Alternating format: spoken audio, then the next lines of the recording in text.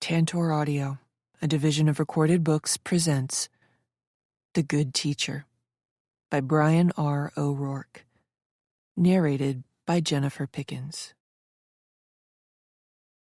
Prologue. Now. Nellie slowly came to. She didn't know where she was.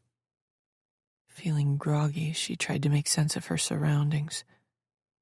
Ahead of her was an unadorned wall made of old cement that was crumbling in places. There was a naked bulb on overhead that bathed the room in a harsh light. The space had the look and feel of a basement. She was sat in a chair. Nellie waited a moment for her head to clear more, then tried to stand up. She could barely move. She got a few inches off the seat, but that was it. Then she looked down. She was tied to the chair. Panicked, she tried to reach for the rope, but found she could not bring her hands forward. Something metallic was painfully digging into her wrists. With mounting horror, she realized she was also handcuffed. Nellie let out an involuntary shriek. She tried again to stand, but could only manage the same few inches. When she tried to move her feet around, she discovered her ankles were duct taped together. No. She couldn't move, and she was trapped in a strange basement. What is happening? At that moment, her mental fog lifted and everything came back to her. She recalled where she'd been and what had happened. She was in terrible danger. Nellie began to tremble. 6 days ago, she had come to this new town to restart her life.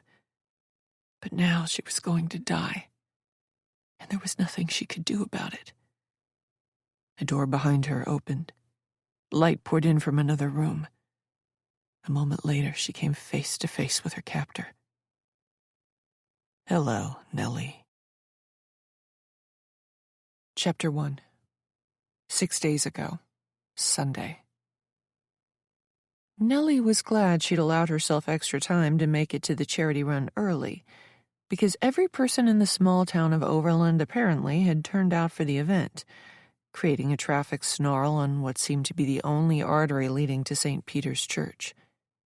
Even though the race was set to begin in half an hour, the parking lot and overflow lot were already full, and teenage boys in bright yellow vests waved orange-tipped batons, directing drivers to park on the shoulder of the road. By the time Nellie found a place, she was nearly a quarter of a mile from the starting line. She didn't relish the thought of having to walk such a distance before she ran. Okay, jogged, a 5K, but there was nothing to be done about it now. Showing up at the last minute and looking frazzled was not the first impression Nellie wanted to make, so she was glad she still had some time to register, collect her bib, and meet her new boss and colleagues. Taking a moment in her car, Nellie checked what little makeup she'd put on in the rearview mirror. She hadn't slept well last evening, her first night in a new place, and despite her best efforts, it showed. "You're not young anymore." Nellie would never have pictured herself here at the age of 37, divorced, living in small-town Pennsylvania, about to start at a new school where she'd have to prove herself all over again. But those were the uncomfortable facts. There was nothing else to do but make the best of the situation. After being out of work for longer than expected and starting to wonder if her reputation had been permanently damaged, Nellie needed to make this work. And why shouldn't it? The last year had been nothing but heartache and bad luck. She was due for some good. Though Overland was part of a small school district, Nellie had gotten a good feeling during her job interview. The principal, Miguel Cuevas, seemed a decent sort, and she'd been especially happy to hear that he wouldn't ask much of her in terms of non-instructional duties at first. He wanted her focused on teaching and getting adjusted. She got the jitters as she hurried from her car to the registration desk for the charity run. The attendant there directed her toward a navy blue canopy on the near side of the church parking lot, close to the starting line, with the words Overland Middle School stenciled in gold. Pinning her bib to the front of her wicking shirt, Nellie combated her growing nerves by remembering this was exactly what she'd been waiting for, the chance at a fresh start. Putting a smile on her face, Nellie approached the canopy. Chapter 2. "Nellie, over here." Her new boss, Miguel Cuevas, spotted her from across the way despite the crowded parking lot. The principal waved excitedly and hurried over to meet her. He was shorter and smaller than she was expecting. Over Zoom, he'd seemed like a bigger man. His gray hair was turning wide at the temples, and in person he looked a little older than he had during their online interview. "Hi, Miguel," she said. "It's so nice to meet you." He pumped her hand. "I'm so glad you could make it," he said, practically glowing. "How was your trip out?" Few things were more boring than listening to someone else's travel pains, so Nellie gave him the abridged version. Her uneventful trip driving from California to Pennsylvania had taken 3 days. Her body wasn't on Pacific time still, but it hadn't caught up to Eastern time yet either. "We have 20 minutes until race time," Miguel said. "Come meet the troops." Nellie followed him back to the Overland Middle School canopy, where her new boss made introductions. Though she was used to standing in front of a room full of 30 children and teaching, Nellie did not enjoy being the center of attention. After a whirlwind of names and small talk, Nellie found herself a little overwhelmed. "You doing okay?" The woman was young, looked barely out of college. Nellie thought her name was Beck, right? She said. Beck smiled. "I'm amazed you remembered my name after meeting all these people." "I'm a teacher," Nellie said. "Half the job is memorizing names." The other woman nodded. "The other half is classroom management." She brought her thumb and forefinger almost together. "And about 1% is actual teaching." They shared a laugh. "We're happy to have you." "Thanks," Nellie said. "So is this everybody?" "A few people couldn't make the race," Beck said. "And Emmett is busy running around like always." Beck was short and not exactly dressed for a charity run, sporting an oversized tie-dye t-shirt and khaki shorts over white leggings. She wore 2 different colored eyeshadows. Nellie was willing to bet her life savings that Beck was the art teacher. "I have to say this," Beck said. "Thank God you're here." Nellie didn't understand why the woman sounded so relieved by her presence. Beck gave her a knowing look. "Now I'm no longer the new girl." She winked at Nellie. "You make it sound so undesirable," Nellie said. "It's not that bad," Beck said, teasing her. "We keep the hazing to a minimum." "Wonderful." "And strictly legal," Beck said. "Well, mostly legal." The ribbing was good-natured. Nellie found herself relaxing and warming to the other woman. Beck caught Nellie playfully scrutinizing her outfit. She tugged at the neck of the much-too-large t-shirt. "I woke up in a strange man's apartment and couldn't find my dress from last night," Beck said. "I grabbed the first garments I saw." Nellie got the sense this was not the first time Beck had made an off-color joke in the presence of colleagues. "Kidding," Beck said, then gave her a sidelong glance. "Or am I?" Nellie couldn't help but laugh. "So, Nellie," Beck said, sizing her up, "are you a runner?" "Not lately," Nellie said. Exercise had not been a priority in the last year. Nellie had been too busy getting divorced, leaving her job, and looking for a way to restart her life. "Me neither." Beck clutched her non-existent stomach. "All those drinks last night aren't helping either." "You're young," Nellie said. "Wait till you're my age." "Excuse me," Beck said. "I'm 25, old enough to have already suffered my quarter-life crisis." Nellie was beginning to like this woman. "So you've met everyone?" Beck asked. Everyone except, what's his name? The one running around? Emmett. Beck rolled her eyes, but there was no spite in the gesture. Mr. Wonderful himself. Nellie enjoyed their banter. Why is Emmett Mr. Wonderful? He's a great guy, Beck said, meaning it. He's the one who organizes this race every year. All the proceeds go to the women's shelter. He's very active in the community, and he coaches our basketball team, leads the youth group, and every summer he volunteers for Habitat for Humanity. Nellie nodded, impressed. Sounds too good to be true. Beck lowered her voice. Now that Patty might be gone, Emmett is probably our next assistant principal. Nellie pulled a face. Patty Alston had taken an unexpected leave of absence due to some kind of medical emergency. Nellie had been hired to fill in for the woman, though Miguel had intimated that her employment would likely become permanent if things went well. And when Miguel retires, Beck went on, that means Emmett will run the show. Is he married? Nellie asked, joking. Beck laughed. You just missed the boat. Beck shook her head. Recently engaged.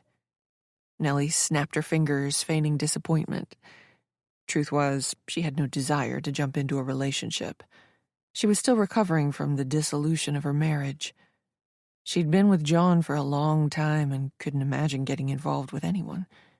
She wanted to be alone for a while, get herself sorted. Good for him, Nellie said. Oh, that's him, Beck pointed. The guy about to get on the microphone. Nellie followed the aim of Beck's finger through the crowd, toward a knot of people standing about 30 feet away.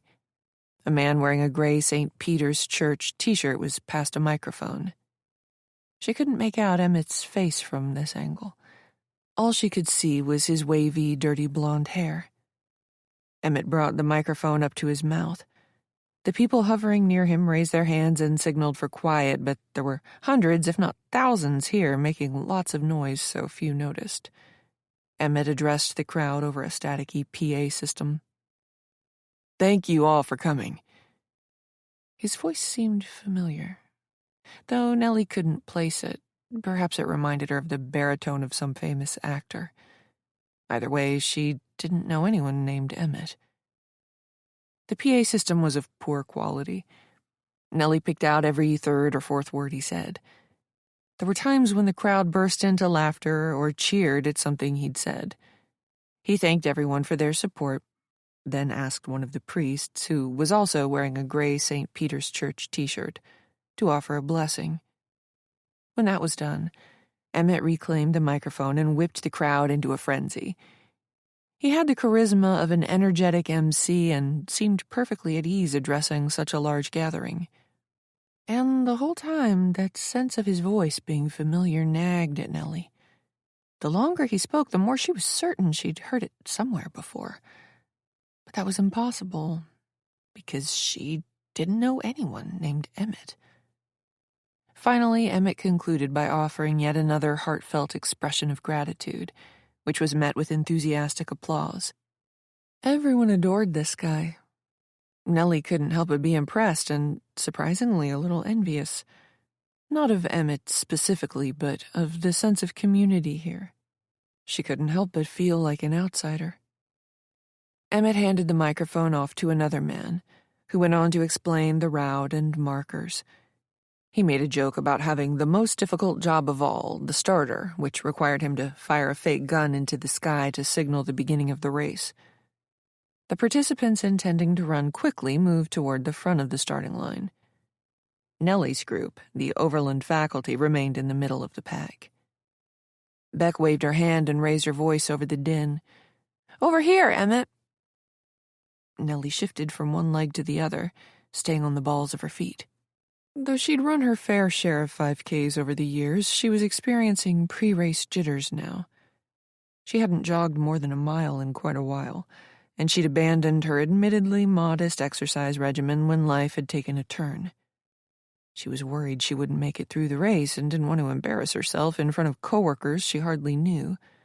She'd felt compelled to participate when Miguel had mentioned the event in passing, suggesting it was a great opportunity for her to meet her new colleagues before she got started. but now she was regretting it. "Emmett!" Beck called out. "Come meet Nellie." Despite her nerves, Nellie was excited to meet this man. If what Beck had said was true and Emmett was the next in line to succeed Miguel as principal in the near future, then it was very important to make a good impression with him also. Putting on a big smile, Nellie turned and came face to face with "Emmett," Beck said, touching the man's shoulder. "This is Nellie, our new history teacher. And Nellie, this is Emmett."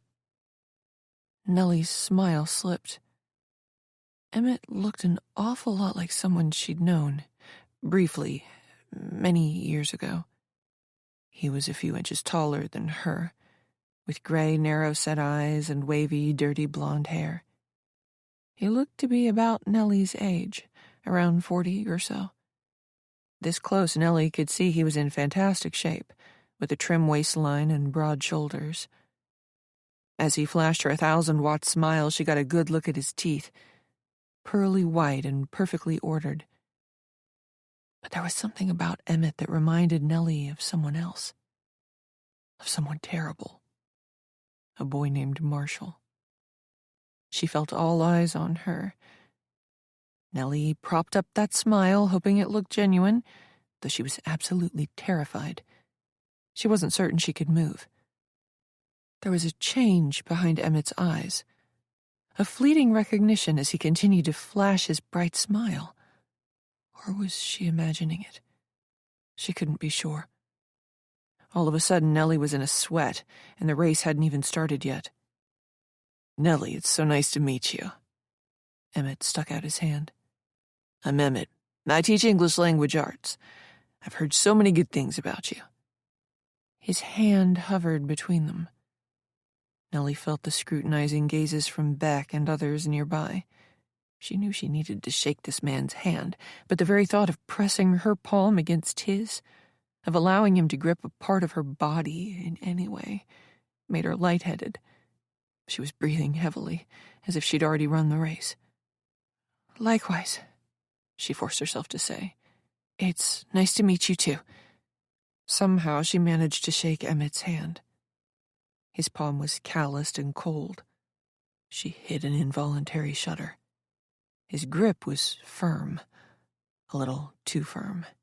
She could feel how strong he was. The cords in his arms stood out, his pecs strained against his t-shirt. He looked deeply into her eyes. "I really look forward to working with you." One corner of his mouth turned up in a strange grin. "And getting to know you better." Bang. Chapter 3. "Are you okay?" Beck asked. "Fine," Nellie said. "Just out of shape." Beck gave her what the kids called a side-eye. They were only a few minutes into the race, and even though the pace the faculty had set was comfortable, Nellie was struggling. Emmett led the way, moving at what appeared to be a leisurely lope for him, while Beck ran alongside her. "Don't worry," Beck said. "Only another 2.5 miles to go." Nellie faked a smile. Beck, for all her complaining and worry a moment ago, seemed perfectly fine. But Nellie's eyes turned inevitably ahead, to the man calling himself Emmett. He looked so much like Marshall.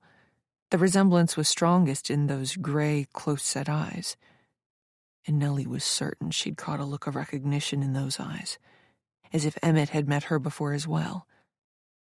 Marshall had had curly blonde hair, whereas this man had wavy, dirty blonde hair, but age could have dulled both features. Nellie thought about other people she'd known with blonde or curly hair, and how they'd changed over time. Both men had the same pinched features as well, as if their nose were a magnet pulling their eyes and mouth toward it. The mouth was a little off-center, too, and possessed the same shape, higher on one side than the other.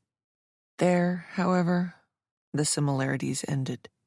Emmett was a physical specimen with broad shoulders and a tiny waist. He carried a lot of muscle and very little fat. Marshall, that 16-year-old boy she'd known so briefly, had been pudgy and oafish, his waist wider than his shoulders. She recalled that he'd tried out for the football team in high school but hadn't made the cut. Or had he been kicked off the team? It was difficult to remember. Emmett, on the other hand, glided along with little effort, looking very much like an athlete. She suspected he could run this race much more quickly if he desired. But the differences went beyond the physical. Marshall had been awkward, leering, lurking, the kind of guy who hung out around everybody else but not quite with them. He pretended not to be gawking at you from the corner of the room. He muttered things about your appearance just softly enough that you couldn't be sure he'd said them. When someone engaged him in conversation, he had trouble meeting their eye. His friends called him funny, but she'd always thought they were being polite. Marshall's jokes were non sequiturs, punchlines to the strange ramblings of someone who'd been having a conversation with themselves in their own head. "You sure you're okay?" Beck asked, sounding genuinely concerned. Nellie clutched her side. A stitch was beginning to form. "I don't know what's wrong with me," she said. "Why don't we walk a minute?" Beck said. They slowed. Beck told the other members of the faculty they'd catch up. Nellie didn't know about that. Her side was hurting. She was out of breath and out of sorts. She'd be embarrassed by this poor showing if she weren't so preoccupied thinking about Emmett and Marshall. Was it him? Was Emmett the man who, with that emotional sixth sense most women seem to possess, Beck intuited there was something the matter with Nellie that went beyond the cramp in her side. The younger woman reached out and put a hand on Nellie's shoulder, giving her a meaningful look. "Are you all right?" "I'll be fine." Nellie forced a smile. "Just need a minute, then we can pick up the pace." "Take your time," Beck said. As dozens of people zipped by them and the faculty disappeared past the bend in the road ahead, her mind turned to the past. Back to that horrible rainy day in September. It had been over 20 years ago, but to her it would always feel like yesterday. Chapter 4. "It's going to rain," I say. "Maybe we shouldn't go?" Thunder rumbles in the distance, an ominous sign if ever there were any. But my best friend Tina ignores it and pedals on, picking up speed on her bike as we zoom down the hill. "Don't be lame, Nellie," she says. I pump my legs. It's difficult to catch up to Tina. I don't own a bike, so when we get together I borrow the one she grew out of. It's too small for me, and only the lowest gear works, which is annoying. For every pedaling motion Tina performs, I have to do about 4 to match her. But even if I had a nice new bike like Tina, it'd still be difficult to keep up with her. She's always moved faster than me, in every possible way. 3 years ago, she announced we were done playing with dolls because she had French-kissed Alan Barowitz. And this summer, when I asked if we could play some board games, she laughed like I was making a joke and told me we were going to the pool because she wanted to flaunt her new bikini and planned on touching Sean Pepper's penis. "I'm really not supposed to go here," I say, which I know is an even lamer excuse than the threat of bad weather. "My mother will kill me if she finds out." Tina glances over at me. "You need to lighten up, Nellie. She won't find out. But if something happens, nothing horrible is going to happen." We're biking to the old factory, about half a mile up the road from Tina's place. It's been abandoned for so long you can barely see it from the road anymore. The trees and other vegetation have crowded it. Vines cover the face of the building. I've never been inside, but ever since we started 8th grade a month ago, Tina's done nothing but talk about it. It's where teenagers, usually high schoolers, go to have a good time. The bad teenagers, that is. If Mom knew I was coming here, I'd be in big trouble. She doesn't want me hanging around boys yet.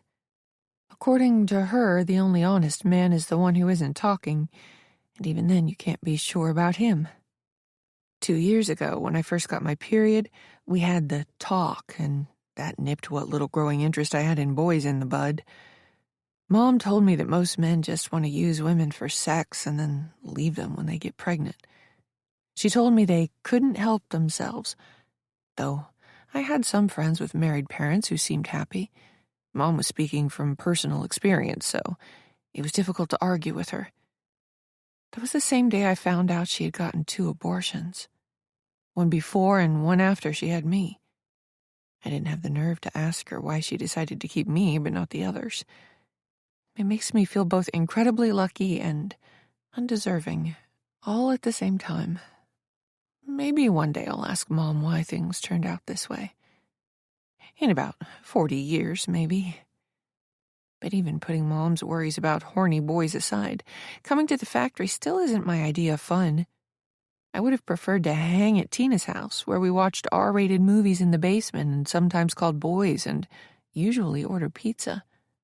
Her parents were separated but not divorced, and Tina lived with her mother, who worked an important job as a lawyer and never seemed to have enough time to pay attention to what her mischievous daughter was up to. So here I was, riding Tina's old bike to the factory where we were supposed to meet some other people. She said something about beer and cigarettes. I don't plan on touching either and will have to keep my distance from anyone who indulges. Mom has the nose of a bloodhound, and if she gets a whiff of alcohol or smoke on me, I'll be in trouble. "What did you tell your mom?" I ask. "That we were going for a bike ride," Tina answers, like I'm being an idiot. Thunder booms, this time much more loudly. "In a storm?" "Nellie," Tina rolls her eyes, "you're overthinking this. If my mother calls her and asks what we're doing..." "Nellie, for the love of God, I'm just saying," Tina breaks.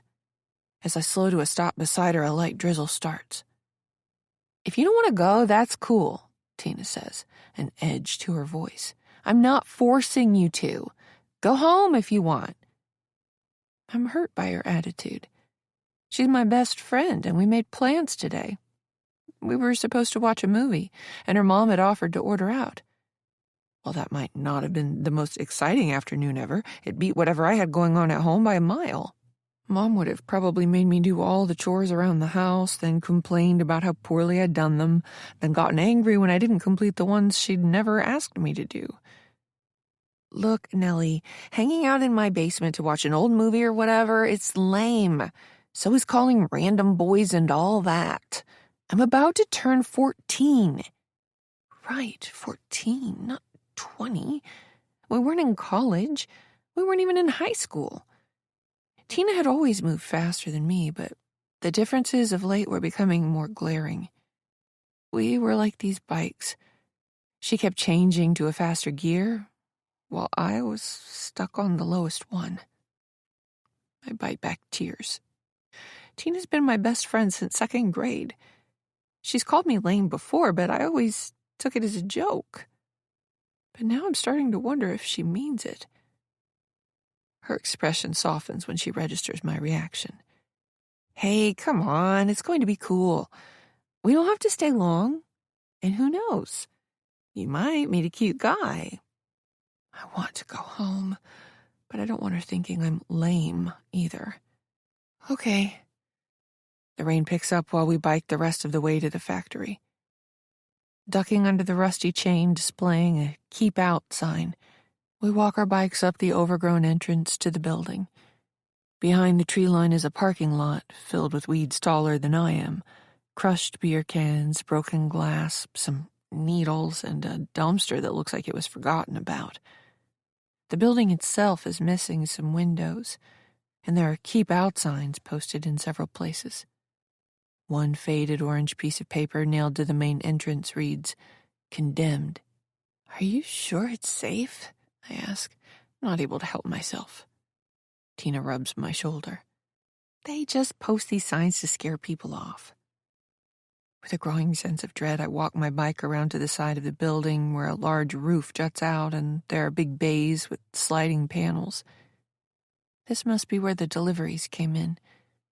The abandoned factory doesn't look any more stable or inviting back here, but at least we're out of the rain. "How do we get inside?" I ask. Tina smiles. "This way."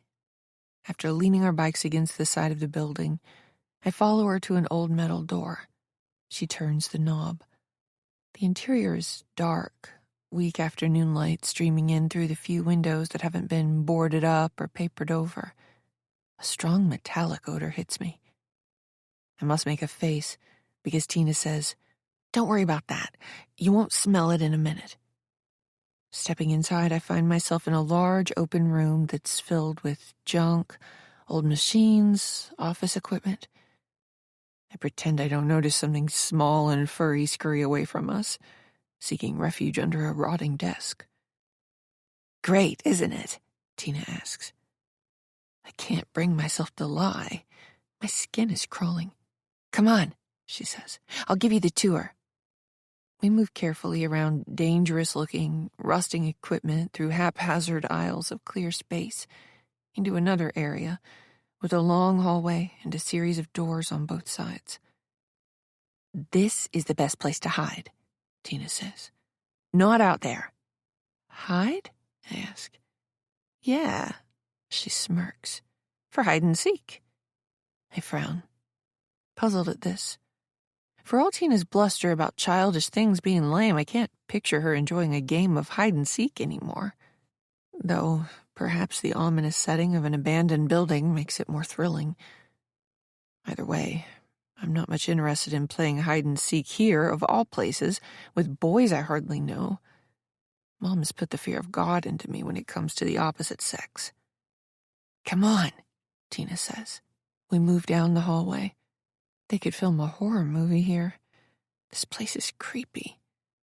There's all kinds of junk strewn everywhere, almost giving the impression that the people last here left in a hurry, like they were afraid of something terrible, like they just found out a huge asteroid was on a collision course with Earth, or like there was a group of sociopathic serial killers out hunting them. I don't know. My mind goes to dark places sometimes. I step over what appears to be a used condom floating in a yucky puddle of standing water. A few short months ago, I would not have known what it was. But at the beginning of the school year, we had health education. The few pictures they showed us were funny. Half the class erupted in laughter at the sight of a penis. I hear dripping somewhere. As we proceed down the dingy hallway, the soft murmur of voices in a distant room reaches my ears. "Are you going to hold it together?" Tina asks. She's teasing me, trying for a laugh, but I'm not really in the mood. Every alarm bell inside my brain is going off. This is not my thing. But I don't want her to think of me as her lame friend who only wants to play with dolls and make tie-dye t-shirts and talk about the Babysitters Club books. "I'm fine," I lie. At last we reach the end of this hallway, coming to a T-junction. Tina makes a right and leads me to a large office. I can hear a lot of voices now, loud and clear. I smell smoke and something else, too. Must be alcohol. At least I've gotten used to that god-awful metallic smell. I don't notice it anymore. "We're here," Tina says, stepping in from the doorway. I take a deep breath and follow her inside. There are about 15 people here. She and I are the only middle schoolers. Everyone else is high school age. It's a small town, so I recognize them all, with the exception of one heavyset boy with long, curly blonde hair. When our eyes meet, half his mouth curls upward in a gross smile. I know what's on his mind as his eyes slowly pan up and down my body. "Everybody, this is Nellie," Tina says. A few of them say hello. The rest don't bother. They can tell just by looking at me that I don't belong here, that I'm lame. The boy and girl standing closest to the door pass what I think is a joint back and forth, while that chubby kid on the other side of the office takes a swig from a bottle of malt liquor. Tina strides right up to Sean Pepper, who offers her his can of beer. She runs her hand up and down his stomach first, and then sips from his drink. I put my back against the wall and try to activate my superpower, invisibility. I don't want to be here, and it's obvious from the muted reaction I get that nobody else really wants me here either. I'm not sure Tina even does, to be honest. Perhaps she just brought me along out of habit or a sense of obligation. Maybe to her I'm that annoying friend she can't bring herself to cut ties with. Another boy and girl sitting on a tarp-covered sofa go back to making out. The boy's hand disappears under her shirt. He's groping her boobs in plain sight of everyone else. Tina and Sean are already deep in conversation. A trio of freshman girls are shooting me scathing looks, and though I can't hear them, they're obviously talking about me. A couple of boys, who I think are sophomores, smoke cigarettes. 2 more girls, with their skirts hiked way up on their thighs, dance provocatively even though there's no music playing. I don't know why I'm here. I'd rather be home, helping Mom with chores. I'd rather be studying my least favorite subject, math. I'd rather be anywhere else, doing anything else. Eventually, everyone loses interest in me, even the nasty girls in the corner. I melt into the wall, becoming part of the background. Tina begins teasing Sean, rubbing his stomach and thighs, drinking his beer, pushing up against him. It's clear what's on her mind. And even in the strange gloom of this office, it's impossible not to notice the bulge in Sean's shorts. It's almost like he wants her, and everybody else, to see what he's packing. I want to go. The chubby blonde guy continues to leer at me. I pretend I don't notice him. But he must be able to tell how uncomfortable I am. Forcing myself to catch him staring in the hopes he'll be embarrassed and look away, I meet his eyes. He doesn't avert his gaze. His mouth cracks open slightly. And again he offers me that same icky smile. I have to leave. The rain picks up. It hammers the roof, making a racket. Now is not the best time to ride a bike half a mile up this narrow 2-lane road, missing a shoulder. Somebody driving through this deluge might not even see me. I could be killed if I tried to bike back to Tina's house right now. And what exactly am I supposed to say to Miss Hirschberg when I show up at her door without Tina? I can't tell my friend's mother where Tina is, certainly not what she's doing or who she's doing it with. I'd have to sneak around the back of the house, leave the bike, and then walk to the convenience store and call Mom for a ride from the payphone. Do I even have change? Despite these practical impediments to my departure, the urge to run out of here does not go away. "All right, I think everybody's here," Sean announces suddenly. "You all want to get started?" "Let's do it," one of the girls in the corner answers. I have no idea what they're talking about, but I sincerely hope it's not playing this game of hide-and-seek Tina was talking about. "All right, cool," Sean says. "Last time the guys hid, so this time it's the ladies' turn." Someone hoots. The other girls congregate near the door, with the exception of Tina, who remains beside Sean. "You all know the rules," Sean says. "You get caught, you have to kiss, at least." "What? How is that a rule?" Seeing the panic in my face, Tina detaches herself from Sean and comes over. She rubs my shoulder. "You are going to love this, girl." "I don't want to kiss anybody," I say, much too loudly. A few of the boys look offended. "Don't worry," one laughs. "Nobody wants to kiss you either." I could die right now. Tina sighs, looking disappointed. "Like I said, you don't have to be here. You can go." I can't contain my anger. Tina knew I didn't want to come to the factory at all, but coaxed me into it. And she didn't say a thing about playing this kind of game with a bunch of older boys, one of whom keeps creepily staring at me. "Do you hear the rain?" I ask. "And what am I supposed to say to your mother?" "Nellie, for God's sake, tell her whatever you want. I don't care. I'm going to have some fucking fun now. You do what you want." Everyone has overheard our short, heated exchange. Practically dying of embarrassment, I lower my eyes. "Everybody plays," Sean says. "If you don't, you have to take your top off for everybody to see."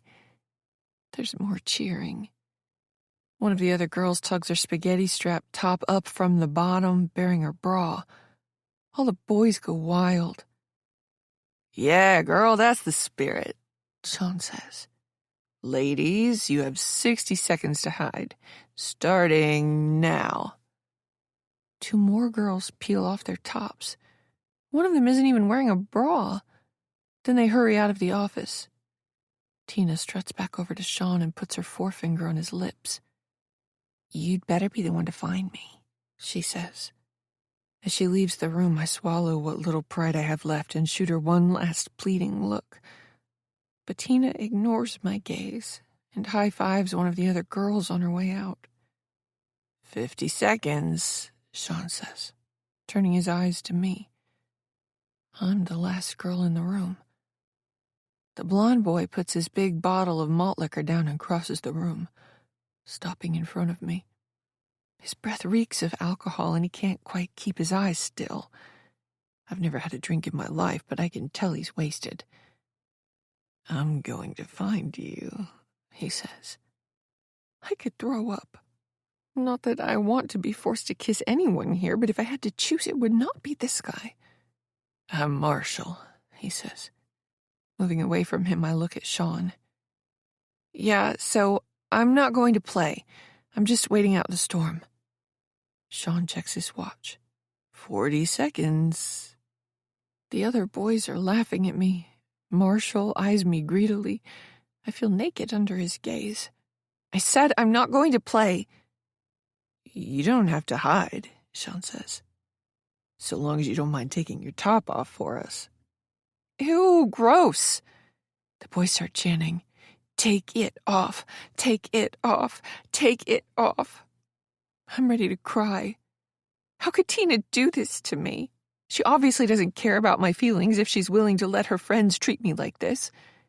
For the first time in my life, I experienced the bitter taste of betrayal. 30 seconds, Sean calls out. All of these people, the girls included, will pressure me to flash my bra. If I refuse, I'll be the laughingstock. For some reason, both those options seem worse than playing this stupid game. I'll hide, some boy will find me, and I'll kiss him. That's all. Maybe it won't even be this Marshall creep. That sounds much better than baring myself to all these people. "I'm going to find you," Marshall says, as I dart out of the room. Chapter 5. After the race, the faculty met near the navy blue canopy in the church parking lot. Many vendors had set up for the occasion, including several food trucks and a handful of microbreweries. Nellie was surprised at how quickly and how much her colleagues were grabbing drinks, but Miguel didn't seem to mind. Nearby, one vendor boasted the county's best pulled pork sandwiches. The food smelled great to Nellie, but she didn't have much of an appetite. A knot of young men, Nellie thought they were college-aged, were stuffing their faces and horsing around nearby. They must have finished the race quickly and gotten started drinking immediately. Judging by the volume of their voices and the barbecue sauce smearing their faces, they were already in their cups, as her mother would have said. "This fucking pulled pork is amazing," one of them declared, timing his profanity perfectly to coincide with the passing by of a mother and her two young daughters. One of his buddies swatted his shoulder, telling him to watch his language, but the kid was unabashed. Nellie turned away from them. Her colleagues were in good spirits, but she was going through the motions. She couldn't stop thinking about the past and wondering if this man, Emmett, and the boy she knew briefly, Marshall, were one and the same. At least Emmett had disappeared, attending to his post-race duties as the event organizer. It gave her some space and more time to think. Was she being paranoid? Seeing things that weren't there? That was what John, her ex-husband, would probably say. Not that she cared anymore what he thought. Beck appeared carrying 2 red plastic cups. Sorry it took so long. Nellie didn't normally drink beer, but she needed something to take the edge off. Thanks. Miguel was waving his hand to get everyone's attention. Group picture.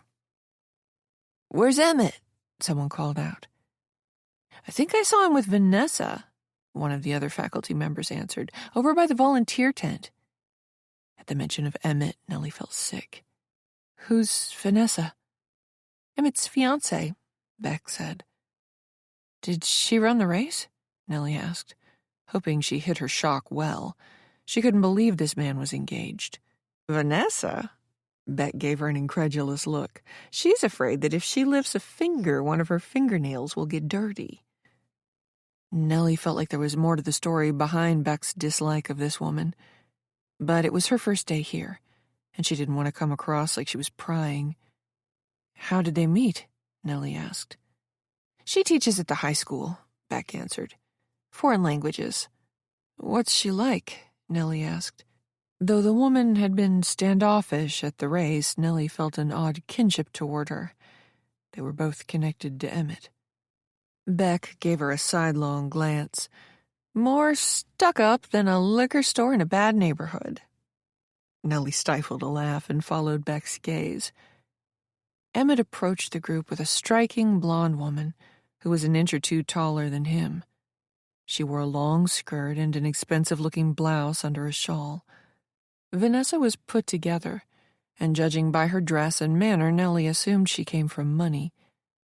Emmett was in the middle of scarfing down a pulled pork sandwich. Nearby, a group of high school boys began playfully shoving each other. I don't want to hear the word no, Miguel said, stepping in front of Emmett. You're joining us for a group photo. Emmett's smile slipped. You know I hate having my picture taken. Come on, Miguel said. It'll look good on the school's social media accounts. An alarm sounded in Nellie's head. Why would someone as attractive as Emmett, who seemed to suffer from no shortage of vanity, be camera-shy? It made her even more suspicious. If you were pretending to be someone you were not, you wouldn't want your picture all over the internet. Oh, don't make him, Miguel, Vanessa said, putting her hand on her fiancé's chest. You know how Emmett feels about social media. It's going to be the death of us, Emmett said. But the rest of the faculty applied peer pressure, and eventually Emmett capitulated, demanding he stand in the back row. While they positioned themselves in front of the canopy, one of the nearby rowdy college boys accidentally bumped into Emmett. Barbecue sauce ended up all over Emmett's wicking shirt. He took it in his stride, but Vanessa laid into the drunk college kids, who apologized and made themselves scarce. You can't take your picture looking like that, Vanessa said, looking her fiancé over. You'd better take your shirt off. No, Emmett said. I don't want to be that guy. She rubbed his chest, her hand avoiding the stains. You're allowed to show off that body. You've earned it. Take it off, one of the other faculty members shouted, teasing Emmett, and then everybody else took up the chant. Nellie's nausea worsened. Hearing everyone shout, take it off, struck too close to home, with the memory of that horrible afternoon fresh in her mind. She remembered what it had felt like to have those boys pressuring her into playing that awful game of hide-and-seek, as they all chanted the same thing at her. Take it off. Emmett finally peeled his shirt off to reveal an impressive torso. Not an ounce of flab anywhere on that body of his. He blushed when several members of the faculty hooted appreciatively at him. A long scar ran diagonally from his shoulder nearly to the other side of his stomach. It looked like an old wound, but it hadn't been there when Nellie knew him. Nellie felt a bit odd posing for a group picture with these people when she hadn't technically started working with them yet. But she would have felt even more awkward standing off to the side and waiting to be asked to join the shot. So, in the end, she wedged herself between Steve and Beck. Miguel arranged for a passerby to take their picture. While that person had them tighten up their arrangement and moved a few people around and made sure nobody was blocked, Nellie thought about math. She would be the first to admit to its utility, but it had always been her least favorite subject in school. More specifically, she thought about odds, and what the odds must have been for her to move across the country to live in a new state so that she could work in a small town in a small school district and wind up being colleagues with a man who had assaulted her 20-some years ago, who was now posing as someone else. Of course, she couldn't put an exact number on those odds, but it didn't take somebody with a PhD to know they were long. Maybe they were too long. Sure, Emmett bore a passing resemblance to Marshall, but there were just as many differences between the two men, most notably in their personalities. Nellie knew a thing or two about that, having worked with so many children and keeping in touch with them, or hearing about them over the years. She hadn't been shocked when she heard Joey DeVito was accepted into Harvard, or when Melanie Rogers became a decorated soldier, or when Patrick Newman was arrested for receiving stolen goods. Personality was largely set in childhood. People changed gradually, over time, by degrees, but for the most part, they were who they were. The gauche, creepy, and criminal Marshall, transforming into the gregarious, charming, respected teacher and beloved community member Emmett, was the stuff of fairy tales, not reality. Maybe it wasn't him. The truth was, Nellie had been through a traumatic childhood experience that had left her scarred for life. She was intellectually honest enough to admit that that damage affected the way she saw things. Perhaps this was just her overactive brain generating a false positive. "Young lady, I need you to smile." Nellie realized the man taking the picture was talking to her. He couldn't have been much older than her, but she had always appeared young for her age, with her smallish stature and youthful features. It was only a few years ago, at the age of 33, that she'd been carded at a liquor store, a story her then-husband had loved sharing with his buddies, giving him an opportunity to brag about how youthful his wife looked. Perking up immediately, she plastered a smile on her face and hoped it was convincing. She was embarrassed to have been caught not paying attention and holding everyone up. While they posed, Nellie told herself she should take this slow, not jump to any conclusions. Though, at the same time, she couldn't ignore that terrible feeling of certainty. Part of her was convinced Emmett was Marshall. The rational and intuitive sides of her mind were in disagreement, and she didn't know how to reconcile that. Nellie lingered after the photo was taken, not wanting to be the first to leave and be seen as antisocial by her new colleagues. She chatted up a few people she hadn't gotten the chance to talk to, all while keeping one eye on Emmett. Not once did the man glance in her direction, though she got the feeling he was acutely aware of her presence. By the time several faculty members had left, Nellie's half-finished beer was warm. The skies had turned gray, and the air was cold. She was looking forward to getting back to her apartment so she could spend some time looking both Emmett and Marshall up online. She didn't know what she expected to find, but she had to do something. She said goodbye to Miguel and Steve, who were deep in conversation. Beck noticed she was leaving and hurried over. "Nels," she said. Apparently they were already on a nickname basis. Nellie liked it. "Do you want to go out for drinks?" It took Nellie a moment to realize Beck meant tonight. "I'd love to, but I'm still getting settled," Nellie said. "Maybe later this week?" Beck mock pouted. "All right, but I'm going to hold you to it." They exchanged numbers. While she had her phone out, Beck held it up for Nellie to see the screen. "By the way," Beck said, "you look great in this picture." It was one of the group photos from earlier. Miguel had forwarded them around. Nellie didn't think she looked great in it. The sun was in her eyes, forcing her to squint a bit, but she appreciated the compliment. While she examined the photo, she couldn't help but scrutinize Emmett for a moment. In this photo, with his shirt off and that ugly scar prominent, he didn't resemble Marshall as much. What? Beck asked. Nothing, Nellie said, catching herself. I can't get over how old I'm starting to look. Beck shook her head. You look great. Are you on social media? You should post this. My Facebook is on life support, Nellie said. You should post this, she repeated. You'll have about 50 guys asking for your number. Nellie laughed.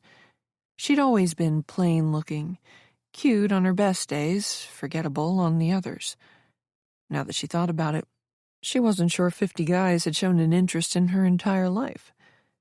She didn't plan on posting the group photo, but now that Beck had mentioned it, she realized she should update her profile. At the very least, she should friend request, or whatever the appropriate term was, the Overland Middle School page. Beck gave her a hug, then went off looking for food. Nellie was about to leave when she heard a voice. Nellie. She turned to find Emmett's fiancé standing behind her. The woman had at least half a foot on her, with icy blue eyes and long, straight blonde hair that fell to her shoulders. I'm Vanessa, she said, holding her hand out. It's so nice to meet you. Hi. They shook hands. Emmett, conversing with the PE teacher, whose name Nellie couldn't remember at the moment, looked over at them with a blank expression. I teach French and Spanish, Vanessa said. From what I hear, we're lucky to have you. Tell me, what brings you all the way from sunny California to our quiet little town? Nellie was distracted by Emmett's gaze and a bit intimidated by this striking woman with a rather patrician manner. I was looking for a change, she said, keeping her answer intentionally vague. And this seemed like a good fit. Really? Vanessa frowned. I heard you were coming from a very large school district. It must have been incredibly well-funded, too, being situated in California. Not too many teachers I know would want to leave that. You must have been looking for quite a big change. The woman had put Nellie on her heels. She felt the need to explain herself, but thought better of it. Yes, I was. Vanessa arched an eyebrow as if she didn't believe Nellie. Well, like I said, we're lucky to have you, though you have some big shoes to fill. Patty is a wonderful teacher. Nellie smiled. That's what I hear. I do hope she comes back soon, Vanessa said. The children love her. Nellie didn't say anything. Miguel hadn't shared the details of Patty's abrupt leave of absence, but Nellie had gotten the sense that Miguel had been taken by surprise by the request. It was also a strange thing for Vanessa to say. If Patty suddenly returned from her leave of absence, as unexpectedly as she had taken it, then Nellie would likely be out of a job. Miguel had made assurances that he would try to place her in the event that happened, but she had known that was as soft a guarantee as he could make. Oh, Vanessa said, as if realizing her gaffe. I'm sure Miguel would figure something out if that happened. Don't worry. Nellie didn't say anything. Everyone else had been so welcoming of her, but this woman was frosty. We're a tight-knit faculty, Vanessa said. More family than coworkers. When you prove yourself, you'll be welcomed in with open arms. Nellie gaped. She'd been teaching for 15 years. While she wanted to do a good job and gain Miguel's approval, she also felt that she didn't have to prove herself to anyone, least of all this woman. Her experience should have spoken for itself. Her references were glowing, and despite whatever problems she'd had at her last school, her reputation had remained intact. Vanessa, dear, are you giving our newest colleague a hard time? Emmett approached them with a big smile and a beer in hand.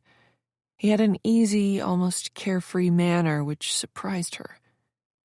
Nellie had wanted to skip out without engaging with the man again, but no such luck. He put his arm around his fiancée's shoulders, giving her a little squeeze.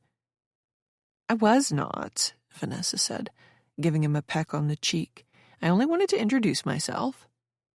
Emmett gave Nellie a knowing look, like they were in on some joke together at Vanessa's expense. It made her uncomfortable. You'll have to forgive my fiancée, Emmett said. She's lived in Overland her entire life and has been teaching here for 18 years. She can be a bit territorial. Nellie smiled, keeping her eyes on Emmett. Now that they were face to face again, the resemblances between him and Marshall were stark, much more prominent than the differences. Vanessa playfully batted Emmett's stomach. At some point between the photo opportunity and now, he donned another St. Peter's t-shirt. This one was a bit too small for him, though, taut against his pecs and tight around his bulging arms. "Nellie," Emmett said, leaning in, "I'm afraid I owe you an apology." Chapter 6. Emmett's words froze Nellie. Why did he owe her an apology? He hadn't been rude before the race. To anyone watching, as a matter of fact, he would have appeared warm and kind, welcoming. Nellie was at a loss, her eyes drifting to the man's fiancée. But Vanessa's expression didn't give anything away either. She didn't look surprised or embarrassed or nervous about her fiancé admitting to owing Nellie an apology. There was only one thing Emmett, Marshall, could have apologized to Nellie for, but surely he didn't mean that. "I really am sorry," he said. Nellie had no idea how to respond. They seemed to be talking about something specific, but also not. Was he owning up to his crime? While nothing had come of his allegations before, the cultural landscape around sexual crimes had improved much. Back then, people said things like, "He said, she said, can't blame a guy for trying. Did you see what she was wearing?" But these days it was different. These days, men were playing with 5 fouls. As impossible as it seemed, Nellie wondered if her presence had jarred him, if seeing her had stirred up remorse. People changed. It often took them years, but it happened. Was he sorry? Was he finally ready to account for his sins? Or had he even regretted his actions for some time, been too ashamed to face her and admit to them? Nellie didn't know. But her thumb, the one he'd dislocated while holding her down, began to ache. Her body's way, perhaps, of reminding her of the pain from that day. It would have been foolish of him to apologize. While the statute of limitations had run out, a public apology for such terrible behavior would have been professional suicide. But the man did look genuinely sorry. Nellie had never expected this moment to come, had no idea what she'd say, and couldn't stomach the thought of him begging her forgiveness. While Nellie considered sympathy one of her strong suits, she had her limits. "I did something that really put you off," Emmett said, "and I'm sorry." Put her off? That was one way of putting it. "When we were introduced," Emmett said, frowning at her confusion. "I can explain if you'll let me." Nellie didn't follow. She hated how weak her knees were, how terrified she felt, how this man had destabilized her. "How many times have I warned you, Emmett?" Vanessa said, rubbing his belly. "You're right, hon," Emmett said, before turning back to her. "I was painfully shy growing up. I'd freeze up if I was in the middle of a big group, wouldn't be able to get a word out, but I knew that I had to get over it if I ever wanted to teach." Nellie was utterly confused. "One day I met a man. I didn't know it then, but he was going to change my life. He was always perfectly at ease around others, no matter the context. Eventually, I worked up the nerve to ask him how he did it. Back then, we didn't use the term hack like we do today, but that's what he taught me. For a month straight, he forced me to introduce myself to 20 people every day. Everything changed for me after that. I grew comfortable around strangers, around large groups of them. I learned how to command a room, feel at ease, and make others feel at ease. It was life-changing." "I don't understand." "Sorry, I'm coming to it." He offered another ingratiating smile. "He taught me this hack. When you're meeting someone for the first time, you pretend they're an old friend. It's a way to trick your own brain. It changes the way you smile and look at this other person. You act like you recognize them." Nellie understood. He wasn't really apologizing. He was attempting to explain away that flash of recognition in his eyes when they'd been introduced. "It's habit now," Emmett said, looking embarrassed. "I do it without thinking whenever I meet somebody new. It's supposed to make the other person feel comfortable and create this instant connection." It sounded made up to Nellie, and she felt like he was using this as an opportunity to flaunt himself. While other faculty members heard him say how sorry he was secretly communicating something else to her, that he wasn't sorry at all. "He does it to everyone," Beck said, coming up beside her. "And it works. I've, borrowed the hack and used it myself. It's helped me a lot in those awkward meet-and-greet social situations." Nellie's head was spinning. "The thing is," Emmett said, holding out his palms, "the trick works with nearly everybody, but when it doesn't work, when you try it on that one person in 1,000, it's very off-putting." Nellie didn't trust herself to speak. "That's a long-winded way of saying sorry." Emmett stuck out his hand. "I wanted to make a good first impression with you, but I blew it. Can we start over? I'm Emmett." She looked down at his hand. Touching him once had almost brought on a panic attack. Now here he was using an insincere apology and the social context to all but force her to shake once more. Nellie didn't want to shake his hand again. But she was also the new teacher at Overland. She was starting her new job tomorrow, and she needed it to go well to help get her life back on track. She wasn't in a position to accuse this man of being a fraud. No one would take her seriously. Besides, what if she was wrong about Emmett?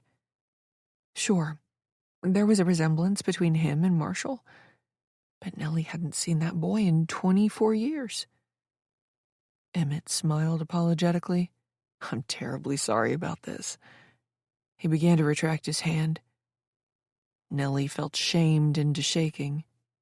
"I'm Ellen Peake," she said, "but everybody calls me Nellie." Marshall knew her as Nellie Gordon, but she realized after the fact how silly it was to emphasize her married name. If he'd recognized her, and she was almost certain he had, then what difference did a name make? "Again, I'm really sorry, Nellie. It's nice to meet you."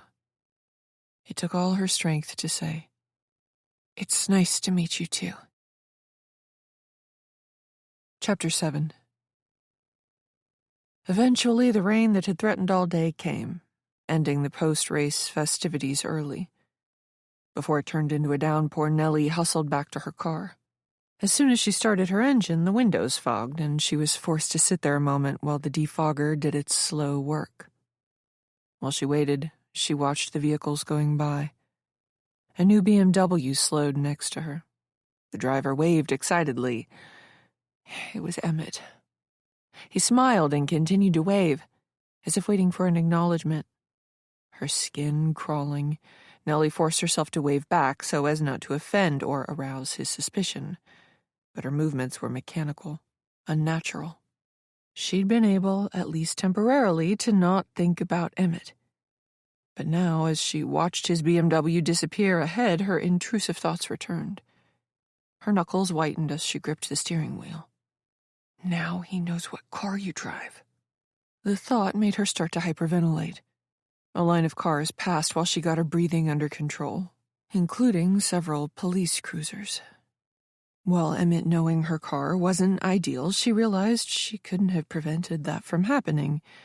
Overland Middle was a small school with a tiny faculty. He would have been able to pick her car out anyway quickly enough. But all the same, it made her nervous. What should I do? Nellie mulled it over on her drive home.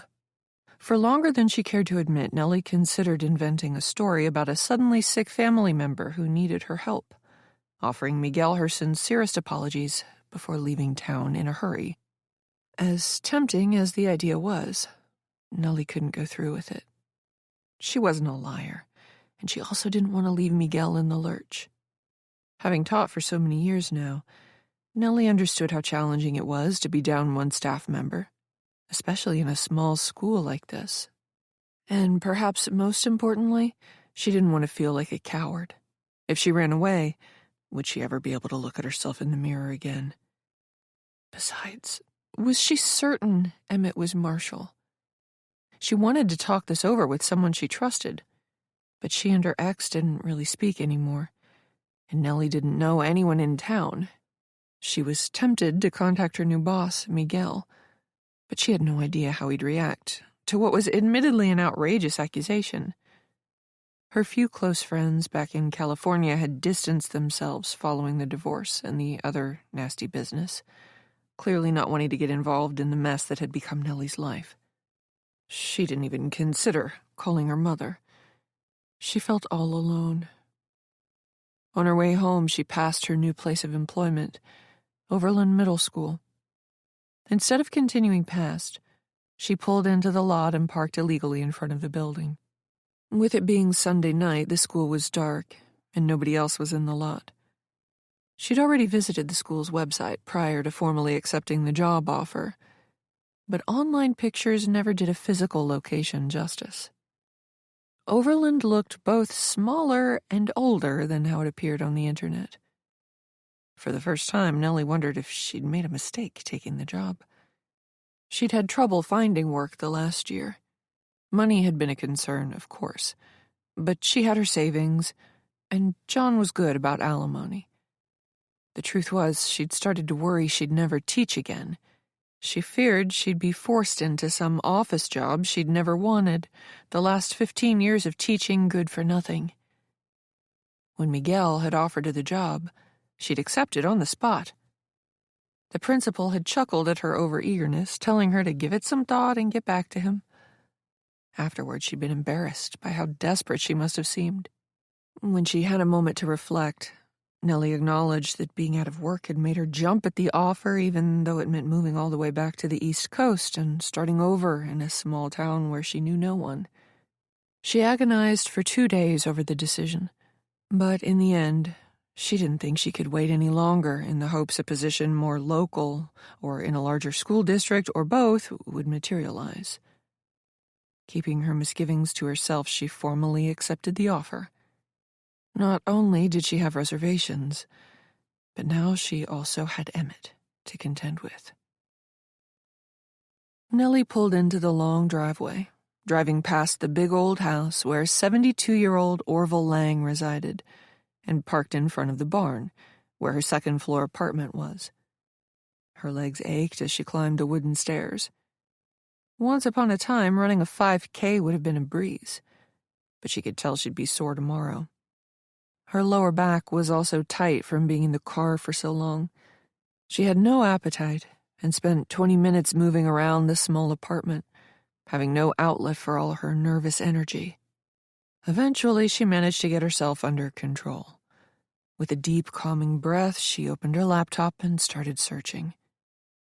Marshall Dawes had no online presence, no social media, no LinkedIn. He had graduated from Lenape High School 22 years ago. Nellie found his name on a list of graduates, but that was it. She tried MySpace, but discovered it was a very different website than the one she'd used briefly decades ago. Either way, she couldn't find a profile for Marshall Dawes. Emmett Moore was a bit more active online, but that wasn't saying much. Like Marshall, he was not on social media. He did have a LinkedIn profile, but there was no photo. According to his page, he'd worked at Overland Middle School for 3 years. He had graduated from Marist College in New York and worked at 2 other schools before winding up at Overland. Nothing about his resume suggested anything sinister. Instead, his history painted a picture of a dedicated teacher who spent several years at each place of employment before moving on. He did appear on Overland Middle's faculty page, though Nellie almost didn't recognize him. In the professional photograph, Emmett wore large, black-rimmed glasses and had a close-cropped beard. His face slightly angled away from the camera, he wore a serious expression, no hint of a smile. He appeared to be both younger and heavier set in the image, too. She recalled Emmett being actively involved in his church, so Nellie spent a few minutes scrolling through St. Peter's publicly available photos on Facebook. Emmett appeared in only a few, and never quite in the foreground. Nellie had only performed about 20 minutes of online snooping, but already she felt like she was approaching a dead end. Nothing on the internet proved Emmett was an imposter. The lack of photographs could simply be put down to his being a private person, perhaps camera-shy. As for Marshall, it was like the man had ceased to exist after he graduated from high school. Though this was merely a preliminary search, Nellie had to admit there was also nothing tying the two men together. They hadn't attended the same schools, and there was nothing to indicate they would have otherwise crossed paths. As she had been driving back to her apartment earlier, Nellie realized she needed help. Contacting a private detective seemed like overkill, and if word got back to Emmett or her new boss that she'd hired someone to look into one of the most respected members of the Overland community, she could kiss this job and her reputation goodbye. Hiring a PI would be a last resort, the proverbial nuclear option. But at the same time, simply continuing to probe online didn't seem like it would get her anywhere.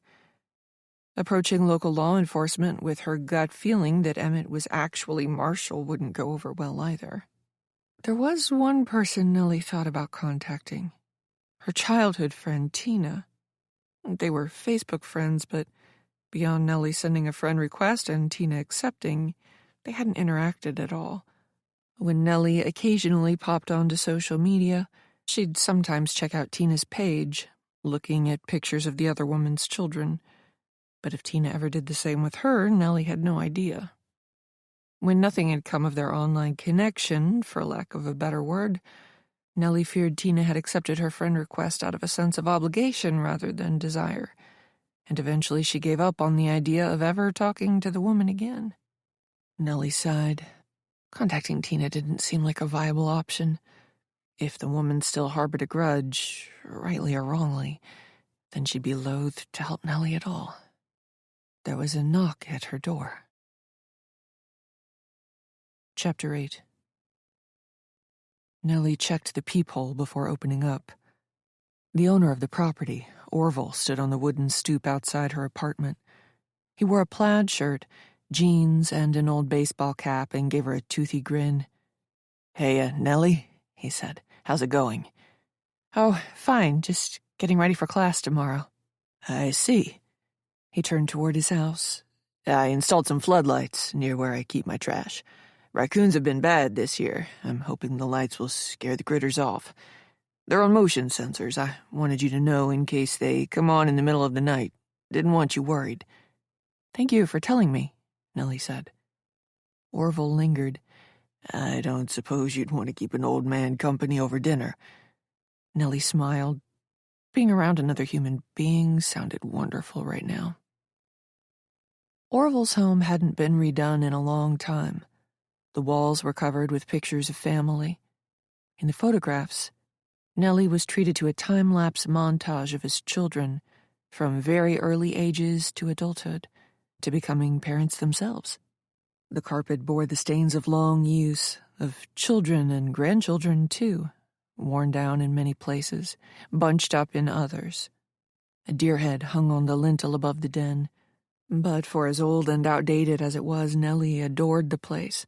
She could picture Orville's children running through the living room, jumping on the couch, throwing pillows around, building makeshift forts out of the space's raw materials.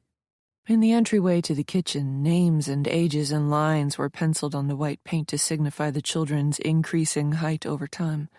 Some newer markings appeared lower in pen. Nellie guessed they belonged to Orville's grandchildren.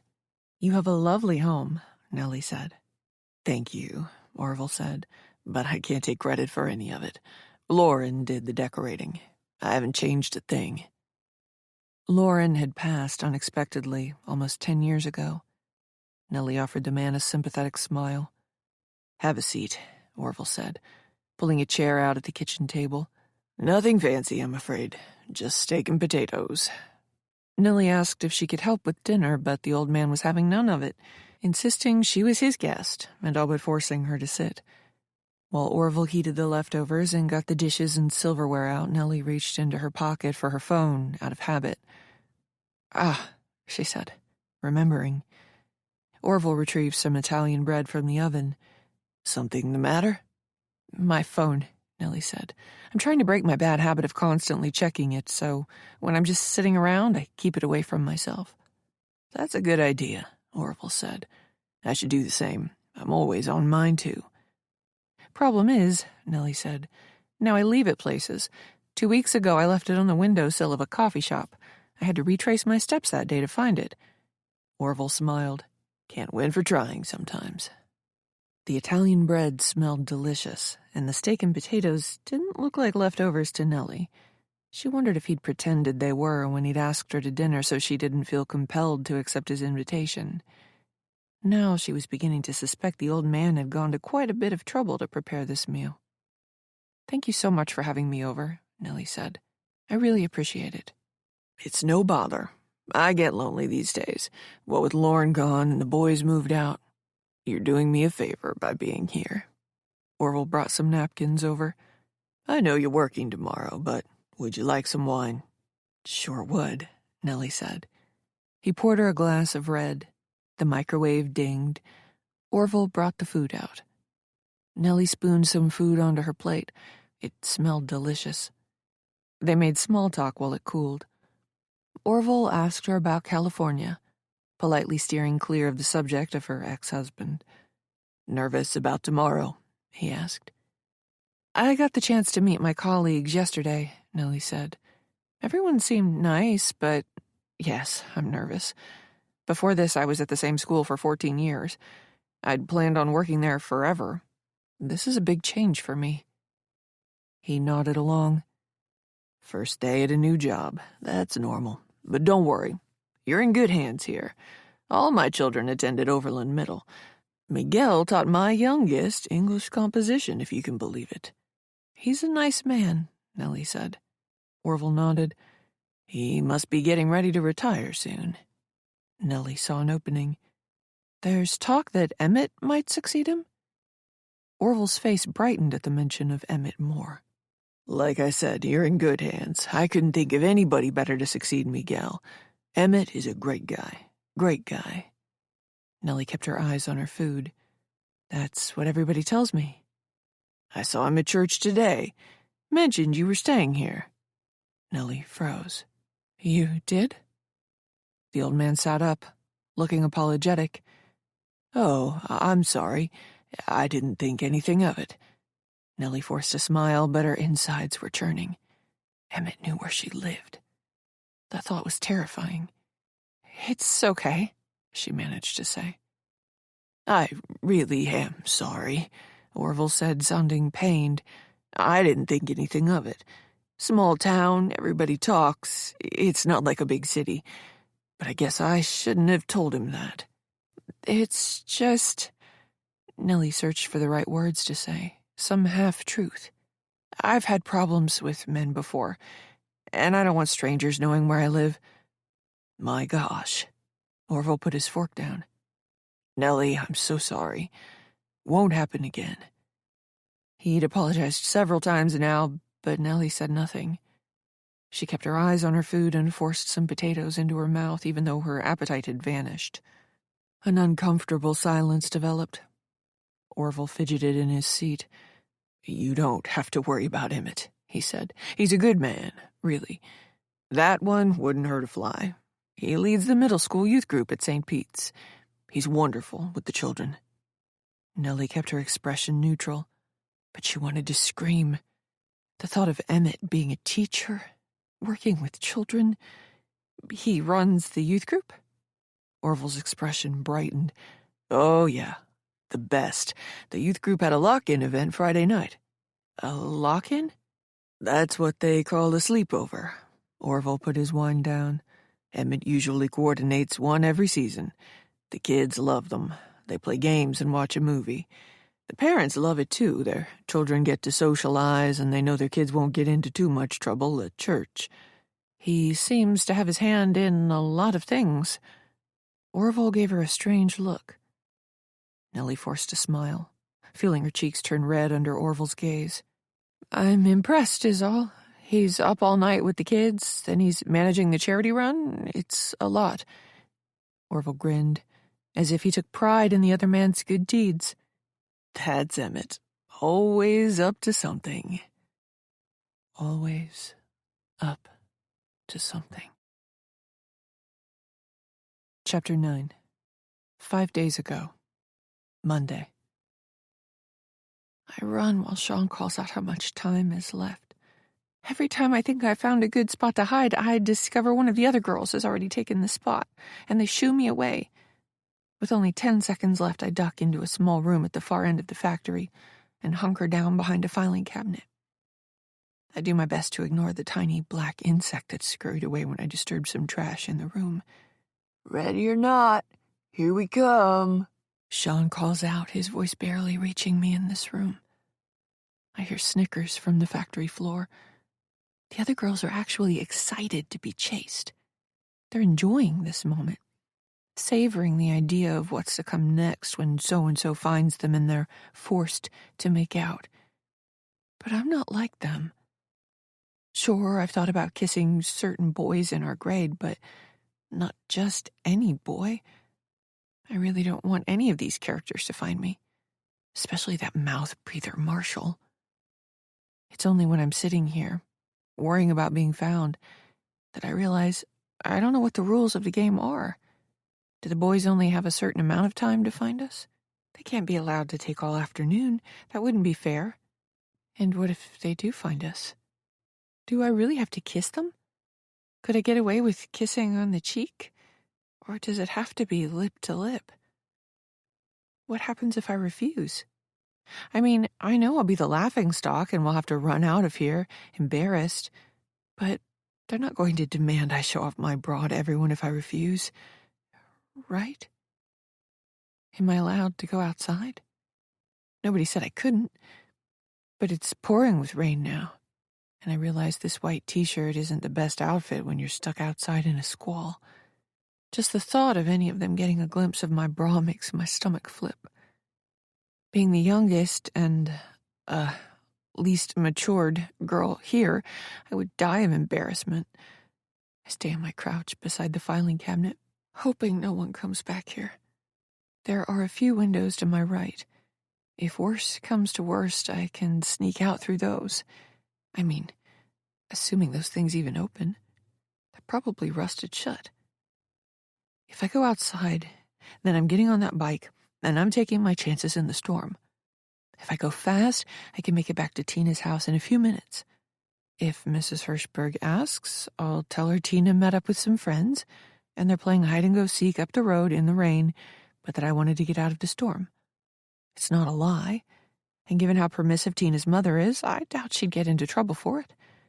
On her best mothering days, Mrs. Hirschberg can't be bothered to go out and find her daughter. I doubt she'd jump in her car in a downpour and drive around. But even if Tina does get into trouble, do I really care at this point? She says she's my friend, but she obviously doesn't treat me like one. She brought me here knowing I'd be uncomfortable and that I would feel out of place. Hiding from horny high schoolers in this eerie factory is not my idea of fun. I don't have time to grow angry with Tina again, because I hear someone rooting around nearby. My insides turn to liquid. I don't want to kiss anybody, but now I'm bargaining with fate, telling God or the universe or whoever's listening that I'll kiss one of them. Just please, please, please don't let it be Marshall. Anybody but him. Maybe it'll be one of the guys who doesn't want to kiss me. Then I'll get out of having to do it all together. I hear them getting closer. I don't dare poke my head out to look for fear of being spotted, but they sound like they're just outside the door. A sneaker squelches as the person moves. It sounds like they're in the room with me. 1 minute, Sean announces. I feel a sliver of hope. It turns out there is a time limit to the search. I just have to hang in there for a little while longer. The sneaker squelches again, and I cover my mouth to muffle the sounds of my breathing. It feels like there's someone in the room with me now. The air has shifted and is different. 30 seconds. Sean calls. I close my eyes, willing whoever it is to go away. Though I can't say why. I have a bad feeling it's Marshall. I picture him lurking on the other side of the room, in his untied basketball sneakers, mesh shorts, his hairy belly poking out from the bottom of his practice jersey. I shudder at the thought of him pushing all that mass against me, one of his hands on the back of my head, his lips seeking mine. I hear a door open farther down the hallway. Did Marshall leave the room? 15 seconds. Sean yells. I dare to hope. Nellie barely slept Sunday night. She would have been nervous and preoccupied anyway, starting a new job, but she also had to contend with the prospect of seeing Emmett. What would she say? How should she act? It was probably best to pretend everything was normal. Be polite, but not overly friendly. Make him think there was nothing wrong while also establishing the parameters of their relationship. Colleagues, but not friends. Nellie didn't want him to know she suspected anything, or if she knew that she was intent on doing anything about it. That was all easier said than done, however. The mere thought of interacting with the man put her in a cold sweat. While she peered into the bathroom mirror and fussed with her makeup, a wave of nausea hit her. Gripping the rim of the sink, Nellie put her head down and drew deep breaths. She took antacids to combat the nausea and got dressed. She checked her bag multiple times to ensure the lesson plans and her lunch, leftovers from last night, were there, but she almost walked out of the apartment without her phone. This time she'd left it on the kitchen counter next to the stove. The drive to Overland Middle School was only 15 minutes from her apartment. She drove through beautiful country, passing long green pastures and fields of corn stalks. Some of the leaves had changed color too, the landscape beginning to take on its autumnal hues. Nellie loved this time of year. As much as she enjoyed summer break, returning to school in the fall was always exciting. She loved what she did for a living. But she wasn't excited this morning, and the beautiful view did nothing to calm her nerves. The antacids had helped a little bit, but the nausea returned as she neared school. She arrived nearly 45 minutes early, wanting to make sure she had enough time to get settled. There were a handful of cars in the small parking lot, one of them being Emmett's BMW.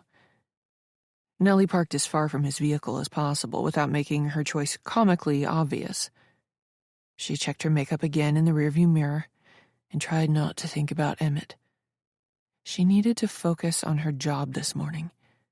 Outside of accusing the man of being an imposter without any proof whatsoever, there was nothing Nellie could do about him right now.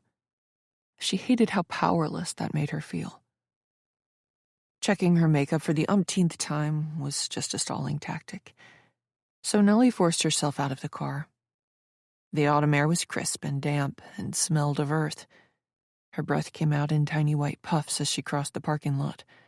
"Hey, Nellie." She froze at the sound of Emmett's voice. Trying to recover quickly, she put a smile on her face and turned to greet the man. She'd given his car a wide berth, not realizing he'd been sitting in it. "Good morning, Emmett." As he approached, she took him in. Emmett wore an expensive black overcoat, a white shirt that looked freshly pressed and starched, and an orange and navy striped tie that matched the school colors. He was well put together, albeit a little overdressed, Nellie thought. Maybe he liked wearing nice things, but Nellie suspected his garb was a subtle power play. John, her ex, had constantly worried about such things, being a salesman and working in a highly competitive environment where your colleagues could be friends one minute and bitter rivals the next. He'd always told her that you didn't want to dress better than your boss, but you did want to outclass your coworkers. It was a sly way of establishing a higher place in the pecking order than your peers. If Emmett was gunning for the open assistant principal position, then John's theory applied here. "Ready for your first day?" he asked, blowing the steam off his hot cup of coffee. While Nellie had tossed and turned all night, Emmett looked well rested. He looked like he'd slept like a baby. "I'm ready." Great, he said, giving her a 1,000-watt smile. I'm so glad you're here. She wondered if her smile looked as fake as it felt. They fell in step as they headed for the school entrance. Another car pulled in, hip-hop blasting so loudly from the speakers that Nellie thought the windows must be open, but they weren't. Emmett waved enthusiastically at Beck as she whipped through the parking lot, driving way too fast. Remember when you used to listen to music that loudly? Emmett asked, shaking his head. I can't do that anymore. Right, Nellie said, hating how timid she sounded. Emmett used a badge to unlock the door, then held it open for her. After you. Things had happened so quickly with the job offer. Nellie would have liked to take a day to get acclimated to the building and set up her classroom, but there'd been no time. Miguel had begged her to start immediately, and the cross-country drive had taken its toll. She'd arrived later than expected Saturday afternoon, and had spent Sunday getting her apartment together, then participating in the charity run. As a result, this was the first time she'd set foot in the building. A 30-ish woman with big curves and long brown hair looked up from the front desk as they entered. Nellie had met her on Sunday, but was glad the woman's nameplate was visible. Otherwise, she would not have remembered. Good morning, Megan, Nellie said. Nice to see you again. Welcome, Megan said, rising at her desk. I'm glad you got in early. I can give you the tour. Nellie was about to thank her, but Emmett jumped in. I'm happy to show Nellie around, he said. Megan looked tentatively toward the closed door behind her desk, Miguel's office. Her smile slipped. Miguel asked me to. Emmett smiled easily. You've got a lot to manage this morning, especially with the changing bus routes. That phone of yours will be ringing off the hook. Let me take care of it. Nellie couldn't think of a tactful way to ask if Megan could show her around instead. Thanks. Megan looked relieved. You're the best. Emmett oozed charm. You get pulled in a lot of directions, Megan. It's the least I can do. Well, she said, glancing back at Nellie, I'm so happy you're here. Good luck. And oh, I almost forgot. Your nameplate hasn't come in. I hope to have that for you later in the week. Here's your security badge. The woman's words barely registered. Nellie took the badge and smiled. Thanks. This way, Nellie, Emmett said, extending an arm. He spoke. She listened, but Nellie hardly heard him. He showed her the gymnasium first. Coming from a well-to-do school district in California, with a campus to rival that of a small college, Nellie was struck by how tiny the gym was. The basketball court was not full-sized. It was so narrow. The three-point line was cut off on the wings, not extending to the baseline. There was also no room along the sidelines to stand, and no space on the far side of the court to sit. Spectators must have watched the game from the stage behind one of the baskets. Nellie, Emmett said, like she hadn't responded to something he'd said. Let's head this way. She nodded, mutely. Emmett held the door for her, but positioned himself awkwardly in the doorway, leaving little room. He gave her a wink and a smile as she approached. It's cozy, Emmett said, but it's home. Nellie waited a moment for Emmett to move out of the doorway, but when the man didn't take the hint, Nellie was forced to squeeze past him. His aftershave was strong and smelled like cedarwood. Only inches from the man, Nellie averted her eyes, but still felt uncomfortable. Emmett wasn't unusually tall, but he had an undeniable physical presence about him. Whatever space he occupied, he filled it. She followed him as he droned on about the upcoming soccer game, the middle school dance in a month's time, and back-to-school night, which was only a few days away. Nellie groaned at the thought of having to meet the parents of her brand-new students so quickly. She wouldn't have much substantive feedback for anyone unless their child was poorly behaved. My 8th grade class is focused on essay writing right now, Emmett said, beaming a proud smile. They really are a gifted bunch. I'm fortunate to have such great kids. Nellie smiled politely and nodded at opportune moments. She felt like Emmett was dragging the tour out. Not wanting to come across as rude, she kept her thoughts to herself. But the whole time she was just hoping he'd lead her to her room so she could prepare for the day. That was why she'd come in early. If this went on any longer, she'd have to say something. "Our next topic is the Me Too movement," Emmett said, giving her a meaningful look. "Miguel thought that might be too sensitive a subject for 8th graders, but I pushed back because I feel very strongly." Nellie's breath got stuck in her throat. Emmett kept his eyes on her. "I expect some of the parents won't be too happy, but it's an important moment in history. Men must learn to respect boundaries. Women should be made to feel safe." Nellie felt her pulse in her temple. She dared to meet Emmett's eyes, but the man gave nothing away in his expression. He simply gazed down at her with that same warm smile. "Don't you agree, Nellie?" he asked. She was in a nervous sweat now. "Yes, of course." His smile relaxed, as if he'd been worried she'd disagree. "I've divided the class in half," Emmett said. "One group will write from the perspective that Me Too hasn't gone far enough, while the other half will take the opposite position." Nellie nodded, not trusting herself to say anything. "Not to get all personal or, God forbid, political, but I'd like to hear your thoughts on the matter," Emmett said. "It's our goal to build a safe space here for everyone."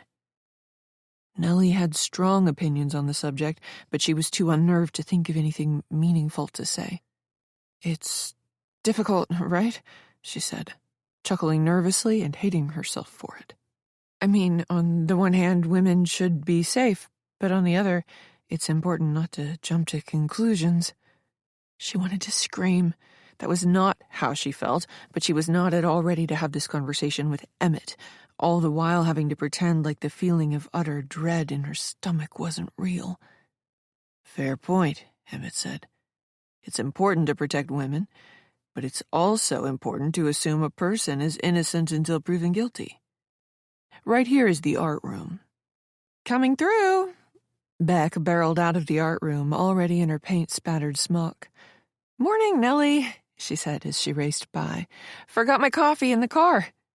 Emmett chuckled and shook his head. "I love that young woman's energy. Wish I still had it. By the way, do you drink coffee?" Nellie forced a smile. "Can't function without it." He nodded knowingly. "We'll grab a cup in the lounge. Up here is my beautiful bride-to-be. Vanessa, darling, are you in here?" Vanessa popped out of the next classroom. She was dressed smartly, in gray straight pants and a white blouse that looked like it had just come out of the store this morning. The woman was truly striking. "Good morning, Nellie." Vanessa gave her fiancé a quick peck on the cheek before offering Nellie a cold look. "What are you two doing?" "Emmett is giving me the tour." Nellie had almost said Marshall. Vanessa nodded silently. She didn't seem too happy about that. The woman wasn't offering a very warm welcome, but Nellie had more important things to worry about. "Well, he's the man for the job," Vanessa said flatly. "He's only been here for a few years, but he knows everything." Nellie wondered if there was more to what the woman had said. Was Vanessa implying that Emmett knew about Nellie and her suspicions? No, that wouldn't make any sense. That would mean Vanessa knew Emmett was actually Marshall and, at the very least, that Nellie had accused him of attempted rape. Nellie couldn't imagine Vanessa intending to marry the man while knowing that. "She's being modest," Emmett said, putting his arm around Vanessa for a moment. She stiffened at the display of public affection. "Vanessa has lived in town her whole life and taught here longer than me." She awkwardly squirmed out of Emmett's grasp. "Nellie, would you like to see my room?" Nellie got the impression Vanessa was only being polite, and barely at that. She couldn't help but notice how Vanessa had reacted to Emmett's putting his arm around her. Perhaps the woman was uncomfortable with PDAs while at work, though Nellie wondered if there was more to it. Had Emmett come clean last night and told her about his previous experience with Nellie? "Would you like to see my room?" Vanessa asked again. Nellie realized she hadn't answered. "I'd love to, but now isn't the best time.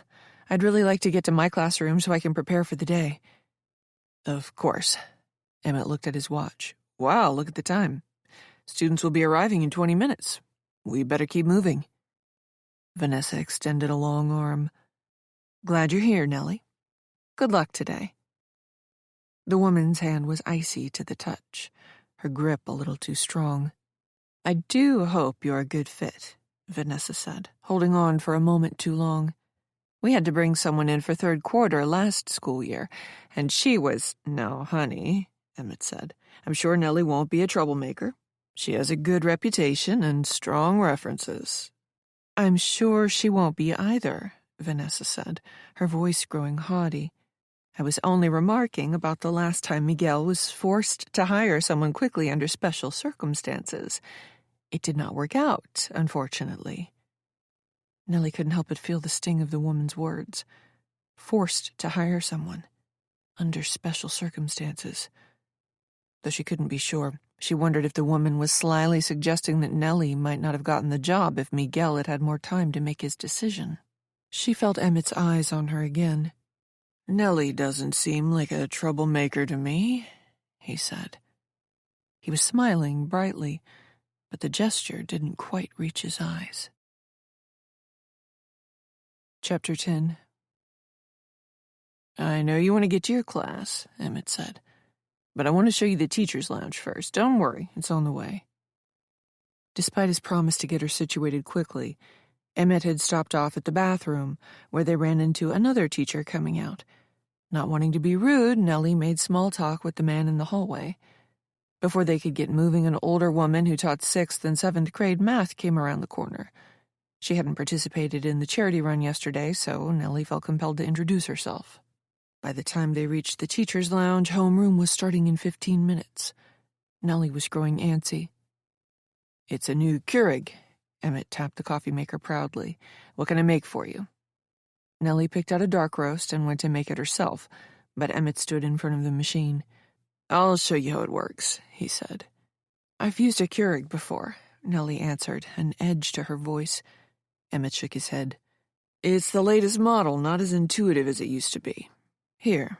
He held out his hand for her coffee mug. Nellie reluctantly handed it over. Emmett placed it under the machine's funnel and punched a few buttons.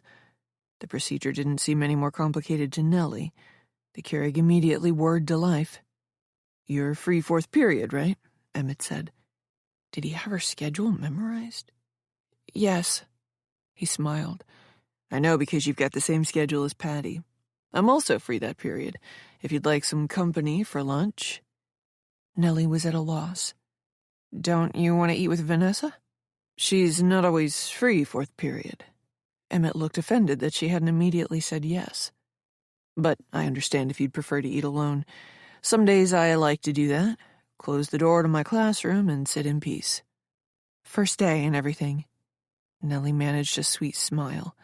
I'll see how I'm feeling. When her coffee was done, Emmett handed her the mug. Oh, I wanted to show you what's in our supply closet. Sorry, she cut in. Do you mind if we keep going? No problem, Emmett said. They passed another teacher, and Megan hustled in the opposite direction. They were almost at the end of the hallway now. And here we are, Emmett said, spreading his arms wide. You and I are neighbors. What? Nellie blurted out, regretting her tone immediately. Oh, really? That's funny?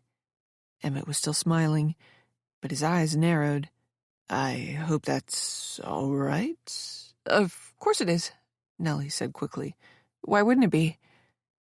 Because your reaction— Emmett's voice trailed off. Sorry, what an idiot I've been. You were probably itching to get settled, and I've been going on and on. How rude of me. It's okay, Nellie said, peering past him toward her room. Emmett smiled again. I'd better let you get to it. He opened the door for her once more. This time she waited until he moved out of the doorway. Nellie had no intention of ever getting that close to him again. Before I let you go, Emmett said, leaning toward her and lowering his voice, I wanted you to know that the faculty at Overland Middle is one big happy family. We're happy you're here, and everyone wants to see you succeed. Nellie heard a but coming. We might be working in a small town with a modest budget, but we hold ourselves to the strictest academic, not to mention highest moral standards. If you're interested in this becoming a permanent position, I'd recommend bringing your A game and working incredibly hard. The woman Vanessa referred to had also come from a large school district and thought this job would be a walk in the park. But she was wrong. She had 20 years of experience, but couldn't hack it. Nellie was shocked at this man's nerve. He was her peer, not her boss, and Nellie's experience should have spoken for itself. She wondered, too, if he was trying to intimidate her for other reasons. I doubt this is the case with you, but in a school with a larger faculty, it's easier for a weaker teacher to hide, Emmett said. Similar to bystander syndrome. When you've got a sizable group, people can avoid responsibility. Nellie couldn't take any more of this. I'm an excellent teacher, and I plan to work hard. He smiled. I'm sure you will, Nellie. Good luck today, and if you want some company during fourth period, I'm just across the hall here. He started to leave, but remembered something. I almost forgot. Miguel plans to audit one of your classes tomorrow. He wanted me to give you the heads up this morning. He would have told you himself, but he's tied up with the school board meeting right now. Her boss intended to sit in her class on her second day? Well, she'd expected to be audited. She didn't think it would happen so quickly. Maybe there was something to what Vanessa had said. Miguel had hired her out of necessity, not entirely out of desire. The thought was disheartening. She would have to wow the man. Don't worry, Emmett said. As long as you have the right attitude, keep your nose down, and, most importantly, avoid drama, I'm sure you'll fit in here. If it's one thing we don't abide at Overland Middle, it's someone who doesn't know how to play nicely in the sandbox. He gave her a pointed look. But I'm sure you'll fit in perfectly here. You want this to work out as much as we do, right? What Nellie wanted was to open the floodgates and let everything she was thinking come spilling out with the force of a tidal wave. Accuse him of being a fraud. Threaten to tell Miguel and the community about what he'd done. Yell and scream at him for having the gall to bully her. Expose his hypocrisy. But she couldn't. Emmett had the power.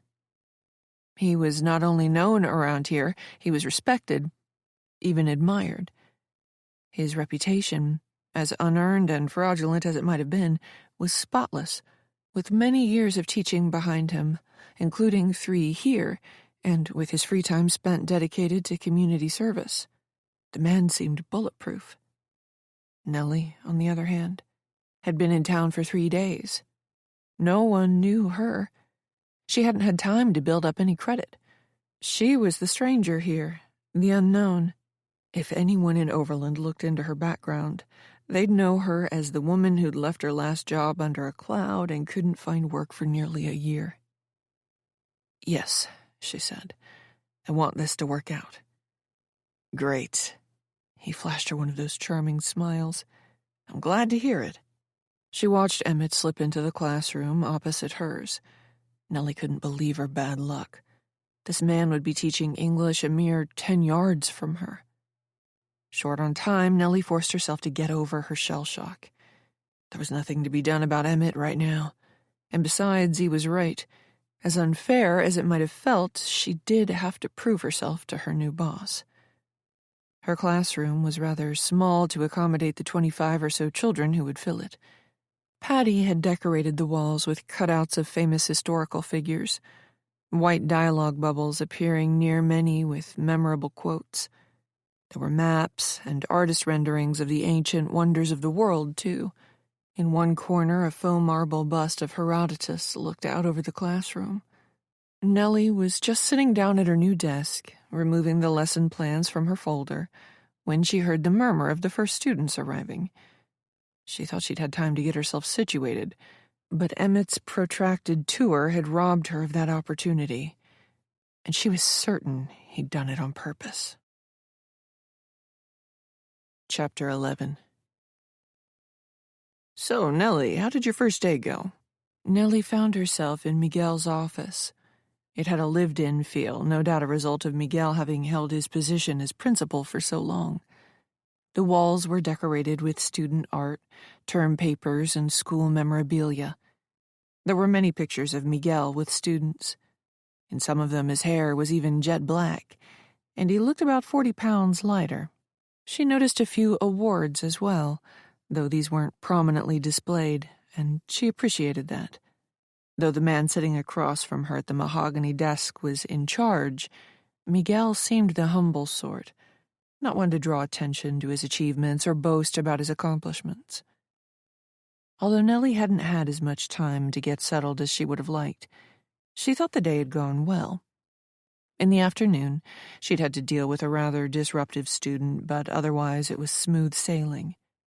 She did need to get a better handle on this material, but she'd take care of that this evening. "I'm glad to hear that," Miguel answered after she gave him a brief recap of her first day. "By the way, did Emmett tell you about the audit tomorrow?" "Yes." She kept her smile in place to hide her nerves. "I'm looking forward to it, actually." "Nothing to be worried about. I do it with every member of the faculty, once a term, regardless of tenure. I won't be there to trip you up, just to observe. We'll sit down after school lets out tomorrow to discuss any constructive feedback I might have." Nellie nodded. "I want you to know I welcome that." "I've got a good feeling about you," Miguel said. "I don't know if anyone's mentioned, but we have a home soccer game tomorrow. No pressure to attend, obviously, but I wanted to let you know that most members of the faculty make an appearance. It's part of our culture. We want to fully support the student body, both inside and outside the classroom." No pressure, Nellie thought. Already demands were being made of her that hadn't been discussed during the interview. While Nellie enjoyed attending sporting events and was apt to wildly cheer her students on, she did not like what her ex-husband, John, would have referred to as scope creep, the tendency for supervisors to give you more and more responsibilities over time, usually through implication and without additional compensation. "I'll be there," Nellie said. "Wonderful." Miguel beamed a smile at her. "Now then, get out of here. Go home and relax. I don't want you thinking about this place or anyone here for a few hours, okay?" Nellie knew that was impossible. She stepped out of Miguel's office. His assistant, Megan, was gone for the day. "You survived," Beck said. Nellie hadn't noticed the other woman, filling her bottle at the water cooler on the other side of Megan's desk. Beck was petite and was barely visible behind the filing cabinet. Nellie chuckled. It was a good first day. Beck motioned toward the office behind her. "I met with Miguel. We had a nice conversation." Beck finished at the water cooler and approached Nellie. "Want to grab dinner? Bellamy's does a wing special tonight." Nellie wanted to spend time going over the material for class in anticipation of Miguel's audit tomorrow, but it wasn't even 4 o'clock yet. She had plenty of time, and it would be fun to get out, see the town, socialize with someone who might turn into a friend. "Come on," Beck said, mistaking her thoughtfulness for reluctance. "I'll even give you the grand tour." "The tour?" Nellie said.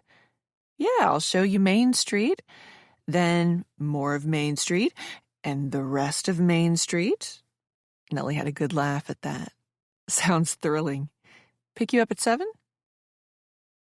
Beck was 20 minutes late. She powered down the passenger window as Nellie approached her 2-door sedan. "Whoa, nice place, Nellie. How'd you afford this on a teacher's salary?" Beck was gawking at the farmhouse. Nellie got in the car. "I'm only renting a room on the 2nd story of the barn, a.k.a. the guest house." "Damn," Beck said, her face falling. "I was hoping you were loaded. I was going to ask you to pick up the tab tonight." They had a good laugh at that, and the laughter continued as Beck had trouble backing out of the gravel driveway. After several near collisions with trees or jutting branches, Beck let out a sigh of relief. "You'd think, being an artist, I'd be good with spatial dimensions," Beck said. "You're fine. The driveway is crooked." She gave Nellie a grateful look. "You're too nice." Beck's car was a mess. There were empty bags of potato chips and pretzels and half-finished bottles of diet soda on the floor and in the back seat. There were also a bunch of drawing pads and student art and a pile of clothes back there, too. "It's a rental," Beck says. "This is how the car came." She whipped around a bend and turned in the opposite direction Nellie was expecting. They passed a handful of newer developments on their right, while on their left, farmland stretched far and wide. "I'm not living out of my car," Beck joked. "I swear." Nellie chuckled. "Remind me where we're headed?" "Bellamy's," Beck answered. "They've got great wings, which means there will be plenty of guys who like to eat wings." It was hard to argue with her logic, but Nellie hadn't planned on hunting for men tonight, or being Beck's wing girl. Did the kids still call it that these days? She had no idea. "Isn't Bellamy's back the other way?" "Yeah, but I promised to give you the tour." Beck winked. "You'll thank me for this. Nobody showed me around when I got here." Nellie smiled politely. She liked the idea of someone being quirky more than the reality of it. Or maybe she was just getting old and fussy. More than 10 years separated her and Beck, and it was beginning to show. Nellie had thought they were grabbing a bite to eat, but Beck was on the prowl. Nellie had also assumed Beck's offer of a tour was figurative, not literal. But Beck apparently intended to show her around Overland, population 7,000. It wasn't exactly the night Nellie had in mind, and she wished she could ask Beck to skip the tour so they could get to dinner. But she didn't want to come off as rude. For all her quirks, Beck seemed like a good person, and Nellie had no friends here. She decided to make the best of the evening. If she was out later than expected, it would be fine. She'd still have time to go over the material for class tomorrow again before bed. Besides, she'd already put in an hour's work. "So, why'd you take this job?" Beck asked bluntly. Nellie smiled nervously and hoped Beck didn't notice. "I needed a change." "I hear you." Beck took her eyes off the road to glance at her. "I wasn't dying to work in Overland either." "I didn't say I didn't want," Beck talked right over her. "My last principal was a real asshole. I was there for about 3 days when I realized it was never going to work." "Where was that?" Nellie was genuinely interested in hearing Beck's story, but she was just as determined to keep the spotlight off herself. She wasn't ready to talk about her past. It wasn't old enough yet. For the next 10 minutes, Beck proceeded to detail the many ups and downs of her nascent teaching career, digressing several times to share juicy tidbits about her incredibly active love life, which, unwisely for her, too often intertwined with her professional life. Nellie got to hear all about a former partner's favorite sexual position and the size of another ex's genitalia. When she managed to guide Beck back to her career, the other woman explained how she'd changed schools twice in those 4 years, and ended by stating she didn't plan on making Overland her permanent home. "I'll stay another 2 years, maybe 3, she said. "I know principals don't like to hire teachers who have moved around a lot, so I have to stick it out here for a stretch. But this place is a little too make America great again for me." She laughed, shaking her head. "It's not bad, but in a school this small, the non-instructional duties can be a bit much." "Oh, really?" Nellie frowned. "Miguel hasn't asked me to do anything extra yet."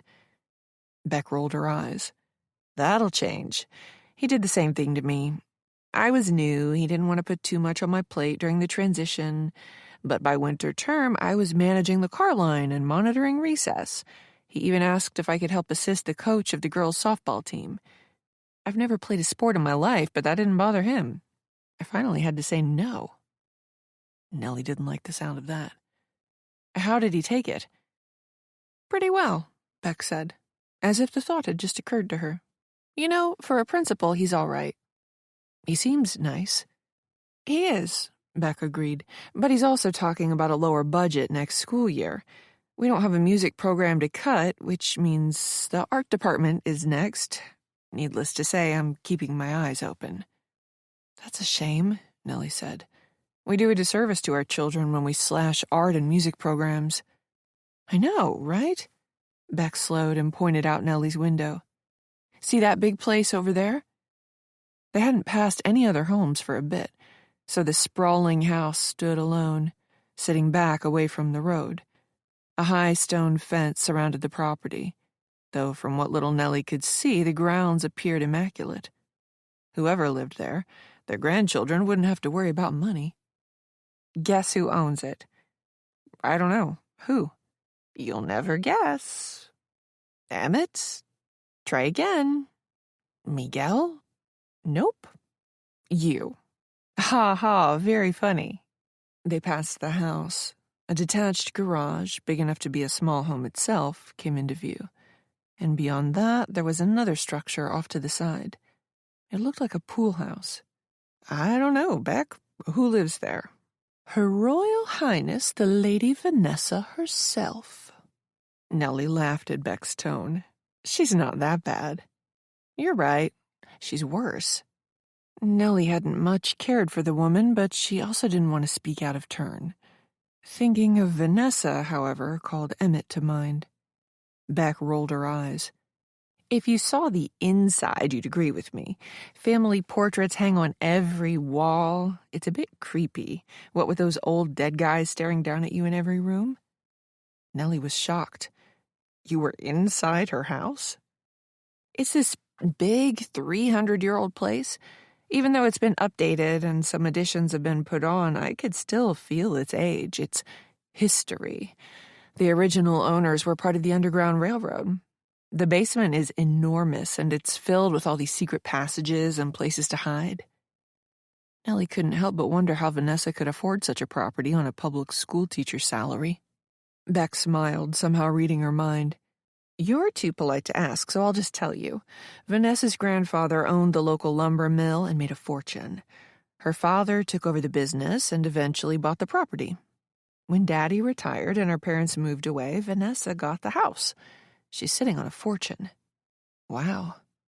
But could you imagine living in that place by yourself? Everywhere you go, it's empty. How creepy is that? It's like something out of one of those awful Gothic novels. Nellie pictured the strange, haughty woman moving about the enormous, quiet place by herself. It was an odd image. Anyway, I accepted her invitation. Big mistake. What happened? Beck braked at the intersection, controlled by stop signs, then hung a left. They passed a farm advertising corn mazes and haunted tractor rides for the upcoming Halloween season. She's a no-soul, Beck said. What do you mean? Have you looked into her eyes? Beck said. There's nothing going on behind them. Nellie laughed. She was beginning to see how Beck was a bit dramatic. But this time Beck did not laugh along with her. She was deadly serious. Sounds like you had a great time, Nellie said. Best night ever, Beck snorted. The moment I got there, Vanessa asked me these insanely personal questions. Like what? She asked if I graduated with honors, what my parents were like, if I'd ever been in trouble with the law. Then she asked me what I thought of Emmett. What about Emmett? Beck shot her a quick look. It was really strange. They'd just started dating when I was over, and I got the sense that Vanessa wasn't so sure about him. I felt like that was why she'd invited me over, to get another woman's opinion of him. But you two hardly knew each other, right? And you hardly knew Emmett yourself. Beck nodded. It was the weirdest convo of my life, and that's saying something. What made her ask about Emmett, if you had to guess? Beck thought it over. I got out of there so quickly, she didn't have a chance. Nellie knew she was prying a bit too much, but she couldn't miss out on this opportunity. But it was like she didn't trust him, Beck said. Or trust her own judgment of him, if that makes sense. Nellie tried to hide what she was thinking. Beck laughed. Anyway, I didn't even finish my vodka tonic, and believe me, that is out of character. Nellie wanted to keep Beck talking about Emmett. She had to find out everything she could about the man. Vanessa and Emmett make an odd pairing, Nellie said. Right? Beck slapped Nellie's thigh excitedly. I said the same thing. Neither of them have been married before. Vanessa's never been married? Nellie asked. You'd think guys would be beating down her door. She's stunning, I'll give her that, Beck said. And she's loaded. But like I said, no soul. Nellie chuckled. What do you think of Emmett? I hate to admit this, but Emmett's a good guy, Beck said. Why do you hate to admit it? Nellie asked. Beck rolled her head side to side. You know how some people seem too good to be true, and you just want to find something, anything wrong with them? Only you can't? Like Mr. Rogers. He really is that good. If he weren't 40 years old, I would have thrown myself at him. He's also engaged, Nellie pointed out. Details, Beck said, waving a hand. Nellie couldn't tell if Beck was joking. Let's be 100% with each other, Beck said suddenly. Why don't you like Emmett? There was no judgment in Beck's tone, only curiosity, but still Nellie had to be careful. What makes you think I don't? Nels. Beck gave her a sidelong glance. We are cool. What happens in the sedan stays in the sedan. Most of the time, anyway. Nellie was stricken. She tried some humor to avoid answering Beck's question. I don't want to think too hard about what's happening in this car. Oh, she gently whacked Nellie's shoulder. You're right, you probably don't. Nellie laughed along as Beck related yet another lewd story, while hiding her disappointment. She'd been hoping Beck would have some dirt on Emmett, but like everyone else in this town, the other woman had fallen under Emmett's spell. Chapter 12. Bellamy's was a local sports bar, and Beck's prediction turned out to be correct. The chicken wing special the place was running tonight had attracted a load of men. For every woman in the place there appeared to be 4 or 5 guys. Most of the men looked to be in their 30s, but there was a pocket of guys playing pool in the far corner of the place closer to Beck's age. A lot of heads turned when they entered the place. Most eyes glommed onto Beck, who was a curiosity in a small, fairly conservative place like this. She was dressed provocatively tonight, wearing a skirt that might not pass the dress code at a strip club and a white top that left little to the imagination. Nellie did, however, catch a few men checking her out as well. She couldn't remember the last time that happened, and it was a welcome distraction from her troubled thoughts. While they waited for a table, Beck spent most of her time banging out text after text on her phone. My ex, she said, rolling her eyes. Check out his junk. Without warning, Beck stuck the phone in Nellie's face. She was treated to a view of a man's privates. Red-faced, she turned away. He's what they call underemployed and lacks ambition, Beck shrugged. But can you blame me for dating him? The man was inarguably well endowed. Through a fit of shocked laughter, Nellie managed to mumble an incoherent acknowledgement of Beck's reasoning. Her new friend sensed Nellie's embarrassment and turned a devilish grin her way. What? Beck asked, acting like what she'd just done was perfectly normal. It's not weird that I showed you a dick pic, is it? Nellie couldn't control her laughter. She was in near hysterics when the host waved at them to follow. It was later than Nellie would have liked when Beck dropped her off. As Nellie was about to ask their server for the check, 2 guys who had been playing pool in the corner approached and offered to buy them drinks. Beck had already had 2 and didn't need another, and Nellie wasn't interested in more alcohol. But Beck eagerly accepted their offer. As a result, Nellie had spent the next 45 minutes listening to this 23-year-old guy tell her all about his last 6 months working out at the local CrossFit gym, doing her best to keep her eyes from glazing over while Beck chatted the other young man up. Nellie had held out as long as she could, not wanting to spoil Beck's fun, but in the end she told Beck she had to review her lesson plans. Back in her apartment, as the night grew long, Nellie tried to focus on schoolwork, but found the task almost impossible. While she was nervous about Miguel's audit tomorrow, Emmett kept invading her thoughts. She would only get through a sentence or 2 of her worksheet before he would appear in her mind, or the things he said would echo in her ears. She was almost certain about who he really was, but she had no proof. Eventually, she gave up trying to do more work. It was approaching 10 o'clock, time for her to go to bed. But Nellie knew that wasn't happening. She was too amped up. She boiled water on the small stove for chamomile tea and sat at the kitchen table while it brewed, unable to rein in her racing mind. When the kettle whistled several minutes later, she realized just how lost in thought she'd been. After pouring herself a cup, Nellie moved to the couch. Her laptop sat on the coffee table in front of her. Think, Nellie, think. then take action. She wanted to approach the sheriff, but all she had was a story and her word that Emmett was Marshall. She needed more. Nellie went online. She decided to probe social media again. Perhaps there was some mention of Marshall Dawes elsewhere, a distant relative or perhaps an old friend discussing him. Anything to get her started. She spent the better part of an hour searching but not coming up with anything new. Once more, doubt wormed its way into her mind. Was she just imagining the whole thing? What was more likely? That Marshall Dawes had assumed someone else's identity and now worked as a middle school teacher of all things? Or that this man, Emmett Moore, merely resembled someone from her past? Nellie had to admit the latter was more probable. The more she thought about it, the wilder the idea seemed. In this day and age, it must have been nearly impossible to live your life as an imposter. People left too many footprints, both in person and online, for that. More importantly, if you were going to pretend to be someone else, why would you settle down to become a middle school teacher of all things? The job was public-facing and required multiple and periodic background checks. Nellie herself had recently updated her clearances, as a matter of fact.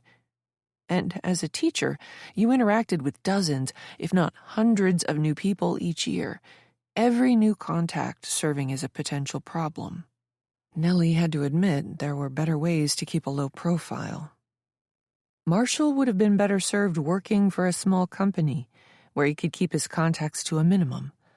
Even better, he could have found a job working from home, where he could get away with very little human interaction, where other people wouldn't be staring him in the face every day.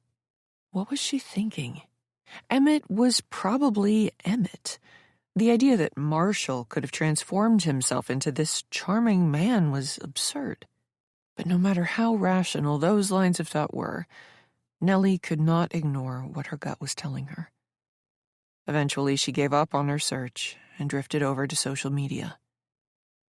Other than posting that picture yesterday, she hadn't been on Facebook in ages. Perhaps she could find something here. As she was about to enter the name Marshall Dawes in the search bar, however, she realized there were private messages waiting for her. After opening a new page, Nellie was in for a shock. She had a message from Tina. The subject line was, "Marshall?" ? Exclamation point in all caps. Nellie opened the message. "Hey, Nellie, long time no talk, but I had to reach out when I saw that picture of you with Marshall." Nellie gasped. She wasn't imagining things. Tina had gone on to write that she missed Nellie and would love to catch up, providing her phone number. Though it was getting late, Nellie noticed that Tina had only sent the message about 20 minutes ago. She decided to throw caution to the wind. Nellie grew incredibly nervous as she dialed Tina's number. The two women hadn't spoken since high school, and the last pleasant conversation they'd ever had went all the way back to 8th grade. Their falling out had been terrible. It had left Nellie, who at the time was already in a dark place, reeling. She had needed support after Marshall assaulted her, but instead Tina had shunned her.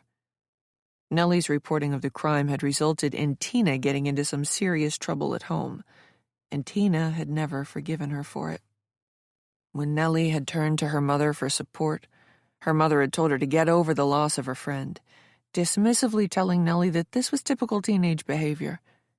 It was only years later, when Nellie arrived at college, did she see Tina's poor behavior for what it truly was. "Nellie Gordon," Tina answered. "Is that you?" If Nellie hadn't known whom she was speaking with, she might not have been able to place this surprisingly hoarse voice. Hearing it now, Nellie was reminded that Tina had started sneaking cigarettes when they were 12. From the sound of it, she'd been chain-smoking ever since. "It's me, as I live and breathe." For a moment, neither woman said anything. Nellie thought enough time had passed that their history should have been water under the bridge, but she didn't know if Tina felt the same way. "It's still Nellie Peake," Nellie said, filling the awkward silence. I haven't gotten around to changing my name back. Right, I've been saying the same thing for 5 years. Nellie had taken note of Tina's last name on Facebook. Walker, so you're divorced? It's complicated. Nellie wasn't surprised. With Tina, things were always complicated. I'm sorry to hear that. It is what it is. There was wailing in the background. Oh, wow, is that a baby I hear? Yes, Tina said. Long story, but then again, what isn't? Right. Nellie chuckled nervously. How have you been? Tina didn't answer for a moment. Nellie wondered if she'd hung up. But then she heard Tina putting the phone down. Nellie listened while Tina cooed at the baby, getting the child to stop fussing. Sorry, Tina said, coming back on. Colic. Ah, Nellie said. That's too bad. Again, the awkward silence bloomed. Nellie was beginning to think this was a bad idea. Tina no longer seemed angry with her, but she also wasn't in a very expansive mood, despite her message on Facebook. Perhaps she was now regretting having made contact with Nellie at all. Listen, Tina. Nellie, would you mind if I got some things off my chest?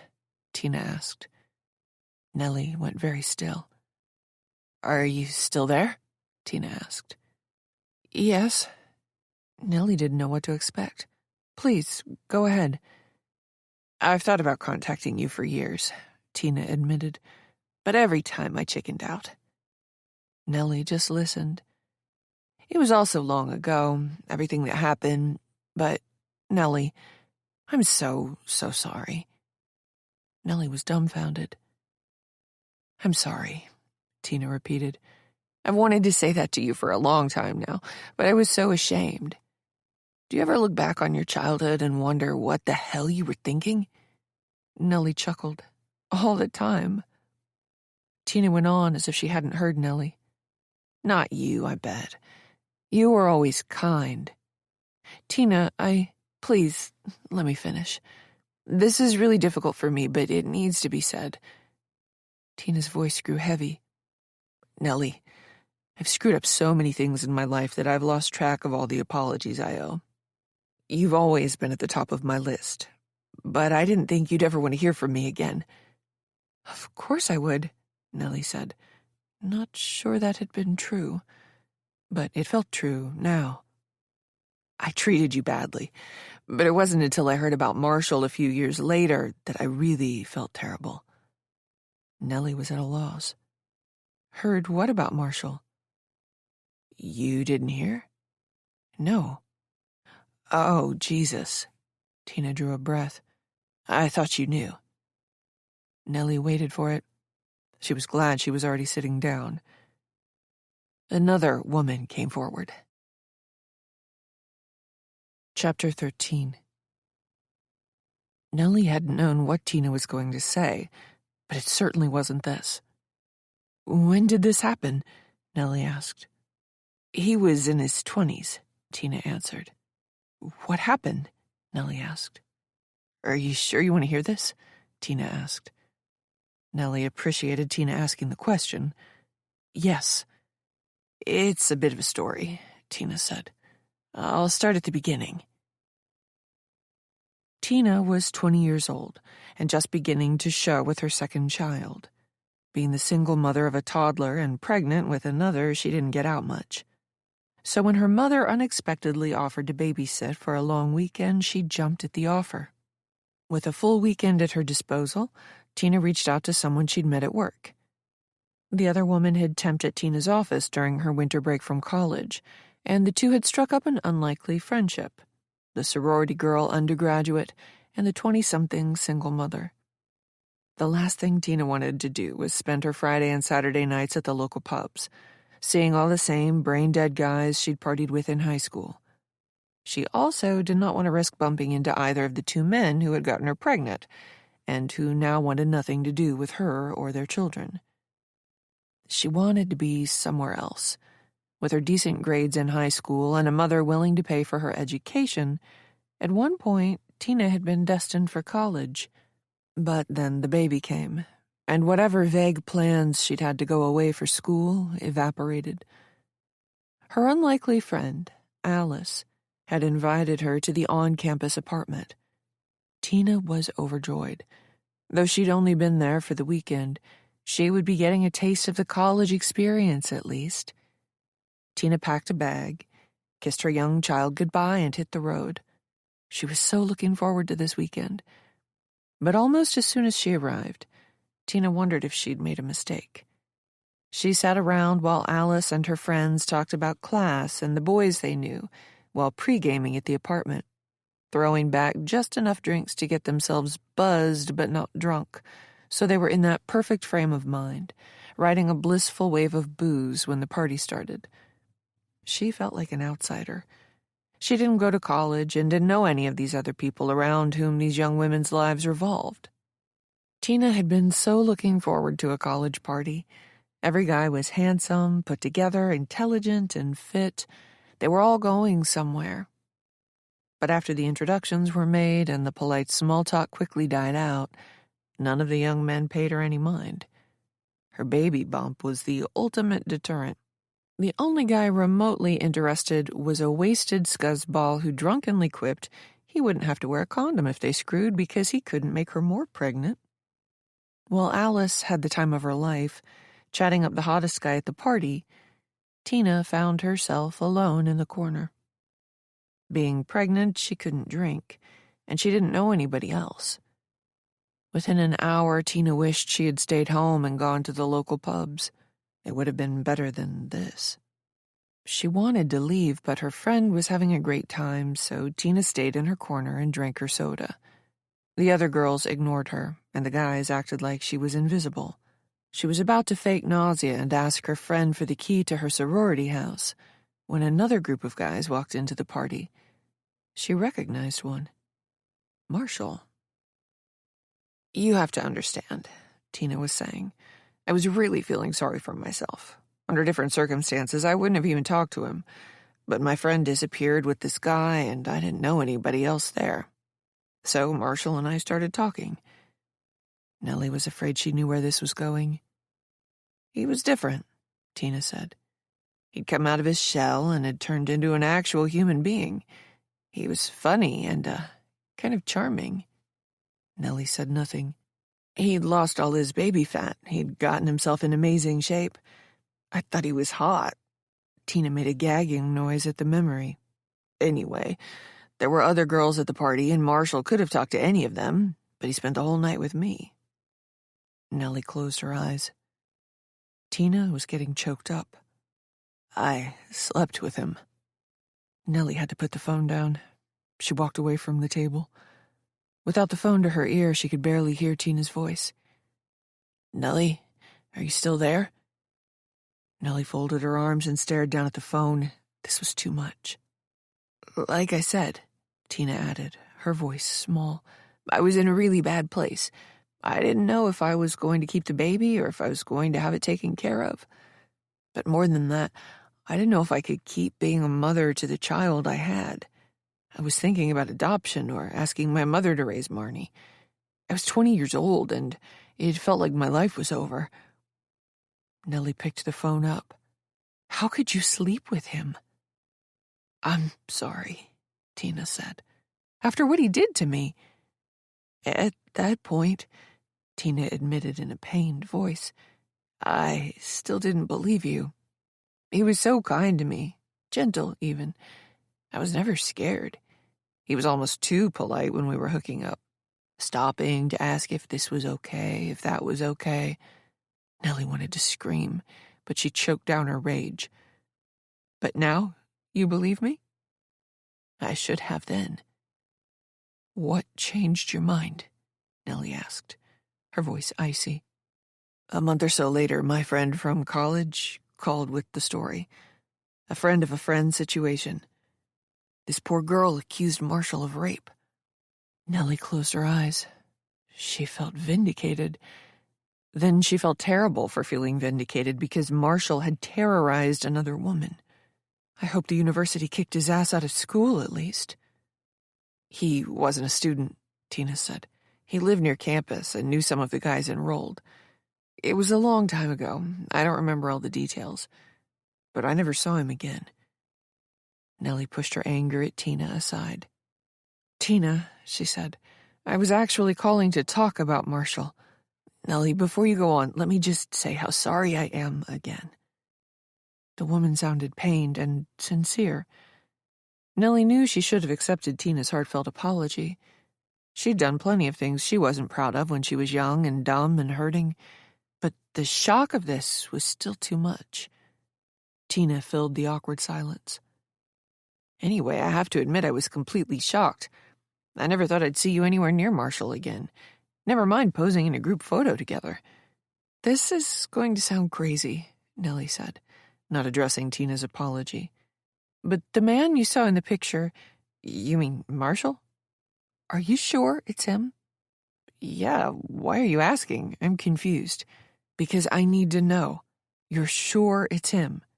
"Yes." Nellie closed her eyes and took a deep breath and held it.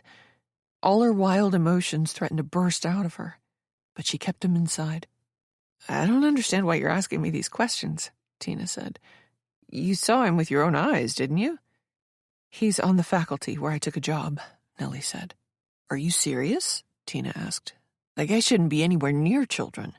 "Right." Nellie's heart was racing. "Do you know where he went after he left campus?" The baby started to wail. "Hang on," Tina said. Nellie heard Tina put the phone down again. She called out to someone that the baby needed to be fed. When she came back to the phone, Nellie regretted not accepting Tina's apology. The moment for it seemed to have passed. "How old is your baby?" Nellie asked. "She's not my baby," Tina said. "She's my granddaughter." Nellie's jaw dropped. Tina was only half a year older than her. She turned 38 next July, on the 23rd. It was amazing how they hadn't spoken since graduation, yet Nellie still remembered Tina's birthday. It reminded her of the times she'd been invited back to Tina's house after the party, watching her friend open presents. That one time they ate an entire ice cream cake together, the crippling stomach aches that ensued. "You're a grandmother?" Nellie asked, incredulous. "That's wonderful. Congratulations." "Marnie was younger than me when she got pregnant. I warned her, but nobody listens to their mother when they're 17. Tina had been pregnant with Marnie during senior year of high school. By then, she and Nellie weren't on speaking terms. But Nellie would never forget seeing Tina at the graduation ceremony. Her former friend had always been whip-thin, but on that hot June day, Tina was as big as a house. She gave birth to Marnie not long after. "Where were we?" Tina asked. "I asked where Marshall went after he nearly got arrested." "No idea," Tina said. Nellie mulled it over. "Did your college friend Alice know him?" "Yes," Tina said. "He was in with those guys at the party, and they hung around with the girls a lot." "Are you in touch with any of those guys? Remember their names?" "They didn't give me the time of day, Nellie." "How about your friend?" Nellie asked. "Alice might know them, or she might know someone who—" "Alice is dead." "I'm so sorry." Nellie was taken aback. "What happened?" "It was a house fire," Tina said. "She and two of her roommates died. Only one of them survived, and barely at that. Third-degree burns all over her body." "That's terrible." "It happened a couple of months after I went to see Alice," Tina said. "But I only knew her. I wasn't close at all with the others." Nellie's head was spinning. "The man in the picture? He says his name is Emmett. Emmett Moore." Tina read between the lines. "Wait a minute. Are you saying Marshall has a new identity?" "That's exactly what I'm saying." Tina was quiet for a moment. "Let me look again." Nellie held her breath. Part of her wanted Tina to admit she'd made a mistake, that it wasn't Marshall, that the man named Emmett might have resembled Marshall in some way, but that they were clearly two different people. Life would be so much easier that way. "No," Tina said. "I'm positive. It's him." Chapter 14. Nellie could feel her entire world begin to crumble. She wasn't crazy. This wasn't her past trauma making her see things that weren't there. This was real. Emmett was Marshall. And all those things he'd said today, all those off-putting warnings, they were veiled threats. Emmett was absolutely trying to intimidate her. Tina said, "I recognize the scar." "You do?" Nellie asked. "I've seen it before," Tina said. "He got it in a knife fight." Nellie's knees felt weak. It was a good thing she was sitting down. "I don't believe this," Nellie said. "I don't either. And you're telling me he's a teacher?" "Yes," Nellie answered. "He's going by Emmett Moore. He's worked here for 3 years." "This is insane," Tina said. "Where's here, by the way?" Nellie brought Tina up to speed. "This is unbelievable," Tina said. "What are the odds?" "Not long enough, apparently." "How has he acted toward you?" Tina said. Nellie shared the details of her meeting Emmett and of her interactions with him today. When she was done, Tina was still incredulous. "What are you going to do?" she asked. "I'm going to the police tomorrow." Chapter 15. 4 days ago. Tuesday. Time. I've never been so happy in my life to hear that word, except when we were last forced to run wind sprints in gym class. The terrible game of hide and seek is over. I can come out now from behind the filing cabinet. My legs are tingling from having held the deep squat position uncomfortably for so long. When I stand up, I'm a little lightheaded too, and I have to steady myself against the filing cabinet. The world slowly stops spinning, and only then do I notice that Marshall is standing in the doorway. "I knew you were in here," he mutters. His eyes are angry. I force a smile. "Better luck next time, I guess." There will never be a next time. Marshall doesn't budge. He stands there in his crimson football practice jersey, number 16, simmering. I can't leave the room. "You're a cock tease," he says. I know what that means, but nobody has ever accused me of the behavior before. I fake a laugh, pretending I think he's joking when I know he's not. "Ha ha, very funny." "I'm serious," he says, practically growling. "You know what I'm talking about. You kept looking at me before the game. You made me think you wanted it." I involuntarily shudder at the thought of what he's suggesting. No, you are making me uncomfortable." He shakes his head, huffs angrily. "Liar." My throat has gone dry. I want to scream, but my body seems incapable of producing a loud sound at this moment. "Could you please move?" I ask. He doesn't. "You know you want it." He locks eyes with me, and I freeze. I can't move, can't scream, can't even think. A wicked smile plays on his face. Marshall enjoys seeing me frightened. He steps into the room, and the murky light of this rainy afternoon grows even dimmer, and the world seems to grow smaller and close in on me as he approaches. "There you are!" It's Tina. She pokes her head in the doorway. Marshall turns angrily to look over his shoulder. "Maybe I should give you two some privacy?" Tina asks. I'm furious at Tina, but seeing her there and hearing her voice has snapped me out of my terrifying paralysis. "No," I blurt out. I hurry past Marshall, past his chubby, hulking body that smells like old sweat and alcohol and cigarettes, and rush out of the room. I run toward light, a strange illumination that did not fill the factory before. Nellie was aware of light hitting the curtain in her bedroom window. But that was confusing because her body was telling her it was still the middle of the night. Groggy, she checked her phone. It was 3:00 in the morning. She sat up in bed. Her curtain was lit up like it was daytime. As her mind began to work, She recalled Orville mentioning the floodlights he'd installed to deter the raccoons from getting into his trash. The nocturnal critters must have been up to their mischief, their movements tripping the motion sensors. Nellie shifted the curtains and squinted against the glare. She didn't see any animals moving about near Orville's house. As she was about to let go of the curtain, a dark shape moved, disappearing around the corner of the home. Now she was fully awake. The shape had been large. That was no raccoon. Nellie got on her knees for a better look out the window. Orville's garbage cans hadn't been disturbed. As she peered into the darkness beyond the floodlights, Nellie's eyes began playing tricks on her. The shadows seemed to move. One moment she was certain something was there, but the next, her brain made better sense of what she was seeing. A tree, a clump of firewood, Orville's old riding mower. She stared out the window for a long time, even after the floodlights went dead and darkness settled on the house once more. The shape had been large enough to be a man, and Emmett knew where she lived. Her alarm jarred her awake in the morning.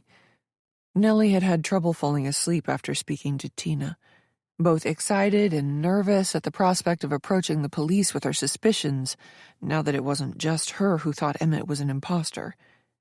And then the floodlights had activated in the dead of night. It had been difficult dropping off after that. Every few minutes she'd heard a noise, or thought she'd heard a noise, and had to work up the nerve each time to look out the window. Thoroughly spooked, she had tossed and turned for another hour or two. She yawned her way out of bed and through her shower and during her breakfast. The last thing she needed on the day Miguel was scheduled to audit her class was to be tired and yawning, and she hadn't gotten the opportunity to spend as much time on the material as she would have liked, with dinner running long and being constantly distracted by intrusive thoughts. She was very nervous now, thinking about Miguel observing her, but as long as she had her lesson plans, she knew she'd manage. No outrageous amount of makeup could cover up the bags under her eyes.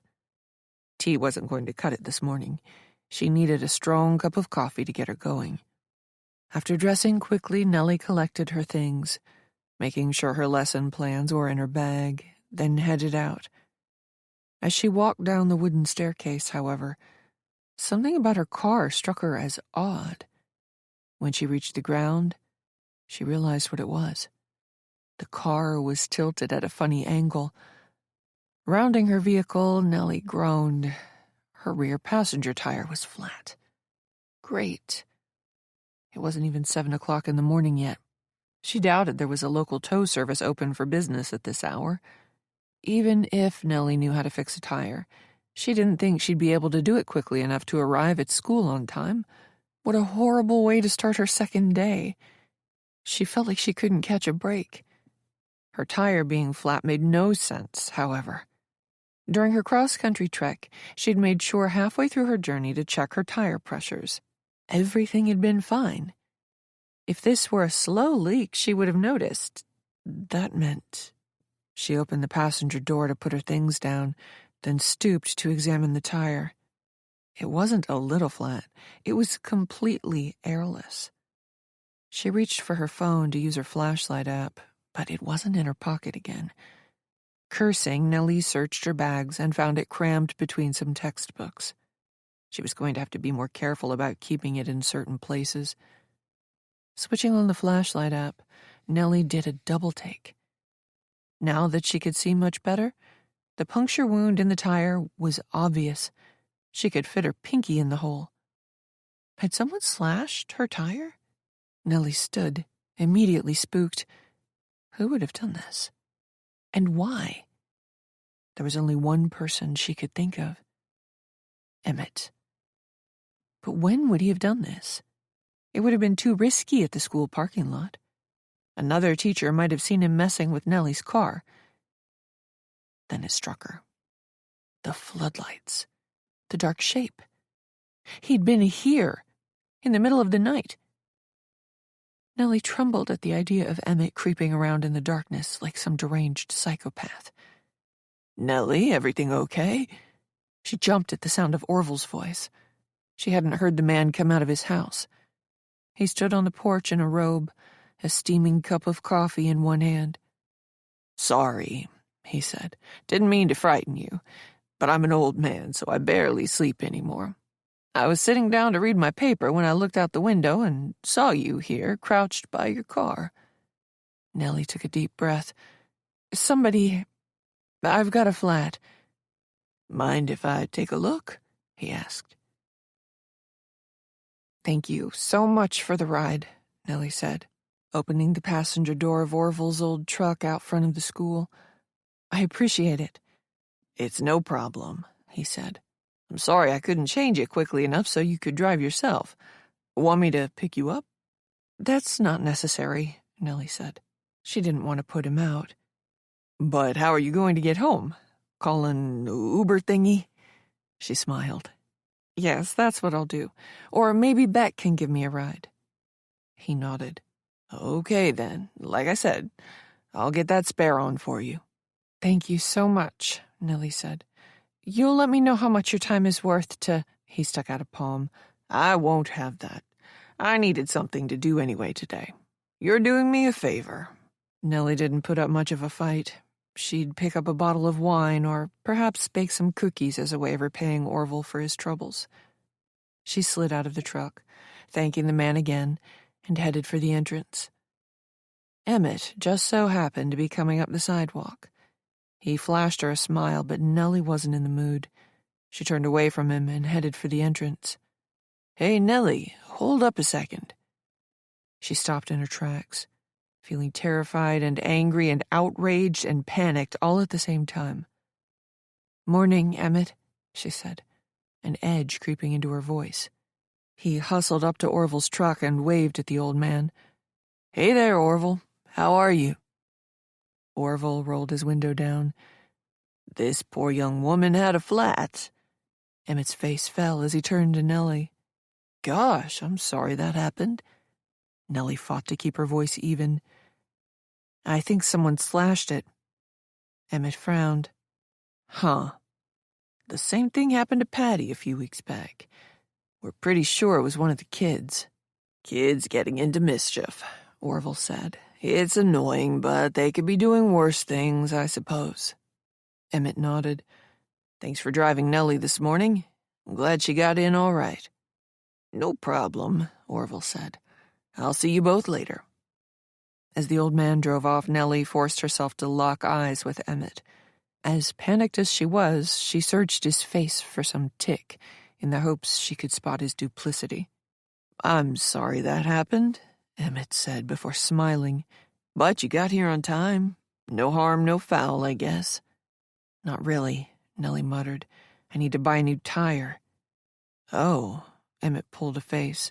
"If money is an issue, I'm sure we could—" He was goading her.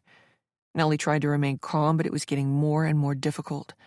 "Money's not the problem," she said. He smiled sympathetically.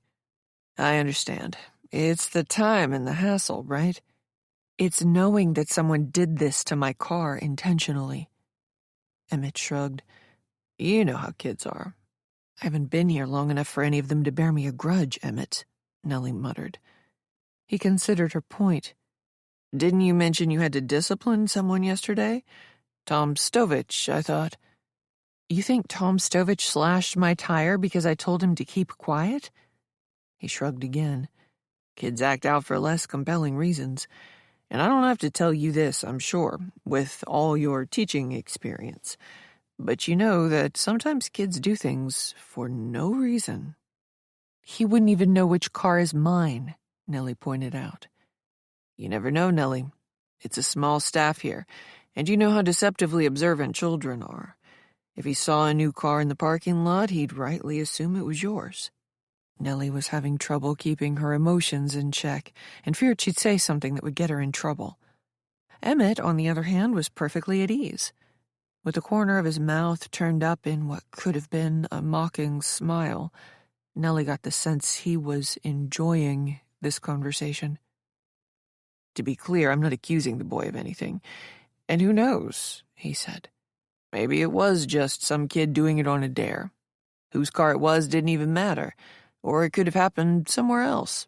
Where did you go after you left school yesterday? She didn't want him knowing about her comings and goings. I'd better get to it. I'm off to a later start than I'd hoped this morning. That's a shame, Emmett said. He played the perfect gentleman, holding the door and then telling Megan how unfortunate Nellie was to wake up to a flat tire this morning. Megan was terribly sorry, and Emmett went on and on about how unlucky Nellie was. Megan matched Emmett's mood, expressing sympathy for Nellie's inconvenience. But the whole time Nellie watched Emmett. He was a good actor. But he wasn't that good. He was giving a performance, not expressing genuine emotion. He said all the right things, but the emotion wasn't quite right. He emphasized the wrong words, and his expressions were ill-timed, coming a beat too early or late. Even worse, Emmett seemed to know that she saw through him. But rather than be worried about it, that same small, mocking grin appeared at the corner of his mouth. He was eating this up. "Can I call a garage for you?" Megan said. "I know a really good one." "Thank you," Nellie said, "but someone is taking care of it for me. Now I really have to get to my classroom." Before Nellie could turn to leave, Miguel's door opened. The principal appeared and smiled at her. "You decided to give us another try?" he said, drawing laughs from Megan and Emmett. "Morning, Miguel," she said, "and I look forward to seeing you later." "I'm sure you'll do great," he said. She'd been hoping he'd tell her which period he'd be auditing, but Miguel did not offer any information. As she turned to leave, Emmett spoke again. "Say, Miguel, what do you think about Nellie taking a look at our policies?" Frowning, she turned around. Miguel thought about it. Emmett added, "It'd be nice to have a different perspective on them." Emmett turned to her. "We're updating our bullying and safe space practices." Nellie ground her teeth. Was this asshole for real? "I think that's a great idea," Miguel said. "It'd be nice to have a fresh set of eyes on the policies, especially with Nellie coming from a much larger district. But it's only her second day. I don't want to put too much on her plate already." Nellie felt trapped. Emmett should have had this conversation with Miguel behind closed doors, outside of her presence, so that no one felt obligated. And it didn't help that Megan was present either. Nellie felt like she couldn't say no. "I wouldn't ask her to do any of the heavy lifting," Emmett said, as if she were fragile or not up to the task. "Perhaps we could read them over during fourth period when we're free. If she has any feedback, I'll incorporate it myself." "I know you're probably not used to this," Miguel said, turning to her. "But in a small school like this, I'm afraid we're all forced to wear many hats. What do you think?" Nellie felt the weight of their stares. "Sure, Miguel. I think I can spare a few minutes during fourth period. But I still have a lot to do in my classroom, and I'd like to use some of the time lesson planning as well." "That's generous of you, Nellie," Miguel said. "Don't worry," Emmett said. "I won't take up too much of your time." Chapter 16. Miguel did not audit her first 3 periods. Nellie had been hoping to get that over with early so she wouldn't be nervous the rest of the day. At the end of her 3rd period, Nellie stood and erased the board behind her, then gathered her lesson plans and notes. "Hey, Nellie," Emmett said. He filled her doorway. "Are you ready?" he asked. "Yes, just let me grab my phone," she said. Nellie had been leaving it in her desk drawer. "If you don't mind, we have a policy here," Emmett said. "No phones in small meetings." Nellie thought he was joking at first, but his serious expression disabused her of the notion. "I suggested the idea to Miguel last year, and it's worked out incredibly well," Emmett explained. "Meetings are not only more productive these days, they're also much shorter because everyone is laser-focused." "I didn't realize this was a meeting," Nellie said. "Kind of, sort of." He moved his head back and forth. "But don't worry, I promise it will only take a few minutes." Nellie closed the drawer and left her lesson plans on the desk under her laptop. Then she followed Emmett down the hallway. The lounge was empty when they arrived. The bell signaling the start of fourth period sounded as Emmett took a seat at the table by the window overlooking the athletic fields. He opened a ring binder. There are 3 policies we're updating. They're the ones with the yellow tabs. Don't worry about the work instructions right now. I want to respect your time. Okay. Nellie took the binder from him. I don't want to be standing over you while you read, Emmett said. I'm going to step out for a minute. When I come back, I'll stay out of your hair, all right? Okay, she said. Thanks. You're the best. Emmett disappeared. Nellie sighed and flipped through the binder. The 3 policies were all several pages, with the last one being the longest. So much for this only taking a few minutes. Nellie was still nervous and edgy around Emmett, but now her anger was rising. She was certain Emmett didn't need or even want her feedback. He was doing this to steal her time. This was yet another subtle and petty exertion of authority over her.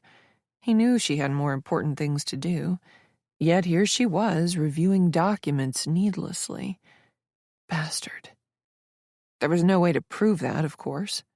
Just like there was no way, short of eyewitness testimony or forensic evidence, that Emmett had slashed her tire last night. She was practically frothing at the mouth when she realized several minutes had passed, and she'd been reading the same sentence over and over again. Forcing herself to concentrate, Nellie decided to quickly scan these documents and provide him with vague, minimal feedback. If he wasn't happy about that, then too bad. When Emmett returned, he was humming happily. Giving her a bright smile, he removed several Tupperware containers from the fridge. Nellie wanted to shut the binder, tell him the documents were fine, but not enough time had passed for her to have plausibly read everything, and the last thing she needed was for Emmett to paint her as uncooperative to Miguel. So she bit back her anger and continued to read. "Don't mind me," Emmett said, interrupting her. "I have to count every calorie, or I blow up as big as a house." He opened one of the cabinets above the sink and produced an opaque bottle and an oversized container of vegan protein. He made himself a protein shake, carefully measuring out each grain before filling the bottle with just the right amount of water. Then he got to work on the food in his Tupperware containers, which looked like chicken, brown rice, and broccoli. Nellie realized she was staring at him. "Everything okay?" he asked. "Fine," she muttered, moving to the second policy. Like its predecessor, it was several pages worth of boring, mechanical prose. She thought about how each second of her time was being wasted. Emmett continued to hum to himself while the microwave zapped his food. Nellie worked through the second policy quickly. Steve entered the lounge. He greeted them both and went to the fridge, removing a brown paper bag. Emmett sat at the same table as Nellie but gave her a little space. She heard Steve rummaging through the drawers by the sink. Distracted by the sound, she looked up to see what he was doing. "Hey, Emmett," Steve said. "Any chance you've seen the knife I brought in?" Nellie was about to return to her reading, but the thought struck her. A knife is missing from the kitchen. Nellie couldn't help but draw a connection between the misplaced utensil and her slashed tire, especially since Emmett was sitting only a few feet away. "Sorry, buddy," Emmett said. "You know how things disappear around here." Nellie looked over at the man. He spooned some brown rice and chicken into his mouth. "Yeah, I know," Steve said. "Care to join us?" Emmett asked. Steve shook his head apologetically, his expression becoming distracted. "Sorry, but I've got some work to do." He left the lounge and Nellie went back to reading. She flipped to the third policy about creating safe spaces at school. "I think that one's really important," Emmett pointed with his fork. "The students and faculty need to feel like this is a place where they can be free from bullying, aggression, and intimidation." The irony was not lost upon her.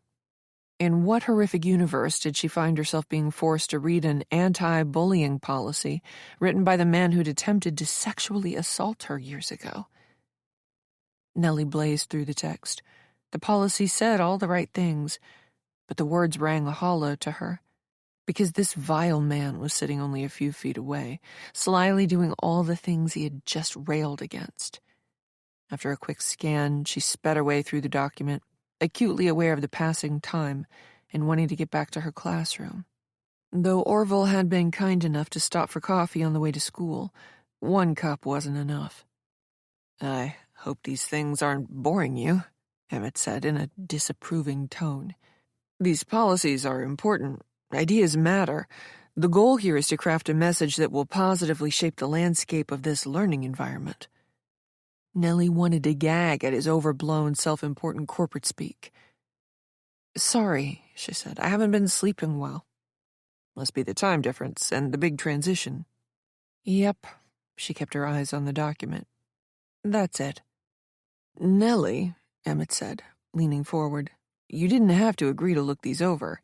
If you felt like you had too much on your plate and couldn't take on anything else, you were allowed to say no." Nellie looked up and met his eyes. "I was allowed to say no?"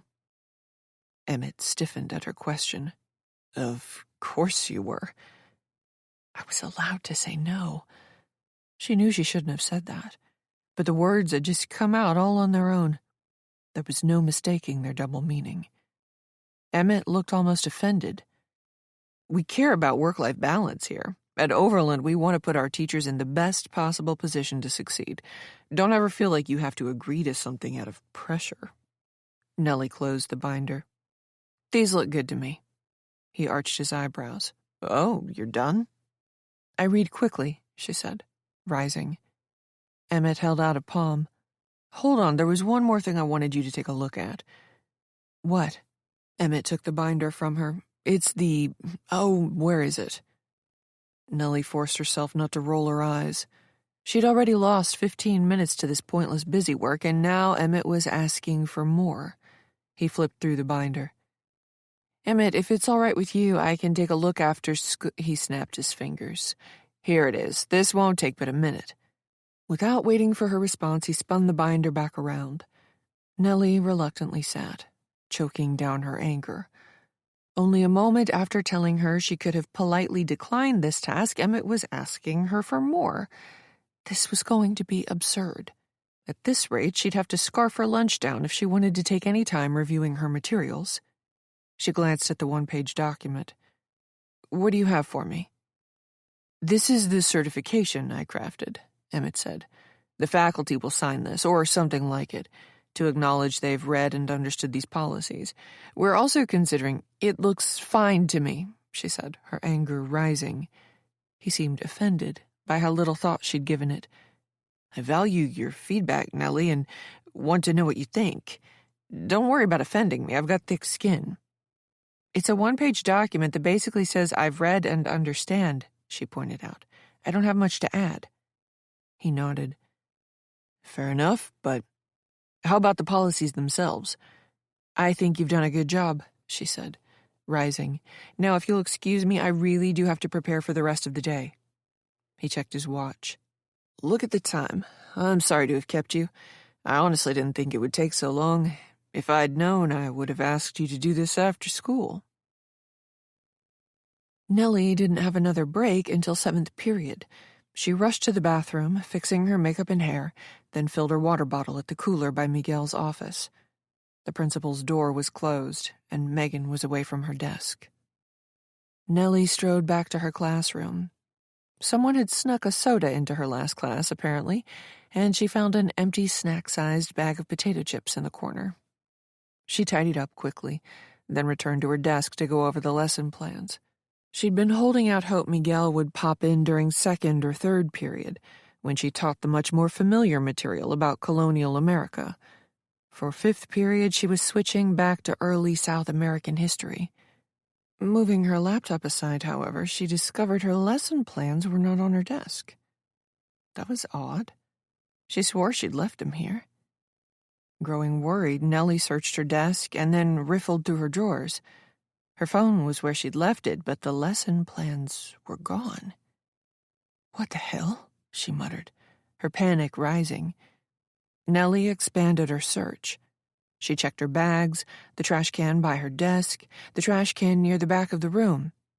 She looked inside desks and under them. She stuck her head out of the door and peered up and down the hallway. Now, frantic, she returned to her desk. What had she done with them? Mentally, she retraced her steps. She was almost 100% certain she'd left them under her laptop for the coming period. But had she taken them with her to the lounge? It was worth checking. Hurrying down the hallway, Nellie re-entered the teacher's lounge. Emmett was still at the same table, enjoying his lunch. He gave her a concerned frown. "Everything okay, Nellie?" "Oh, yes." She didn't want him to know she was panicked. "I thought I left something in here." Emmett went through the motions of looking around, even getting out of his chair and searching under the table. "I don't see anything," he said. "What did you lose?" She wanted to tell him that she didn't lose anything, but her time was short. She thanked him for looking, then hurried back to her classroom. Though she'd already turned the room inside out, Nellie went through the same routine. The lesson plans were not here. What the hell is happening? Nellie knew she hadn't misplaced them, but that meant someone had snuck into her classroom and taken them. She couldn't imagine a student doing it. Couldn't imagine anyone except Emmett. But that wasn't even possible. She'd just spent the last 20 minutes with him. He'd never had the opportunity. Then she realized that wasn't true. Emmett had stepped out of the lounge, claiming he'd forgotten something. Had that been enough time for him to get to her class? Either way, there wasn't much she could do about it now. Fifth period was fast approaching. Nellie had always preferred to create her lesson plans by hand. Taking the time to write her thoughts down made them easier to recall later, she'd found. But from now on, she'd do this digitally. Flipping to a fresh page in her notebook, then opening the text, Nellie attempted to recreate her lesson plan from memory. She hadn't gotten very far by the time the bell sounded. Her notes were a jumbled mess, reflecting her haphazard recall.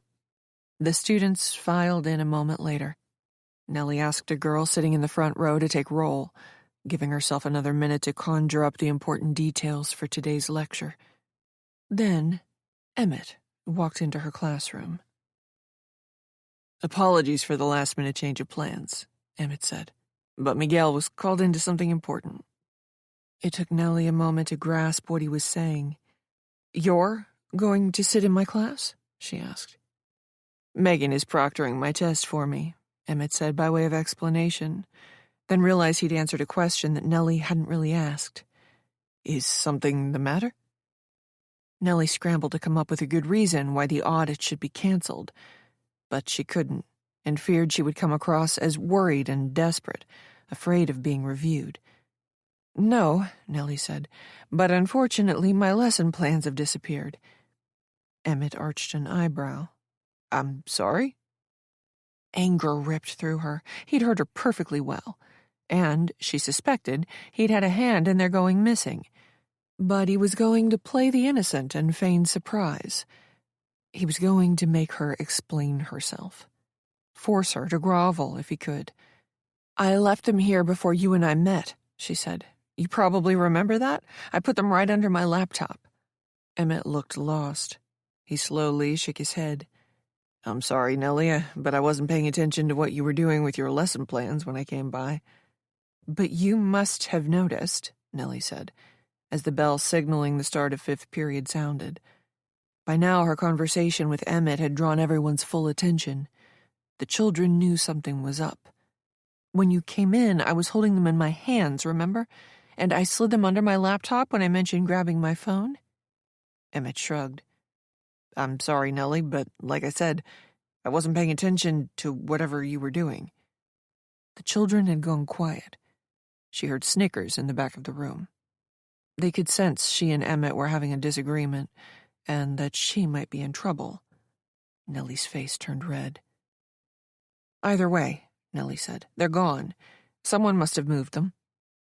Emmett frowned, looking back over his shoulder at the children. "We'd better discuss this in the hallway." The children were eating this up. Red-faced, Nellie followed Emmett into the hallway like she was a student herself, about to be reprimanded. Emmett, at least, closed the door so the students wouldn't be able to overhear their conversation.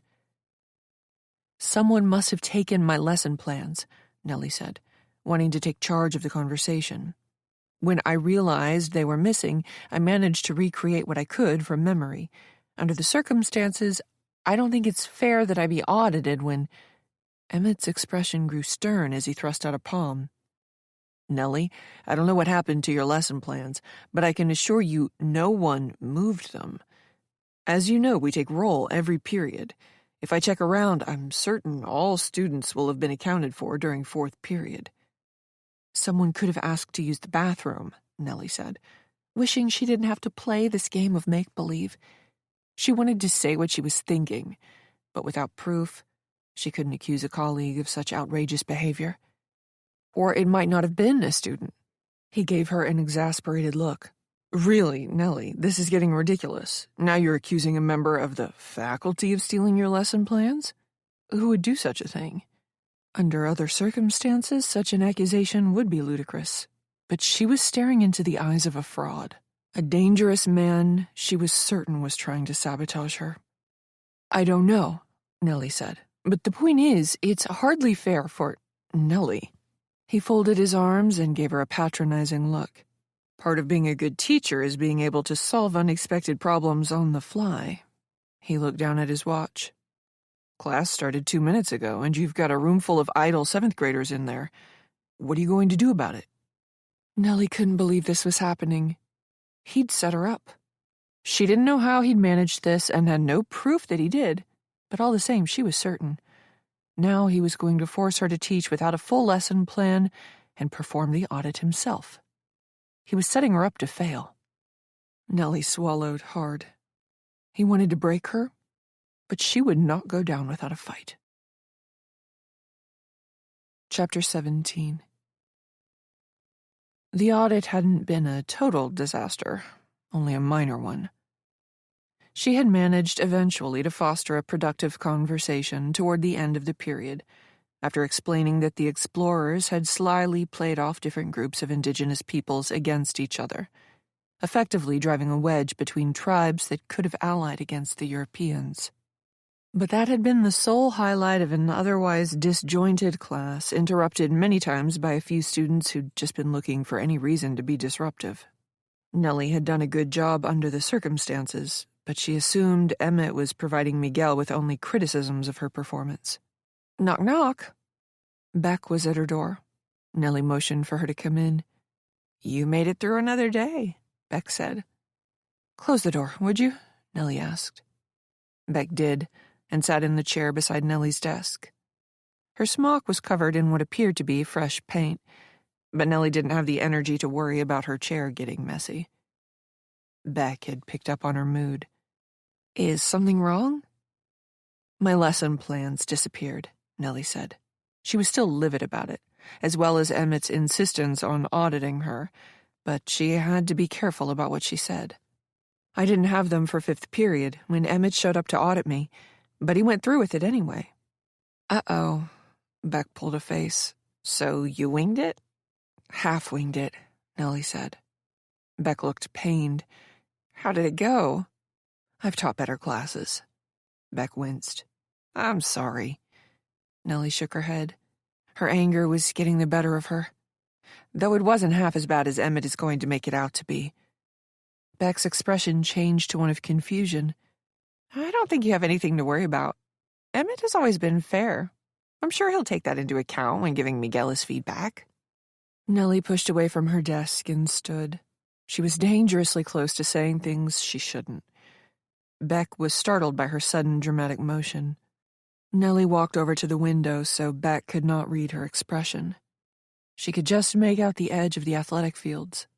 Several students wearing soccer uniforms ambled toward the pitch, reminding her of the home game scheduled to start in the next half hour. Now she was regretting the promise she'd made to attend. "I left them right on my desk," Nellie said, hating how her voice betrayed her emotions. "I remember it specifically." "You think someone moved them?" Beck asked. Nellie nodded. "Maybe it was the same jackass who slashed your tire," Beck said. Nellie turned. No student did that to my tire. Beck frowned. Where else did you go yesterday? Nowhere else but home, Nellie said. Beck slowly put it together. Are you saying that a teacher slashed your tire and moved your plans? Nellie faced the window again. She hadn't said yes, but Beck must have known what she was thinking. When did this happen again? Beck asked. 4th period. Well, let's see. Who's free 4th period? Steve, Jen and Emmett, sometimes Vanessa and Lee. I think that's it. So it'd have to be one of them. But you said you were with Emmett, so he's out. Not the whole time, Nellie answered, a bit too quickly. We walked to the lounge together. Then he left for a few minutes. Beck palmed her forehead. Right, he came to see me. Nellie narrowed her eyes. He did? Are you sure? Beck nodded. He asked me about the signage for the upcoming Halloween dance. I'm doing the artwork for it. Beck's classroom was on the other side of the building. Emmett wouldn't have passed by Nellie's room to visit Beck. How long did you two speak? Nellie asked. Beck gave her a look like she was being paranoid. A few minutes. We talked about the signage, and then he asked me if I was coming to the soccer game. Nellie shook her head. She hadn't timed Emmett's absence, but the man had only been gone shortly. Was there enough time for him to have gone to Nellie's room, catch up with Beck, and return to the lounge? She couldn't be sure. Either way, what could she do about it? If she accused Emmett of something, he had an alibi in Beck. Come to think of it, Beck said, I noticed him stopping by Megan's desk on his way back to the lounge after we talked too. Something about the dance. Nellie pinched the bridge of her nose. It was only her 2nd day, but already it felt like things were getting out of control. Emmett had all the power here, and she had been made to look a fool. There was a knock. Nellie peered through the window in her classroom door to find Megan standing in the hallway. After Nellie motioned for her to enter, Megan stuck her head into the classroom. Miguel would like to see you. How'd you fare today? Megan asked. Nellie got the sense that the woman already knew how she'd done. Having all these fake conversations was beginning to wear her down. Good, Nellie said, hoping she sounded confident. I'm looking forward to the soccer game. Megan smiled as they headed toward Miguel's office. We should win this one. Red Lion isn't as good as us. They walked the rest of the way in silence. Megan went back to her desk. Nellie heard people talking in Miguel's office, but she couldn't make out any of the words. She knocked gently on the door. Come in. Miguel was sitting behind his desk, his hands folded on his belly. He did not smile at Nellie. There was only one other person in the room. Emmett sat in one of the 2 chairs facing Miguel's desk. He gave Nellie a perfunctory nod. Please have a seat, Miguel said, pointing to the empty chair. Nellie knew they had been talking about her. Inwardly groaning, she sat in the chair next to Emmett. She steeled herself for what she knew would be a difficult conversation. She'd have to defend herself without getting defensive, which was always difficult. To her surprise, Emmett opened the conversation. Nellie, we asked you in here. Emmett, Miguel interrupted him. Why don't you give us the room? I'd like to speak to Nellie one-on-one. Emmett's mouth hung open. Nellie suppressed a smile. She knew she was in for some trouble, but she would at least enjoy this moment of watching Emmett at a loss. Of course, Emmett said, rising. Nellie, I hope you're still coming to the soccer game? She gave him a steely-eyed look. I wouldn't miss it. Emmett closed the door behind him after he left. Nellie's joy was short-lived, as Miguel cut right to the chase. Nellie, I took a chance on you, he said, and I want to believe in you. But what happened today is simply unacceptable. After his curt dismissal of Emmett, Nellie was hoping Miguel would go easy on her. Instead, the man had been blunt, and now she was worried about her job. Nellie opened her mouth to protest, but Miguel raised a hand. You are responsible for your classroom, Miguel said. You are responsible for your lesson plans. From what I hear, the lecture went poorly. You didn't know the material well enough to teach without the plans, and you lost your place several times. This is not good, Nellie." This time she did not wait to speak. "I left the lesson plans on my desk right under my laptop. I know I did." "What are you saying?" Miguel asked. "Someone must have moved them." Miguel tipped his head back in disbelief. "Who would have done such a thing, Nellie?" "I don't know," she said, wanting to shout Emmett's name. "But I am certain I left them on my desk." "Though you haven't named anyone, you are making a very serious accusation." Miguel narrowed his eyes. "Do you have any proof of this?" She swallowed hard. "No, but I swear I left them on my desk." Miguel was unmoved. "Put yourself in my position, Nellie. What's more likely here? That a teacher accidentally misplaced her notes, or that one of her colleagues purposely moved them? I mean, really, who would do such a thing? This is your second day here. Which member of my faculty wants to see you fail?" Nellie hated to admit that he was right. From his perspective, the idea was preposterous. He took her silence to be an acknowledgement of his point. "And either way, you did not prepare well enough to teach that class," he said. Nellie thought that was unfair.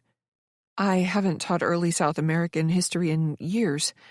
No teacher is an expert on everything. Fifth period was literally the second time in over a decade that I've lectured on that subject." She felt herself tear up. "All the same, you lost control of your students." Miguel's lips grew thin. "Classroom management is an important aspect of teaching." Nellie was outraged. "Emmett told you that?" Miguel nodded. "I understand what it feels like to be flustered. Lord knows I was in that position plenty of times myself as a young teacher." Nellie bristled. She wasn't a young teacher anymore. She had 15 years of experience and knew what she was doing. Emmett had fed this man outright lies about her performance. "But you have to keep your composure, especially when the situation goes left," Miguel added. Nellie shook her head. "I did not lose control of my classroom." "I wasn't there," Miguel said, "but I trust Emmett. I've known him for a long time. He's always been fair." Nellie realized she was shaking. Seeing her getting worked up, Miguel's face softened. "I appreciate how difficult this must be for you," Miguel said. "You went from being out of work for quite a bit while going through a divorce to moving across the country and starting a new job immediately, 1 month into the new school year, no less. I know this has been a major transition, and I want to be sympathetic to that, Nellie." Nellie managed not to cry. "It's only your second day, and you're still getting acclimated, obviously," Miguel smiled. "And I'd be a hypocrite if I acted like I never made mistakes." Nellie's messy feelings were threatening to come out. She resented the fact he thought she'd made a mistake. Miguel said, "I'd like you to come up with a plan of action for your lessons moving forward. Please have that ready for me tomorrow morning, and also, please let me know how I can support you. I want to see you succeed here, Nellie." A plan of action. Nellie knew what that meant. It was the beginning of a paper trail in her personnel file. She didn't get the sense Miguel was planning to fire her, but this document would serve as a starting point in the event he decided to let her go. 2 days in, and she felt like her job was already in jeopardy. "Yes, of course. This won't happen again," Nellie said. "I promise you." Her phone buzzed in her pocket. Nellie had forgotten to leave it in her desk, in keeping with the school's policy on meetings. Miguel's smile vanished. "We don't like for people to bring phones to small meetings," Miguel said. "Emmett should have mentioned this already. If you must absolutely have it on your person, then make sure it's muted." Nellie's face was on fire. "Sorry." Miguel was not happy about the interruption. The good humor and compassion he showed a moment ago were short-lived.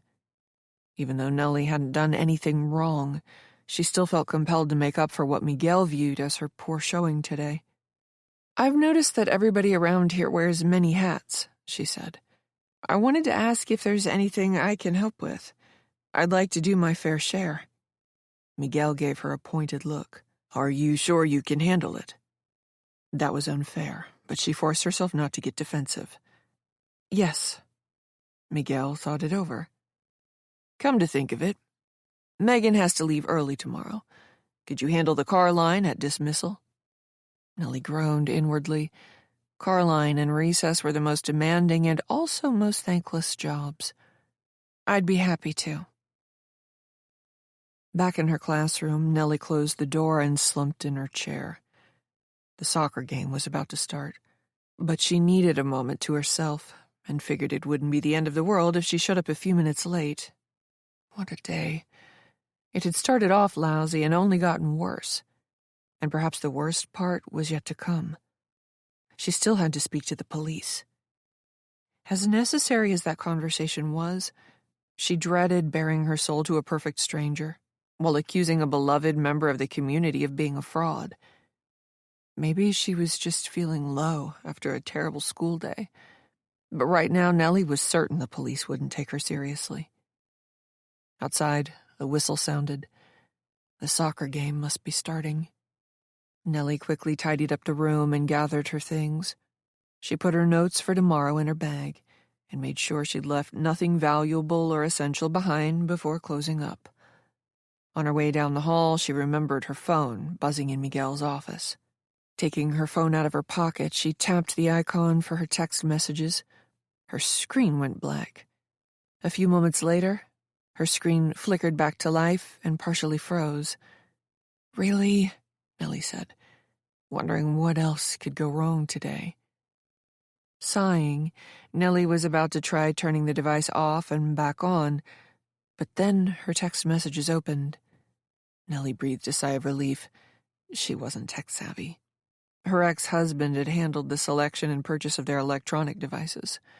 This phone was almost 3 years old, she realized. It was probably time to get a new one. When it rains, it pours, she muttered. Tina had texted to ask how her day went. It was only a short message, but all the same, Nellie was touched. She thanked Tina for thinking of her and mentioned she was nervous about going to the police station later. Then she headed outside for the game.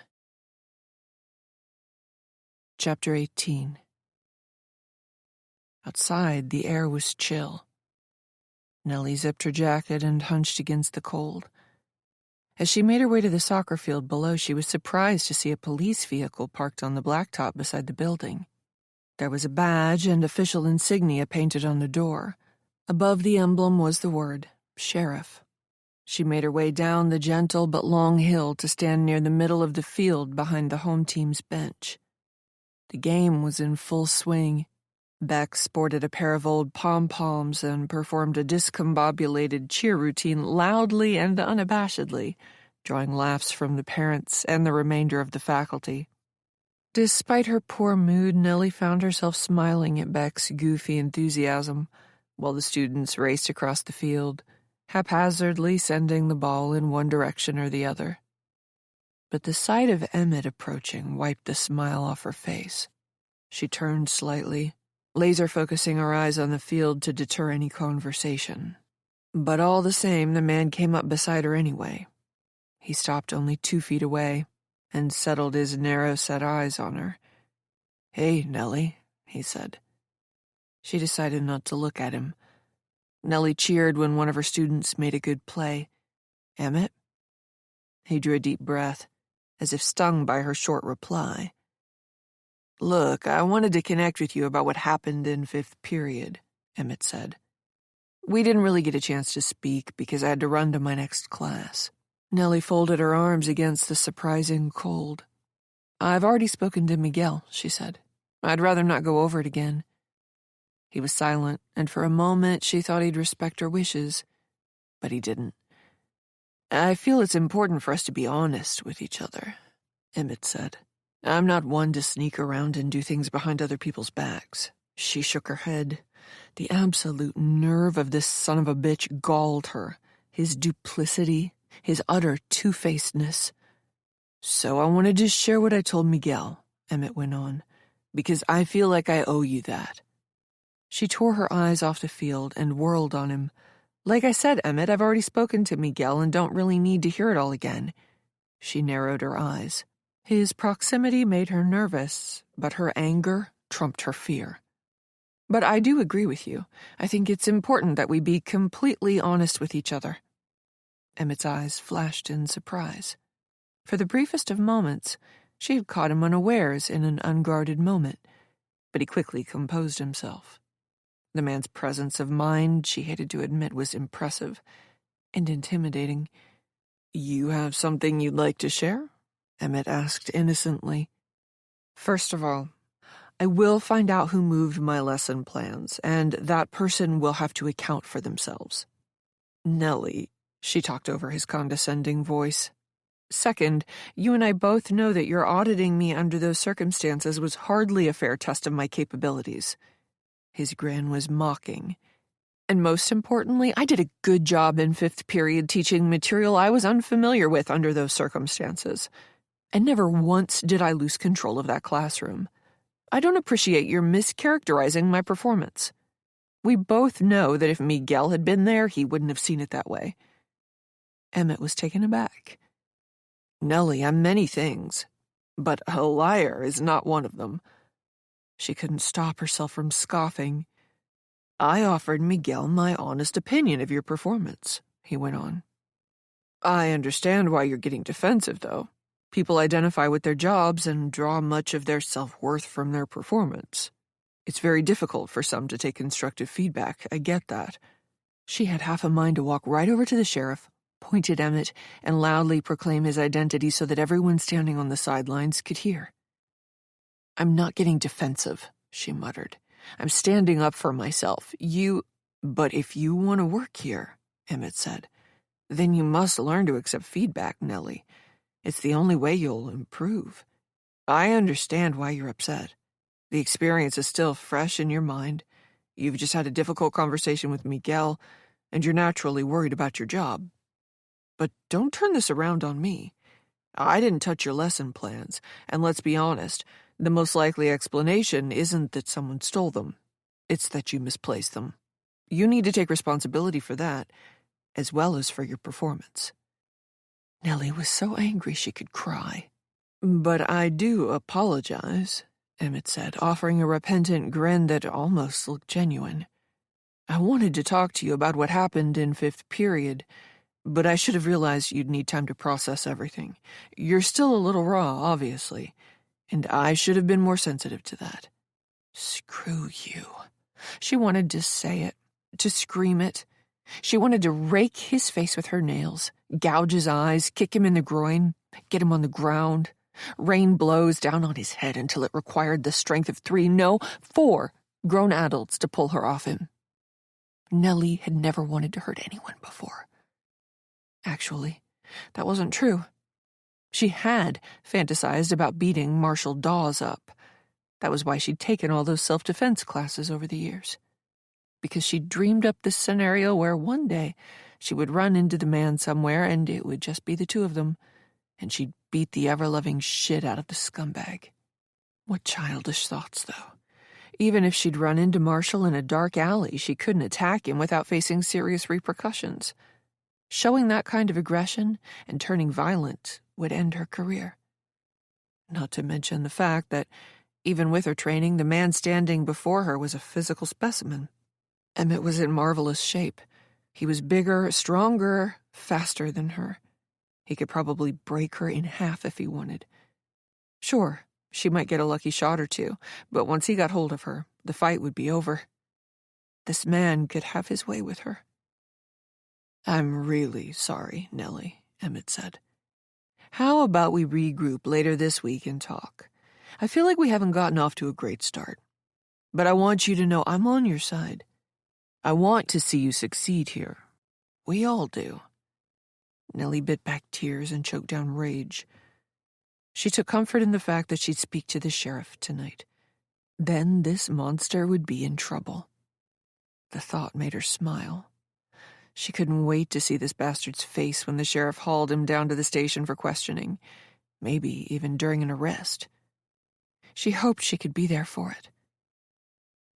"Yes, Emmett," she said, an edge to her voice.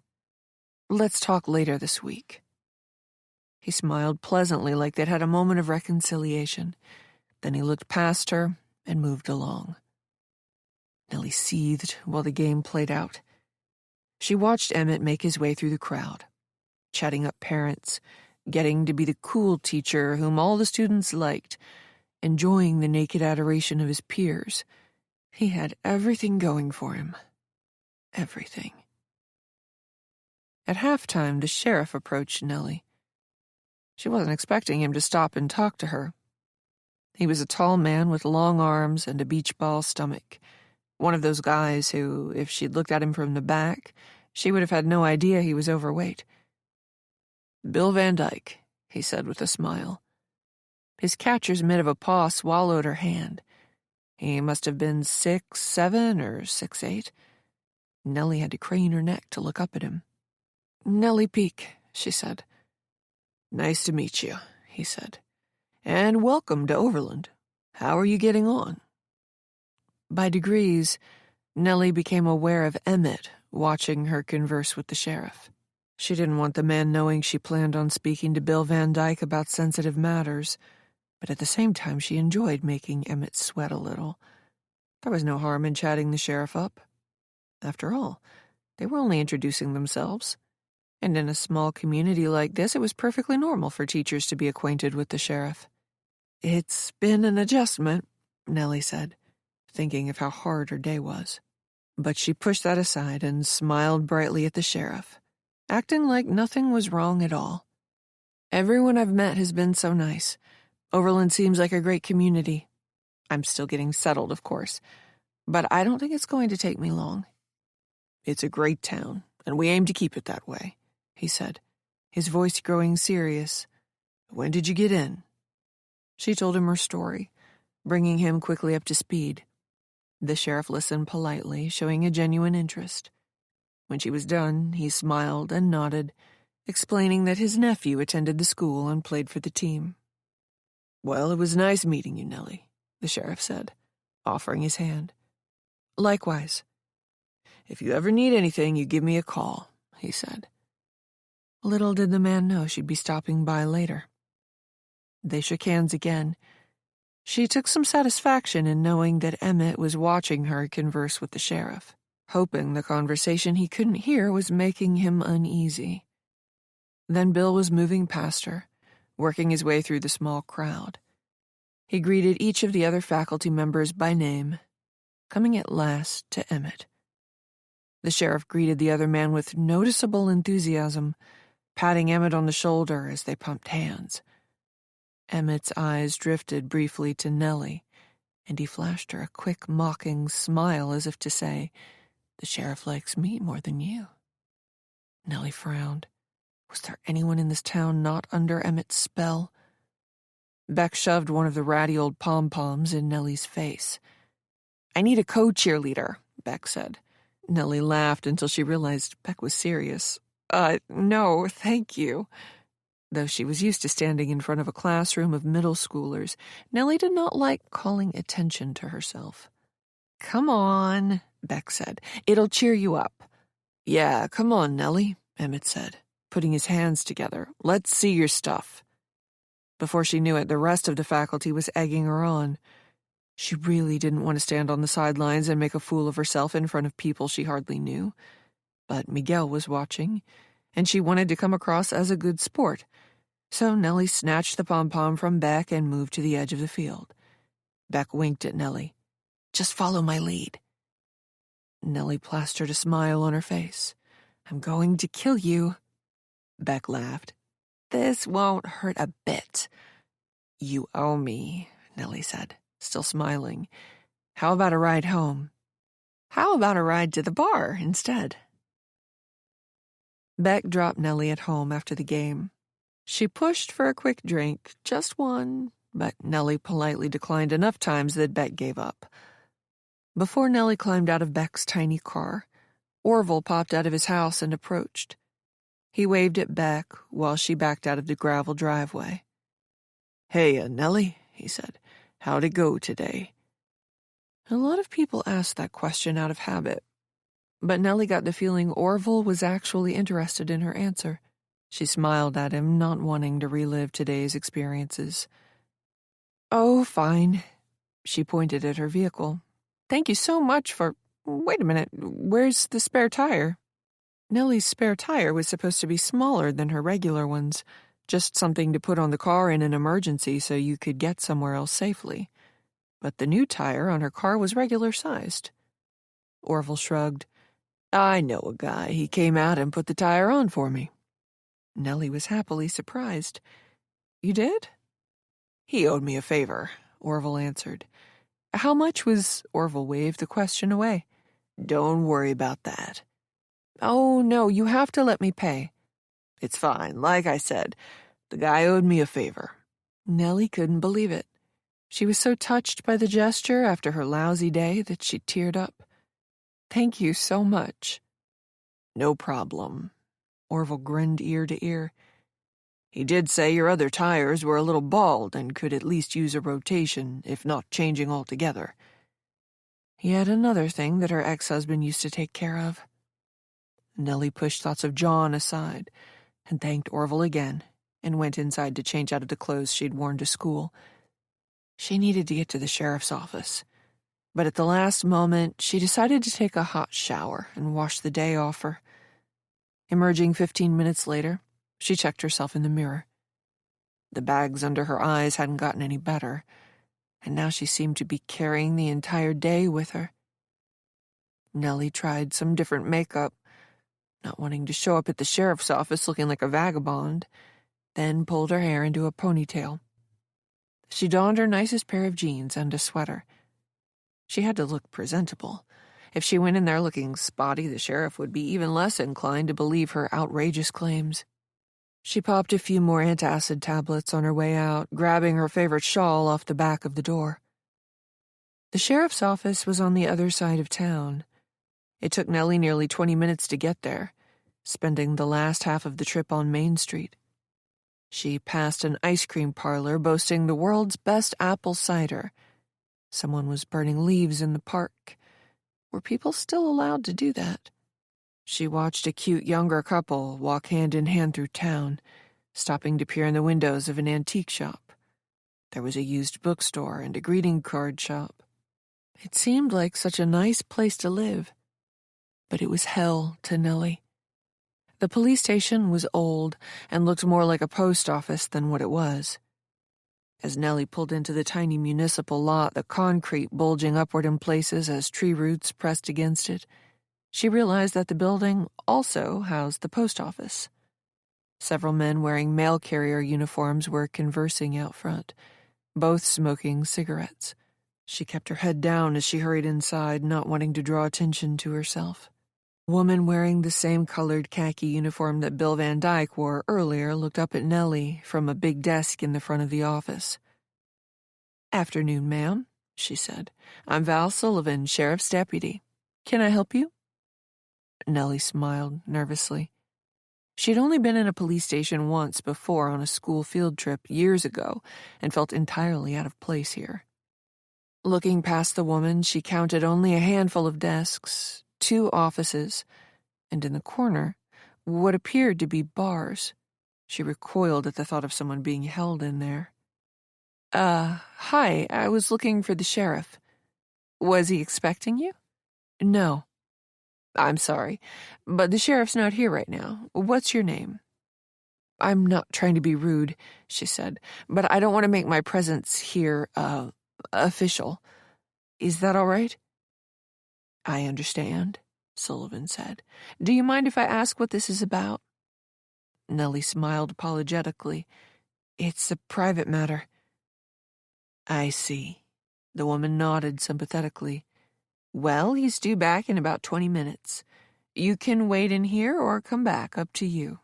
Nellie thought it over. She didn't want word getting to Emmett that she was nosing around the sheriff's office, so she didn't relish the idea of hanging out here for all the world to see. But at the same time, if she left, she'd simply have to come right back. "I'll wait. Can I get you something to drink? Our coffee is terrible, but at least it's free. You get what you pay for, I guess." Nellie wasn't in a humorous mood, but she managed a smile. "I'm fine." "Water?" Sullivan asked. Water would be great. Okay, great. Grab a seat and I'll bring you one. While Nellie waited, she grew antsy. She wasn't thirsty, but sipped the water to give herself something to do. The seconds ticked by. Despite the antacids she'd gobbled up, she was still feeling queasy. In her head, she went over what she'd already gone over again and again. Growing increasingly nervous, she stood and paced the small waiting area. On a normal day, she'd be preparing dinner right now. 6 o'clock was the time she and John usually ate. Why was she thinking about John? "Is there anything else I can get you?" Sullivan asked. "No, thank you." The deputy got on the horn, trying to reach the sheriff through a walkie-talkie unit clipped to her shoulder. But Bill Van Dyke did not answer. Nellie noticed her punching out a text and figured she was trying to reach her boss in that manner also. "Ma'am," Sullivan said when she finished typing, "is there something the matter?" Nellie was about to say no, but that would have obviously been untrue. "I guess I wouldn't be here otherwise." Sullivan nodded appreciatively. "What can I do for you?" Nellie eyed the door. She was thinking about leaving, putting off this conversation for another day or two. Did she really need more drama in her life today? But she knew that was fear and rationalization talking. She knew that if she ran out of here today, she'd be less likely to come back tomorrow and even less likely to return the following day. She knew that if she left the sheriff's office right now, she might as well just keep on driving right out of town. Might as well go find somewhere else to live and work. That was how precarious her situation was. "Nothing, thank you," Nellie said. "Would you like to sit with me over here?" Sullivan asked, leaning back in her chair. "I could use somebody to talk to." "Sure." Nellie passed into the main area of the station. It smelled like coffee back here. Old filing cabinets were pushed up against one wall behind Sullivan, with decaying paper tags denoting their purported contents. Nellie sat in the chair beside the deputy's desk and crossed her legs at the knee. "My name's Val, by the way. Did I already tell you that?" Sullivan stuck out her hand and they shook. "But most people just call me Sullivan, even my mother." The two women shared a laugh. Nellie was glad to have someone to talk to. It took her mind off the upcoming conversation.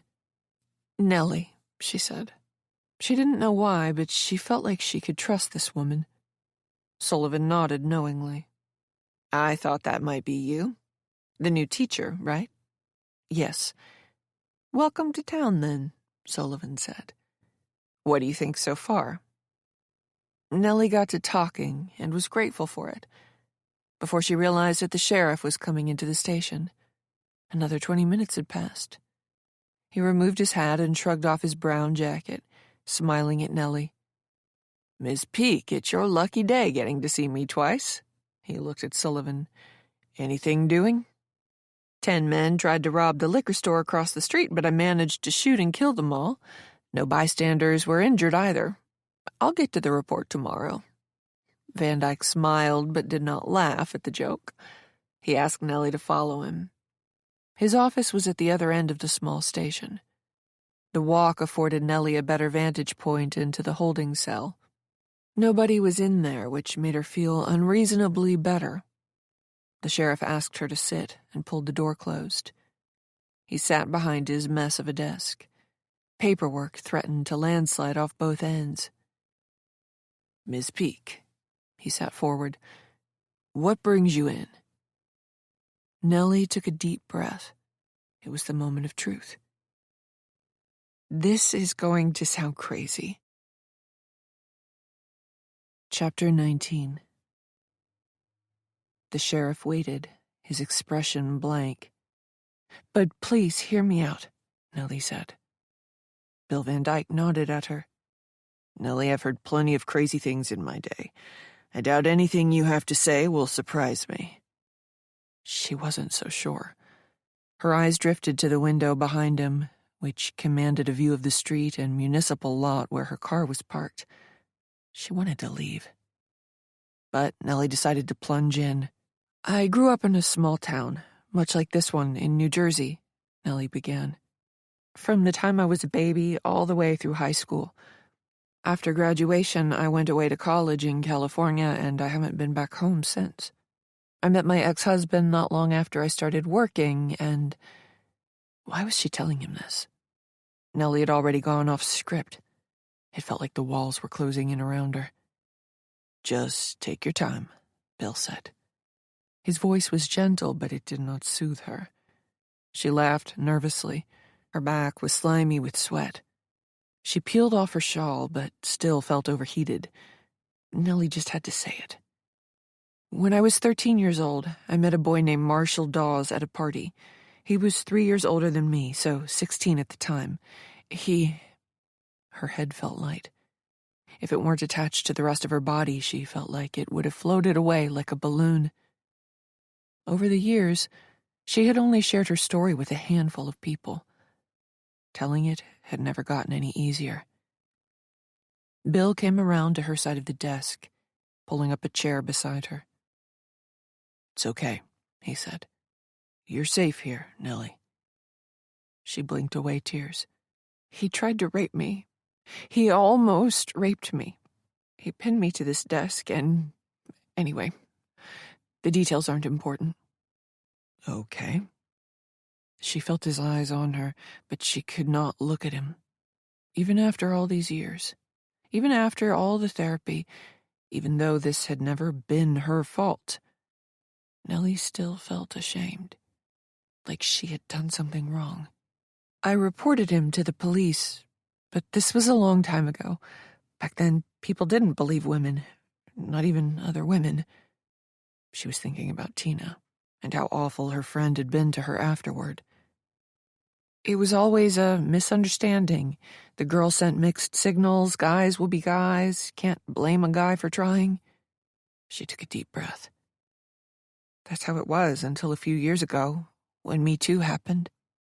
The sheriff didn't say a word, he just waited for her to go on. But she felt him sitting next to her. His presence in the small office was like a tangible thing. "Nothing came of it. He said, she said. Imagine the worst thing you can think of happening to you, then imagine nobody believing it happened. Not even your mother. It was a nightmare." She thought of her mother, with whom she hadn't spoken now in almost 2 years. She'd cut Mom out of her life several times, but she always ended up feeling guilty, regretting her decision and reaching out, only to regret that. She recalled Mom's words. "You show up in a wet t-shirt with those shorts on and expected what to happen exactly?" And Mom's other words, years later. "Nellie, you just need to get over it. Life moves on." She didn't know it then as a child, but she knew it now. Mom was damaged goods. She should never have been a mother. She wasn't equipped. Dad had run off when Nellie was young. She didn't even remember him and wouldn't know him by sight. Mom had destroyed what few pictures there were. Marshall left town not long after it happened. He came from a broken home, apparently. The story was that his mother couldn't support him and sent him to live with his father or uncle or a cousin. I don't know. There were a lot of stories. I never knew which to believe. Either way, as quickly as he came into my life, he was gone.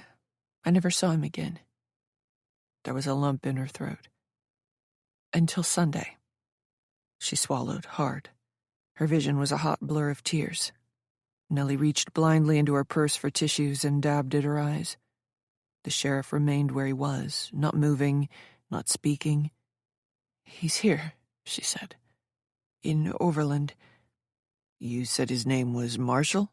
the sheriff asked, finally breaking the silence. "Was. Yes." Nellie managed to clear her vision. "Marshall Dawes. Dawes." The sheriff was jotting notes down on a tiny pad he'd pulled from his shirt pocket.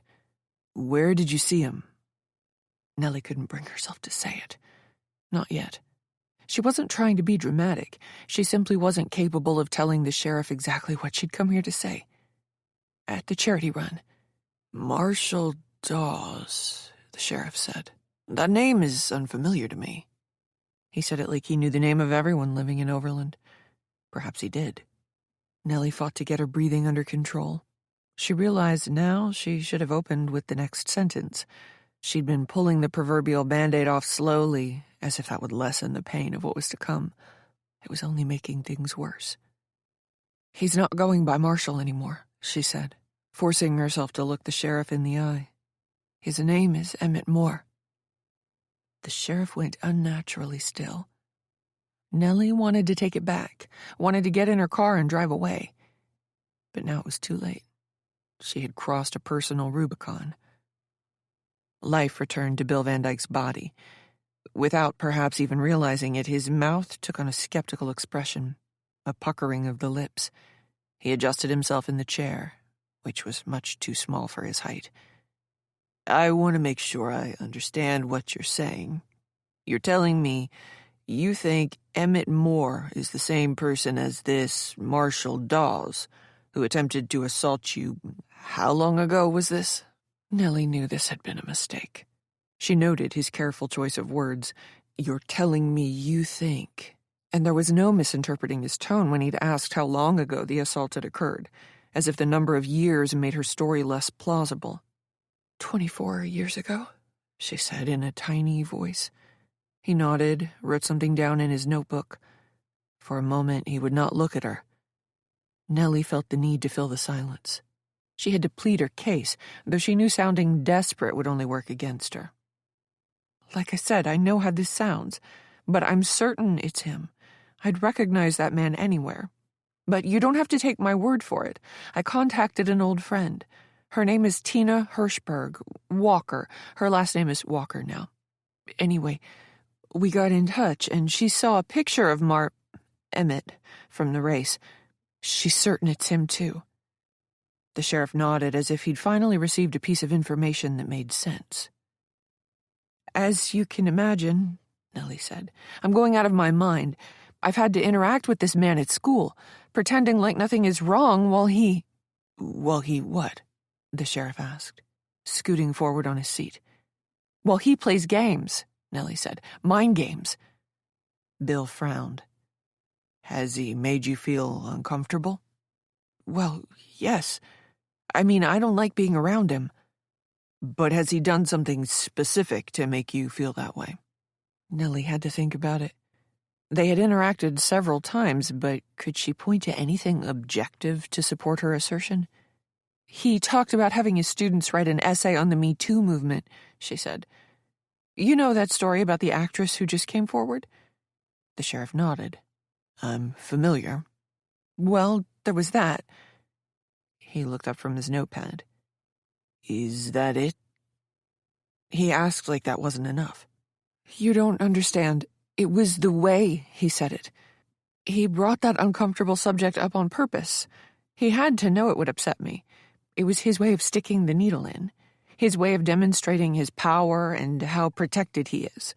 He can literally reference the fact he tried to put his penis inside me without getting into trouble." The sheriff winced at her choice of words, but Nellie didn't care. "He has a great reputation in this community, and apparently he thinks that makes him untouchable." "What else has he said or done?" the sheriff asked. "Has he explicitly threatened you?" "No, but..." "But what?" This was not going well. "My tire was slashed." "Your tire?" Why was he acting like she was speaking a foreign language?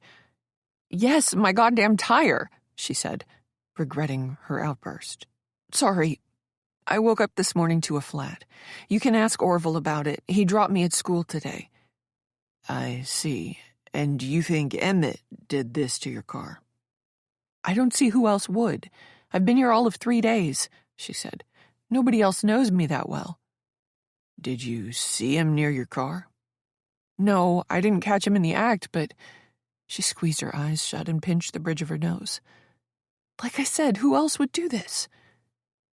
The sheriff didn't answer, once more returning to his notes. "I think someone was outside my apartment last night also," she explained. "Orville installed floodlights on a motion sensor to scare away raccoons. They came on about 3:30, and woke me from a dead sleep. And you saw someone outside? He asked. The truth was, she thought she had seen a large shadow moving along the unlit side of the house. Not exactly, she said. There was a movement. It could have been a man. His look said it also could have been an animal. But the sheriff kept his opinion to himself. Has he done anything else to threaten or intimidate you? The sheriff asked. She took a deep breath. While planning for this conversation, she hadn't decided on whether to bring this up or not. But she felt like she was sinking. Nellie needed him to take her seriously. Look, I don't bring this up lightly, but I have to say something because she didn't know if she should go on. If what she planned on saying next would make the sheriff more or less skeptical.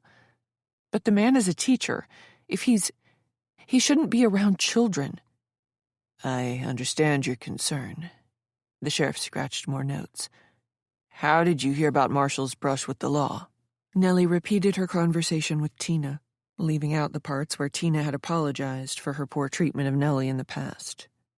And your friend, Tina, agrees with you? She thinks Emmett Moore is actually Marshall Dawes. Yes, Nellie said. He asked for Tina's phone number. Nellie said she'd ask her friend first before providing it to the sheriff. She assumed Tina wouldn't mind, but better to ask permission prior to dragging her friend into a police investigation.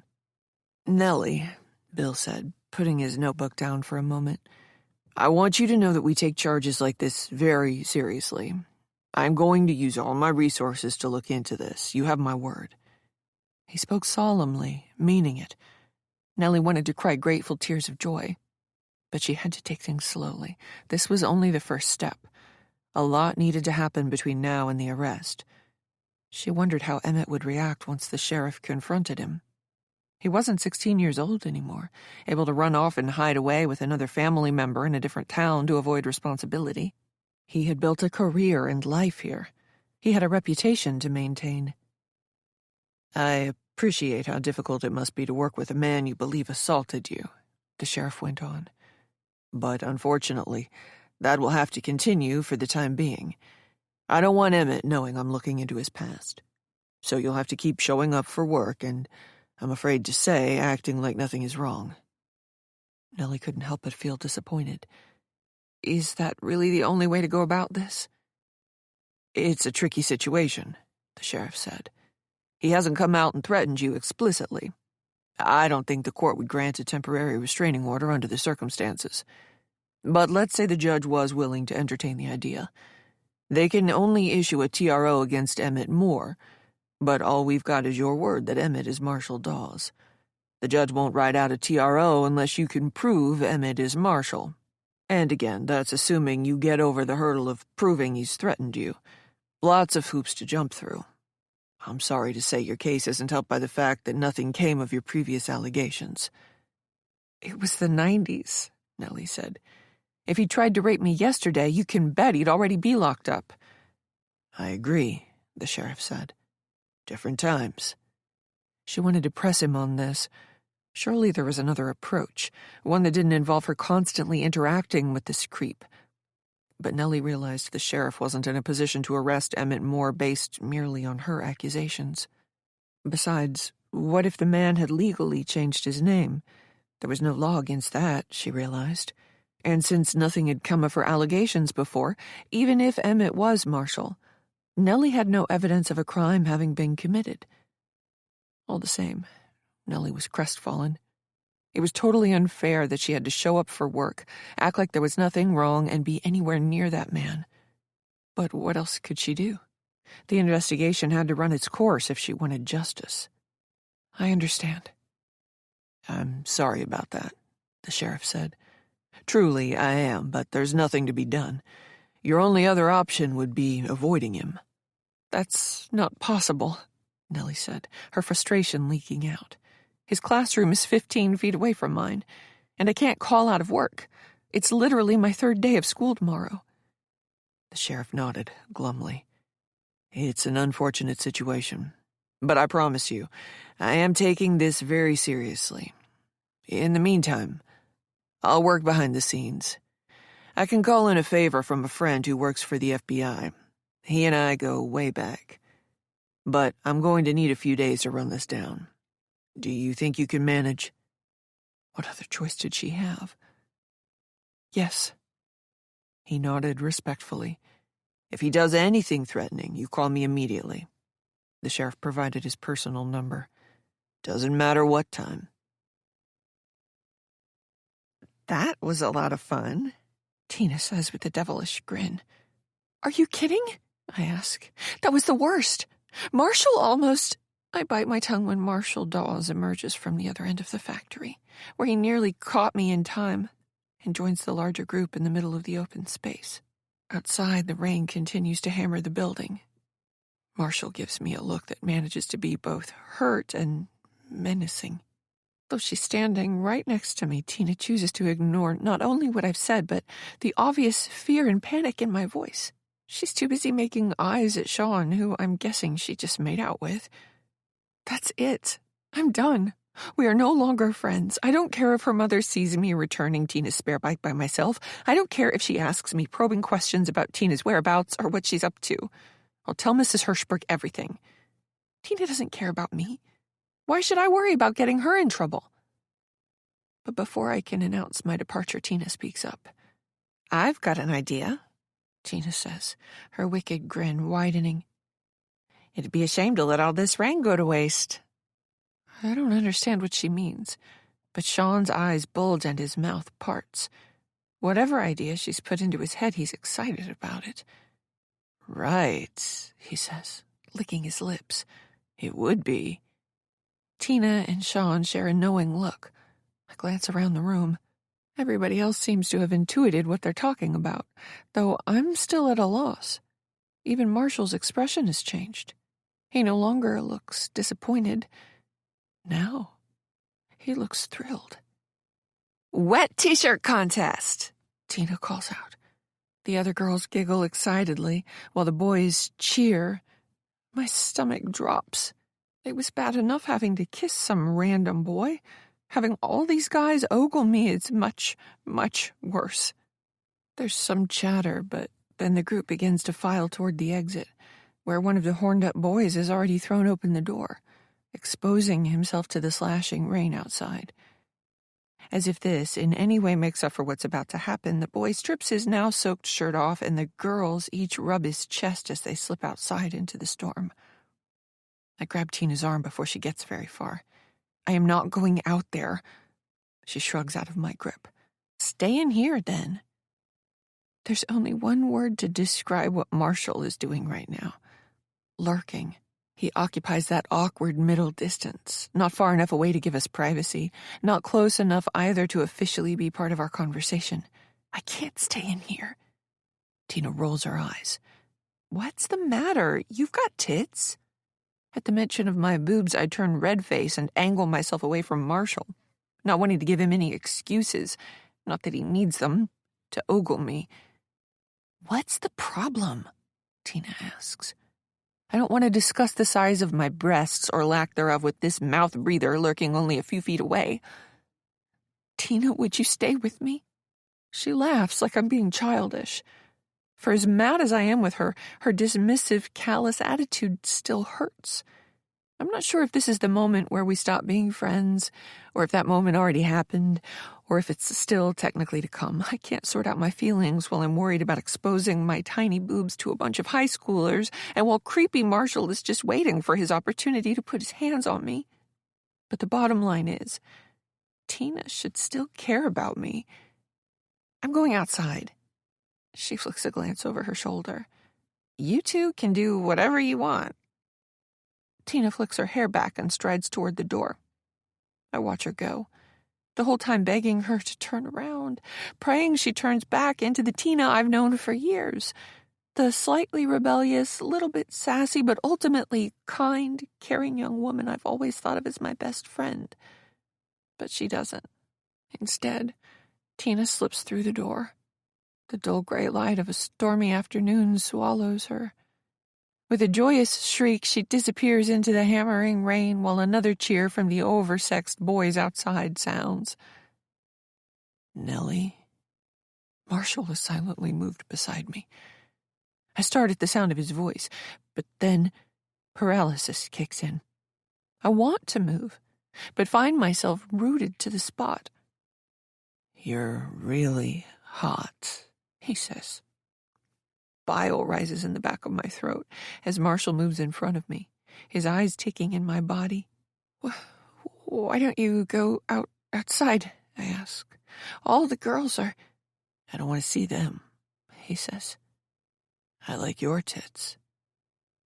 No boy has ever said such a thing to me before. I know that adults talk like that, but to me it's gross and off-putting. Marshall is only one step away. I can smell the stale sweat on him again, the alcohol, cigarette smoke. His teeth are yellow.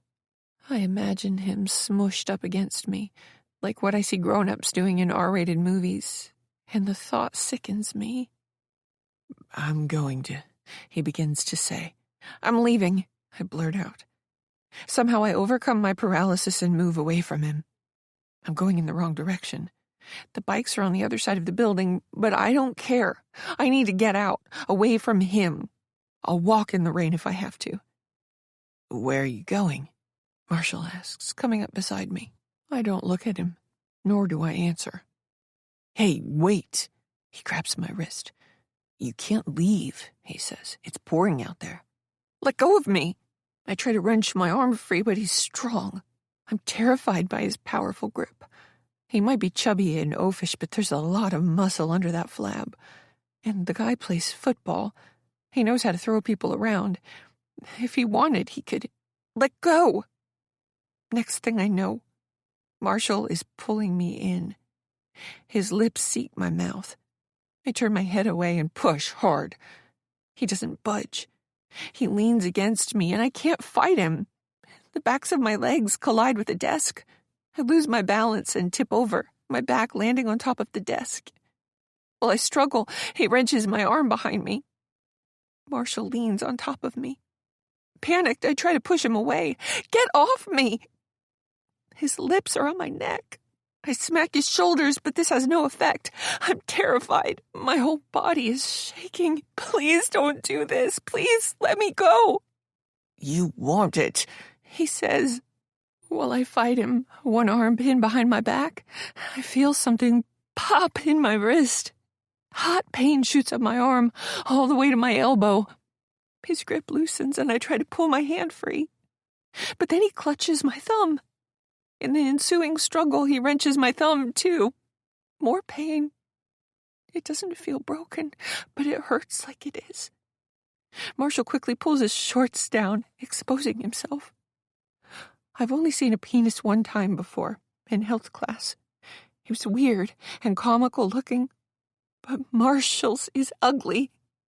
I scream, "Please stop!" His lips crush mine. He tastes like beer and cigarettes, and his breath is horrible. I want to throw up. His tongue protrudes. I keep my mouth clamped shut, close my eyes, pretend like this isn't happening, all while my wrist and thumb throb terribly. "You're going to like this," he says. "You know it." I can feel his penis on my leg, hard, insistent. Then his free hand is fumbling with the button of my jean shorts. I don't know what to do. Only one of my hands is working, and the pain in the other is terrible. I can't push him off me. I can't kick or knee him from this awkward angle where I'm lying on a desk, and he's on top of me. I start to cry. "Shh," Marshall says, his breath stinking. "It'll be okay." As if to reassure me, Marshall tries to kiss me again. I keep my mouth sealed tight and pretend like this isn't happening. But I know it is. This boy is going to rape me. When his tongue probes my mouth again, the idea comes to me. Fighting my revulsion, I open my mouth. He groans as he slips his tongue inside my mouth. I wait until it's jammed far inside, and then I bite as hard as I can. Marshall screams. I let go of his tongue. He wrenches away from me, shooting me a surprised look. There's a foot of space between us, just enough for me to hike a knee and kick him as hard as I can. I aim for his groin, Marshall lets out another groan, doubling over and stumbling backward. I jump to my feet and run. "You bitch!" he yells. I run hard, bursting through a door on the other side of the building. I find myself in a narrow hallway, turn left, run hard down another stretch until I approach what looks to be the front entrance of this old factory. Hitting the doors hard, I burst outside into the hammering rain and don't look back. I sprint until my legs are on fire and my lungs feel like they could burst. By then, I'm a quarter mile up the road. I dare to look back. Marshall isn't following me. Not at all sure what I'm doing. I clutch my wrist and yank hard. It seems to slip back into place. I do the same thing with my thumb. The pain is still there, but everything feels much better now. Light hits the street in front of me. There's a car coming. It's coming really fast. I realize that the driver doesn't even see me in this weather. They whip around the corner, and I'm right there along the roadside. Diving out of the way, I hear the car's brakes screech. I land in the ditch, hurting my wrist all over again. Later, the police will ask me if I injured my wrist and thumb in that fall. The car is stopped in the middle of the road, its windshield wipers throwing huge swaths of rainwater back and forth. The driver is out of the car, a gray-haired woman, older than Mom. "Are you okay?" I burst into tears. Chapter 20. 3 days ago, Wednesday. Nellie opened her eyes. It was technically no longer Tuesday, but she wasn't quite ready for it to be Wednesday either. It was 4:30 in the morning. She'd had trouble falling asleep again, going over her conversation with the sheriff and driving herself crazy. Nellie worried that she'd made a mistake, regretted not mentioning her performance review by Emmett, and wondered if she could have said more or phrased things differently. While she stared up at the ceiling, sleep refusing to come, Nellie began to wish she'd just made up a story about Emmett. She could have said he'd pulled her aside during fourth period while they were both free and no one else was around, and blatantly threatened to hurt her, or worse, if she even thought about going to the police with her story. It seemed like the obvious thing to do in hindsight. Though it would have been her word against Emmett's, it would probably have been enough for a judge to issue a TRO at the very least, without her having to prove Emmett was Marshall. But then again, such a ploy could have easily backfired, too. Her word against his? What if the judge didn't believe her? What if Emmett turned up the charm in the courtroom, using every ounce of his newfound charisma, and convinced the presiding judge that Nellie was deluded? A woman who was now making things up because traumatic events in her past had scarred her, damaged her beyond repair. Even if the judge had issued the TRO, that would have created other problems. She imagined the subsequent drama at school, all her new colleagues, none of whom knew her very well, all talking about her behind her back, while Emmett, beloved and respected member of the faculty and Overland community, was forced out on leave while the TRO applied and the sheriff conducted what would have been a very public investigation. She couldn't imagine teaching under those circumstances. But she also couldn't imagine continuing to teach under the present scenario. This was all academic anyway, however. Despite the fact Nellie believed Emmett deserved every bad thing coming his way, she could never have brought herself to lie. She was honest to a fault. It must have been after 1 o'clock when she'd finally drifted off.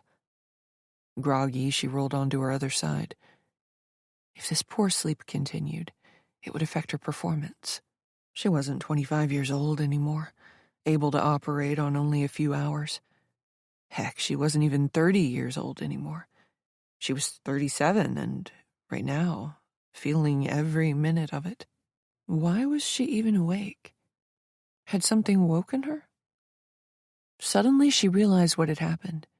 She'd been too groggy a moment ago to notice. Light was hitting her bedroom curtain once more. Nellie sat up in bed and yanked open the drawer to her nightstand. She pulled out the switchblade knife she kept for self-defense, and pushed the curtain aside. There was no one outside. Frowning, she peered into the darkness enveloping the area, but no shadows moved. All the same, her heart was in her throat. The floodlights winked out, but she waited for her eyes to adjust to the darkness and kept peering out. There was nothing moving. But if that was the case, what had tripped the motion sensor? If it was raccoons or some other wild animals, she would have noticed them, right? Especially raccoons. Though they were nocturnal critters, they were also a bit nasty. Floodlights wouldn't immediately chase them away, especially if they were into trash and smelled food. No wild animal had tripped the motion sensor. Nellie knew exactly what this was. It had to be a creature intelligent enough to trip the lights while remaining invisible. A human being. Emmett. Her hackles rose as she imagined him skulking about in the darkness, shrouding Orville's property. She pictured him just beyond the tree line, perhaps with a pair of binoculars, or maybe even wearing night vision goggles, watching her. She shivered at the thought. What if... Bump. Nellie spun toward the direction of the sound and thrust her knife out. Bump. Nellie heard it again. It sounded like someone was on the steps of her apartment. Fear paralyzed her for a moment, while she racked her brain to recall whether she'd locked the door. Of course she had. Locking a door was automatic, a habit, something you didn't think about while you were doing it. She forced herself to get out of bed, holding the knife out in front of her. There was nobody in her apartment. The door was closed. From here, she could tell the deadbolt was in position, but she couldn't tell if she'd locked the knob as well. Nellie hurried over to the door, her hands shaking. She'd locked the knob, thank God. Bump. Nellie shrieked. The sound was much louder this time, almost like someone was standing right outside her door. She put her back against the door instinctively, as if bracing for impact. Where was her phone? She didn't know. She'd found herself mindlessly scrolling while she'd had trouble falling asleep, so she hadn't left it on the nightstand to serve as endless temptation. But where? On the kitchen table. There. Nellie pushed away from the door and raced to snatch her phone off the table. She unlocked it and punched the call icon, but her screen went blank again. Not now. There was no landline in the apartment. Her only means of alerting the authorities in this situation was a cell phone that refused to work. Nellie pushed her back against the door again, accidentally dropping the knife while she frantically tapped the phone. The screen lit up, but all the icons on her home screen were missing now. Please. Nellie fought tears as she cursed the phone, cursed John because he was the one who used to take care of their mobile plans and he'd divorced her, cursed Emmett, cursed the sheriff for not arresting the man on the spot, even cursed Tina for ever taking her to that condemned factory. Nellie often wondered how differently her life would have turned out if she'd never met Marshall Dawes. Would she and Tina have remained friends? Her icons reappeared.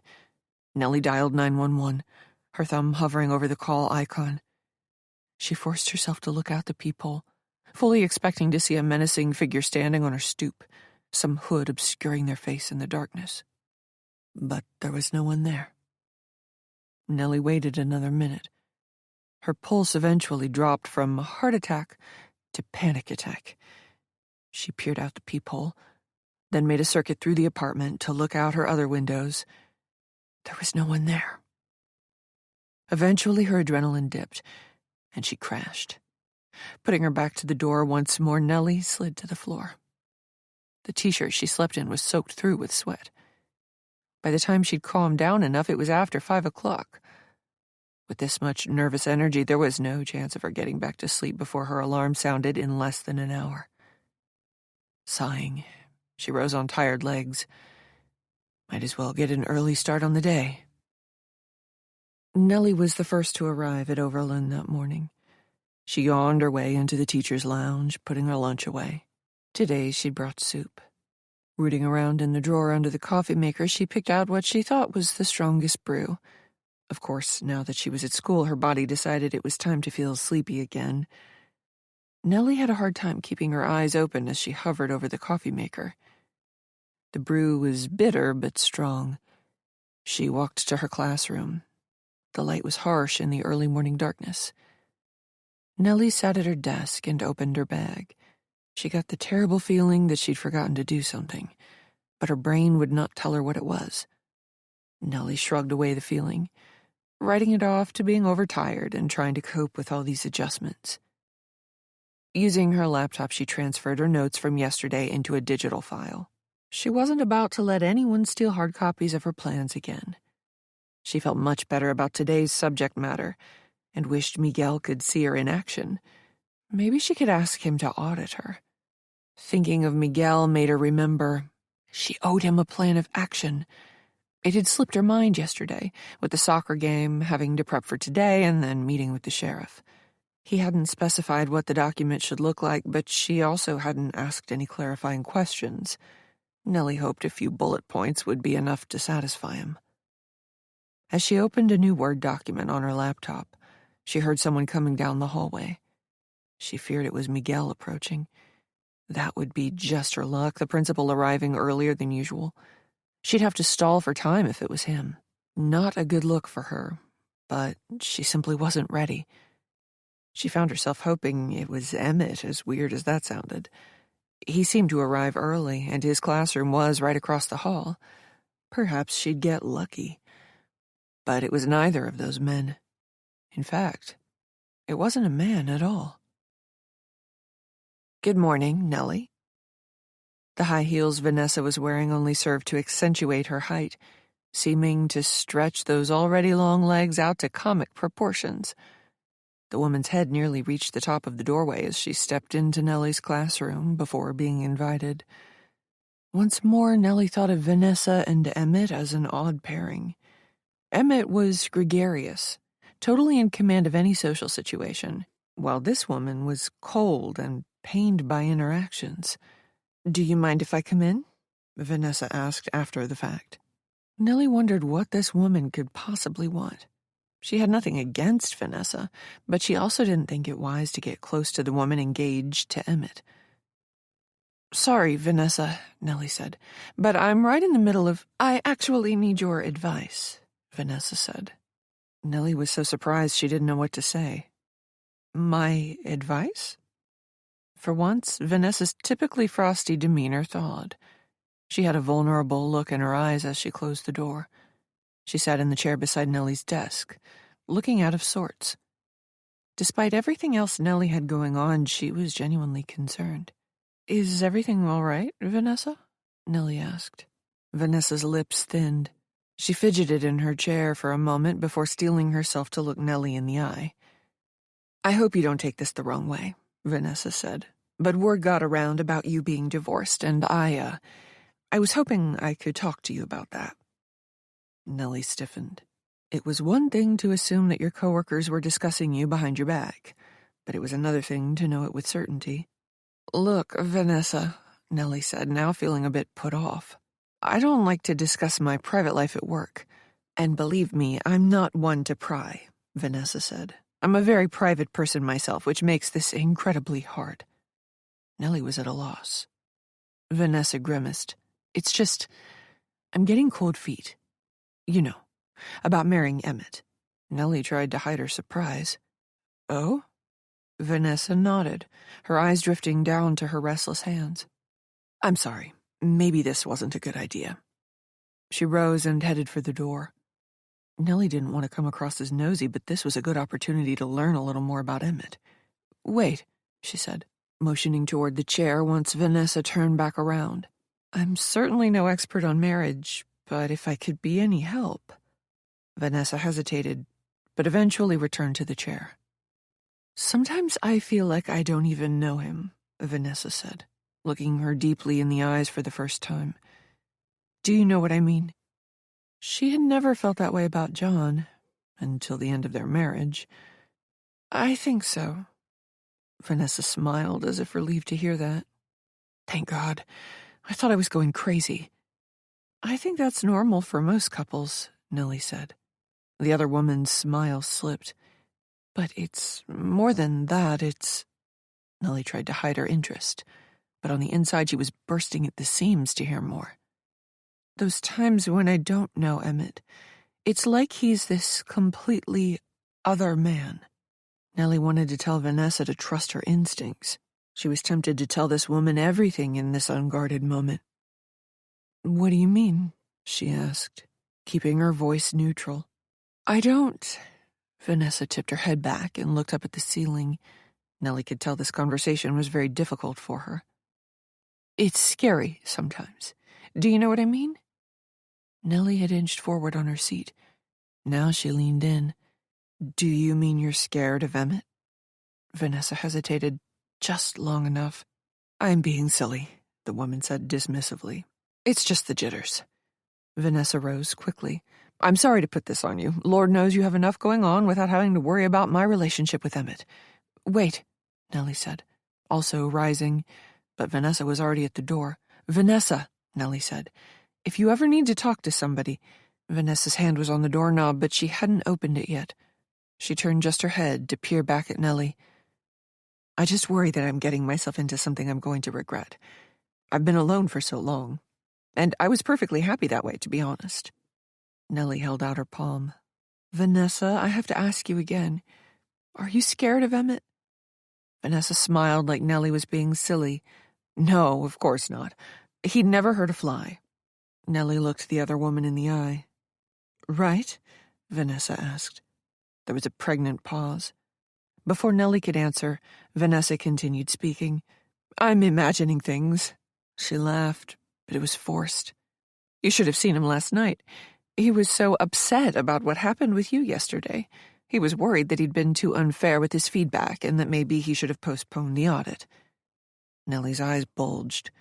Emmett and Vanessa might have been engaged, but it was unprofessional and unacceptable of Emmett to have shared any details of the audit with his bride-to-be. Vanessa caught Nellie's reaction. "He didn't go into specifics, Nellie. He would never do a thing like that. He's got a really high emotional intelligence. Anyway, my point was, he felt horrible last night about it, and if something like that would cause him to lose sleep, then surely he must be a good person." Nellie was at a loss. Vanessa brightened again. "Well, thanks for listening. Sorry this was a bit of a ramble." Then she was gone. Chapter 21. Nellie emailed Miguel her plan of action when fourth period started. Then she locked her laptop in her drawer along with her phone. She'd hoped to squeeze in a few minutes to speak with the sheriff about last night's events, but she didn't want to keep her boss waiting. Nellie took another sip of her coffee and left the mug on her desk. She was going to need another cup to get through this day. Emmett was leaving his room at exactly the same time as she. The man gave her an apologetic look. "Morning, Nellie," Emmett said, looking nervous. "How are you?" "Fine," she said, not asking him the same thing. They were headed in the same direction. "Listen, Nellie," he said, rubbing the back of his head sheepishly. "I was wondering if you had a minute to talk." She had to give it to him. The man was an exceptional actor. He came off as sorry, almost repentant. His tone carried genuine concern, even a little nervousness. His gait wasn't as certain either. He didn't know whether to keep up with her or give her space. "Sorry, Emmett," she said. "I'm on my way to see Miguel." "Maybe after?" he asked. "I'll see," she said. "I've got some work to do before fifth period." "I heard you were helping out with the car line today?" He decided to match her pace. Nellie wanted nothing more than to get away from the man, but she couldn't do that without being obvious about it. She couldn't very well break into a run. "Yes," she said. "I'm happy to do my part." "I know you are," he said, "and we appreciate that. Do you have any plans this weekend?" Nellie shot him an incredulous look. First of all, what were the odds she had plans when she was new to town? And second of all, assuming she did have plans, did this man honestly think she'd share them? "I have a few ideas," she said vaguely. "That's good," Emmett said. "If you ever need more, you should talk to my fiancé. Vanessa has lived in Overland her whole life and knows everything about this place. I'm helping out at the women's shelter this Saturday if you'd care to volunteer." Nellie pretended she hadn't heard the question. Emmett went on. "Then Vanessa and I might head up to my cabin for a short weekend." He went on and on about his cabin. Nellie stifled a yawn, not caring if she came across as bored by his story. "You look like you could use a coffee," Emmett said. "I'm just headed to the bathroom, then to the lounge. I can grab you a cup while I'm in there if you'd like." She shook her head. The last thing she wanted was this man bringing her a drink. Who knew what he'd do with it? "No, thank you." "Are you sure?" he asked. "It's no bother." "I'm sure," she said. "I've got some coffee already back in my room." He nodded once, then picked up right where he'd left off about his cabin. "It's in this lovely private community. This time of year, the neighborhood is practically empty. The summer season is over, so the renters aren't around. Great place to be alone. You don't have to worry about anyone bothering you." He was still talking when Nellie knocked on the principal's door, not bothering with politely ending the one-sided conversation with Emmett. As she pulled the door closed, she met Emmett's eyes. He looked genuinely offended by her behavior. She didn't care. "Nellie," Miguel said, looking to be in a much better mood than yesterday. "Have a seat." She took the same chair as yesterday while Miguel opened her plan of action on his laptop. "How is it going today?" "Good," Nellie said. Miguel nodded. "And you're still able to help out with the car line?" "Happy to," Nellie answered. Miguel's mouth hung open as he scanned the document she'd emailed. "This is a good start, but I'd like to see some more detail." Nellie groaned inwardly, all the while keeping a polite smile on her face. She wanted to point out that Miguel hadn't provided any direction on this, but she kept her thoughts to herself. "Because you're not as familiar with the material," he said, "I think you should develop lesson plans a week ahead." It was standard practice to lesson plan only 3 days ahead. Sometimes you flew through material, the students absorbing everything quickly, while other times it took you twice as long as you expected. Either way, it didn't make sense to map out the next 7 days of teaching in great detail. The plan would never hold true and thus would require adjusting, only creating more work that wouldn't have been necessary in the first place. "What are your thoughts on that?" Miguel asked. Nellie had been drifting. Stifling a yawn, Nellie realized she wasn't in a position to push back. "I've never planned that far out in advance, but I'm happy to try." "Good." Miguel nodded, then reappraised her. "Are you feeling all right?" She smiled weakly. "Having trouble sleeping." "Is that all?" he asked. "You really don't look well." Nellie hesitated just a bit too long. He knew something was up. "I'm still getting adjusted," she said, "and I'm obviously not happy with how things turned out yesterday." Miguel waved her worry away. "All you can do now is try to be better today." She groaned inwardly. She'd been fine yesterday. Emmett had poisoned him against her. "Right," Nellie said. Nellie stopped in the teacher's lounge and took her thermos out of the fridge. As she was doing so, her phone buzzed with a text. Nellie set her thermos down on the counter and opened the message. It was from Tina. Nellie had asked if she could give the sheriff Tina's phone number so they could speak about Emmett and Marshall. But rather than give Nellie a simple yes or no answer, however, Tina had instead asked Nellie to call her after school let out for the day. "Hey, Nellie," Emmett said, coming into the lounge fast. She smiled politely at him, but couldn't muster a verbal response. He stepped in front of the fridge, coming very close to her. Nellie quickly closed out of her texts, not wanting Emmett to know she was in contact with Tina. "Soup today?" he asked, eyeing her thermos. "Yes," she said. Emmett opened the fridge and collected his Tupperware. "If you're eating in here, maybe we could talk." "Sorry, Emmett," she said in a flat voice. "I have work to do." She carried her steaming soup back to her classroom. Nellie sat at her desk and wondered why Tina was reluctant to speak with the sheriff. Her identification was vital to Nellie's allegations. Without Tina's support, it was Nellie's word against Emmett's, assuming the sheriff couldn't find anything. She didn't have much of an appetite, but she forced herself to finish her soup. Her coffee was only lukewarm, but rather than risk another encounter with Emmett, she forced herself to drink it that way. Having lost its warmth, only served to exaggerate its bitterness. Chapter 22. Tom Stovich was going to be a problem. She'd heard from Beck that he'd been held back in grade school, so he was a year older than his 7th grade peers. More than a year, actually. Tom stood 6 feet tall and had already begun to fill out, looking more like a high school sophomore than someone in 7th grade. Nellie suspected he suffered from a learning difference, which she sympathized with.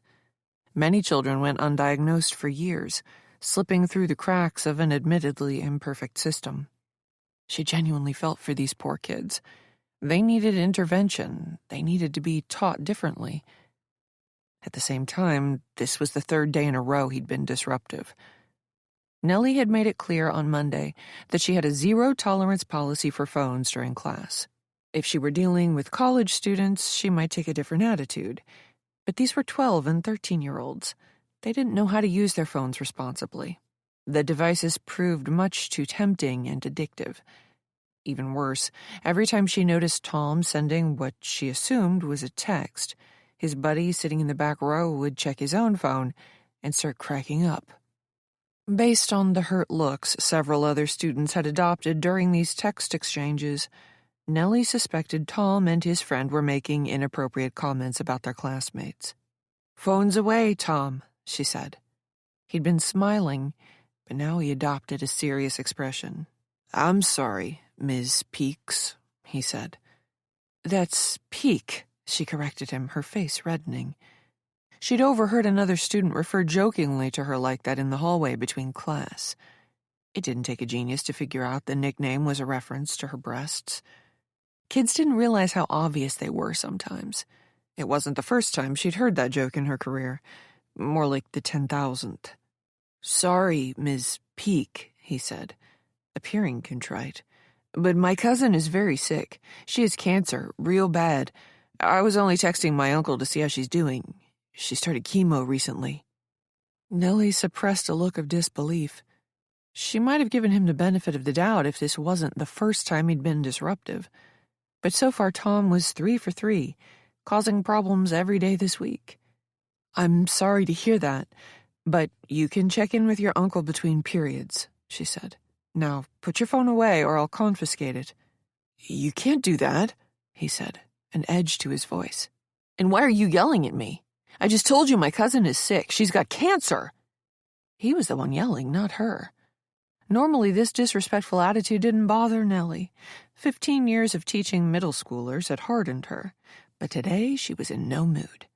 She also felt that Tom was lowering the bar for acceptable behavior, providing a bad example for others about what could be gotten away with in her classroom.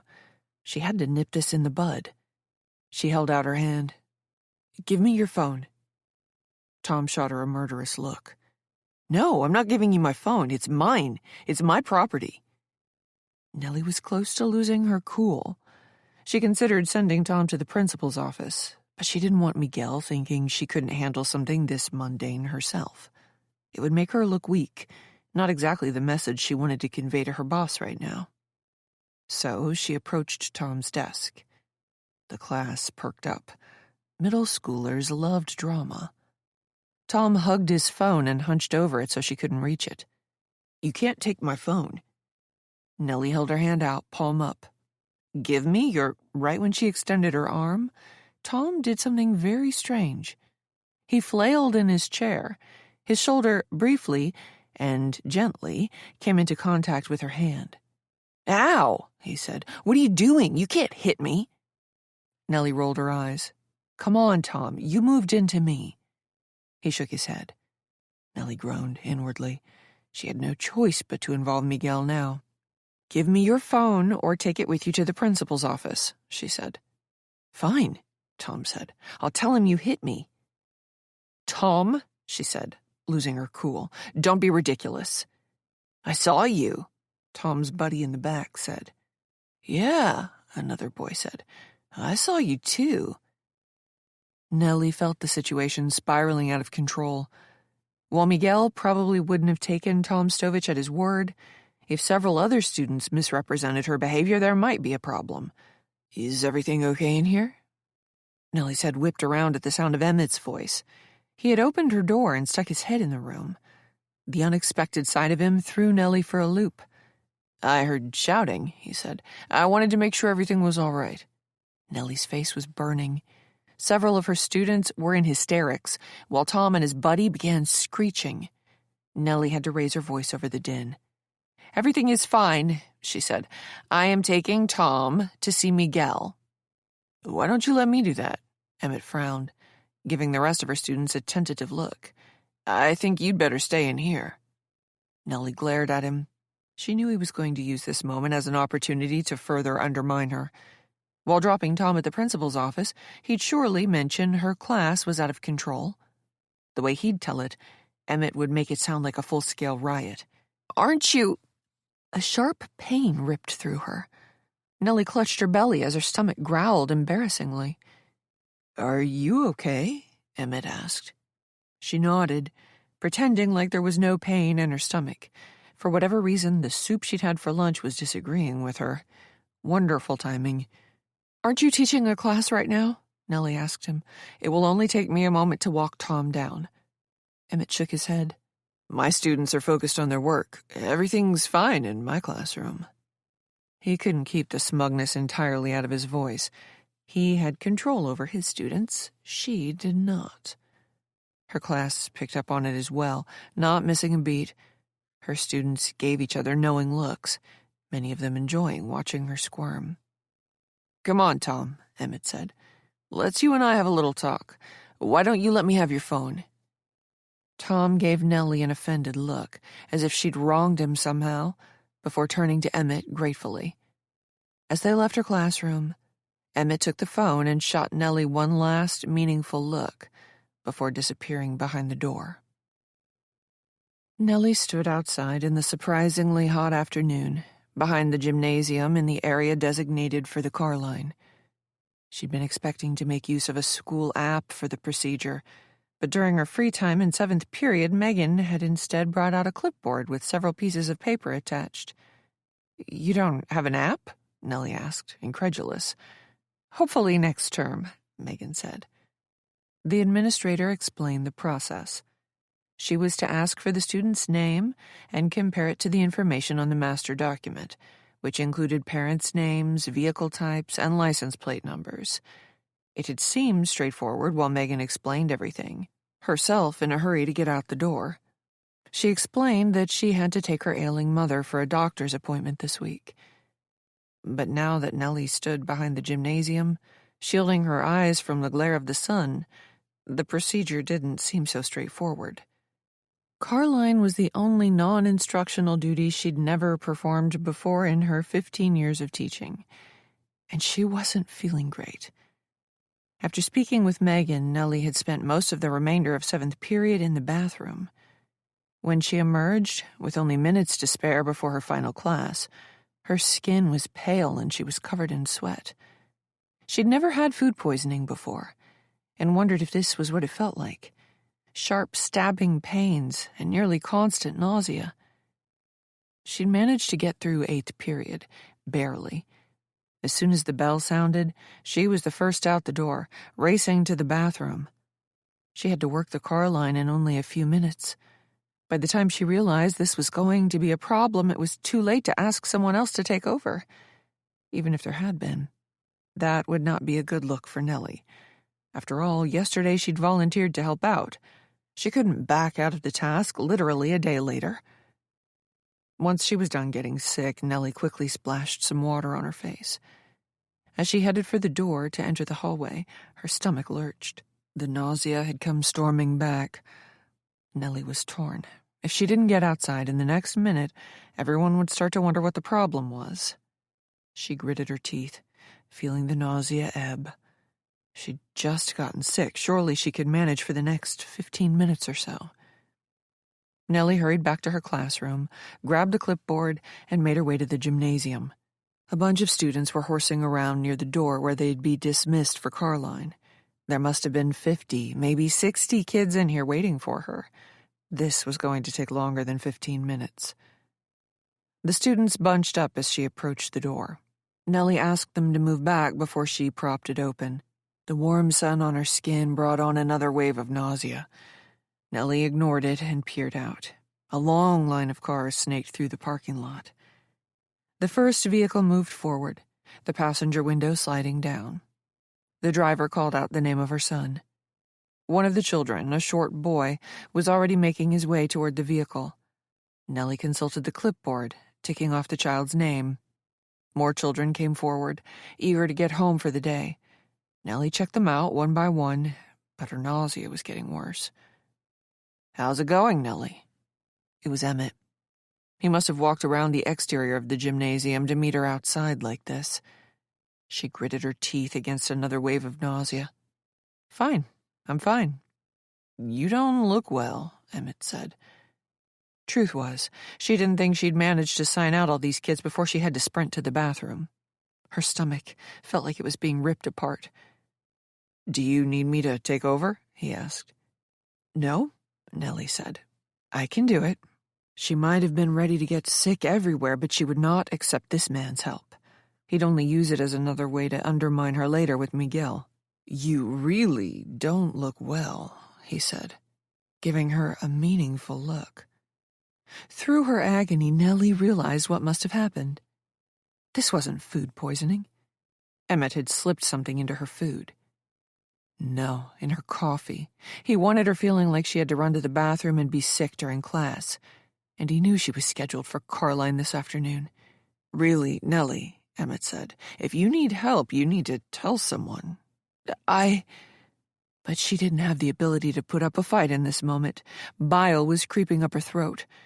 Without another word, she stuck the clipboard in Emmett's chest and hurried away, the children bursting into laughter at her antics. At least she made it to the bathroom on time. Yet another bad day came to a close. As she was packing her things up, another aftershock of nausea hit Nellie. Feeling weak, she feared she'd have to run to the bathroom once more. But the feeling mercifully passed. All she wanted to do at this point was avoid her colleagues and boss and sneak out of the school. If Miguel had something to say about Tom Stovich, she'd listen tomorrow. But she wanted today to be over. Nellie locked her desk drawer and then turned out the lights. Proceeding down the hall, the sight of Miguel's closed door brought a smile to her face. She could get out of here without another difficult conversation. Tomorrow, she could start over. Tomorrow would be better. It certainly couldn't get any worse. Before she reached the front desk, however, Miguel's door opened. "Nellie," Miguel said in a neutral tone, "have you got a moment?" Chapter 23. "Nellie," he began, "I'm concerned." She swallowed hard. Hoping this would be a short conversation, she'd kept her jacket on and sat with her bags in her lap. Now she put those bags on the floor and unbuttoned her jacket. This was going to take more than a few minutes. She also wanted to send a clear message. She was receptive to whatever he had to say, and was in no rush to get anywhere until she heard it. "Tom Stovich claims you hit him in class," Miguel said. "Now then, Tom can be a handful, so I'm not inclined to believe him. But apparently there are other students backing up his story." "His friends," Nellie said. "Be that as it may," Miguel went on, "I have yet to speak to someone taking your side here." Her life had turned into an absolute nightmare.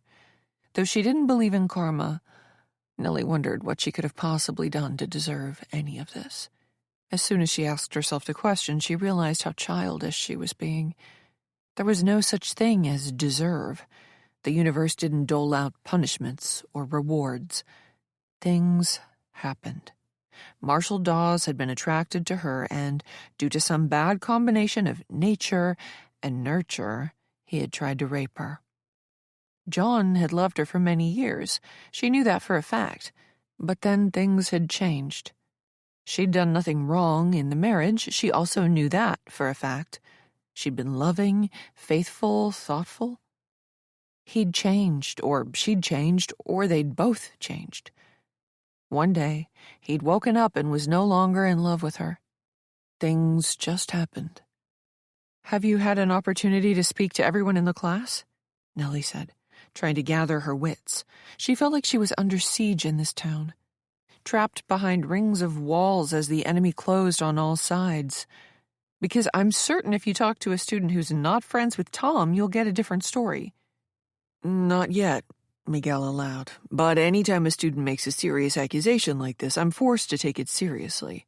It doesn't help that Tom's father is the mayor. Nellie closed her eyes. Any more bad luck, and she was going to turn into a full-fledged fatalist. Who his father is has no bearing on the truth, she said. It was true, or should have been. And she knew it wasn't. Miguel grew thoughtful. I'm becoming concerned here, Nellie. He'd already said that. It was code for I don't think you're cut out for this job. Nellie grew desperate. Tom has the markings of a bully. I think he was texting a friend in class and making fun of people. Other students might not feel safe speaking out against him. That's also true, Miguel nodded. But at this point, I'm afraid I have to put you on review. Nellie froze. Performance reviews usually ended in one of two ways, a quitting or a firing. Rarely did someone ever successfully rehabilitate their reputation. Now then, let's talk about Carline, Miguel said. Why don't you tell me what happened?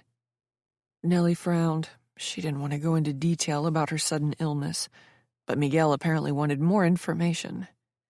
In generic terms, Nellie quickly went over what happened.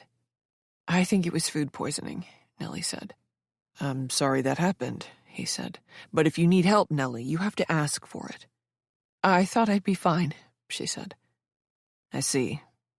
He did not sound like he believed her. Well, I'm afraid there was a mix-up. You marked someone as gone on the form, but then Emmett saw their parent pull up. Naturally, we were worried an unauthorized individual had picked them up. Wait a minute, Nellie said, unable to help herself. Which child did I mark as already gone? Christina Woodward, Miguel said. Nellie shook her head. No, that's not right. She thought back. Though the nausea and stomach pains had been a terrible distraction, she had only checked out a handful of students and did not remember that name. Emmett figured it out, Miguel said. The first student you released was Chris Waldron, right above Christina on the Carline roll. Nellie narrowed her eyes. She was certain she hadn't made that mistake. She remembered ticking the correct box for Chris Waldron. It's an easy mistake to make, Miguel said, especially given how awful you were feeling. But all the same, Nellie, it's simply a mistake we cannot afford. Nellie shook her head. This was Emmett's doing. He'd somehow made her ill and then conveniently swooped in during Carline to take over. It'd be easy for him to come up with a story. With Nellie stuck in the bathroom for the duration of dismissal, she'd had no way to counter anything he said. I'm sorry. Miguel was not happy. We cannot have any more mistakes like this, Miguel said, or I'll be forced to take more formal action. Now, I'd like to see your lesson plans tomorrow morning. That'll be all, Nellie. She rose on unsteady legs, absently reaching for her bags. Shuffling away, she stopped in front of the door, hand hovering by the knob. Nellie? Concern crept into Miguel's voice. Is something wrong? She turned to face him. Someone is stalking me, Nellie blurted out. She was as surprised as Miguel was by the statement. One moment the thought of saying such a thing hadn't crossed her mind. The next, not only had the thought occurred to her, but the words were coming out of her mouth. I'm sorry to hear that. Miguel sat a little taller in his chair, his face softening. Have you spoken to the sheriff? Last night, she said. Gosh, Nellie, I had no idea. Miguel looked unnerved. When did this start? I'm sorry. Suddenly she was crying. It was all too much. She found herself back in the chair. Nellie worried that he'd see this as an act, a ploy to garner sympathy, a ready-made excuse for her subpar performance, but she couldn't help the outburst. There. Miguel came around the desk and held out a box of tissues. Here you go. Nellie grabbed some tissues and wiped under her eyes. When she got herself under control, she answered his previous question. It started when I got here, Nellie said. "But I have to be careful about what I say. Please, please don't tell anyone. The sheriff is looking into this quietly." "Your secret is safe with me," Miguel said. "Is it someone you know? Has someone followed you from California?" Nellie didn't want to answer. "I can't say anything more. I'm sorry." "No, I understand." Miguel was shocked. "Nellie, I want you to know that this is a safe space. You can tell me anything, of course." "Thank you," she said. "I don't mean to put this on you, but I'm telling you because I think it's affecting my performance. I can't sleep and I'm preoccupied. I'm not trying to make excuses for anything, but it's difficult." "Whoever they are, they had better hope I don't know them," Miguel said. The irony. If only Miguel knew who was making her life hell. But she couldn't tell him anything. She needed the sheriff's support before she accused Miguel's favorite teacher of criminal behavior. Miguel filled the silence. "Is there anything I can do?" "No," Nellie answered. "But thank you for offering." "Do you need some time?" "No," she blurted out. "I want to work, Miguel. I live for teaching. I love this job." "Are you sure?" She wondered if he saw this as an opportunity to get her out of the building for a few days. Maybe it was the chance he needed to bring someone else in. But she dismissed the idea. Miguel seemed like a good man. She put herself in his position and had to admit she wouldn't have acted any differently. "I'm sure." Nellie drove home in a fog. Not a literal one, but a mental one. One more mistake, and she was in serious trouble. While it was theoretically possible to emerge unscathed from a performance review, Nellie knew the odds were absolutely against her. The review lasted for a period of 30 days. A lot could go wrong in that time, and none of it her fault, too. All it might take was for one more student to complain. She could picture it now. Miguel would call her once more into his office. Behind closed doors, he would explain the situation to her. "Listen, Nellie, it's not working. Right now, I don't have enough to fire you, but that's the direction we're headed. This is your opportunity to step down. It'll be so much better for all parties involved if you do. I don't feel comfortable providing a reference, but at least this way you'll be able to say you weren't terminated. These things happen. Sometimes it just doesn't work out. I'm very sorry." She pulled into the parking lot of a shuttered 3-store strip mall. A hobby store used to be located at one end, some of the peel-off lettering still decorating the window. The middle store was completely empty, its signage absent. At the other end sat what used to be a gas station. The pumps were gone.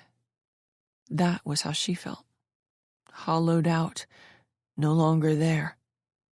Nellie looked at herself in the rearview mirror. "Get it together," she said. "This is your life." Wonderful. Now she was having out-loud conversations with herself. She was losing it. Nellie wanted to speak to Bill Van Dyke about last night. She figured the longer she went without notifying the sheriff, the fishier her story would sound, especially considering the fact she had no physical proof anyone had been near her apartment. But she also had to connect with Tina. It'd be nice to call the sheriff with her old friend's phone number. She dialed Tina. The call went immediately to voicemail. She left Tina a message, then tried the sheriff. "Hey, Nellie," he said. "How are you?" "Hi, Bill," she said. "I've been meaning to call you all day. I think someone was outside my apartment last night." She went on to describe the events. He listened without interruption. When she was done, he asked, "And what time did you say this was?" "The floodlights woke me at 4:30. "You're sure of that?" he asked. 4:30. "Yes, I checked my phone for the time." "And how long were you awake?" "Like I said, I had trouble falling back asleep. I don't know when I dozed off." "How long did you hear the noises for?" "Well," she thought it over. "The lights switch off if there's no motion after a minute or so. I got out of bed to make sure the door was locked, and that was when I heard what sounded like footsteps." "Right," he said. And how long do you think the noises went on for? A few minutes, Nellie said. They weren't constant. You think it was someone coming up the stairs? Yes. But you didn't see anybody out the peephole. Right, she said, feeling like he didn't believe her. But you can't see the entire set of stairs out the peephole. The person could have been near the bottom. Did you open the door and look? There was no way I was opening that door under the circumstances. Right, understood, he said. How about this morning? Did you check the area before you went to work? Nellie frowned. I didn't see anything. The sheriff let that fact float between them for a moment. How about your friend Tina? Have you had a chance to speak to her yet? We keep missing each other, Nellie said. That wasn't exactly true. I see, the sheriff said. Tell you what, I'm going to send Deputy Sullivan out to your place to check things over. That okay? That'd be great. If anything else happens, you know where to find me. Sheriff, Nellie said, I know it's only been a day, but is there anything you can share?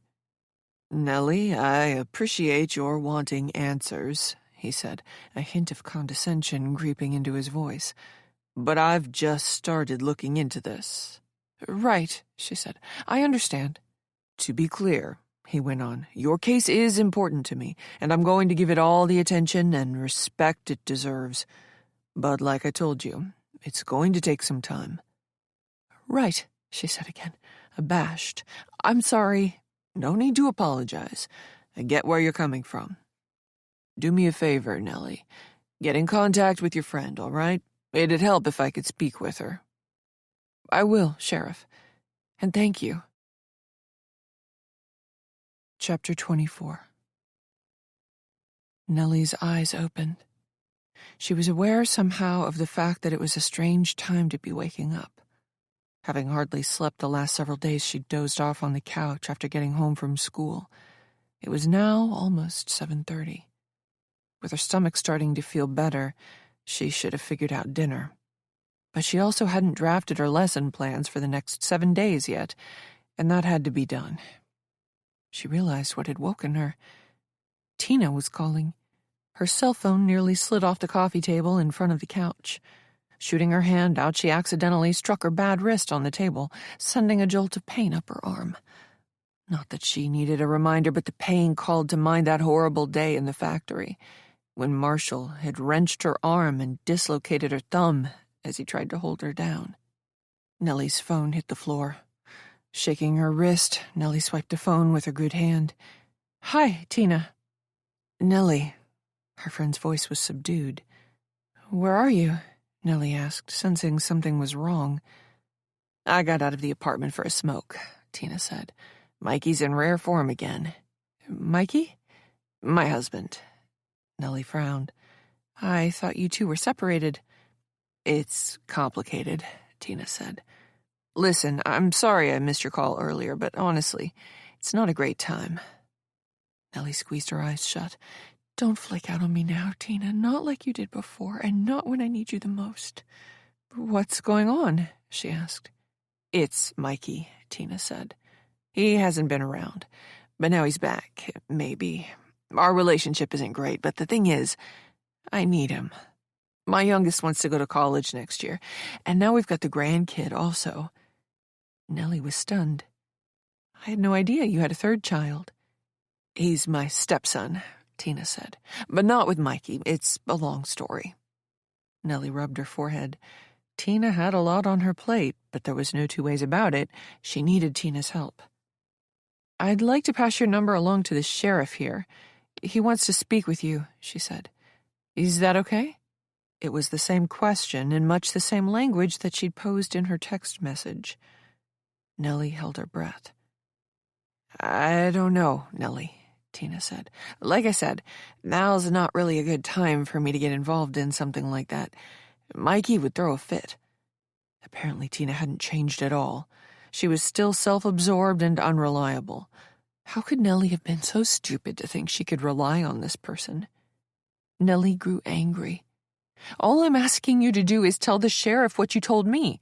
We're talking a 10-minute conversation tops here. It's just that... Tina lowered her voice even further.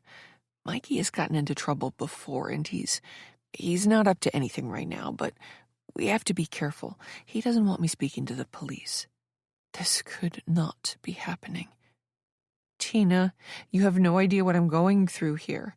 My life is an absolute nightmare. At school, Emmett is setting me up to fail. Outside of work, he's stalking me. He slashed my tire, and he's been sneaking around my place in the middle of the night. I'm not sleeping, and now my job is in jeopardy while this guy ruins everything. I need your help. I want to help, Tina said. I really do, but... Nellie trembled with rage. She didn't want to resort to the nuclear option, using guilt, but she was at her wit's end. I know what you told the police, Nellie said. Tina was slow to answer. What are you talking about? Nellie hadn't been certain before. She'd heard rumors over the years, all hearsay upon hearsay. She'd never known if she should believe it. Part of her didn't want to. But now she knew. It explained why Tina was feeling guilty these many years later. She hadn't just turned her back on Nellie at the worst possible time. This wasn't a case of two middle school friends no longer having anything in common, drifting apart in predictable fashion. It was much, much worse. You told the police I was interested in Marshall, she said. Didn't you? Nellie, it was true. Good God, it was actually true.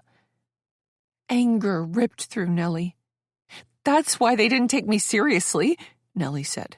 While I was telling them that Marshall assaulted me, you and the others were telling the cops I'd been flirting with him. Tina sighed. Nellie, it was a long time ago. You bitch. Why would you... I'm sorry, Mikey's coming. He doesn't want me talking to you. I have to go. I'm so sorry, Nellie. As darkness fell, Nellie's anxiety grew. She searched an old toiletry bag and found some medicine her last therapist had prescribed. It had expired several months ago, but she popped one anyway. It wouldn't have its full force, but hopefully it would still blunt her jangly nerves. Nellie pulled on a shawl and opened her door.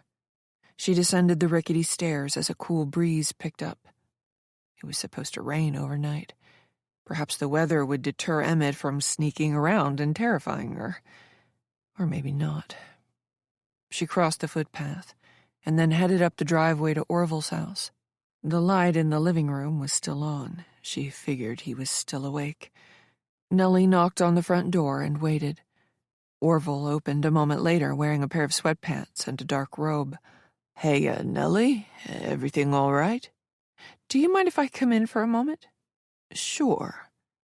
He offered her something to drink, starting with coffee and then progressing to stronger things, beer, wine.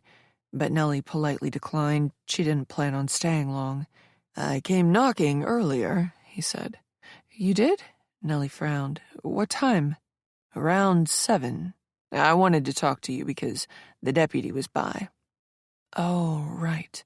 She should have mentioned Sullivan would be coming. This was, after all, Orville's property. I thought I heard someone on my stairs last night, Nellie said. Really? She nodded. Did you see anything unusual when the floodlights came on? He shook his head. I sleep like the dead. I didn't even know they'd come on last night. Nellie sighed. Hoping Orville had also seen something was a long shot. If he had noticed anything, he surely would have told her. I'm certain I heard someone on my stairs, she said. He frowned. Are you sure? I'm sure, no doubt about it. Nellie caught a chill and folded her arms. I wanted to ask if I could install some lights around the barn. I'd pay for it, of course. Orville didn't hesitate. I can work on that tomorrow. Now that I know how to do it, shouldn't take me long. Oh, no, Nellie said. I'd hire a professional. I don't want to trouble you. He smiled at her. How many times do I have to tell you, Nellie? I need things to do to keep myself sane. I should be thanking you. Now, come on. How about a glass of wine? She was tempted, but her sleep cycle was already off. Alcohol, even a tiny amount, would only make things worse. Maybe another night. Thank you so much." She returned to her apartment. Nellie rooted herself on the couch and brought her laptop out of hibernation. Her draft lesson plans were open. She tried working on them, but found it impossible to concentrate. It grew late, but she didn't feel tired. If anything, she was more on edge the later it got. Nellie had planned out 5 days in advance. The number of assumptions concerning progress and timing were so many that she feared the final product was a complete fiction. She knew the next 5 school days would bear only a passing resemblance to what these documents suggested. Again, she grew frustrated at being forced to do pointless busy work. Unable to focus, Nellie drifted onto the internet. She searched for Emmett and Marshall, but only saw the same articles as before. Changing her search parameters to cast a wider net, Nellie looked for reports of a woman being assaulted on that college campus around the time Tina would have visited. She didn't expect to find anything, but she did. Buried in a long dormant sorority forum, one member posted a story that sounded close enough. Some creep who didn't even attend the university had tried to rape a junior. The post did not identify the woman by name, but mentioned she was local. Then someone else, wanting to show how they were the most informed anonymous user on the internet, just had to mention that they knew the woman. Without naming her, they stated the victim was involved in a tutoring program that undergraduates hosted to gain credits toward their teaching certificate. Other posters complained about the university not employing enough campus security officers, and the conversation got off subject. Nellie was intrigued. She went to the university's website. The tutoring program was, surprisingly, still being offered.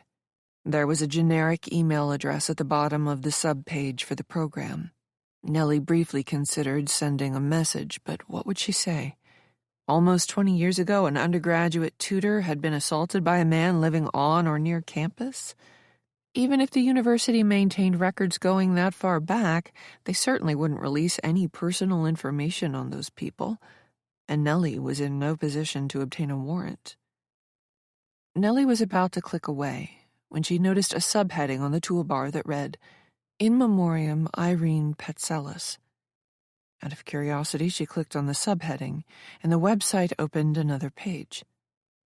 Near the top of the page was a black and white photograph of a dark-haired young woman with a bright smile. In the picture, she was wearing a T-shirt with the Greek letters Lambda Mu on the front and stood in front of a pillared sorority house. Intrigued, Nellie read the blurb on the page. "Thank you for visiting this site.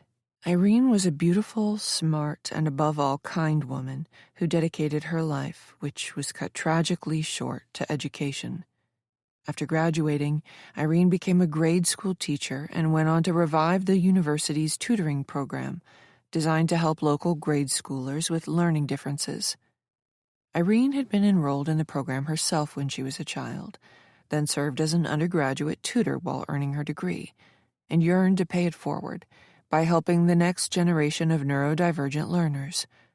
Irene loved to tell her story in the hopes of inspiring others like her. I remember when I was 12 years old and barely reading at a 4th grade level, and I thought I'd never be able to go to college. Fortunately, my mother had heard about the tutoring program run by the university for children like me, and the rest was history. Within a year, with the help of great students in the college, I was reading at grade level. My confidence level soared, and I started to believe in myself. Being able to read opened doors for me. It made college possible. During her tenure at the university, Irene was a member of Lambda Mu sorority, an outstanding student athlete, an actress in a list of the woman's extracurriculars, and many postgraduate accomplishments followed.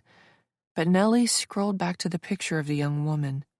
She studied that oval face, the dark hair, the tiny mouth. Nellie typed Irene's full name into a search bar. The first result was an obituary from 5 years ago. The poor woman had been 35 when she passed. The obit was vague on details, however. Nellie backtracked and found an old news article. Irene Petselis had been murdered. She'd been found strangled to death in a back alley not far from campus. Police had confirmed evidence consistent with sexual assault prior to the murder. Nellie searched for more information on the subsequent police investigation, but the articles were few and far between. No arrest, from what she could tell, had ever been made. The police had never found Irene Petzella's killer. Nellie toggled back to the in memoriam page on the university's site for the tutoring program. She read through to the bottom.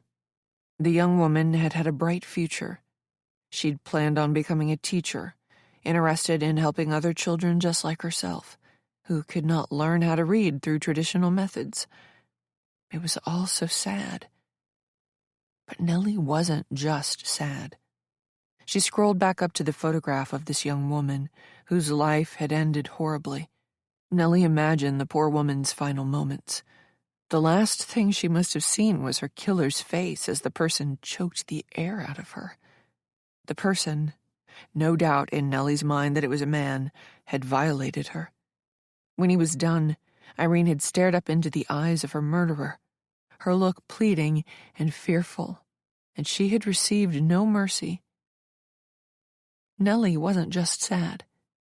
She was also terrified, because Irene Petzelis resembled her. "Come on," the boy said. "Who cares if we just met?" He put his hand on my bad wrist, already trying to lead me upstairs, but I didn't want to go. The girls I'd come to the frat party with had disappeared, one to the basement, another to a bedroom, leaving me alone at the party. I'd been ready to leave when this guy noticed me alone and came sauntering over. I didn't want his hand on me, and I really didn't want him pulling me somewhere. Without thinking, I tried to wrench my hand out of his grip, but the sudden movement was too fast and hard. My wrist slipped out of place. My thumb almost did too. "Let go!" I screamed my head off, but it was so loud and wild in the middle of this fraternity house that nobody noticed. Dale, that was his name, was a brother here. His smile slipped when he heard me screech and saw the look of pain on my face. "Whoa," he said, like I was being touchy. "Take it easy." I gritted my teeth and clamped down on my wrist. It went out of place from time to time, one of those injuries that would stay with me forever, apparently. But I never got used to the pain. With a quick twist, followed by a flash of more intense pain, I got it back into place. "That was awesome," Dale said, as if he'd just seen the coolest thing ever. "Did you just put your wrist back into place?" I managed to keep my tears in. "Yes?" "Sorry," he said, realizing he was the proximate cause of my injury. I didn't mean to scare you. I thought we were having a good time." His definition of good time and mine were different. Mine did not include listening to him tell me about his workout routine and gushing over how much weight he lifted. At least the pain in my wrist was already subsiding, courtesy of the 2 drinks we'd had before coming to the party. "Don't ever put your hands on me again," I said, turning to leave. "Wait," he called out. "Don't go. I'm sorry." He ran to get in front of me. "I'm sorry," he repeated. "Really, I feel awful. Come on. Least I could do is get you a drink or something. How about it?" It was still early. I had nothing to do back at the dorm except sit in a room by myself and watch late-night television. And one more drink would help dull the pain. "1 drink," I said. "But that's all." He held out a hand as if giving an oath. "I understand.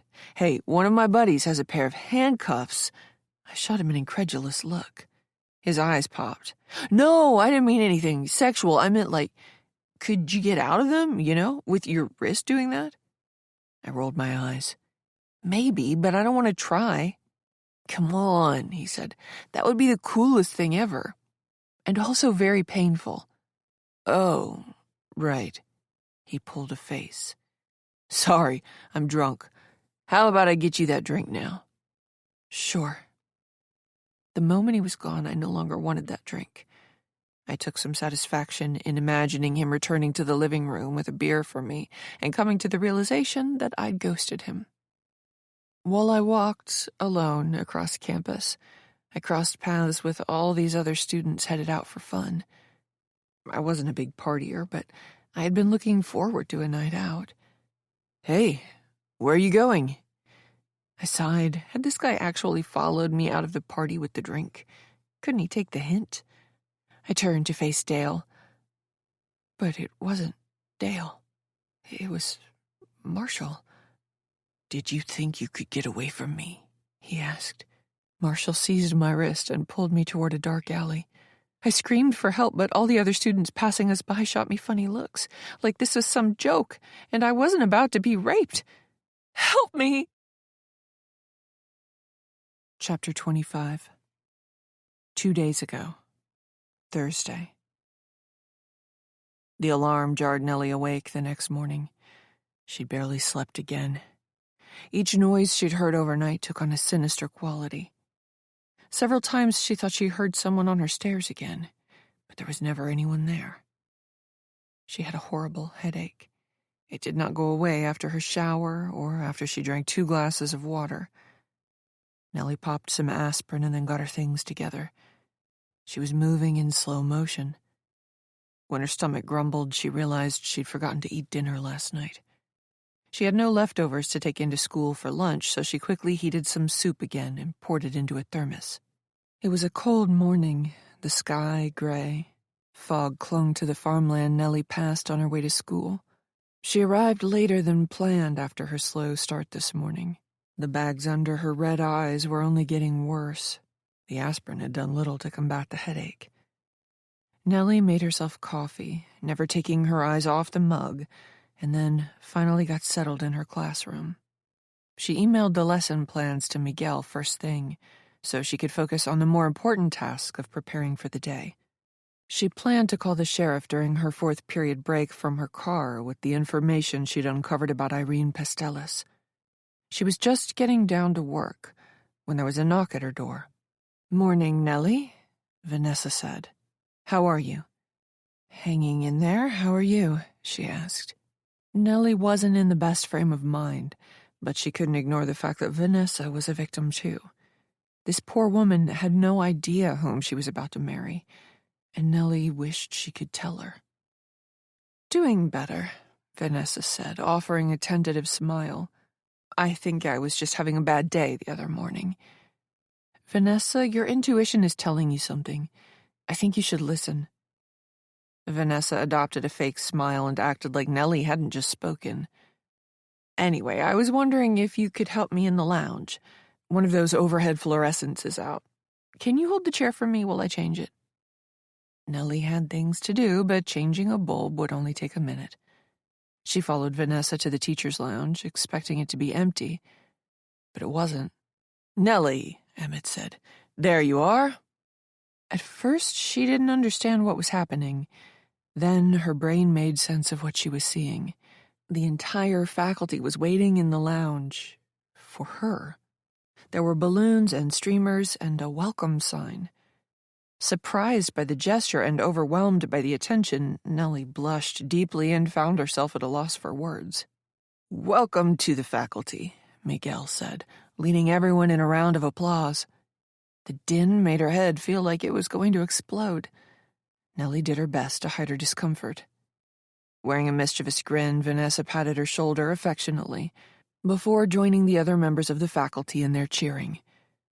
Nellie didn't know what to make of this situation. She was literally on a performance review, and here Miguel was throwing her a welcome party with the full staff in attendance. Nellie didn't like being the center of attention, but she forced herself to smile. Holding up a hand and nodding gratefully, she thanked everyone. Miguel put his hands on Emmett's shoulders. "This was Emmett's idea," the principal said, "and it was a good one." Emmett blushed as if embarrassed by the compliment. At the sound of his name, several members of the faculty cheered even more loudly. Emmett was still blushing when he stepped forward and gave Nellie a sheepish look. "Sorry about all this," he said. "We wanted to do something nice for you, but we didn't want to throw you a party on your first day while you were still getting settled in. And we also didn't want to wait too long because that would have been strange. Tomorrow, a Friday, would have been too obvious." Nellie hadn't been expecting anything like this. She would have been surprised either way. Anyway, after much deliberation, we decided that Thursday morning would be best, Emmett said. Sorry, not sorry, if we embarrassed you. Everyone laughed at Emmett's little joke. Nellie played along, smiling and even putting her hand over her heart to pretend like she was touched. But on the inside, she was seething. 2 nights ago, this man had been tripping floodlights and possibly walking up her stairs, absolutely terrifying her. 3 nights ago, this same man had slashed her tire. And those were only his nocturnal activities. In the light of day, he'd stolen her lesson plans. He'd given her an unwarranted lousy performance review. He'd intervened with Tom Stovich unnecessarily, seizing yet another opportunity to paint her as incompetent with Miguel. And he'd put something in her soup or coffee yesterday to make her sick, knowing it would make her afternoon hellish. And yet, here he was, acting like he was her biggest fan, her best friend. This could not get any worse. Or so she thought. Because Emmett wasn't done with his theatrics. With a huge smile, the man approached her. Nellie's skin crawled at the thought of having to embrace this man. But everyone was watching. They didn't know what she knew. She saw Mr. Hyde, but they knew him as Dr. Jekyll. After all, Emmett was the person who'd taken it upon himself to organize her welcome party in the first place. What a great guy. Biting back bile, Nellie went dead inside. She forced herself to feel nothing, to pretend like this wasn't happening, like it was happening to someone else. She aspired to trick herself to having an out-of-body experience. But it didn't work. Nellie didn't leave her body, nor could she ignore what was happening as the man closed in on her. She leaned in to give Emmett a quick embrace. She was aware of his body, of his hands, of his arms, of his chest and stomach pressing against her, the same way it had all those years ago, weighing down on her. She felt one of his hips mashed against hers. His embrace was a little too much, too forceful, more of a squeeze than a hug. It was yet another subtle power play, his way of flexing, of establishing dominance. While everyone awed at their embrace, Nellie wanted to cry. She let go first. But of course, Emmett held on. He kept her in his clutches for as long as he could without the situation turning awkward. After he let her go, Nellie staggered backward. She must have looked a sight. Hopefully her colleagues mistook it for her being overwhelmed by the surprise party instead of what it actually was. She had hugged Emmett. She had just hugged the man who'd tried to rape her. She felt violated all over again. She wouldn't meet anyone's eye. Someone called for a speech. She pretended not to hear. Everything was a whirlwind. Nellie couldn't seem to get a grip on any part of reality. There was no way to steady herself. Beck tapped her arm. Nellie took the cup of water the other woman was holding out for her. Their eyes met, and Beck gave her a strange look. She knew something was terribly wrong with Nellie. "We wanted to take this opportunity to welcome you to our staff officially," Emmett said, his voice loud and commanding. "I know it hasn't been the smoothest transition for you." Nellie shot him a murderous look, but Emmett smiled easily. She looked around to gauge other faculty members' reactions. They were all smiling too, acting like he hadn't just insulted her. Of course, Emmett had a way to spin what he'd just said. Going from a large city to a small town like this, moving from a huge school district to ours, it must be incredibly difficult. But we wanted you to know, Nellie, that you are appreciated here. Welcome to the Overland Middle family. Emmett raised his cup to signal the end of his toast. Nellie went through the motions. Emmett tapped her cup with his and took a drink. "Speech," Vanessa said, much more insistent than before. "Speech!" Nellie couldn't ignore the calls this time. Swallowing her outrage and bitter resentment, she adopted the phoniest smile of her life. "I'm not one for speeches," she said, "so I'll keep this brief. "Oh, come on," Emmett said. Everyone was having a laugh, everyone except Beck. Nellie caught her new friend watching her carefully. The other woman knew. No, Nellie said. We all have work to do, I'm sure. But thank you for this. You've all been so welcoming. A few of the smiles slipped. Even Nellie had to admit her words of thanks sounded half-hearted. She needed to give them a little more. I really couldn't imagine. Emmett's eyes bored into her. He wore a devilish, almost mocking grin. Nellie wanted to point it out to the crowd. She wanted to say, "See? You've got this man all wrong. This is who he truly is." But she knew the effort would not only be in vain, it would be career suicide. They'd turn to Emmett and see nothing but a warm, friendly smile. They'd turn back to Nellie and see a deluded individual, someone entirely out of touch with reality. I really couldn't imagine a nicer group of people to work with, Nellie said. Someone odd. Emmett burst into applause. The group followed his lead. Vanessa cuffed the back of Nellie's arm, gently ushering her to the table where the food was. They had gone to a lot of trouble for her. The food looked delicious, but she couldn't imagine eating. To be sociable, Nellie took a sesame seed bagel and marble donut.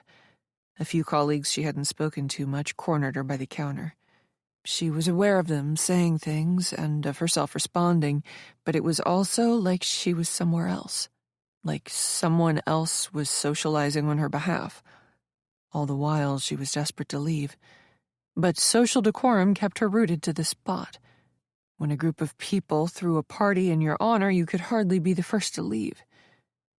Nellie absently listened to the guidance counselor. She nodded at appropriate intervals, even mustered a smile or two. But eventually, above all the other sounds in the lounge, Nellie could only hear one voice. Emmett was talking to another group of people only a few feet away. Their eyes met. Nellie fought to maintain her bearing, but putting on a mask had become too much. The man was ruining her. Even worse, he was doing it with a smile, subtly manipulating situations in invisible ways so that no one would believe her. What was the sheriff going to say if he found out Emmett had arranged a surprise welcome party for her? It would only serve to confirm Bill's pre-existing opinion of Emmett, that he was a great guy. One corner of Emmett's mouth twitched in a mocking grin.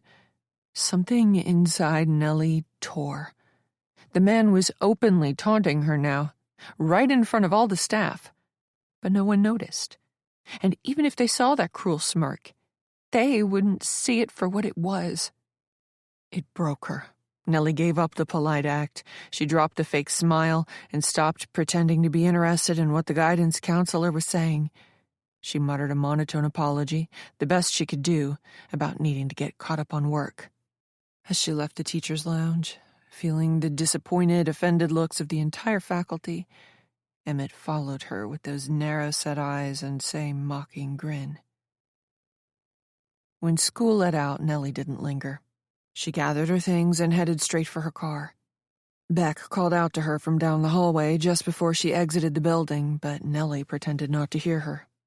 As the day had gone on, she found it increasingly difficult to focus on her job. By the time sixth period rolled around, she could not maintain her train of thought. Little things that usually did not register, a student tapping their foot, someone with a runny nose constantly sniffling, the muted chuckles from the usual troublemakers, served as major impediments. Unignorable distractions that completely derailed her at every turn. At one juncture, finding herself at a loss and simply rephrasing things she'd already made clear, Tom Stovich had rudely asked, "Are you having an aneurysm?" Unable to deal with the kid, Nellie had sent him back to the principal's office. But afterward, she worried that had been a mistake. Once more, she was admitting to facing a problem she could not handle herself. Besides, Tom had already done his damage. He'd made a joke at her expense, undermining her in front of the students. Sending him to the principal's office wouldn't unring that bell. She should have kept him in the classroom, not given him another opportunity to discredit her with Miguel. Rather than risk another painful conversation, Nellie hurried out of school. This couldn't go on any longer. Her life, if this could even be called a life, was unsustainable. She drove straight to the sheriff's office. Bill Van Dyke wasn't expecting her, so she sat once more in the tiny waiting area, while Deputy Sullivan tried to contact the sheriff, making small talk in between attempts. Nellie gave one-word answers, bordering on rudeness. Eventually, Val got a hold of the sheriff, who promised to be back in 15 if Nellie could wait. As the minutes passed, Nellie thought of all the things she could be doing instead of sitting in a police station. Catching up on sleep, eating something healthy, lesson planning, getting the apartment together. Or how about enjoying a walk on a warm autumn day, making plans with Beck to grab a drink, trying out a new yoga studio, finding the best used bookstore in the area, sitting in a cozy coffee shop with her headphones on and knitting, exploring local museums, meeting people.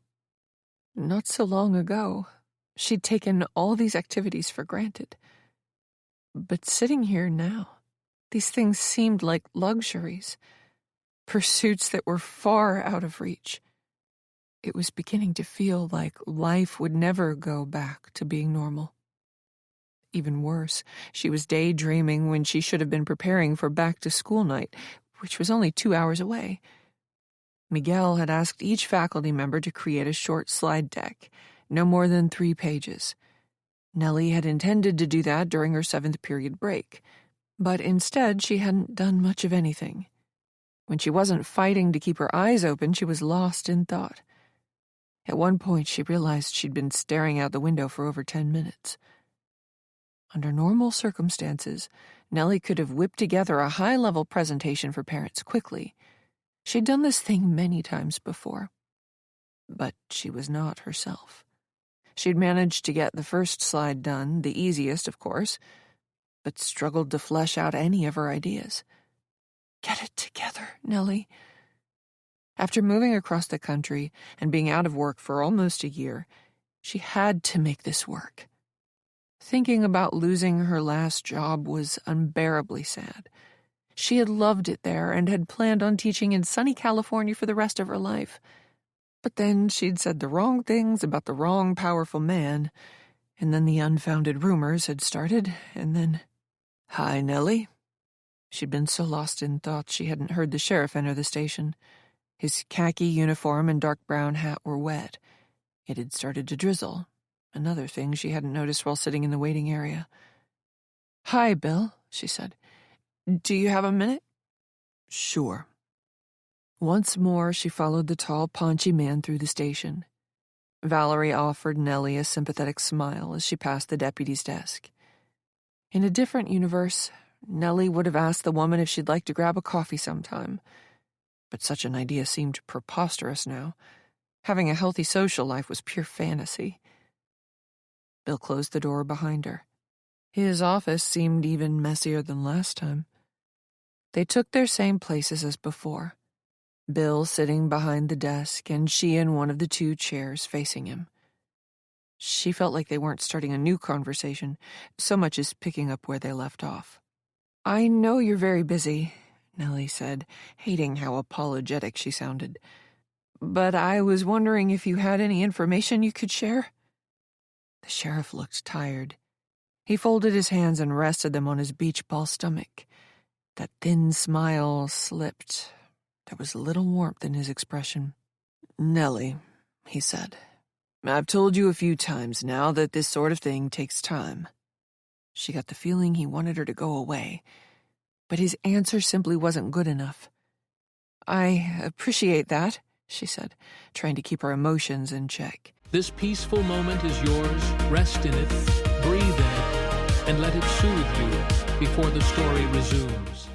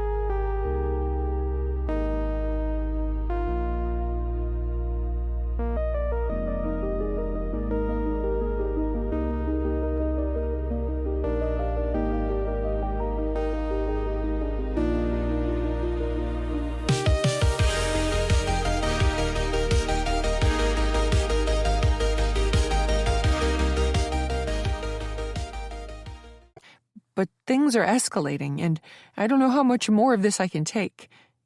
"Escalating how?" he asked. She went on to explain about the disruption in her classroom yesterday, and how she believed Emmett had orchestrated her being sick. The sheriff didn't even bother to hide his skepticism. Foundering, Nellie reminded him of the noises she'd heard outside her apartment 2 nights ago, as well as the tire slashing from 3 nights ago. He was unimpressed. "Have you gotten a chance to speak to your friend Tina?" he asked. Nellie took a deep breath. "I have." He arched an eyebrow. "And?" As upset as Nellie was at Tina, she didn't want to go into detail about why her old friend was being cagey. "She has a lot going on in her life right now," Nellie said vaguely. "I've given her your number. Hopefully she'll call." The sheriff stared at her, unable now to hide his growing disbelief. "Nellie," he said, "I'm going to level with you. I ran Emmett's background check 3 years ago when he first took a teaching job here. Absolutely nothing came up. He was perfectly clean. Glowing references from both colleges." "Both?" Nellie asked, frowning. "He did his first 2 or 3 years at one place and graduated somewhere else. The details escape me now, and quite frankly, they're unimportant. He had no criminal history, no questionable behavior, ever." "But that was 3 years ago when you looked into him, though," Nellie said. Knowing she was treading on dangerous ground now, she couldn't accuse the sheriff of doing a poor job, the one man in a position to help her. And yet, maybe there's something new that... He held out a palm. "I repeated the work. Same story. I'm afraid that from where I'm sitting, Emmett Moore is who he says he is. I have no reason to suspect otherwise. All I've got is your word that he's a fraud." "And Tina..." "Who won't get on the phone with me, Nellie." His tone was admonishing. She felt like a student being called out by a teacher. "You must realize what this sounds like. You've got a friend who agrees with you, but this person won't get on the phone with me." Nellie knew exactly how it sounded, and yet she knew she was right. "What about 2 nights ago?" she said, growing desperate. "Somebody was at my house." "What time was that again?" the sheriff asked, pulling out his tiny notepad. 4:30. "You're sure of that?" "Yes, I'm sure." "Absolutely?" "Yes." Nellie threw her hands up in frustration. "I told you the first thing I did when I woke out of a dead sleep was check the time." "Yeah. See, the problem with that is Emmett has an alibi." "He has an alibi for 4:30 in the morning?" Nellie asked, unable to stifle an incredulous laugh. But the sheriff nodded. "He was on the other side of town. Emmett jogs every morning around 4 or 4:30. She couldn't believe this. "That's what he told you?" Nellie knew she was losing her cool, but she talked right over the sheriff. "What? Did he spend the night with his fiancée? She could have been sleeping when he snuck out. Or maybe she's just lying." "Nellie." "Don't tell me he's claiming someone saw him while he was out for a run at the crack of dawn." "No, Nellie." The sheriff did not hide his displeasure at being interrupted. "He took cash out of an ATM on his way home from his morning jog at 4:31 a.m. We have him on camera. Even if he jumped in his car right after, he's not getting to your place for 20 minutes. It was a good thing Nellie was sitting down. That revelation might have sent her reeling. She couldn't think of anything to counter the evidence in the sheriff's possession. "If somebody was outside your apartment," the sheriff said, his voice gentle again, "it couldn't have been Emmett." "There was someone, Sheriff." He didn't respond. Nellie looked away. She was certain someone had been out there. But what if she was wrong? Maybe interacting with Emmett on a daily basis had made her snap. Could she not trust herself now? It was a horrible feeling.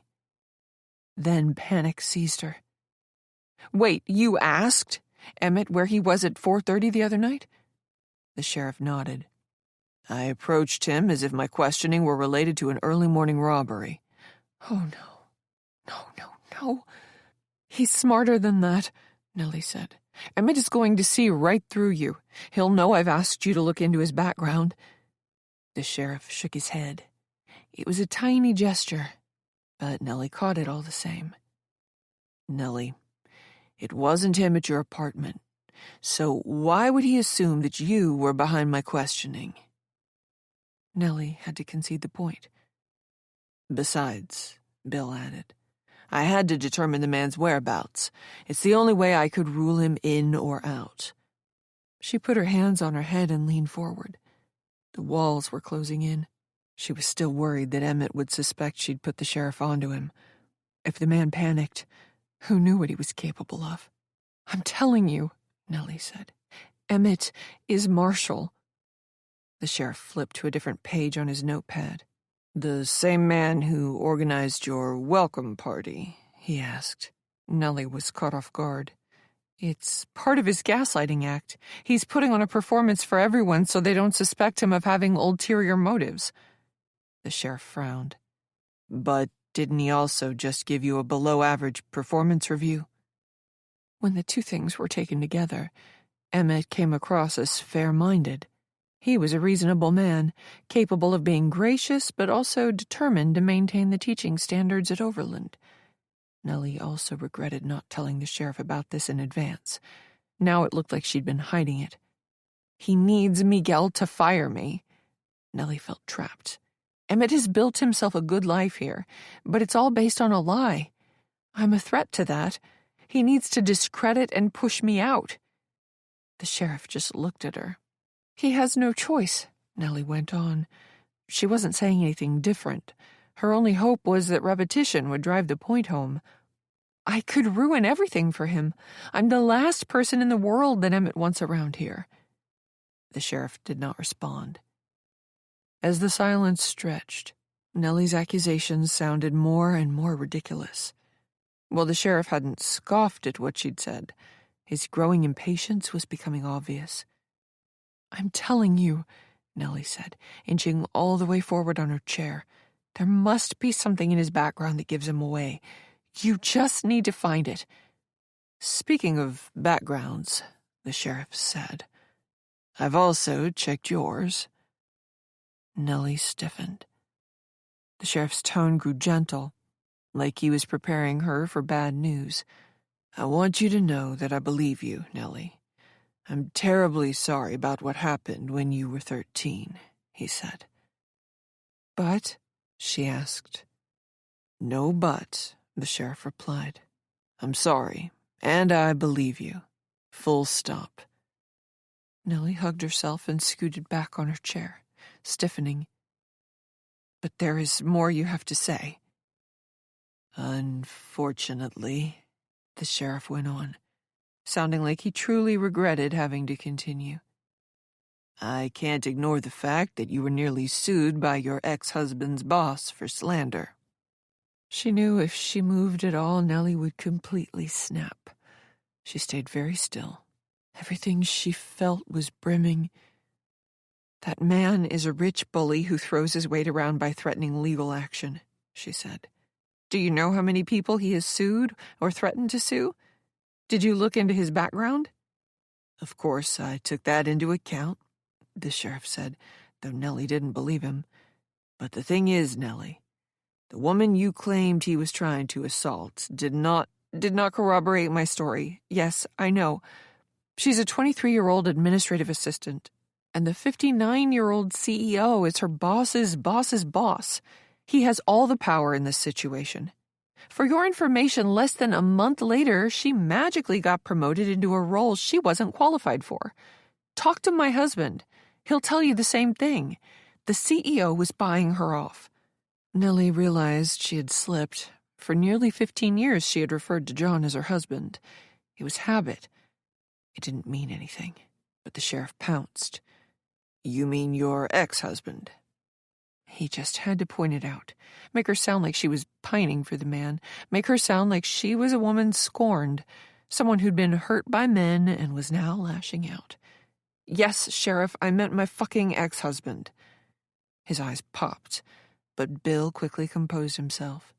"I didn't mean—" "Sure you did." Nellie said, beginning to dislike the sheriff now. "We both knew who I was referring to, so there was no need to point it out unless you meant something by it." He sighed. "Nellie, I don't appreciate the attitude. I've taken your allegations very seriously, and I looked into this myself. But there's nothing here. Emmett Moore is Emmett Moore. All I've got contradicting that is the word of a woman he's just thrown a welcome party for and given a poor performance review to." "So that's it?" she asked. "I will continue to look into his background," the sheriff said, "but I can't make you any promises, Nellie. As I sit here today, there is nothing to suggest he's living and working under an assumed name. Put yourself in my position, Nellie. This man is a beloved model citizen." Nellie wanted to cry, but she didn't want the sheriff to see that. His voice grew gentle again, as if she were fragile. "I know how difficult this must be for you," he said. "New town, new school, and seeing someone who reminds you of that boy. But it's just your mind playing tricks. Now, I think the best thing you can do is go to work tomorrow and focus on teaching. Maybe next week, once the dust has settled a bit, try talking to Emmett. If you give him a chance, I think you'll see that there's no way he could be the person you think he is.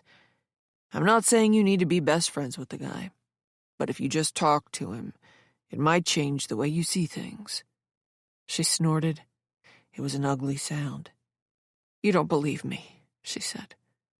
The sheriff didn't answer, but then again, he didn't need to. "Nellie, She didn't even bother trying to stop the tears now. Crying silently, she shot out of her chair and hurried out of the man's office. Outside, the drizzle had turned into a slashing rain. Her feet found every puddle as she raced through the parking lot to her car. Her vision was a blur. She started the engine, but there was no way she could operate a motor vehicle in this state. Nellie looked at herself in the rearview mirror, seeing the red eyes and puffy cheeks and ruined makeup. She had always thought she was aging well, but now she looked old, tired. She looked defeated. The last time she had felt this low had been... She didn't want to think about John. She really didn't want to.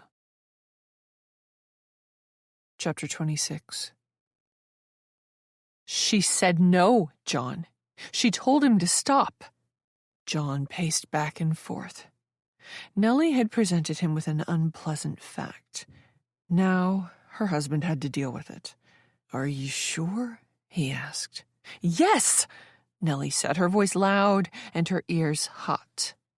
She'd had a few drinks at the office party, but she wasn't making any of this up. She didn't like Alan Darowitz.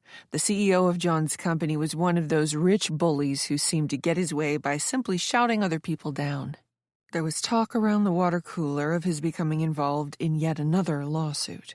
The last one, over a year ago, had been brought by a 20-something waitress he'd, allegedly harassed while on a business trip. There were many stories like that, nothing ever confirmed. There were other stories, too, about former employees suing for wrongful termination, former business partners claiming breach of contract, vendors screaming about services they were never paid for. Nellie did not like how her husband automatically defended the man whenever these things came up. The more successful you were, John said, the more likely you'd be sued one day. He would go on to cite countless examples of prominent businessmen who seemed to spend just as much of their time in a courtroom as they did a boardroom. Secretly, Nellie had been hoping John would move to a new company. John stopped pacing. "Did you do something about it?" His tie was crooked, his face red from all the stiff drinks, his hair a little out of place. They had left the party quickly after Nellie had walked into the wrong room, catching John's boss trying to force himself on a much younger woman. Nellie was starting to get the feeling that John didn't want to believe her. "Of course I did something," she answered, trying to keep calm. "I was standing right there. What should I have done? Walked away? Acted like it was nothing?" John went very still. His whole career was flashing before his eyes. "What did you do?" "I told your boss to get the hell off her," she said. "Okay," he said. "Okay, that makes sense." Of course it did. What didn't make sense was the fact he needed to convince himself of the fact. "And then Christina ran out of there," Nellie said. "The moment Alan got off her, she was gone." "She might have been embarrassed," John said, glancing away. "You walked in on them fooling around, maybe?" He was trying to find a way out of this mess that did not involve getting his boss's boss, the owner of the company, the man who signed his paychecks, the man who decided what his salary and bonus would be, in trouble. "John, look at me." Her husband turned back around. Nellie was starting not to recognize him, and that scared her. "She said no several times," Nellie said, unable to keep the tremor out of her voice.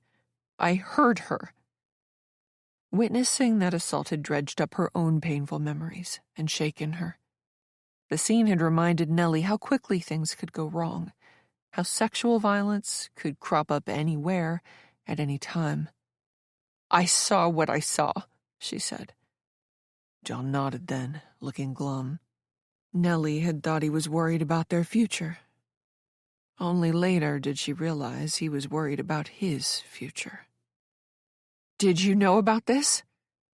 Nellie held up the expensive envelope, the threatening letter from Alan Derowitz's attorney sticking out of it. Flashing the paperwork in John's face, her pulse throbbed in her temple. "Did you?" Nellie asked when he would not answer right away. From his doorway, John looked left and right to check for neighbors. "Come inside, would you?" "No, John, I don't care who fucking hears me." He cringed and held his hands out in a stopping motion. Anything to avoid a scene with the woman he was in the process of divorcing. "Please, come inside." Nellie relented, not for John's sake, but for her own. Despite her all-consuming anger, she realized it was better to have this very private conversation behind closed doors.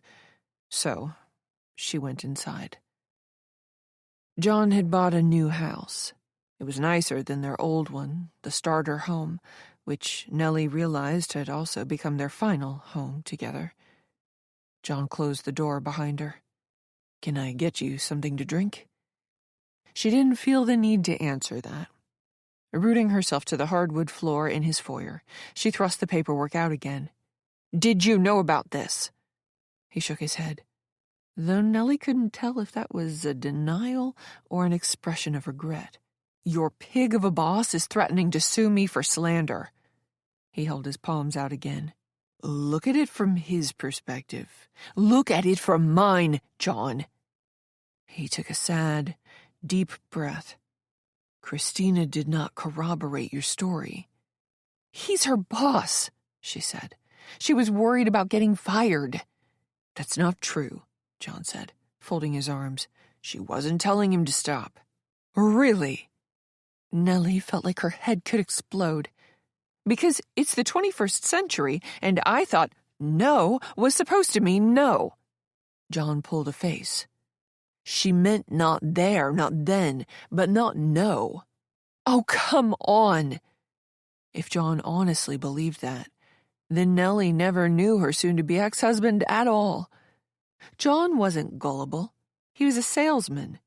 In his line of work, he'd become great at reading people, seeing through the things they said. Only a misguided loyalty, born out of self-interest, could have blinded him to the truth. "I was there.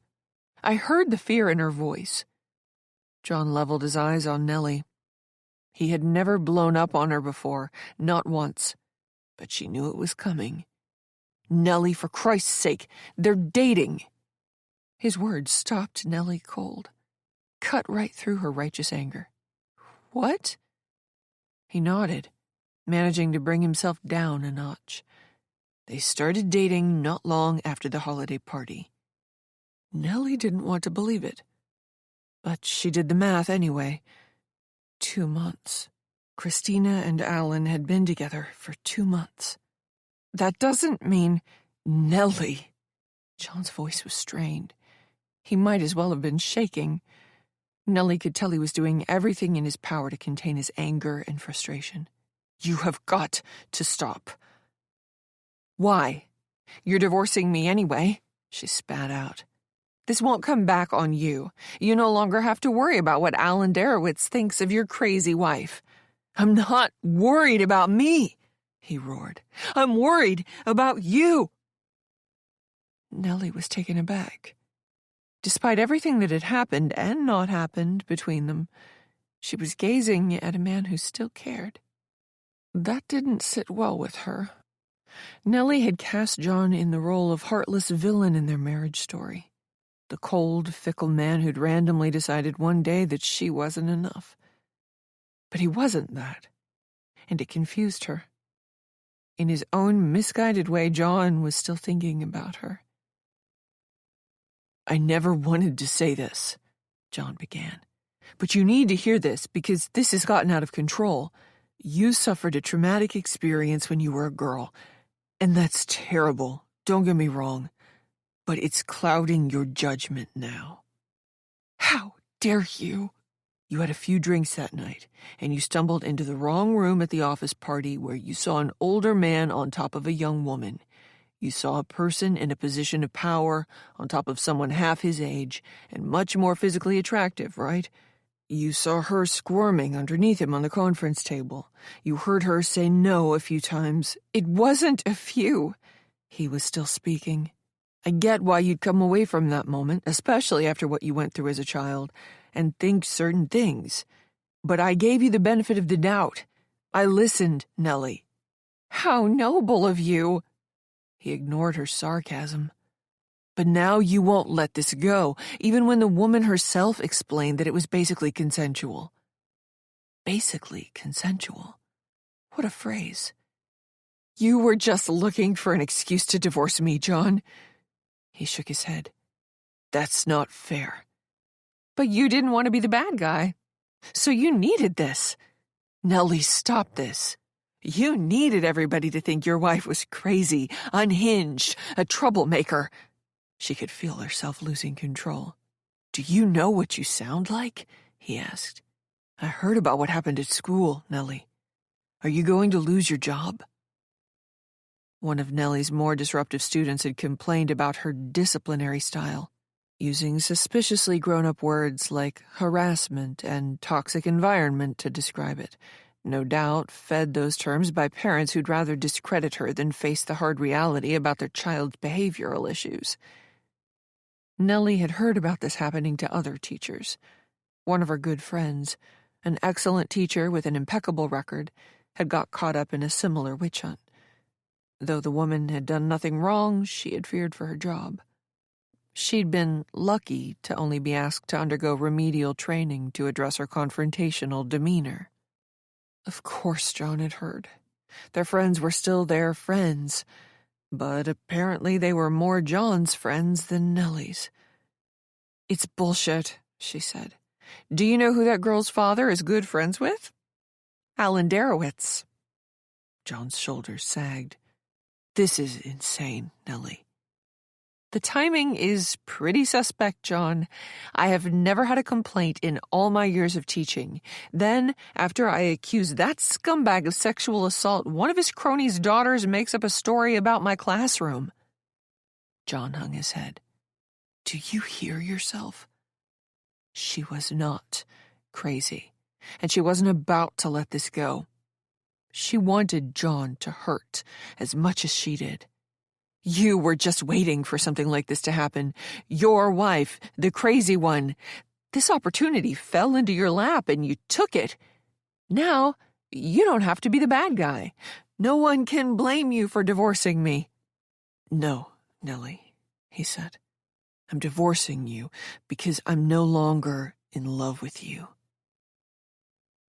She left John's new house and drove through John's posh neighborhood, wondering why his life hadn't skipped a beat while hers had been completely upended. She drove through town, what used to be their town, and past all the places they used to go together, and wondered why he got to keep all of this, why this stayed his but not hers. Why he was getting a promotion and she was in a fight for her job. Why a man who tried to rape a woman got to accuse Nellie of slander. Chapter 27. Nellie wiped away her tears. Her car was steaming up. She activated the defogger. A small hole formed on her windshield as the hot air went to work. A tiny ovoid window into the cold, rainy world outside. She hated feeling so powerless. It reminded her of leaving John's house that day. It reminded her of resigning from her last job, still under a cloud from that student's baseless allegations of harassment. That was all resolved in her favor, of course, but by then her boss had already filled her position for the upcoming school year, and Nellie had been half out the door anyway, the damage already done. But most of all, this feeling reminded Nellie of that day, 24 years ago, when Marshall had forced her down onto the table, when he dislocated her wrist and thumb, while he'd held her there, looked into her eyes as he pulled down his shorts. No, I will not be a victim. Never again. Nellie had already started her life over once. She would not do it again. A lifetime's worth of anger filled her up. Her body shook with the rush of adrenaline brought on by sheer outrage. She would not be victimized again. She would not show up at Overland Middle School tomorrow and pretend like everything was fine. Nor would she go quietly away. Nor would she simply do nothing while Emmett set her up to fail. He wasn't going to ruin her life. She was going to ruin his. Nellie left her car running as she stomped through the rain-slicked parking lot. Deputy Sullivan was surprised to see her re-enter the sheriff's station. Nellie motioned toward Bill Van Dyke's office. "I'm going to speak to him again," Nellie said. Without waiting for approval, Nellie tromped through the station. The sheriff looked up from his computer at her through the big glass window on the side of his office. He was even more surprised to see her coming than his deputy. Nellie opened his door without knocking. "If you're not going to do anything about this, I will." He was getting up, holding out a palm. "Now, Nellie, wait a minute. Don't go off doing anything." "I'll get you evidence," Nellie said. "Then you'll have to do something about this. Or I'll talk to the mayor, and he'll find someone who will." "Nellie, hang on a second." She didn't. Nellie strode out of the station as Bill called out, imploring her not to do anything stupid. She was cutting it very close. Nellie still needed to whip together 2 more slides for her classroom presentation. An hour ago, that simple task had seemed impossible. But now that she was charged up, determined to take her life back, Nellie wasn't worried at all. She'd done this before and had plenty of time. Now that she'd taken action, she felt empowered. She felt like she had agency again. Before she returned to the school, however, Nellie had something more important to do. She pulled off the side of the road so she could focus entirely on the task at hand. The phone rang a long time. Nellie was getting ready to leave an accusatory voicemail when Tina answered in a tentative, hushed voice. "Hi, Nellie. How's it going?" "Tina, I need your help." Nellie dispensed with the usual pleasantries. "Are you going to do the right thing?" Tina was silent. Nellie wondered if the other woman was going to hang up on her. But then she heard Tina moving around. "Give me a moment." Nellie heard a door, then echoing footsteps in a stairwell, then another door. Finally, Tina came back on. "Nellie, I'm really sorry about this, but—" "Tina," Nellie interrupted, "you owe me. Mikey will kill me if I get involved." "Do you mean that literally?" Nellie asked. "No, of course not. He'd never lay a hand on me. I didn't mean it like that." "Then how did you mean it?" Nellie asked, wondering if there were any good men left on this planet. "The thing is, this was years ago. I told him about you, about what happened. I mean, about what I thought happened at the time. And I've never since explained that I was wrong." "So what?" "Well, Mikey thinks you're an instigator. He's got ideas about you." "I don't care about his ideas. I need your help." "Nellie, But she could feel Tina's resolve crumbling. "He'd never let me come see you," Tina said. "Why do you need his permission?" Nellie asked. "It's just, I need him right now. The kids and the grandkid, Tina." There was a long silence. Nellie waited. Normally she'd feel compelled to let a friend off the hook. Tell them it was all right, don't worry about it. But not today. Nellie was tired of people letting her down. "Okay, look, okay." Nellie heard Tina moving around again. "I'll have to make up a story, all right? So Mikey won't know why I'm coming out there. So he won't think I'm coming out there to speak to the police." "I don't care what you tell him," Nellie said, "so long as you come." But Tina was hung up on this problem of hers. "I know, I'll tell him you're going through a difficult time and need a friend. Yeah, he'll believe that. It's not even a lie. Not really." Nellie didn't care. This was Tina's problem to deal with. Or not, it didn't matter. It didn't matter if Tina lied to a man like Mikey. He deserved it as far as Nellie could tell. "When can you get here?" "Well, let me think. It's already Thursday, so this week is probably out, and to be honest, I'm really busy next week, so..." "Do you work this Saturday?" Nellie asked. No, but What time do you get done tomorrow?" Nellie asked. "Early, actually. I'm done at 4. But I have to run some errands.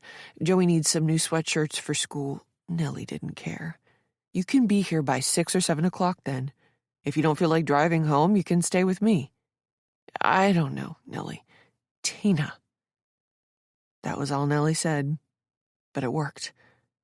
"Okay, yeah. Tomorrow works." Nellie had an idea. "On second thought, we'd better get you a motel room. I'm pretty sure this asshole is watching my apartment. I don't want Emmett knowing you were here." "How much do you think that's going to cost?" Tina asked. "It's just that money's tight right now." "I'll pay for it," Nellie said. "Will you do it, Tina?"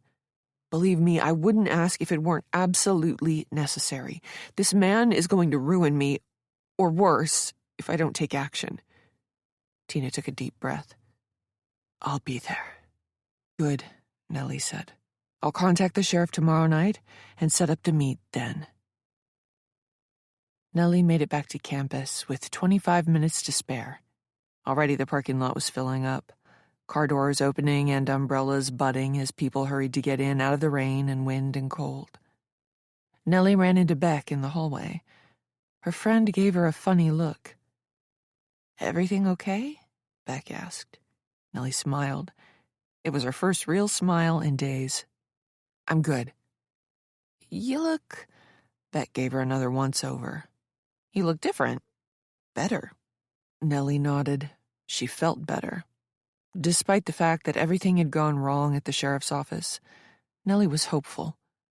Bill Van Dyke might have been able to ignore her, but he couldn't also ignore Tina.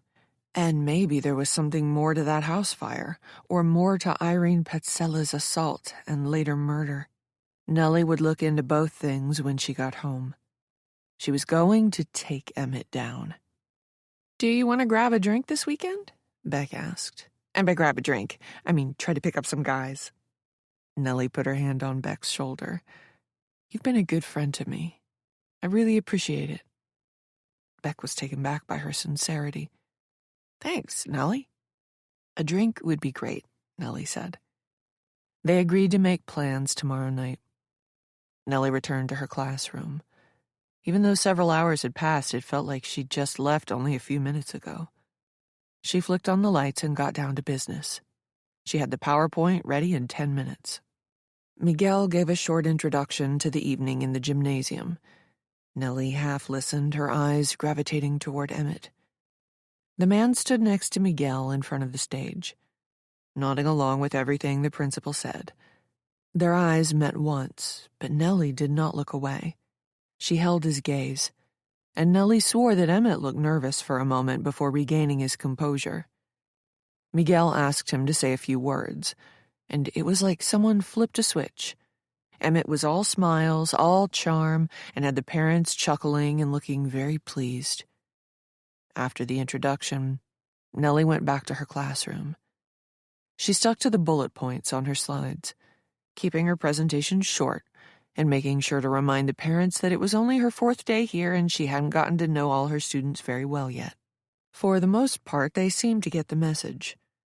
During her first 3 meetings with parents of students from different classes, only one woman approached her after to ask why her son only had a 95% grade average, when she thought he deserved at least a 97%.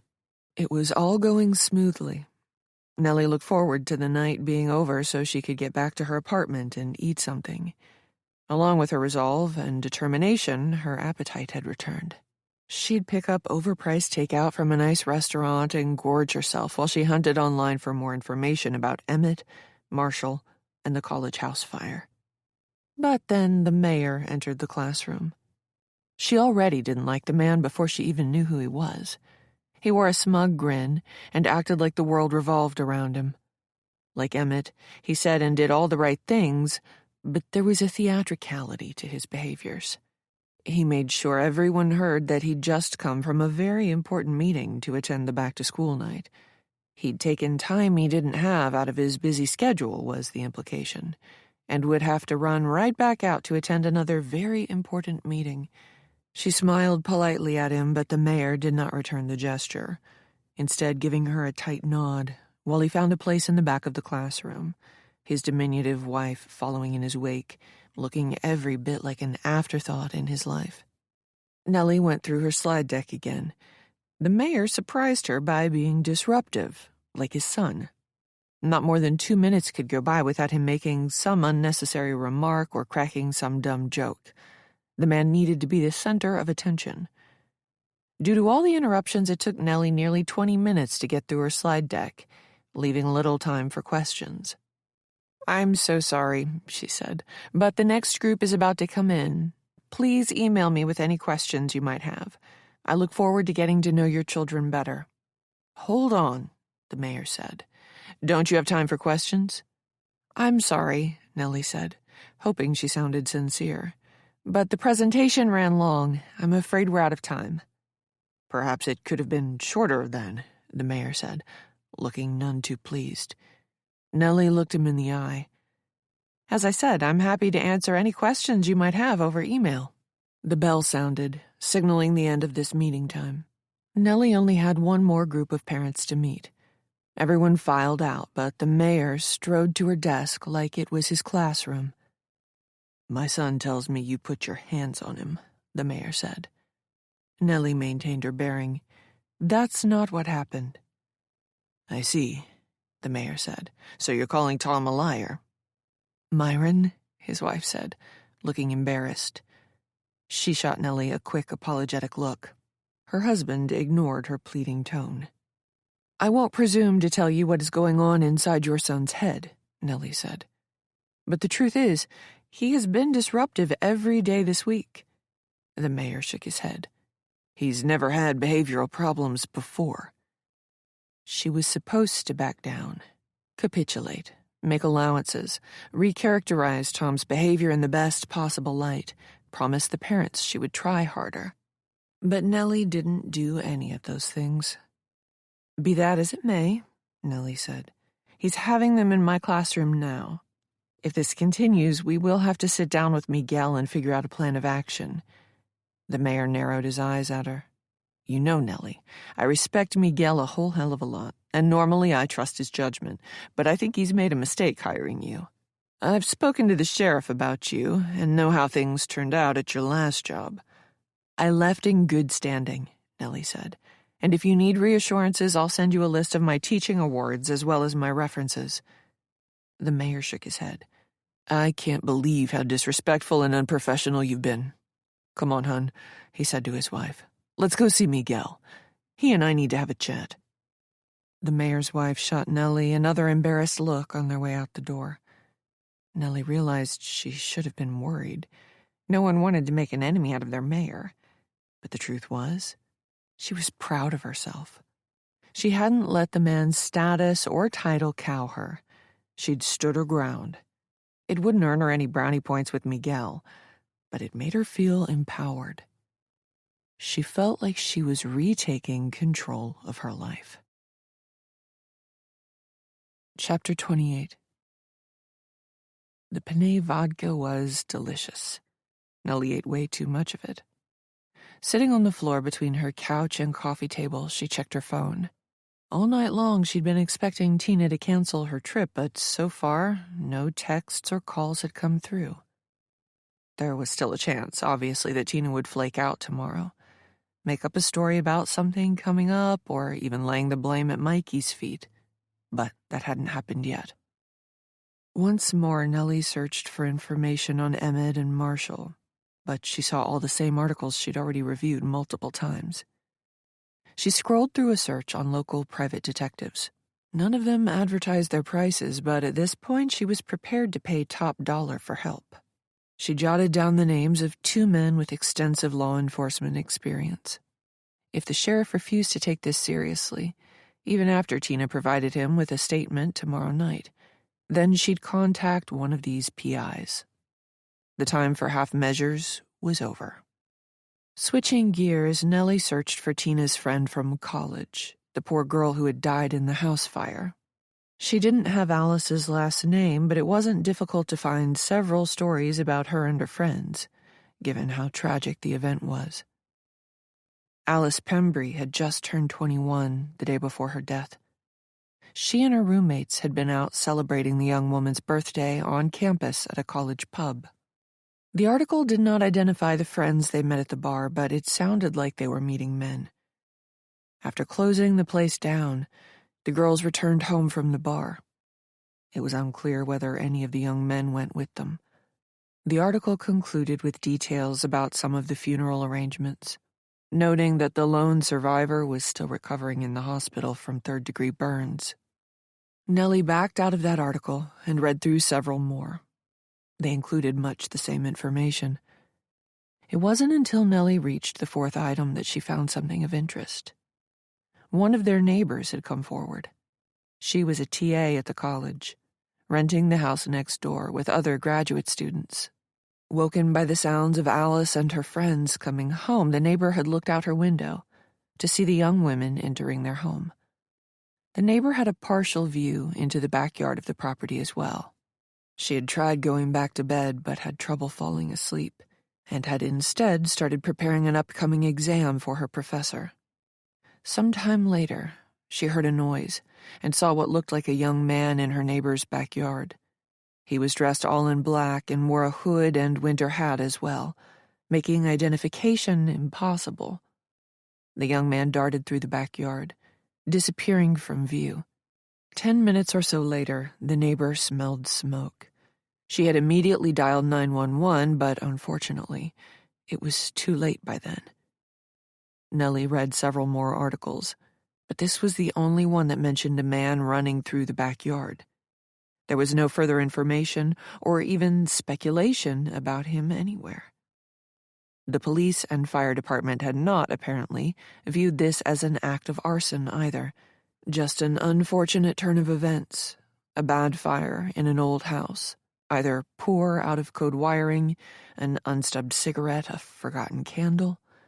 Having celebrated Alice's 21st birthday, the young women had gotten very drunk, multiple witnesses at the bar attesting to that, with the implication being they must have all been passed out when the fire started. Nellie sighed. It was a sad story, and didn't give her much to go on other than the names of the victims. The lone survivor was a woman, no longer young, by the name of Julia Sowers. Chapter 29. 1 day ago. Friday. Nellie woke with a clear head and feeling refreshed. It was the first time she'd slept well since Saturday. It was amazing what one good night's rest could do for the spirit. She hopped out of bed and got dressed. As she pulled her socks and shoes on, Nellie realized that she'd only been in Overland for 1 week. 7 days. It felt much longer than that. So much had happened. There was Panay vodka left over, but Nellie decided to save that for dinner this evening. She quickly boiled some soup and dumped it into her thermos and hit the road. It was a bright blue day. Megan wasn't at her desk yet, and Miguel's door was closed. Nellie proceeded down the hall, her step lighter than it had been all week.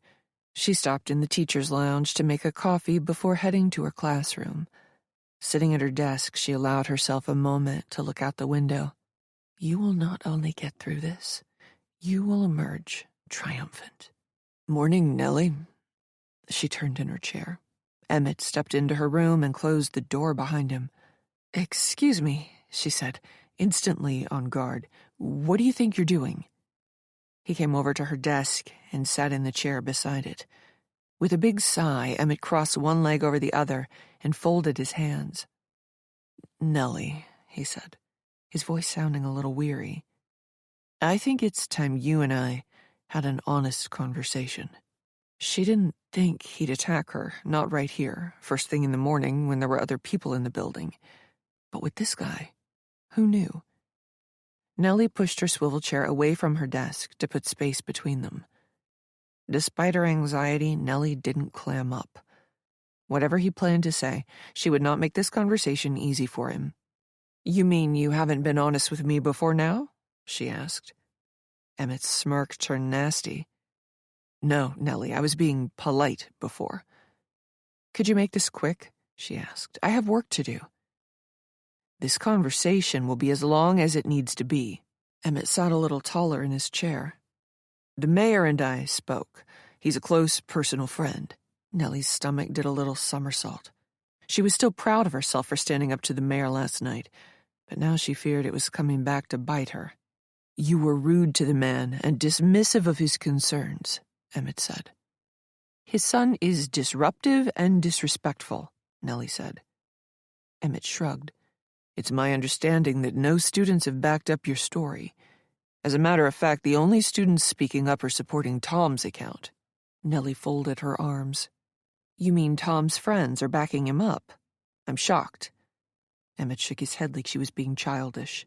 I can see I'm not going to get anywhere with you on the subject of Tom.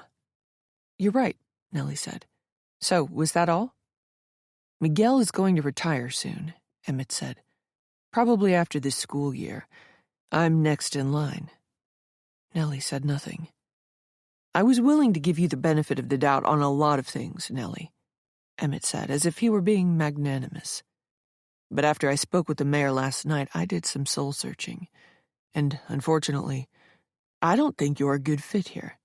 He let that sink in before continuing. In a bigger district, like the one you came from, you had clearly defined responsibilities and could hide among the large staff. But you can't get away with that in a smaller school like Overland. Teachers here must wear many hats and be able to multitask a variety of non-instructional duties. I wasn't able to hide anywhere. And if you took a moment to review my CV, you'd know immediately that I wore many hats in my last job and voluntarily took on a host of other responsibilities, including several extracurriculars. He went on like she hadn't spoken. To be frank, you have poor organizational skills for someone with 15 years of experience, misplacing those lesson plans on only your second day at school. And after giving it more thought, I was fair in my assessment of your classroom management, especially in light of the fact that you've apparently handled classes of 30-plus students before, and in terms of non-instructional duties, you've had problems with those already. Someone took my lesson plans, Nellie said, gritting her teeth. And under the circumstances, I did a good job. As for the car line, I don't want to hear any more excuses. He took a deep breath, as if it pained him to say this. I'm sorry, Nellie, but this just isn't working out. Is this coming from you? She kept her cool. Or did Miguel ask you to deliver this message through channels? He palmed his chest. This is coming from me. I don't see any value in pretending like everything is fine, essentially leading you on. Bottom line, Miguel has his doubts, and if and when I'm principal of this school, you will not be a part of this faculty. It took all her willpower to maintain her composure. I thought you said you were going to be honest with me. He narrowed his eyes. Nellie added, Is that all you have to say? No, Nellie, it's not. But I'm trying to keep this civil. She ignored that. You've been out to get me since I got here. Come on, really? His smile was irritating. I threw you a welcome party yesterday. It's the truth, and you know it. No, Nellie. Here's the truth, and it's pretty simple. You can leave on your own terms now, or you can eventually be shown the door. You're telling me to resign. I think that's for the best. Best for who? For everyone, Emmett said. Be reasonable, Nellie. Her whole body was charged, like there was an electrical current passing through her. Nellie felt like she could float out of her chair. There seemed to be no point holding back anymore. Emmett had made his intentions clear. You have had it out for me ever since I got here, Nellie said. You've manipulated all these situations to make me look bad. He palmed his chest and adopted an offended expression. Are you accusing me of something? In case that wasn't clear, yes, I am. You moved my lesson plans and set me up with the car line. I think you've been stalking me, too, showing up at my apartment in the middle of the night to harass me. Oh, I see now. He snapped his fingers, as if the idea had just occurred to him. That's why the sheriff was so interested in my whereabouts at 4:30 in the morning, whatever night it was. Whatever night it was, like he didn't know exactly which night they were talking about. It had nothing to do with that supposed robbery, then, Emmett said. Really, Nellie, did you tell the sheriff I was stalking you? You are, Nellie said. You're trying to intimidate me, but it won't work. He grew sober. Those are serious accusations, Nellie. Why on earth would I ever do those things to you? I know who you are, Emmett. He arched an eyebrow, unable to keep the hint of a smile from appearing. Who I am? Yes, and I know what you are. There was an irksome playfulness about his expression now, as if he were entertaining the absurd notions of a crackpot conspiracy theorist. And what am I? You're not going to get away with this, she said. I won't let you ruin me. This is getting ridiculous, Nellie. He rose and went to the door. No one is out to get you. I'm not stalking you. I didn't move your lesson plans. You screwed up the car line. You can't control your classroom. Do you hear yourself? This is insane. Nellie forced herself to rise also. Though her stomach was churning, and though this man terrified her, she found her courage. I'm going to get you. Do you hear me? He looked at her like she was crazy. I was doing you a favor, Nellie, coming in here and offering you the opportunity to resign rather than risk being fired. But I can see now that was a fool's errand. You should hear yourself. You sound deluded and, for reasons I can't fathom, spiteful toward me. Why is that? She looked him in the eye, refusing to be cowed. He gave her another irritating smirk. Did some guy treat you poorly in the past? Are you one of those women who takes a prior bad experience out on every new man she meets? She was outraged. Nellie trembled with anger. I don't hate men, just certain ones. Well, you literally just threatened me, Emmett said, adopting a professional air once more. I'm afraid I'll have to bring this to Miguel's attention. I know this is probably a waste of time on my part, but I must say that whatever you're planning to do to me, you should reconsider. You've already dug a hole for yourself.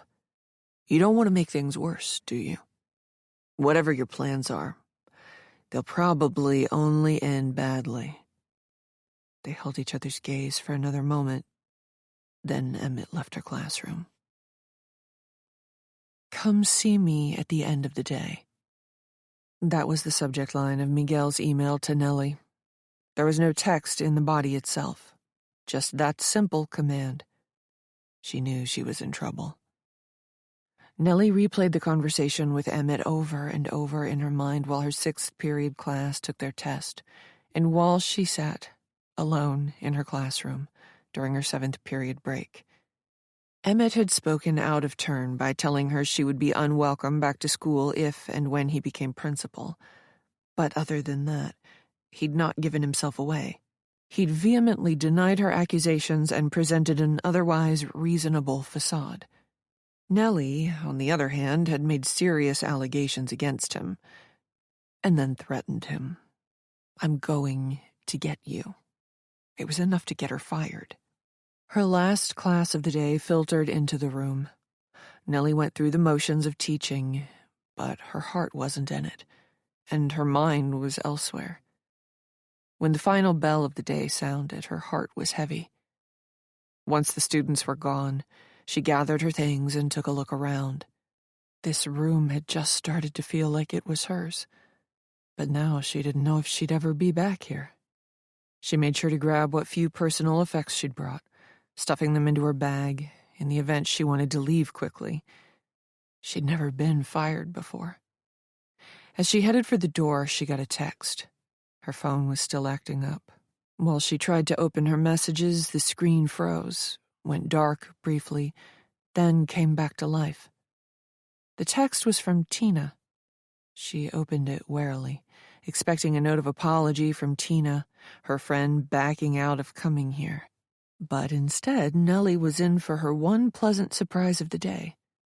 Tina planned to arrive in the area between 6:30 and 7 and was checking into the Wayfair motel. The text provided the address and also the nightly rate. Tina asked if they could grab a quick bite to eat and maybe a drink before they met with the sheriff. Nellie figured the drink would serve as liquid courage for her friend, but that was fine. If Tina needed a little bit of alcohol before their meeting with the sheriff, then so be it. Nellie managed a smile in this brief moment of happiness. Nellie didn't know what was about to happen with Miguel, but at least Tina hadn't flaked out. She wondered, briefly, what she'd do if Miguel fired her. If she went on to prove that Emmett was Marshall, would she demand her job back? Or would she move on? Now that she considered the hypotheticals, she didn't know if she wanted to keep working here. She was only 5 days in, but there were already too many bad memories. The place was tainted. First things first, however, she still needed to have this conversation with Miguel. She headed down the quiet hallway. Vanessa was coming toward her, presumably going to Emmett's classroom. The other woman did not meet her eye. Nellie wanted to pull her aside and tell her everything, tell her to leave Emmett, to change the locks on her doors and change her phone number and never speak to the man again. Nellie wanted to probe Vanessa for details about Emmett. If only she could have an honest conversation with this woman, Nellie might uncover some piece of information that would expose the man. But Vanessa would not even look at her. Megan was not at her desk, having left early again to attend to her mother. Nellie saw Beck at the far end of the other hallway, standing on a chair to hang the latest student artwork. She considered saying goodbye to Beck. It would be nice to give her new friend, the one bright spot in this place, a big hug. But then Miguel's door opened and the principal peered out. "Hi, Nellie." His voice was cold, official sounding. "Please, come in." She followed him into the office. When she reached for the door to close it, he held out a hand. "Someone is joining us." "Who?" she asked.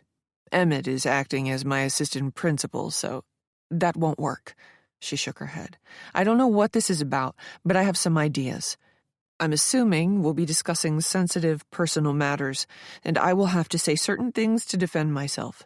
These involve Emmett, and it would be highly inappropriate for him to be here." Miguel was taken aback by her tone. "I am required by school policy to have a third party join us for a discussion like this." "Fine," Nellie said. "Then get someone else." Miguel studied her for a moment. "Okay, Nellie, if that's how you want it." "Thank you."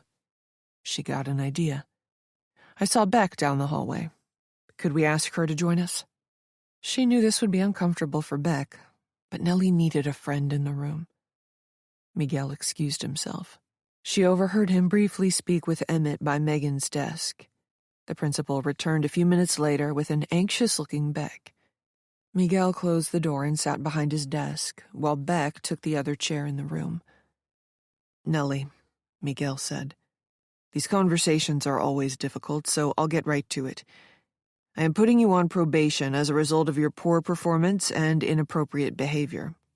I am required to do so at this point, and there will be a more formal investigation into this matter. That should not take long, however, and I expect to have a final determination about your continued employment status before we return Monday morning." Beck squirmed in her chair, clearly uncomfortable. Miguel was still talking. "I've already spoken to you about your classroom management and organizational deficiencies, so I won't belabor those points.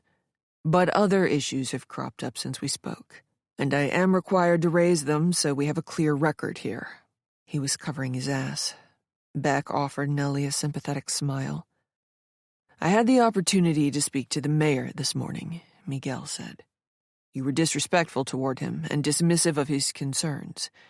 That is not how we are to speak to the parents of our students." Nellie waited for her turn to speak. "And this morning," Miguel shook his head, his professional demeanor slipping for a moment. "This morning you made several wild accusations against Emmett and threatened him. This is simply unacceptable behavior, Nellie." He sat back in his chair, folding his hands on his belly. "Is there anything you have to say before we conclude this meeting?" he asked. "This is your opportunity to speak." Nellie took a deep breath. If she was going down, she might as well take that son of a bitch with her. "Emmett Moore is a fraud," Nellie said. "His real name is Marshall Dawes. 24 years ago, when we were both teenagers, he tried to rape me." Miguel's face turned white. "Nellie," she talked over him. She would not be stopped, not now. "He pinned me to a desk so hard he dislocated my thumb." Nellie held up her left hand. "Then he forcibly removed my shorts and underwear. He slid his shorts off and was this close to putting his penis inside me, but I was able to fight him off. I haven't seen him since, but when you introduced me to Emmett on Sunday afternoon, I recognized him immediately. I contacted an old friend who knew Marshall back then as well. She took one look at a current picture of Emmett and agreed with me. She is on her way to Overland this evening and will meet with the sheriff. She is going to tell Bill Van Dyke the same thing I've already told him, that Emmett Moore is actually Marshall Dawes. Emmett obviously recognizes me too. He has been stalking me ever since I arrived. He slashed my tire and has been creeping around my apartment in the middle of the night to terrorize me. He's the one who moved my lesson plans. He then gave me a poor performance review even though I did a good job under the circumstances. You weren't there to see it, Miguel, so it's just my word against his. He knows that, of course. He knows you're likely to take him at his word and doubt what I tell you because you've known him for years and I'm new here. Emmett has been manipulating situations to make me look bad. He made it look like I marked Chris as dismissed in Carline even though I hadn't. He intervened unnecessarily when Tom Stovich was disruptive the other day, and then was able to paint what is surely a very unflattering and untrue picture of my classroom management afterward. Again, it's his word against mine, and we both know whose side you're predisposed to take. Emmett is out to ruin me. He has to, in order to save his reputation. By discrediting me, he knows no one will take my accusation seriously, and that way he gets to go on with the perfect life he's carved out for himself here. I'm a threat to him. That's why he wants to destroy me. But I won't let that happen. He doesn't get to win. That man shouldn't be anywhere near children, and I'm a good teacher. I always have been. He won't ruin me. Beck was astonished. Miguel fidgeted nervously in his chair. I'm sorry you had to hear this, Beck. Nellie reached into her purse and turned back to Miguel. I assume you want my badge. It took Miguel a moment to find his voice. Nellie, those are serious allegations you've just made. Do you want my badge? She asked, impatient. Yes, under the circumstances, I think that would be best. She tossed it onto his desk and rose. What about Emmett? She asked. Miguel was at a loss. What about him? Are you going to put him on probation and ask for his badge too? Miguel didn't answer. Since, there are 2 women asserting he's a fraud and he's currently under investigation by the sheriff. Miguel slowly shook his head. This is all news to me, Nellie.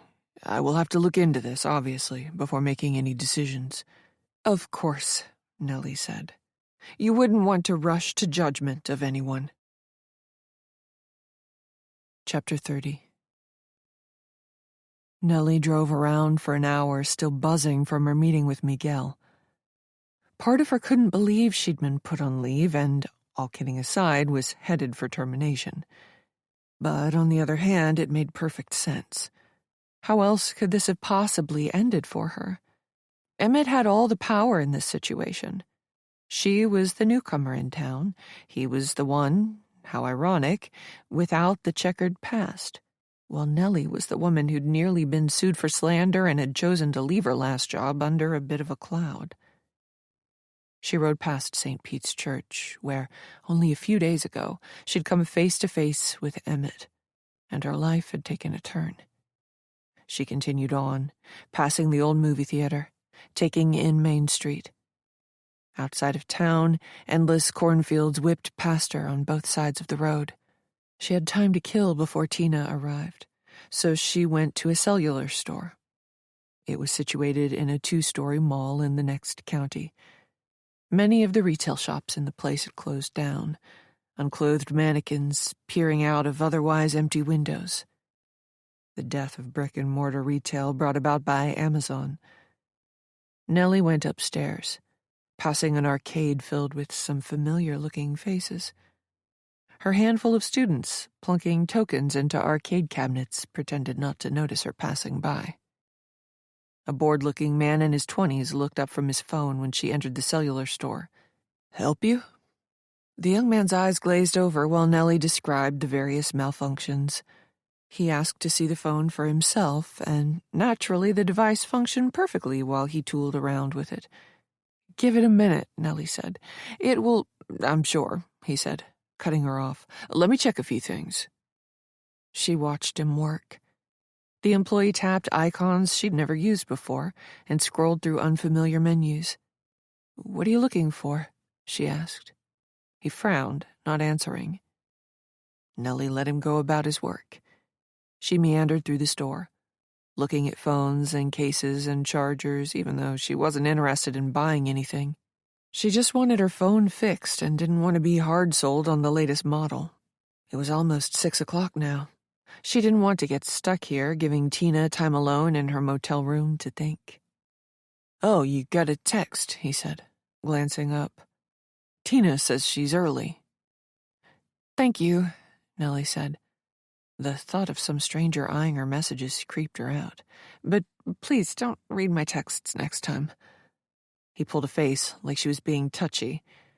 "Did you download any apps recently?" Nellie moved back to his workstation. "No." "Are you sure?" "Yes."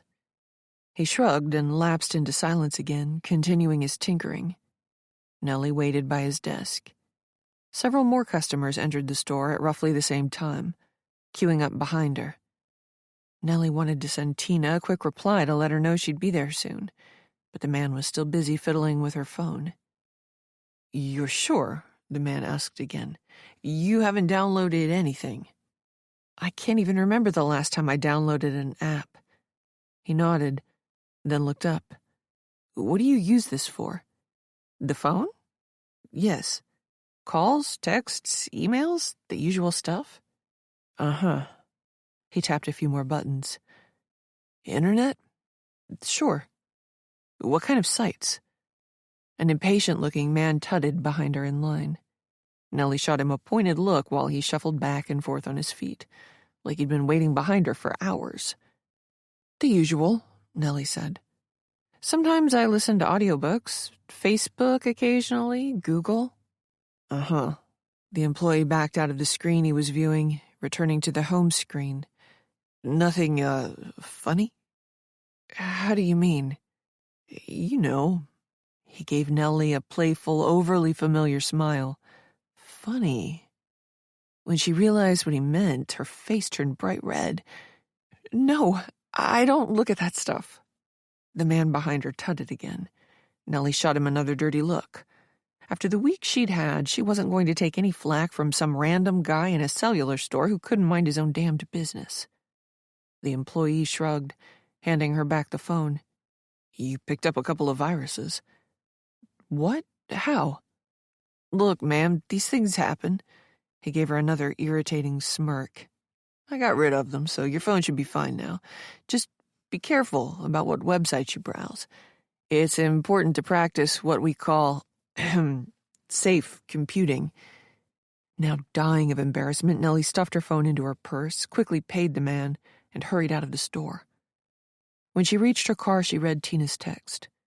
It included the room number where she'd be staying. Nellie plugged Wayfair Motel into her phone for directions. She was 23 minutes away. She wrote, "Be there soon." There was an unexpected road closure. An old tree had toppled and took out some power lines. Nellie had to backtrack and change routes on her phone. Tina hadn't written her back. Nellie couldn't shake the bad feeling she was getting about her friend. Even though Tina had driven all the way out here, that didn't mean she'd actually go through with this. It was scary to think that Nellie's entire future hinged on Tina. Nellie reached the Wayfair Motel nearly 40 minutes later. The office, situated in the middle of the complex, was lit up. From the outside, she could see the front desk was empty. There were only 2 other vehicles in the parking lot, one of them stationed by the office. She drove toward the other vehicle, an old sedan that had seen better days. One of its doors had been replaced, but the new door was a different color than the rest of the car. Nellie parked beside the sedan. It wasn't easy to make out the old numbering on the motel doors. Some of the plastic numbers had been replaced by stickers. The sedan next to her was parked in front of the room where Tina was supposedly staying. Nellie took a deep breath and checked herself in the rear view. She hadn't seen Tina in almost 20 years, and she wanted to look presentable. She couldn't give Tina any reason to doubt her or have second thoughts. The last time they crossed paths, they were both wearing caps and gowns for graduation. Nellie had been headed to college, while Tina had been pregnant with her first. Recalling that moment now, Nellie remembered thinking she might never see Tina again. Nellie was going to school out of state and had no plans to return to her hometown after graduation. It was the fresh start she'd been so looking forward to. Much like coming to Overland had been. Incredibly nervous at seeing her old friend, hoping against hope that Tina would not go back on her word, Nellie stepped out of the car. A tractor-trailer roared by on the narrow 2-lane road fronting the motel. Out of habit, Nellie checked her phone before putting it away in her purse. Despite that idiot's assurances at the cellular store, the device was still acting up. The screen froze on her again. Frustrated, Nellie stuffed it into her purse. She'd take it back to the store tomorrow and give the guy a piece of her mind. As she approached, however, Nellie noticed that Tina's door was slightly ajar. She hadn't noticed from her car because the interior of the room was dark and the light above Tina's door was out. Frowning, Nellie stepped up and knocked. "Tina?" she called out. "Are you in there?" There was no answer.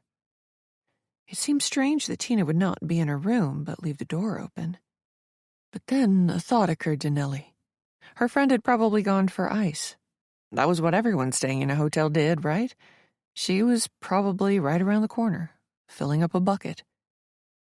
Nellie waited a moment for Tina to return. But as she looked around, Nellie noticed the ice machine. It stood 25 feet away at the end of this block of rooms. And Tina wasn't there. Turning back around to face the door, Nellie knocked again. Now she was getting worried. "Tina?" This time she knocked a little more forcefully. The door inched open. The room was completely dark inside. The hairs on the back of Nellie's neck rose. Something was terribly wrong. She knew it before she set foot inside that room. Nellie reached in, her fingers finding a nearby light switch. An overhead light came on. The room had twin beds. The pillows of the far bed were out of place, one dangling over the side. The bedspread itself was pulled almost completely off. "Tina?" Nellie pushed the door open all the way. A chair was tipped over in the small area between the bed and the bathroom. One boot was in the middle of the floor on its side, looking eerily out of place. Nellie forced herself to go inside, instinctively putting her hands in her pockets. She realized, already treating the room like it was a crime scene. She found Tina wedged in the small space between the twin beds. Her childhood friend was lying on her stomach with her head turned, dirty blonde hair covering her face. Nellie knew right away. Tina was dead. Chapter 31. Nellie sat behind the wheel of her car on the far side of the motel parking lot. The sheriff had asked her to move her vehicle so they could process the crime scene. Crime scene. She had sobbed uncontrollably while she waited for Bill Van Dyke and his deputies to arrive. Her grief overwhelmed her. Though she and Tina had parted on bad terms and many years had passed since, Nellie still felt the loss of a good friend. For a long time, during their formative years, she and Tina had been inseparable, and that deep connection had persisted through time and differences that now seemed petty. A long-forgotten memory surfaced while Nellie thought of the past. One summer night, while they chased fireflies in her best friend's backyard, giggling hysterically, Tina said the nicest thing Nellie had ever heard, before or since. Tina had said, "We're going to be best friends forever." Nellie had agreed. Now she grieved for her friend, and her mind turned to Tina's children. One of them still in high school. They were much too young to have lost their mother. And then Nellie thought about the grandchild, and this brought on another tidal wave of grief. Was Tina known as Grandmom? Nan? Mom? It broke Nellie's heart the more she thought about it. Nellie felt a connection to all these people she had never met. Had they even been notified yet? Probably not. This terrible knowledge was still hers alone, as Tina's family hadn't been contacted yet. While the police went about their business, Nellie's tears eventually dried up. She went dead inside. Staring absently out her windshield as cars whipped by, she was vaguely aware that her own life was now almost certainly ruined. But oddly enough, that realization didn't stir up much emotion. It felt both a foregone conclusion and somehow unimportant. The sheriff had asked her to stick around for questioning. Now Bill Van Dyke made his way through the darkening parking lot as the moon rose in the east. He tapped on her passenger window and asked her to come inside with him. "Her room?" Nellie asked. "No," the sheriff said. "The manager is letting us use the office." She breathed a sigh of relief. Nellie didn't think she could ever set foot in a motel room again without picturing Tina's corpse on the floor, jammed between two beds. The sheriff led her into the motel office, behind reception, and into a small room with a desk and two chairs. Bill sat on the edge of the desk, motioning at the chair for her. "Nellie, I'm terribly sorry about what happened. I know you've had a shock, but time is of the essence in an investigation like this, so I have to ask you some questions. Is that all right?" She nodded. Nellie reached into her purse for her emergency stash of tissues. Coming up empty, she remembered she'd used them all in the car already. She'd just have to do her best not to sob. "I need you to take me through your conversations with Tina this week," the sheriff said. Nellie started at the beginning. The Facebook message on Sunday. The phone calls on Tuesday and Thursday. The text exchanges today. "And remind me," the sheriff said, "why she was coming out here." Nellie gave him a look like he was being thick. "I told you, she was going to meet with you to identify Emmett." "Uh-huh. And what time were you supposed to meet her here?" "We didn't have a specific time," Nellie explained. "She was due to get in between 6 and 6:30. She wanted to grab dinner first before we contacted you. I see. What time did you arrive here? Nellie hadn't been watching the clock. I'm not sure. Probably closer to 7. There was traffic. One of the roads I had to take was closed because of downed power lines. Right. The sheriff was jotting notes on his pad. And you planned on contacting me tonight? Yes. Just out of the blue? The sheriff asked. Nellie frowned. Where was he going with this? Hardly, Sheriff. You know what's going on in my life right now and why I asked Tina to come out here. Why didn't you call to put something on the calendar if you knew Tina would be here? Nellie sighed. How could this possibly matter? Tina was nervous about meeting you, and she'd already tried to back out once. I didn't want to call until we were literally on our way and I could be certain she wouldn't change her mind. You already don't believe me. Imagine how it would have looked if I'd arranged for you to meet Tina only to have her back out last minute. He slowly nodded. Nellie said, Can you tell me how it happened? The sheriff watched her reaction. It looks like she was hit on the back of the head with something before being strangled. Oh, God. Nellie's throat felt like it was closing. Her vision blurred with tears again. Just so I understand then, the sheriff went on. The plan was to meet here, get dinner, then call me. Yes. Nellie managed to get herself under control. The sheriff was wasting his time talking to her. Do you know where Emmett is? Have you contacted him yet? I don't need to call him, the sheriff said, because I know where he is, Nellie. Well, where is he? He's attending an emergency school board meeting with Miguel as we speak. He's been there since 5 o'clock this afternoon, prior to when Tina checked in at the motel.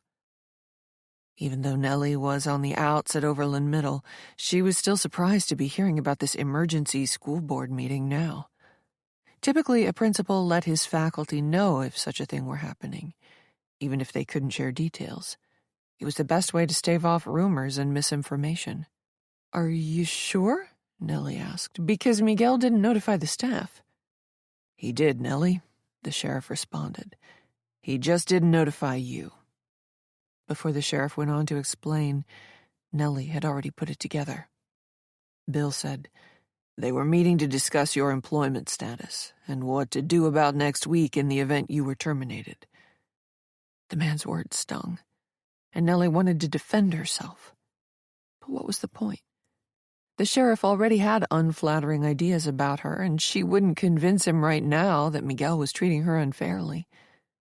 Moreover, Nellie was too hung up on the fact that Emmett once again had the perfect alibi. His happening to withdraw cash at 4:30 after an early morning jog seemed too good to be true. What were the chances that would happen at the same exact time she claimed someone was outside her apartment? But this emergency school board meeting certainly did not feel like coincidence. It made perfect sense for Miguel and his assistant principal to scramble the proverbial jets. They had to discuss the unexpected firing of a faculty member and develop contingency plans for class next week in that event. Nellie wondered if she had lost her grip on reality. No one could deny the last year had been incredibly difficult for her. When she needed her ex-husband's support the most, John had asked for a divorce. Then his boss had threatened to sue her. Then a student in her class had accused Nellie of being verbally and emotionally abusive. Any one of these things by itself was enough to upend anybody's life, but all three at the same time, that would have been too much for most to handle. Nellie had gotten through it by entering therapy and trying different medications, and she'd only barely gotten through it. It was more likely than not that amount of trauma had permanently damaged her, making Nellie paranoid, overly sensitive, defensive, forgetful, not always present. The type of teacher to misplace important lesson plans and then blame a colleague. The sort of person who would accuse the man throwing her a welcome party of trying to ruin her. the kind of woman who would hear a noise in the middle of the night and think someone was outside her apartment. She was forgetting, of course, the trauma from 24 years ago. Layer more recent events on top of that. Fresh scars upon old wounds that never seemed to fully heal. And what could happen to a person? What if she was wrong? About it all. Emmett wasn't terrorizing her. He was just a guy who looked like Marshall who happened to have a low opinion of her teaching abilities. There was nothing sinister about that. What if she was the one lying, only to herself? What if her performance on Tuesday, while admittedly happening under poor circumstances, had been subpar? Was it possible for a brain to see all these things that weren't there? Of course it was, she realized. People suffered from numerous cognitive biases. They misremembered, misinterpreted, distorted, forgot. Everyone suffered from varying levels of delusion. She was not immune to such human foibles. Had she made all this up? She was about to give up. Ask to leave and get in her car and drive away. She couldn't prove a damned thing. And she had to admit, she looked like the crazy one here. Not Emmett, or anybody else for that matter. But then she thought about Tina. Without prompting or coercion, Tina had taken one look at Emmett and immediately agreed with Nellie. That man was Marshall Dawes. She'd been absolutely certain. While it was possible that both of them could have been mistaken, Nellie didn't think it likely. And then she ran through all her interactions with Emmett, recalling all the times his words had taken on double meanings, the way he'd asked her about the Me Too movement, the way he always seemed to be fighting a smile as he toyed with her. Surely she hadn't imagined all of it. But there was a larger problem to consider, she realized. Assuming Emmett committed this murder, how did he even know Tina was coming to town? He was involved somehow, Nellie said, her tone unconvincing. There's no other explanation.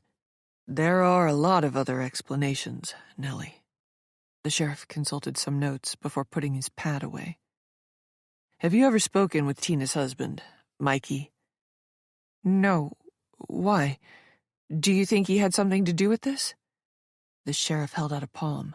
Slow down there, Nellie. I'm the one who has to ask the questions right now. She frowned at his condescending tone. Bill said, I spoke with him just now. Nellie wondered where this could be going. What did he tell you? He said you were going through a rough patch, and Tina came out here to keep you company during a difficult time. The sheriff gave her a pointed look. Mikey didn't say a thing about Emmett. Oh, no.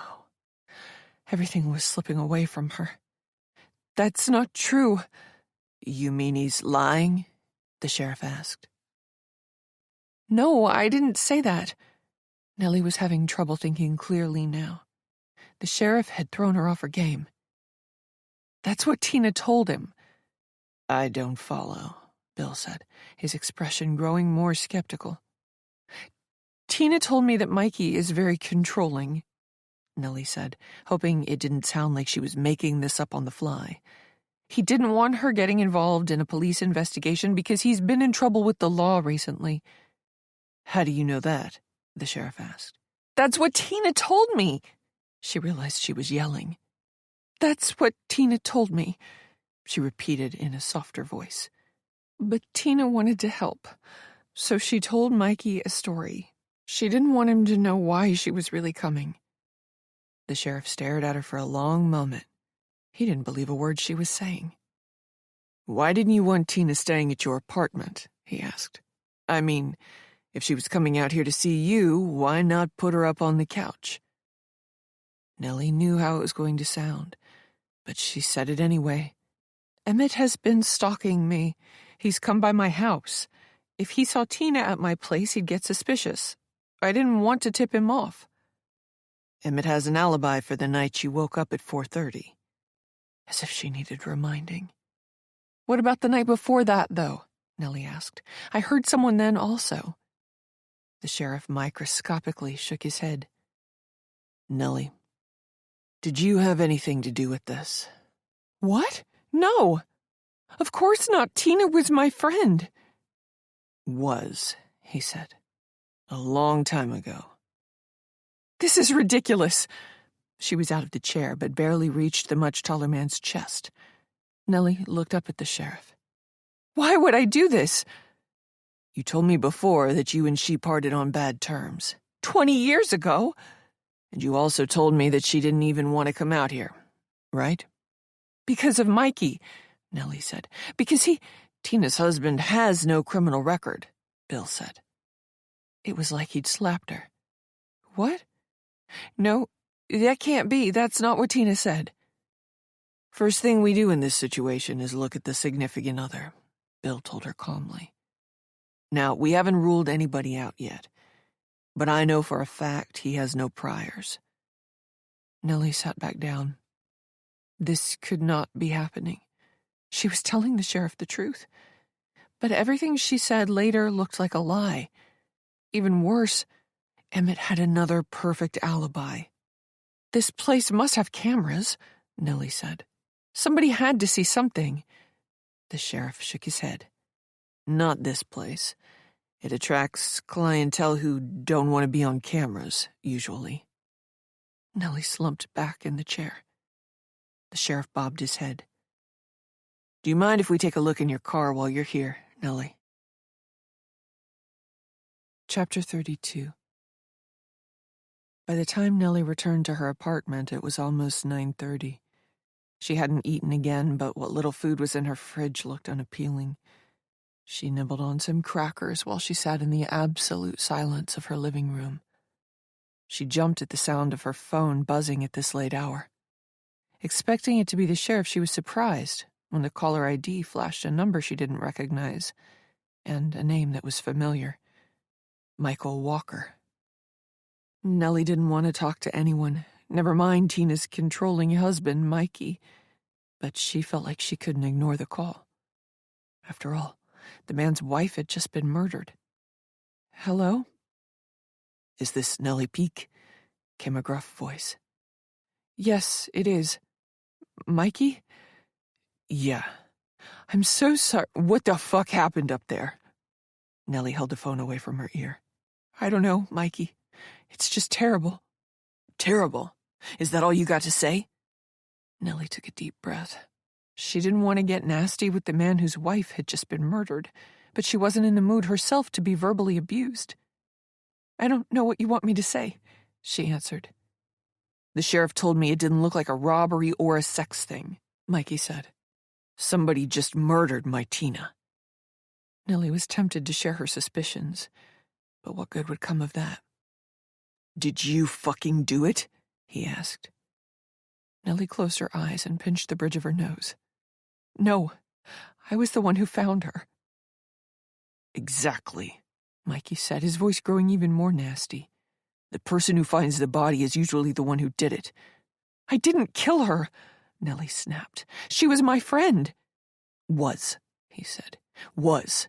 You were friends a long fucking time ago. She didn't even want to come out there, Nellie. She told me as much.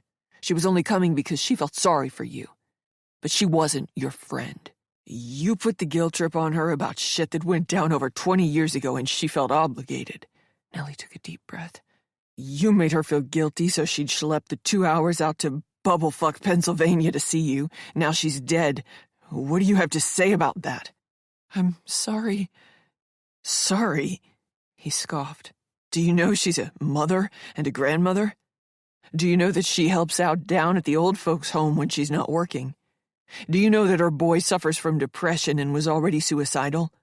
What do you think this is going to do to him? Nellie had heard enough. It's terrible, but this wasn't my fault, Mikey. Somebody killed her. Yeah, somebody. What happened, Nellie? You two get into a fight? Did you lay the guilt on her about what allegedly happened to you in middle school or whatever? A person can only take so much before they push back. Is that what happened? Did you two get into an argument? Nothing allegedly happened to me in middle school. A boy tried to rape me. Oh, sure. Is that why Tina didn't back up your story all those years ago? Did you bring that shit up again? And when she wouldn't placate you, you snapped? No.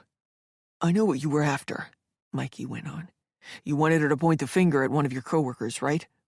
I'm guessing this guy doesn't like you, so you came up with this ridiculous story to get him out of the way. No. She was just telling you what you wanted to hear, you know? She didn't actually think this guy was Marshall or whatever. That's a lie. No, Nellie. That's what she told me. Nellie gasped. Tina must have said that to Mikey as part of her made-up story for visiting Nellie. She didn't want him worrying that they'd get pulled into a police investigation, so she'd lied and told him that Emmett wasn't Marshall, that Nellie was just deluded, in other words.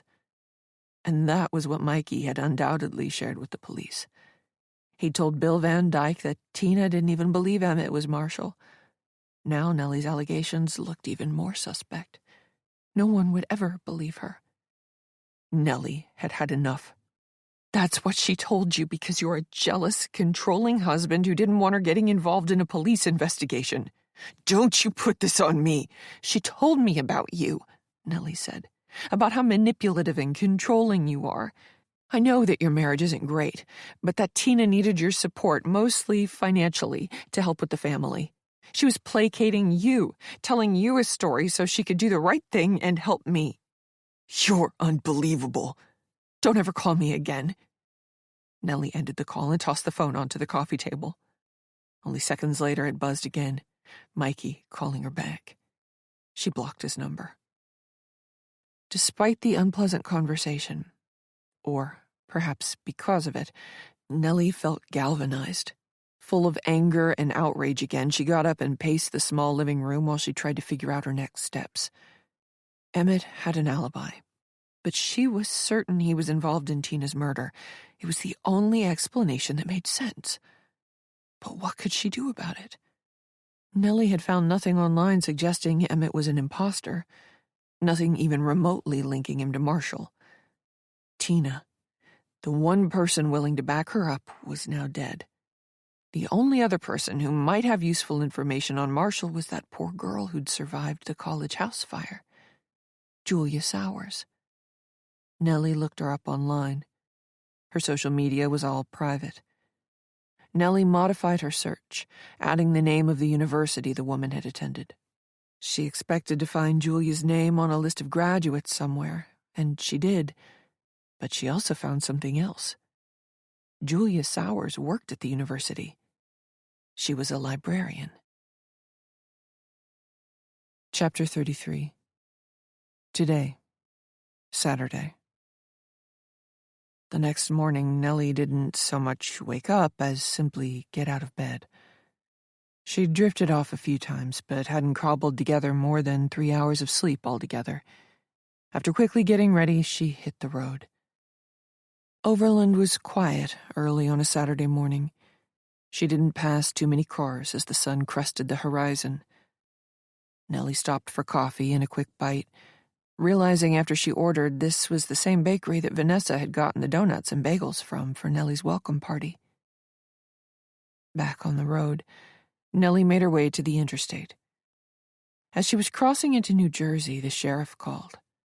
She dumped Bill into voicemail. Nellie didn't want to answer any more questions this morning. Not until she got some answers first. It took her another 90 minutes to reach the university. Campus library opened at 10 o'clock this morning. She killed some time by driving past the site of the fire. A new home had been built there. Though the property wasn't new anymore, it still stuck out among the other houses nearby, all of which were significantly older. She wanted to knock on doors and ask if anyone remembered the fire or the young women who'd perished. But it was a long time ago, and people came and went all the time on a college campus. Nellie found metered parking near the library. Then she hunkered down, finishing her coffee. Despite hardly sleeping, she was full of nervous energy. At 9:50, a woman proceeded slowly up the wide sidewalk fronting the library. She was short and wore a hat and scarf, even though it wasn't that cold outside. The collar of her jacket was popped, too, creating an overall effect that obscured her face. The woman stifled a yawn as she went slowly up the stairs leading to the library. Nellie waited in the car. The woman unlocked the 3 sets of double doors at the entrance, then slipped inside. The interior lights winked on, one by one. At 10 o'clock, Nellie checked herself in the rearview mirror once more. There was no mistaking the bags under her eyes or the puffy, bloated look of her face. The wrinkles on her forehead were more pronounced than usual. Her skin was dry, flaking near the hairline. Her frown lines stood out. She looked terrible. This was not the image she wanted to project to Julia Sowers.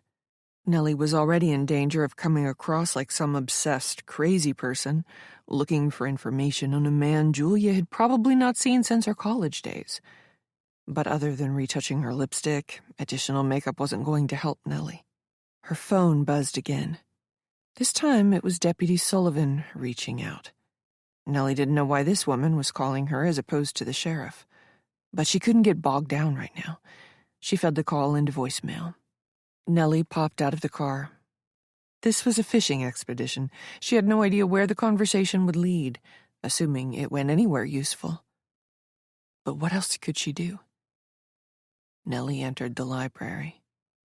It was a big, airy place with 2 stories. The morning sun slanted in through skylights above, landing high on the brick walls of the interior. It was quiet, the only sound the hum of electricity pumping through the overhead lighting. As Nellie approached the front of the library, Julia Sowers stepped out of the office behind the circulation desk. She had removed her hat, scarf, and jacket. Nellie got her first good look at Julia.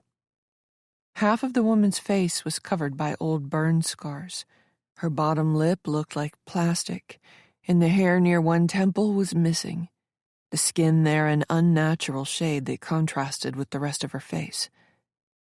"Can I help you?" Julia asked. Her voice was youthful and soft, at odds with her appearance. Nellie smiled. "Are you Julia Sowers?" The woman's look became guarded. "Yes." She stopped in front of the desk and stuck her hand out. "My name is Nellie Peake. I came here because I wanted to talk to you." Julia tentatively shook her hand. "What is this about?" "I have a friend named Tina Walker." Nellie was careful not to slip into the past tense when speaking about Tina. "Back when you met her, her name was Tina Hirschberg." "Sorry," Julia was at a loss. "I don't remember anyone by that name." "You probably only met her once," Nellie said. "She was friends with one of your roommates, Alice?" Julia nodded at the mention of Alice. "I knew Alice, obviously, but Tina isn't ringing any bells." "That's okay," Nellie said. Behind her, a couple of bleary-eyed students trudged in wearing shorts and hoodies and Crocs. Nellie looked past Julia. "Could we speak in your office? This is a private matter." "I'm afraid not," Julia said. "I'm the only staff member here right now, and I have work to do. If you want to speak privately, you'd have to meet me later." Now that Nellie had mentioned Tina's name, she did not want Julia growing curious and searching about her dead friend online. Finding out Tina had been killed would make her leery of a strange woman showing up unannounced to ask probing questions. "It'll only take a few minutes," Nellie said, knowing it wouldn't. "Please, I wouldn't ask if it wasn't important." "I can't leave this desk right now," Julia said. "This is the best I can do." Nellie just had to go for it. "It's about Marshall. Do you remember him? Marshall Dawes?" The change that suddenly came over Julia was profound. "Now there's a name I haven't heard in years." "You remember him?" She nodded. "What has this got to do with your friend? What was her name? Tara?" "Tina," Nellie said. "She came out to campus one weekend to see Alice. They knew each other from work. During Christmas break, Alice temped where Tina was employed full-time, and she—" "Oh," Julia's eyes went wide. Tina. Now I remember. Tall, blonde, right? Yes, Nellie said. Tina was dirty blonde and 5'6" on a good day, but the description was close enough. Tina was pregnant at the time and starting to show. Right, Julia snapped her fingers. I remember she wasn't drinking. My God, that was so long ago. She and Marshall knew each other, if I'm remembering correctly? Yes. Nellie tried to contain her budding excitement. All she'd done so far was confirm things she already knew. She still had a long way to go, and there was no guarantee Julia could even help. Marshall came over that night. You saw the two of them together? Yeah. Julia gave Nellie a knowing look. They talked most of the night, and they spent the party together. Nellie nodded. That's right. I'm confused, Julia said. You said you were here about Tina, but now you seem interested in Marshall, too. It has to do with both of them, but could I ask you about Marshall? I guess. Julia's expression turned sour. I haven't seen him in 20 years. Nellie smelled blood in the water. What was he like? Julia's eyes shifted right. A college student was approaching the desk. I have to help this patron. Nellie moved out of the way. The young man asked Julia if the library lent out video games for the Nintendo Switch, Xbox, or PlayStation. Then he asked where all the Blu-rays were. Julia pointed him in the right direction. More groggy students, some of them appearing hungover, were entering the library now. When Julia was free, Nellie approached the desk again. I was asking you about Marshall, she said. What was he like? Julia hesitated. It was a pregnant pause. Nellie assumed Julia had a negative opinion of the man, but that she was also trying to remain polite about a person she only briefly knew many years ago. I didn't care for him. Why not? Julia pursed her lips. He was creepy. How so? He'd stand in the corner, sort of by himself. He was always around the party, but never quite part of it. Julia's description of Marshall's behavior reminded Nellie of that day in the factory. She recalled all the other kids getting on well, but Marshall standing off to the side by himself, making strange remarks nobody could quite hear, and ogling her creepily. He'd make these weird comments, too, loud enough you could sort of hear them, you know what I mean? Anyway, I didn't talk to him much, Julia said. I didn't like his vibe. The rest of my girlfriends didn't care for him either. That's probably why he latched onto Tina. Nobody else really liked him, and he knew her from high school. Nellie thought back to what Tina had told her, how none of the people at the party showed much interest in her. Tina had put that off to her being a pregnant single mother not enrolled at the university. But now Nellie was beginning to think that it was Marshall's fault. Nobody wanted to talk to him, so they all stayed away from Tina. While Nellie was silent, Julia grew curious. Are you a reporter? No, Nellie said. You're not one of those people who are obsessed with unsolved crimes, are you? No. Because over the years, a lot of strange types have approached me about what happened. She had to be referring to the fire. Nellie decided there was no reason to be coy. I'm so sorry about what happened, Nellie said. Tina told me. Julia nodded, a sad look crossing her face. It was a long time ago now. One of the articles mentioned a report of a man in your backyard. Julia gave Nellie a steely look. She feared she'd gone too far. But then again, was there a good way of probing into the delicate subject of the house fire? Our neighbor saw someone, Julia said carefully. Did they ever identify the person? Julia grew uneasy. No. Nellie knew there was something here. Look, I have no evidence to back this up. It's just a hunch, but I think it was Marshall. Julia said nothing, but her eyes did a lot of talking. Nellie palmed a counter between them and leaned forward. You think so too, don't you? It couldn't have been him, Julia said. Why not? Nellie asked. Because he'd already left campus by then. How do you know that? Nellie asked. How can you be sure? I'm sorry, Julia said, "but I really should get back to work." "Wait, please." Nellie looked her in the eye. "I need your help." The other woman seemed about to turn away, so Nellie tried a different tack. "Did Marshall ever threaten you?" Julia sighed. "A few nights before winter break, we went out to celebrate Alice's birthday and got really drunk. She was the last of us to turn 21. Marshall was at the bar by himself. He tried coming over, but Alice told him we weren't interested. He was embarrassed and stormed out. Later, when we were walking home, he came out from an alley. He scared the living hell out of me. Anyway, he and Alice got into it." "What did they argue about?" "He was accused of assaulting a woman. Alice and she were friends. Once we heard that, none of us wanted anything to do with him." "Irene Patselis?" Nellie asked. Julia nodded. "So, you know about that too?" Nellie didn't explain how. She had to keep the focus on Julia, keep the other woman talking. "Then what happened?" she asked. "We threatened to call campus security," Julia said. "But that didn't work right away. He followed us for a stretch." "What finally scared him off?" Nellie asked. "Alice?" Julia smiled as her eyes got a faraway look. "She was always the fearless one in our group." "What did she do?" "She told him we didn't associate with rapists, and that if he kept following us, she'd dislocate his thumb." Nellie couldn't stop her involuntary reaction in time. She gasped. "Are you all right?" Julia asked. Nellie couldn't answer immediately. "Why did you say that?" Nellie asked, fearing she already knew the answer. "That's what he did to her. Allegedly," Julia added. Nellie felt sick. She pictured Marshall pinning Irene down the same way he had tried with her. She felt her own arm twisted painfully behind her back, her wrist being wrenched, her thumb. He'd done the same thing to Irene. "Can you tell me what you know about Marshall and Irene?" Nellie asked.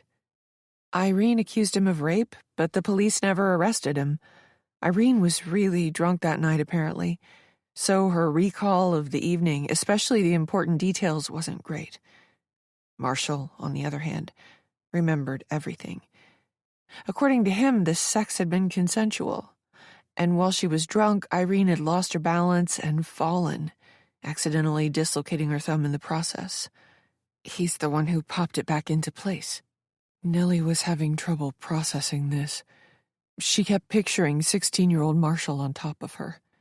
She remembered how painful it was to have her arm pinned behind her back, with his weight on top of her. "Are you all right?" Julia asked. "I'm fine," Nellie said. "I was just struck by what that poor woman must have gone through." "I feel so bad for her," Julia said. "Did you know she was assaulted and murdered 5 years ago? It was right off campus." Nellie nodded. "Did they ever find who did it?" "I don't think so." "Was that night at the bar the last time any of you saw Marshall?" Nellie asked. "It was the last time I did," Julia said. "But Alice saw him one more time, a few nights later, when winter break began." "Where did she see him?" Julia clammed up again. "Will you tell me what this is about?" Nellie pulled a face. "I promise I'll tell you, but it's really important that I find out about Marshall."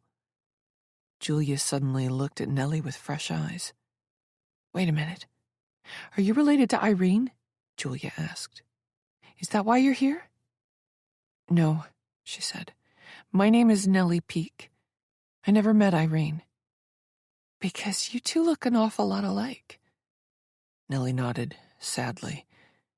What terrible luck for Irene Patselis, that she happened to resemble Nellie, and that she happened to encounter Marshall Dawes. The universe could be such a cold place. "I know Marshall," Nellie said, leaning in, "and I believe Irene. There's no doubt in my mind that he tried to rape her." Julia didn't answer. Nellie looked her in the eye. "When did Alice see him next?" "She didn't really see him. He was driving by in his car a few nights later." Nellie frowned. Julia had shared a lot with her. So why had the woman been wary of telling her this seemingly insignificant detail? On the night of the fire, do you think it was Marshall in your backyard? Julia looked scared again. I don't know what to think. Come on, Nellie said. I can tell you've got an opinion. We don't know what happened, Julia said, her voice growing sad. And we'll probably never know.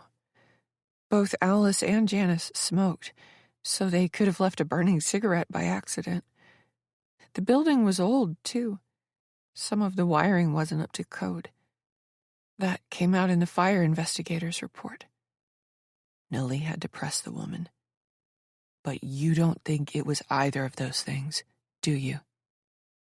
Julia's expression became guarded again. Like I said, we'll probably never know. Julia looked over her shoulder at the clock on the wall.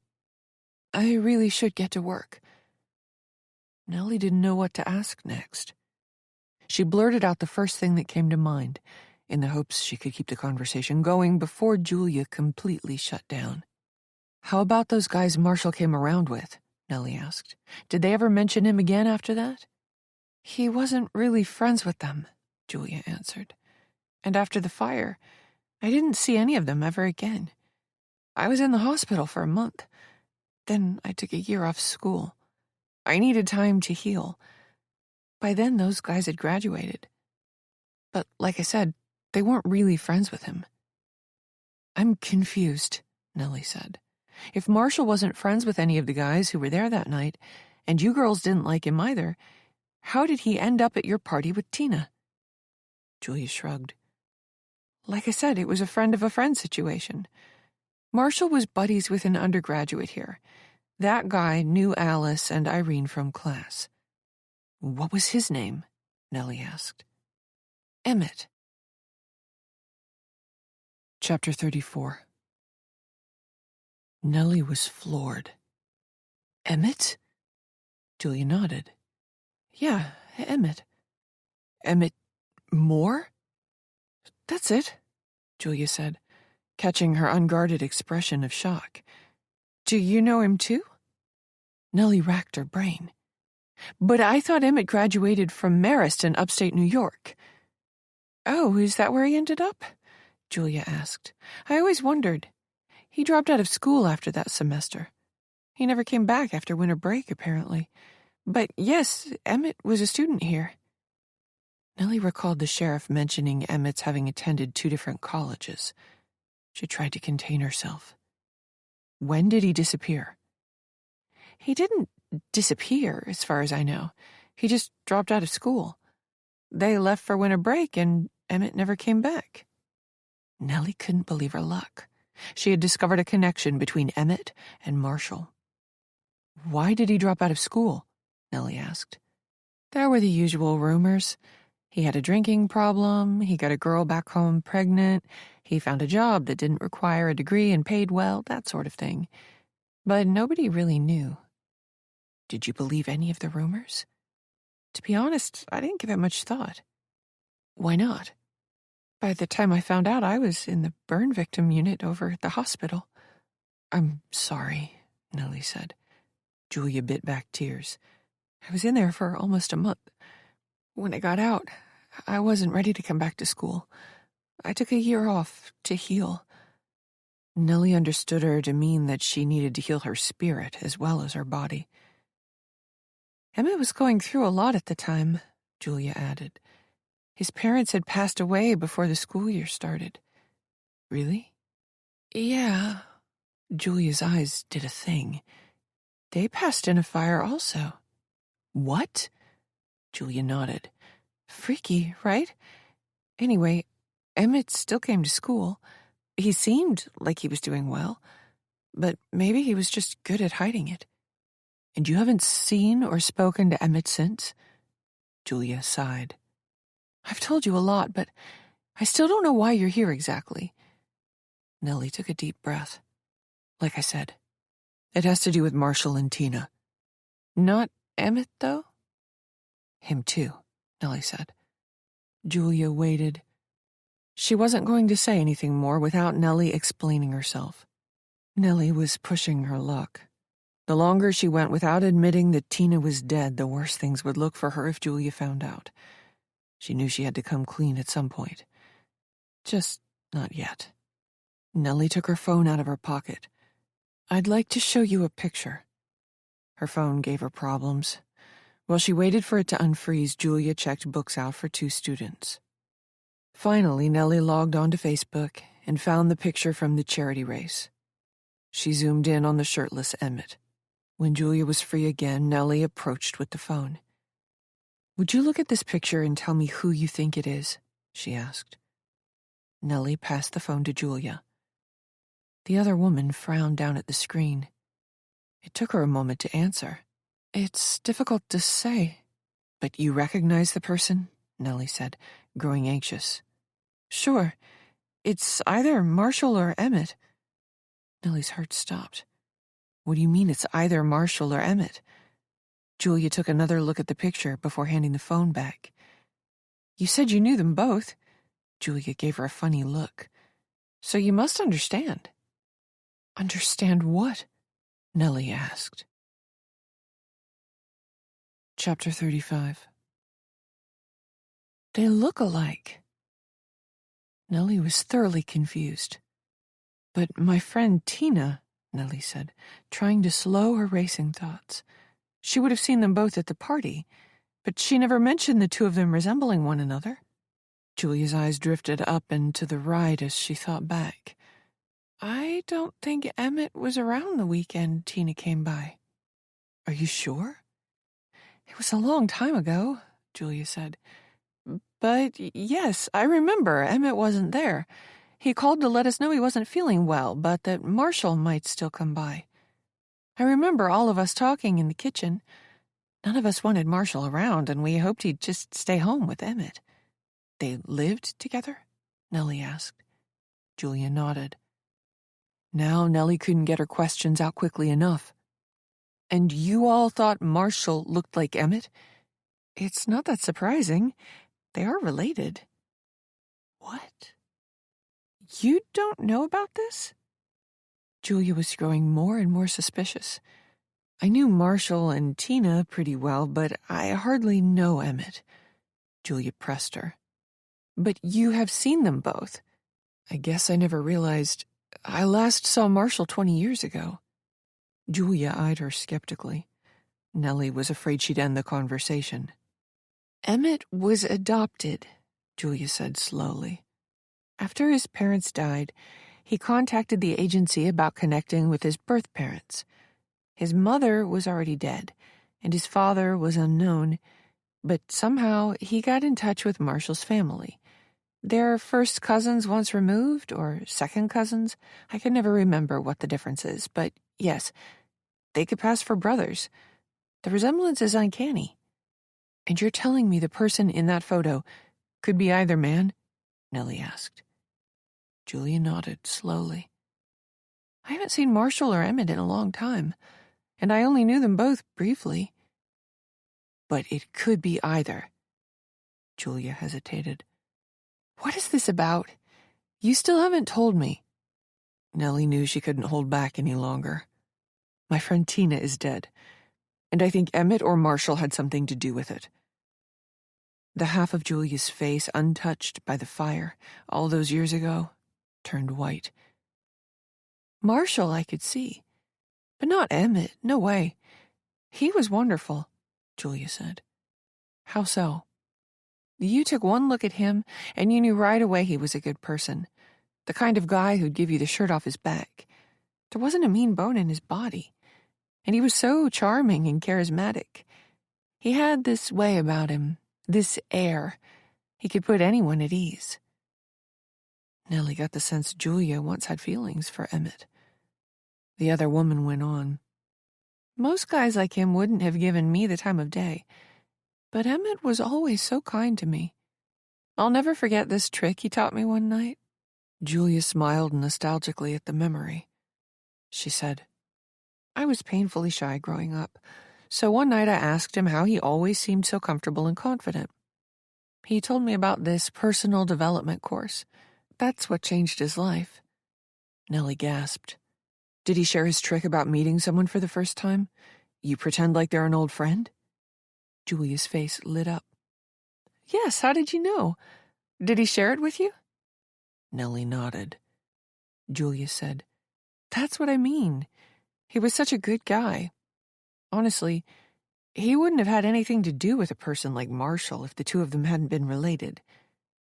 Nellie couldn't believe her luck. With this new information, the sheriff would have to take her accusations more seriously, though she wanted more, some piece of incontrovertible evidence. I want to make sure I understand, Nellie said, struggling to keep all these facts straight. You went out to celebrate Alice's birthday. That night, Marshall accosted you on the way home. A few nights later, Alice saw him driving past the house. Everyone goes home for winter break, including Emmett, who doesn't return for the following semester. Is that right? Julia nodded. Did any of you ever hear from Marshall or Emmett again? Not Emmett, Julia said. But you did hear from Marshall. Julia said nothing. Nellie pleaded with her. Please, Julia. I think Marshall might have murdered my friend. You have to help. Chapter 36. Nellie hurried out of the library. She paid for more time on the parking meter through the app, then hustled across the street to a campus coffee shop. She needed caffeine, and she needed to think. Nellie hurried back to her car. She wished she had brought a notebook. Nellie wanted to write everything down. Her phone would have to do. She opened a new email and started typing. Even if she forgot to send the note to herself, it would be saved as a draft in her folder. Nellie wrote quickly, ignoring the inevitable typos that were a result of using the tiny keyboard on her phone screen. Julia had shared so many important things. When Nellie was done typing, she read over the information. It was a lot to take in, and it definitely supported her theory that Marshall was posing as Emmett. But was it enough? It wasn't proof positive. Nellie felt like she needed more, but she had no idea where to go next. She toyed with the notion of hiring a detective, but feared a private investigation would take too long. Her reputation had already been ruined, and she was almost certainly about to lose her job. Nellie needed to take immediate action. Perhaps it was time to force the sheriff's hand. With the information she'd just uncovered, he'd have to do something. At the very least, Emmett's character would be called into question. Maybe it was too late for Nellie to save herself, but she could take the bastard down with her. Nellie pulled up the sheriff's phone number. The man hadn't proven useful before, but she didn't know what else to do. Reluctantly, her thumb reached for the call icon. Before she hit it, however, her phone buzzed, startling Nellie. It was Beck calling. Frowning, Nellie answered. Hi, Beck. Nellie. Her friend's voice had an urgency to it. What's wrong? Has Miguel contacted you? Nellie hadn't missed a call or email from him. No, what's going on? Shit. Beck sounded despondent. I'm so sorry, but I have bad news, and some really bad news. He's firing you. This didn't come as a total surprise, but all the same, Nellie was angry. She put the back of her head against the headrest and closed her eyes. Things were coming to a head. Nellie had to act quickly. It might have been too late, as a matter of fact. Now that she'd been officially terminated, any wild accusations she made against Emmett would come across as the ravings of a spiteful woman who'd lost her job. No, he cannot win. I will not let him. Nellie, are you there? Beck asked. I'm here, Nellie said. I told Miguel he was going to regret it, Beck said. Despite her dire situation, Nellie managed to smile. You did? After the official email went around, I called Miguel right away and demanded to know how he could do that to you after everything you said yesterday. But then he told me why. Nellie's stomach dropped. What is it? This is the really bad news, Beck said. I'm not supposed to be telling you this, so if anybody ever asks, just tell them I called to offer my condolences for getting fired. Beck, what is it? Miguel had to fire you because the sheriff plans to arrest you. What? Apparently they searched your apartment this morning, Beck said. Nellie's heart was hammering in her chest. I don't believe this. Whatever you do, don't come back to Overland, Beck said. Bill will arrest you. According to Miguel, they found something in your apartment. Nellie felt like crying. Where the hell else was she supposed to go? What did they find? That's all I know, Beck said. I'm sorry, but I had to warn you. Nellie managed to blink away the hot tears. She stared out the windshield as students ambled past. Only a few minutes ago, she'd been worried about losing her job. That anxiety paled in comparison to what she felt now. The sheriff was going to arrest her. Thank you for calling, Nellie said. I won't tell anyone what you said, but there's still a good chance you'll get in trouble, Beck. You could lose your job, too. I had to call you, Beck said. Why? Beck was quiet for a moment. When I was 18, I got a part-time job at the grocery store. I didn't normally work late, but one night I offered to help stock the shelves so I could get time and a half. A bunch of people who worked overnight had called out unexpectedly. There were only 3 of us working. The one guy went out for a smoke break, and the other, he cornered me in the bathroom. I fought as hard as I could, but I'm tiny, and he was big. Oh, God, Beck. I know what it's like. Beck was getting choked up. I know exactly what you're going through. No one believed me either. Why not? Because I'm a flirt? Beck laughed mirthlessly. The other asshole working that night said I was begging for it. It didn't matter that he was out in the back smoking a joint at the time when it happened. What he said was just enough for the police to doubt me. I'm so sorry. Beck had to compose herself. I knew you weren't lying. I could see it in your eyes, and I could hear it in your voice. I know what it's like to tell a story like that. Nellie smiled as she teared up. Thank you for believing me. Somebody has to, Beck said. I've got information on Emmett. Nellie took a deep breath. I just hope it's enough. Nels, Beck said, don't do anything crazy. Nellie couldn't suppress an exasperated laugh. Crazy is all I've got left. What are you going to do? Nellie sighed. If I run, I only look guiltier. Wait, don't tell me you're considering turning yourself in, Beck said. You have no idea what the sheriff found in your apartment. If it's the murder weapon. I know, Beck, but I don't see another way. My only hope is this new information will open the sheriff's eyes. Once I share it with him, he'll be forced to take action. Nellie, you're not thinking clearly right now, Beck said. You can't take your chances with the man looking to arrest you for murder. Beck was right, but still, Nellie didn't see another way. Just take a moment, Beck said. Before you decide to do anything, please. Nellie smiled. You turned out to be my favorite part of Overland, Beck. I think you should run, Beck said. While you're hiding somewhere, send that information to the sheriff. Then see what happens. You're probably right, Nellie said, knowing full well that becoming a fugitive was no realistic option for her. Thanks, Beck. Beck was begging her to listen to reason when Nellie ended the call. She sat in the car, her inertia growing. If she went to Bill Van Dyke, he'd arrest her for murder. But if she ran, he'd be much less likely to take her information on Emmett seriously. Nellie gripped the steering wheel. One way or another, she had to make a decision quickly, or it would be made for her. What do I do?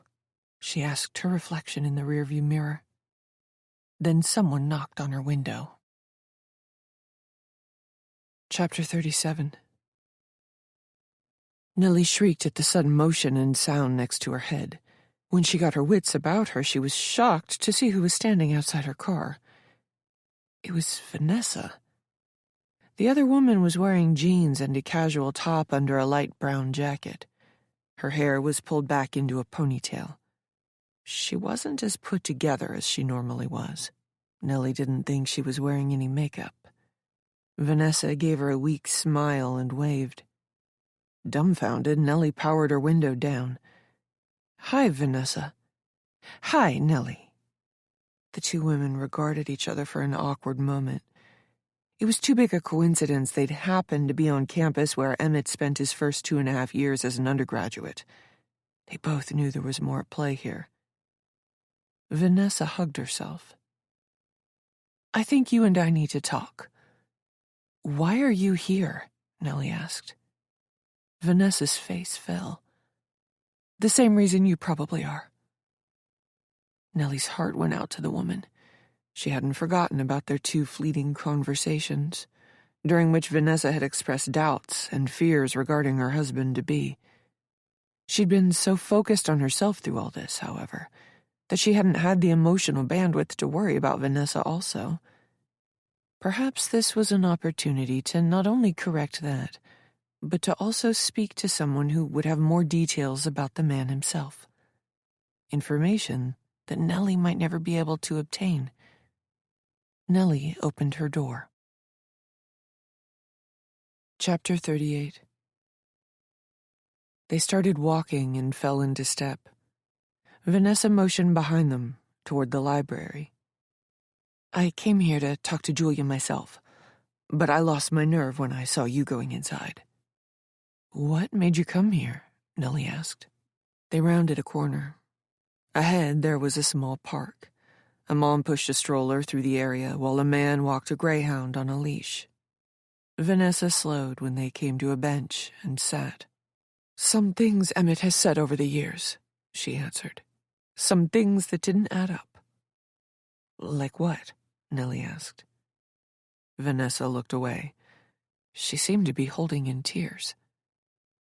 "I've never been in love before," she said. "Well, that's not true. I've been in love before, but nobody's ever really loved me back. I know how I come across, and I can't help it. I've always been this way. I don't process emotions the same way most others do." Nellie bit back her questions. The woman had to come to her point in her own way. Vanessa went on. "I've been on a lot of first dates, but very few second ones. The one man I got close to before was only after my money. And when I turned 40 a few years ago, I started to think I'd never find someone. I felt like that was it for me. I was going to spend the rest of my life alone. Then Emmett came along. He swept me off my feet. He was everything I ever wanted. Handsome and witty and charming and, above all else, kind-hearted. Any woman would kill to find someone like that. I fell in love with him. The first year was incredible. We never had an argument, and everything seemed perfect. But then, as we became more involved, I started noticing these little things about him that seemed off.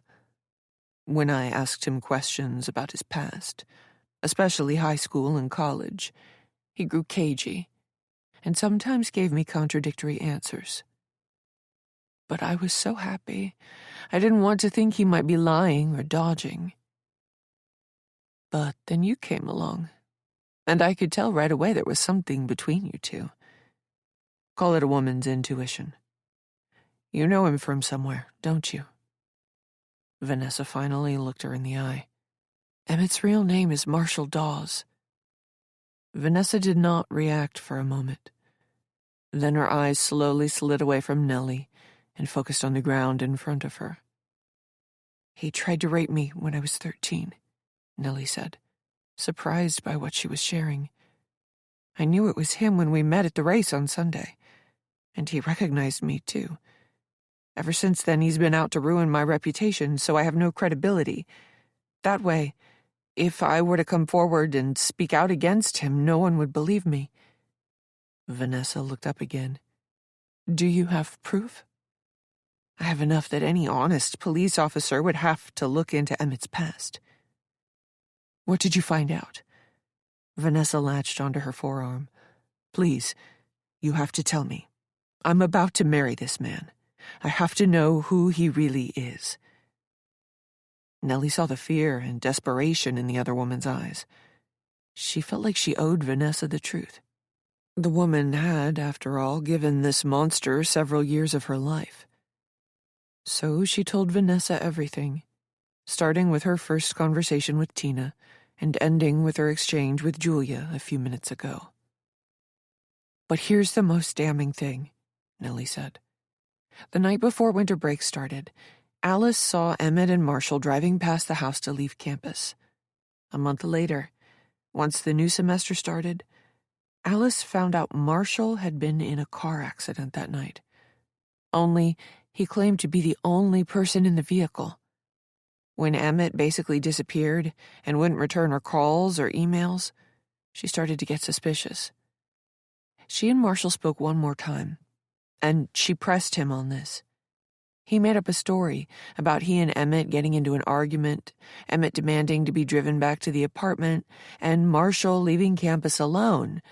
But Alice knew better. One of Emmett's neighbors later confirmed that he didn't come back that night. So Alice knew Marshall was lying.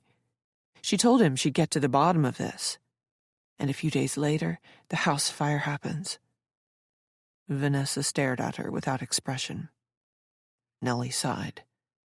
"It's not proof positive of anything, but the timing is very suspect. I think Emmett died in that car accident, and Marshall used it as his opportunity to take Emmett's place." Vanessa shook her head. "That's too incredible to be true."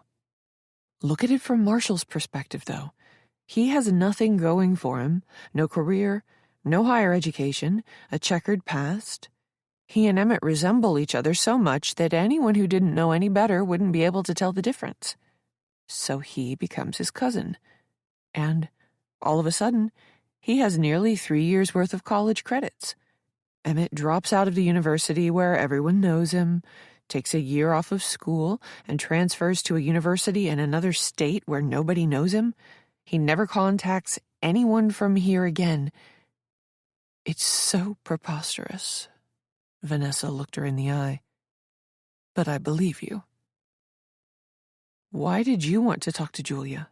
Nellie said. "What did you know?" "If you have more information, we should pool what we know and bring it to the sheriff. Emmett is a fraud and rapist. He shouldn't be anywhere near children, Vanessa, and I think you know that. So what brought you here?" Vanessa's eyes drifted away. "I have to show you." "Show me what?" Nellie asked. "It's in my car." "What is it?" Vanessa's eyes grew sad. "It's all the proof you need." Without explanation, Vanessa rose and began walking. Nellie followed. They left the park and walked another block. It was a quiet street behind the library. Cars parked on one side in front of row homes. Vanessa slowed when she got to her car. "It's in the back seat." Nellie followed her onto the sidewalk. She saw a black trash bag on the passenger side in the back seat that looked filled. She had no idea what it could be. "He kept everything," Vanessa said, eyeing Nellie knowingly.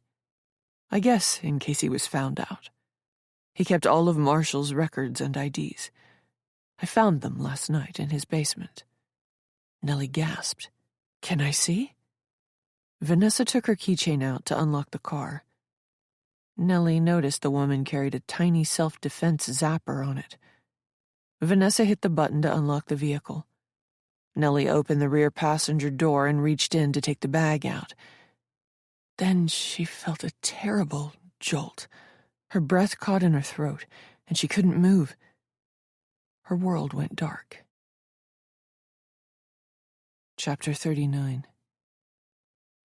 Nellie slowly came to. She felt groggy, as if she'd been medicated heavily. It took her vision a moment to clear. The unfamiliar room she found herself in coming into focus. The only piece of furniture in here was the uncomfortable wooden chair she sat in. Ahead of her, was a bare wall that resembled concrete but looked much older. Perhaps it was the foundation of whatever structure she was in. Bare walls to her left and right as well, which were constructed out of the same material. Nellie went to stand, but she couldn't move. With budding horror, she realized she'd been immobilized somehow. Her hands were behind her back, her arms pulling her shoulders back in a painful stretched position. She tried bringing her hands forward, but she could barely move them. Someone had handcuffed her. She tried to stand, but could only rise a few inches in an awkward, hunched posture. Not only were her wrists cuffed, but her torso was tied to the chair as well, and her legs were duct-taped at the ankles. Trembling with fear, memory flooded her. She recalled speaking to Vanessa on the sidewalk, remembered seeing the self-defense taser attached to the woman's keychain, and then feeling the heart-stopping jolt of electricity, her body going rigid, then her vision fading. Nellie could only draw one conclusion from this turn of events. Vanessa already knew who Emmett was, and she was willing to kidnap Nellie to protect the man. But what else was she willing to do? Or rather, what was she willing to allow Emmett to do to her? Emmett had no choice. He had to kill her. If Nellie didn't do something, she was certainly going to die. She fought the rising panic and bit back tears. She couldn't lose her mind now. Think.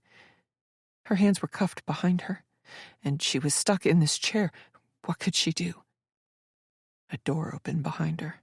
Light from another room poured in. She rose the few inches the chair and rope allowed, and awkwardly shuffled her feet to turn around. She didn't get very far in her stuttering spin before Emmett clamped a vice-like hand on her shoulder and pushed her back down to the floor. The old chair creaked as the legs hit the floor. It wouldn't take much more force to break it. Nellie shuddered at Emmett's touch and proximity, instinctively leaning away from him in the chair.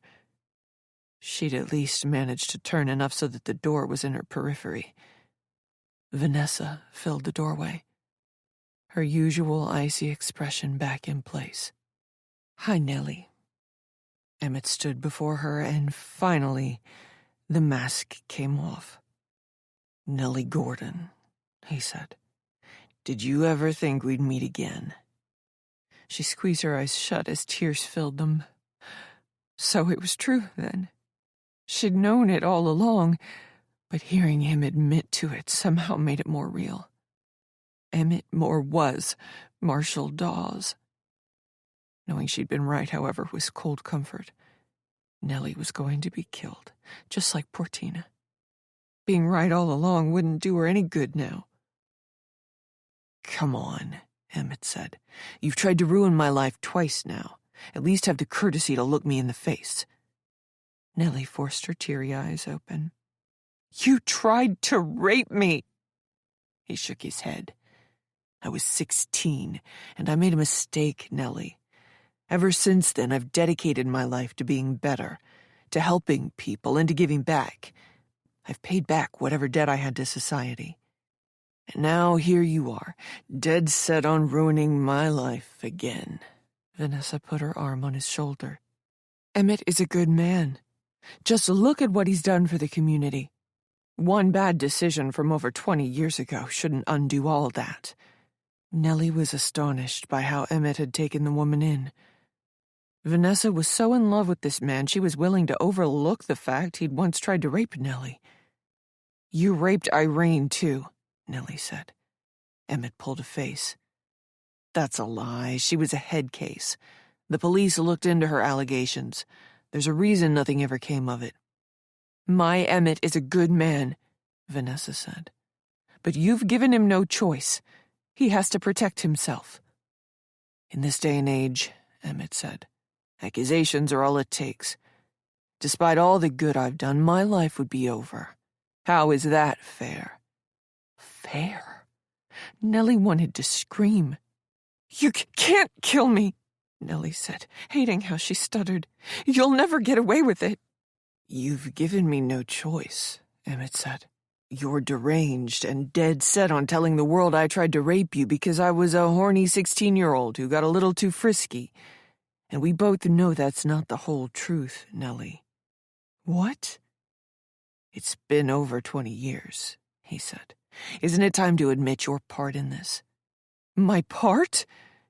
"You were giving me mixed signals, Nellie." "I did not." The man was a sociopath. He had managed to turn everything around in his mind so that this was all Nellie's fault, and she deserved to die. And somehow he'd convinced Vanessa of the same.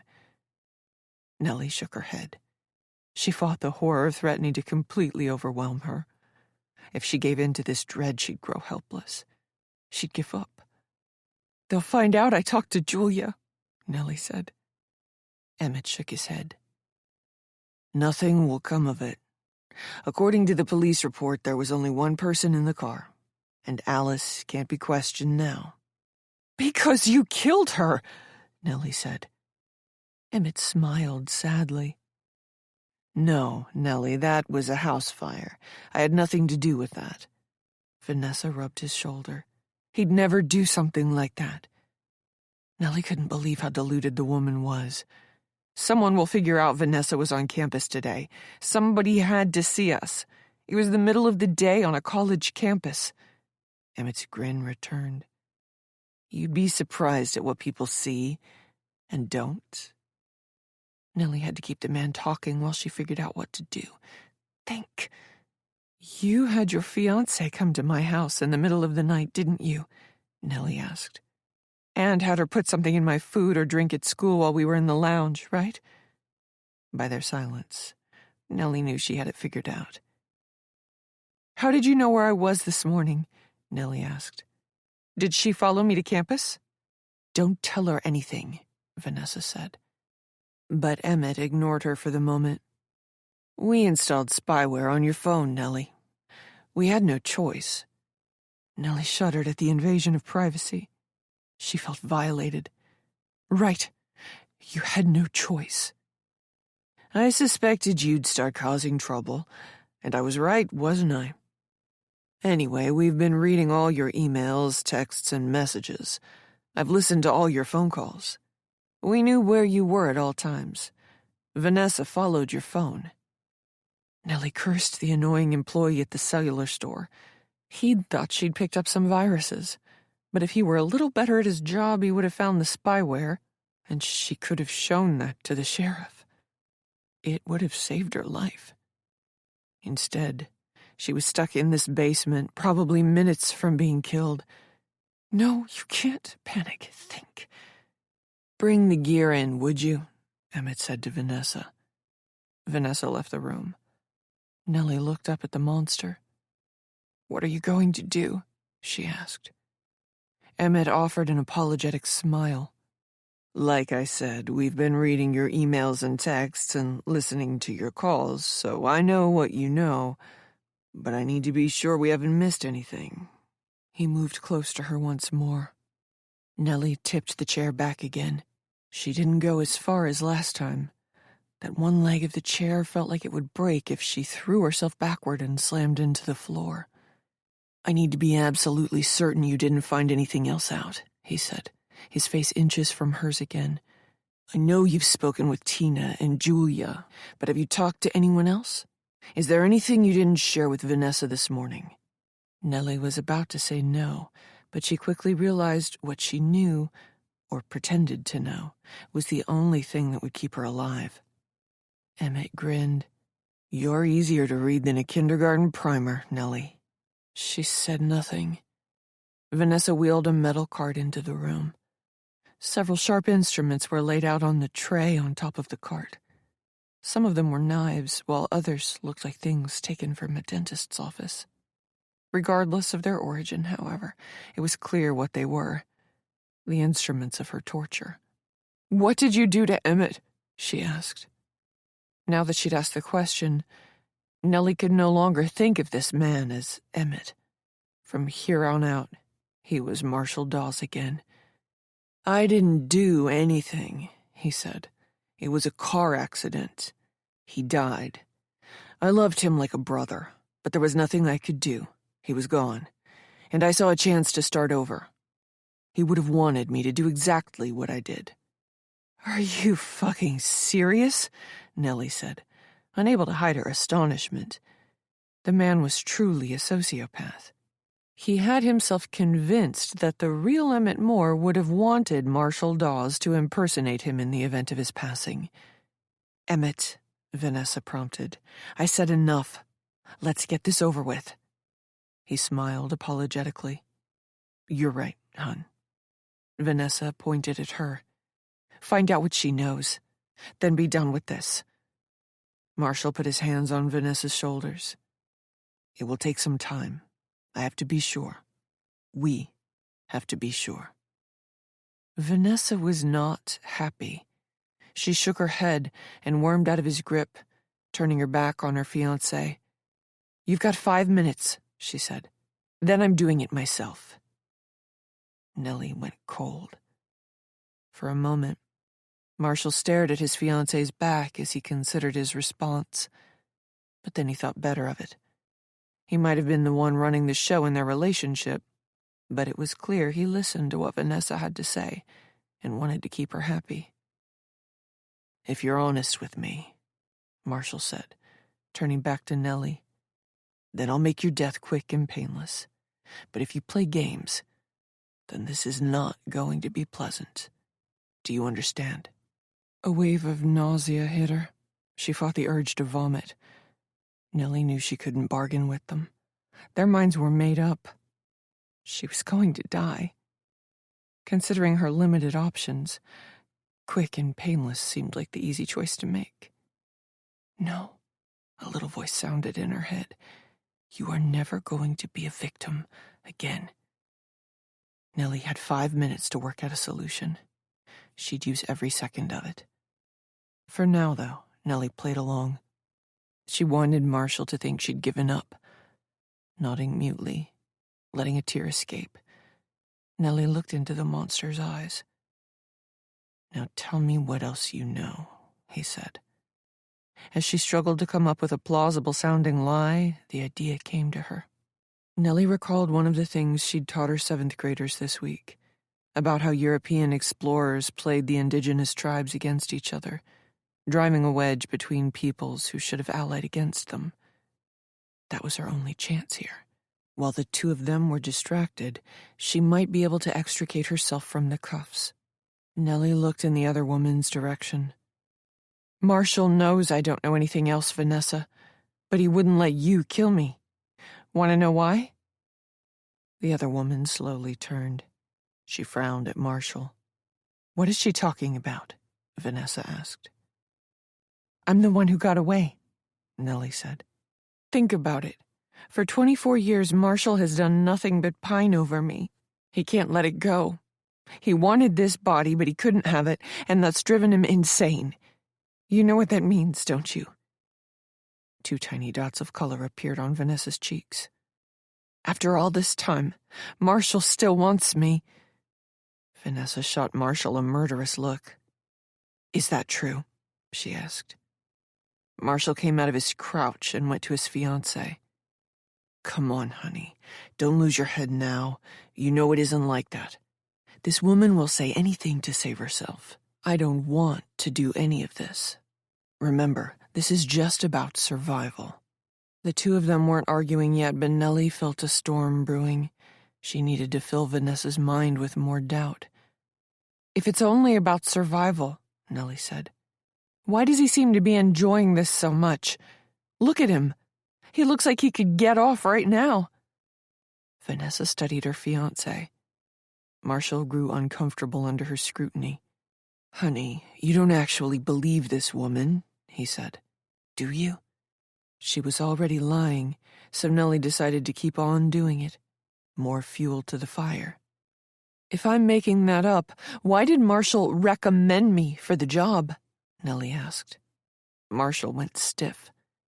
Vanessa regarded him coolly for a moment, her expression even frostier than usual. You recommended her? Vanessa asked. No, that's not true. Vanessa's face was bright red now. The first crack in Marshall's armor appeared. He looked nervous. "Tell me the truth, Marshall," Vanessa said. Hearing her say his real name, the man lowered his eyes like he'd been scolded. Marshall's swagger was gone. "Miguel made his decision without my input, Vanessa. I swear to you." "Come on," Nellie interrupted. "You and I both know that Marshall has Miguel eating out of his hand at this point. He wants us to believe Miguel didn't loop him in, didn't ask his opinion. That's unbelievable. Marshall knew I was coming. He wanted me here." Marshall shook his head at her, then turned back to Vanessa. "You know how Miguel works, honey. He makes all the hiring and firing decisions. You've heard him say it before. The buck stops with him, right?" Nellie wasn't about to let him get the final word in. "I'm the last person in the world he should want around, but your fiancé is so enamored with me he was willing to risk his career and his life, and your life too, so he could get close to me one more time. Face it, Vanessa. In his own twisted way, Marshall is still in love with me." Vanessa wanted to believe her fiancé, but she also couldn't ignore what Nellie had said. While the two of them were engaged, Nellie used the opportunity to her advantage. She gritted her teeth against the pain she knew was coming. Then, with a quick, violent, wrenching motion, she dislocated her thumb, the same one Marshall had displaced all those years ago. She had always told herself that the pain she had experienced would one day be useful to her. She had never known if that was actually true, or if that was just a thing people told themselves to make sense out of the senseless. But now she was going to use the injury against him. The pain was terrible, but Nellie managed to extract her throbbing hand from the cuffs. She couldn't stop the hot tears from flowing, but that hardly mattered. Marshall and Vanessa would assume she was crying from fear, not pain. Nellie kept her throbbing wrist behind her. She managed to get her thumb back in place, but she couldn't do much with the hand. Her other hand went to work on the rope, tying her to the chair back. "Vanessa," Marshall said, rubbing her arm, "I love you, nobody else, and you don't have to worry. I'm going to take care of this." So far, she had planted seeds of doubt in Vanessa's mind regarding Marshall's true intentions toward Nellie, but the other woman wasn't quite convinced yet. Nellie had to drive her point further home. "Baby," Marshall was saying to Vanessa, "you can't listen to a word this bitch says. She's staring death in the face." "He told me he loved me," Nellie said, bearing down against the intense pain in her hand. "He told me I was the one as he held me down on that desk. He still feels that way." It was a lie, but Vanessa didn't know that. Marshall moved away from his fiancée and brought the knife up to Nellie's face. "Shut up! That's a damned lie!" Nellie fought through the burning pain and the fear engulfing her. She ignored the knife thrust in her face and looked over at Vanessa and played a hunch. "I'll bet he asked to have a moment alone with me," Nellie said. "He probably told you he'd take care of everything by himself, right? But you've got your intuitions, too. You didn't trust him enough to leave him alone with me. You and I both know what he really wanted." "Shut up!" Marshall screamed. Marshall screamed at her to shut up again, but Nellie saw in Vanessa's changing expression that she'd hit the mark. The other woman came over and slapped Marshall on the shoulder. "Is that true, you son of a bitch?" she asked, her face, for once, full of color.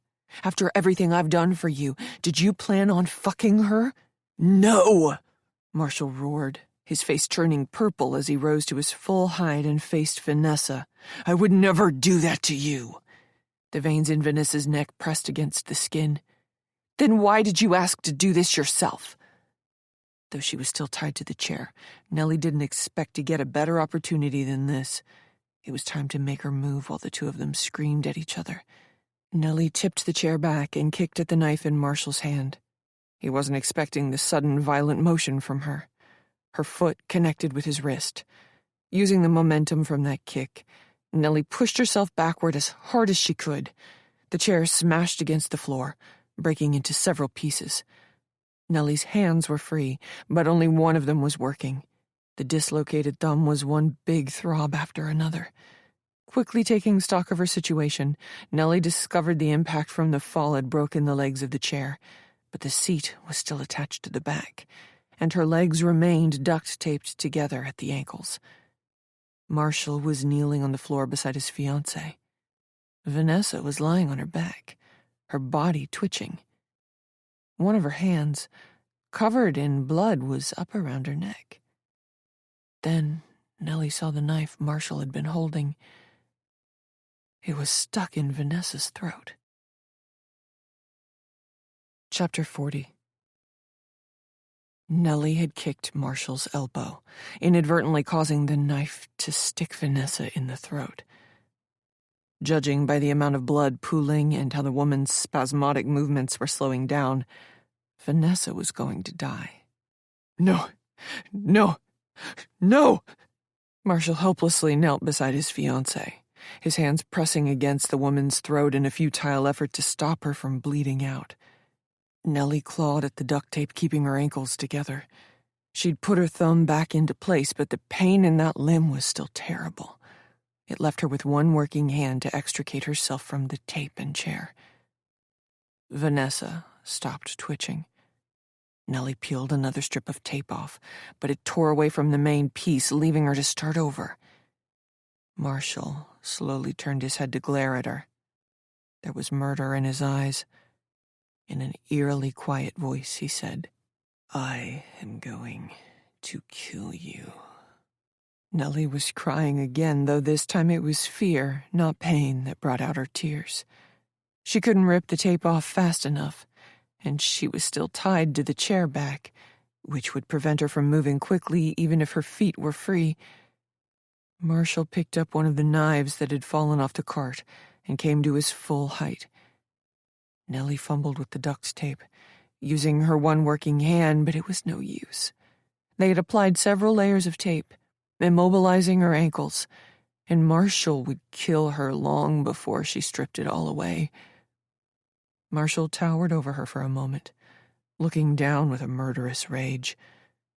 The hand holding the short knife was white-knuckled. His body trembled. Nellie looked up at him. She knew she wasn't going to get away now.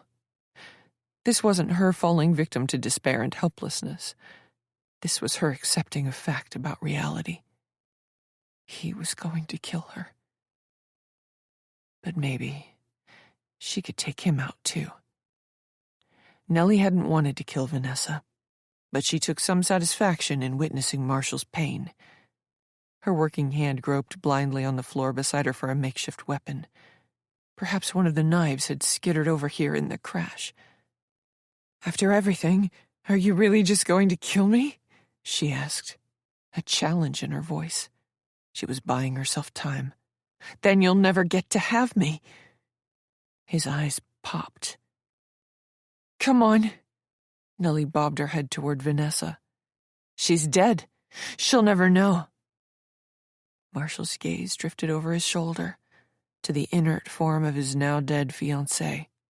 A pool of blood radiated silently away from her body, turning the floor dark. While he was distracted, Nellie tore her eyes from him. Right there, just out of reach, one of the chair legs. It had broken into two jagged pieces, one of them long and sharp enough to do some damage. Marshall brought his gaze back to her. A rabid look filled his eyes.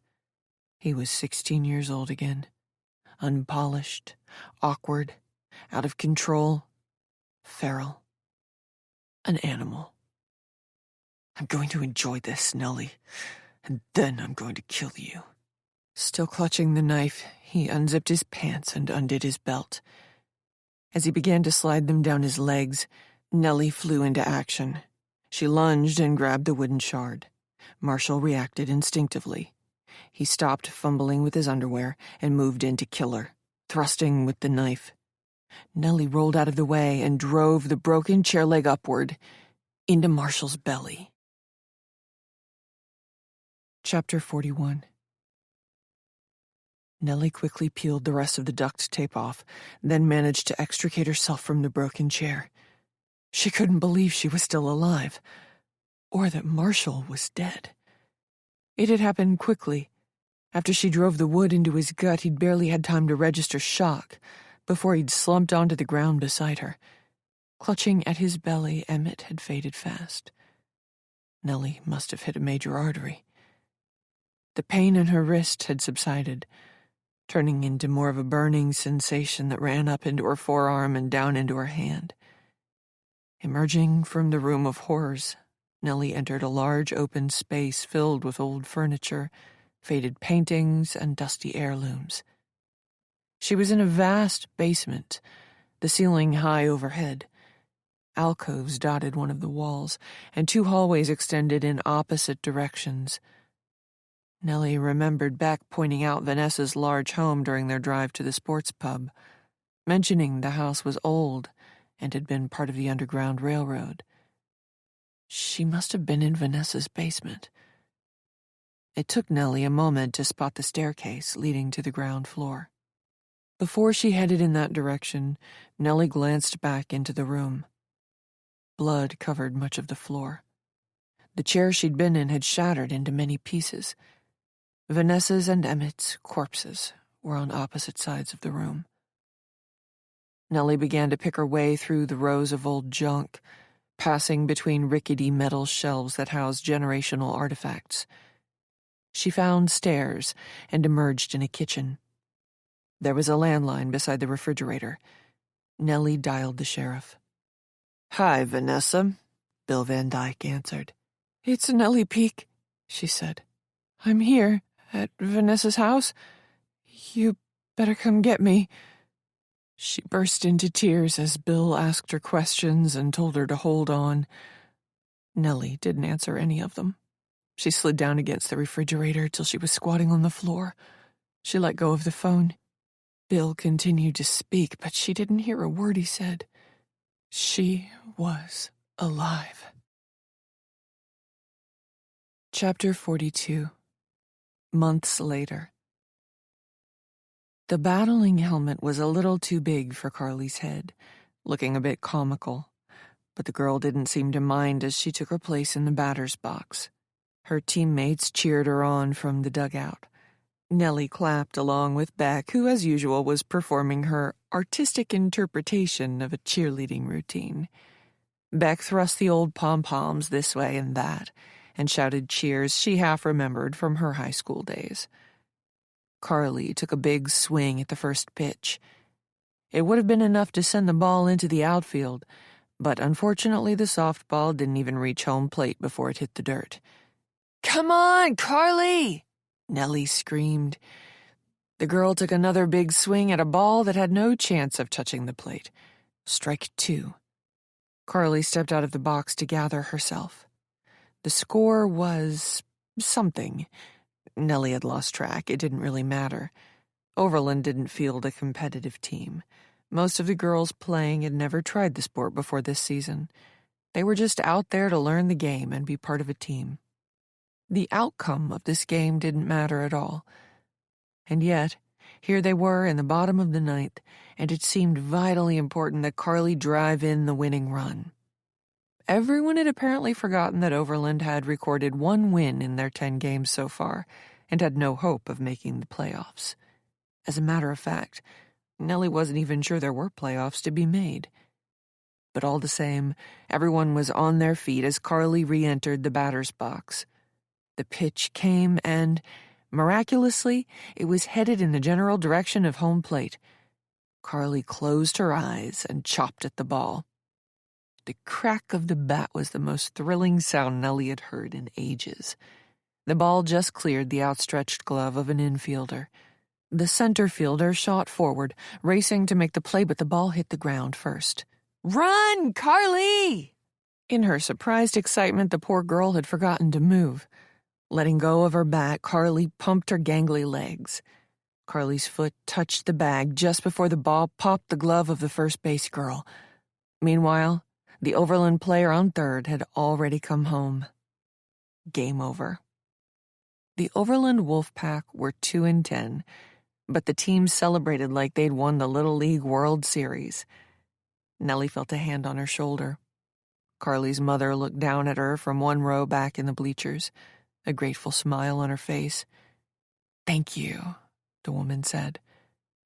Carly's parents had gone through a difficult divorce earlier this year, and Carly's grades had begun to suffer. The girl had retreated into herself, becoming depressed and anxious. Nellie had somehow been able to reach her. Slowly, Carly had become herself once more. And ever since then, her mother had thanked Nellie at every opportunity. Nellie squeezed the woman's hand. "I didn't do this. Carly did." The woman thanked her again anyway, then went to give her daughter a big hug. Beck flung the pom-poms in the air and threw her arms around Nellie. "We should celebrate tonight," Beck said. Nellie laughed. Beck was always looking for a reason to go to the pub on a school night. Nellie made sure to only indulge once a week, usually Thursdays. Last week, while they were out, Nellie had exchanged numbers with a cute guy who worked for a local hardware company. They were supposed to go out this weekend. As the celebration came to an end, the children collected their belongings and ran to meet their parents. "What a game, huh, Nellie?" Miguel appeared by her side. The principal's hair had turned completely white now. He'd aged a lot this school year. "I'm so happy for them," Nellie said. Miguel smiled at her. "Is now a good time for you?" "Yes." They hung back while the bleachers and field emptied.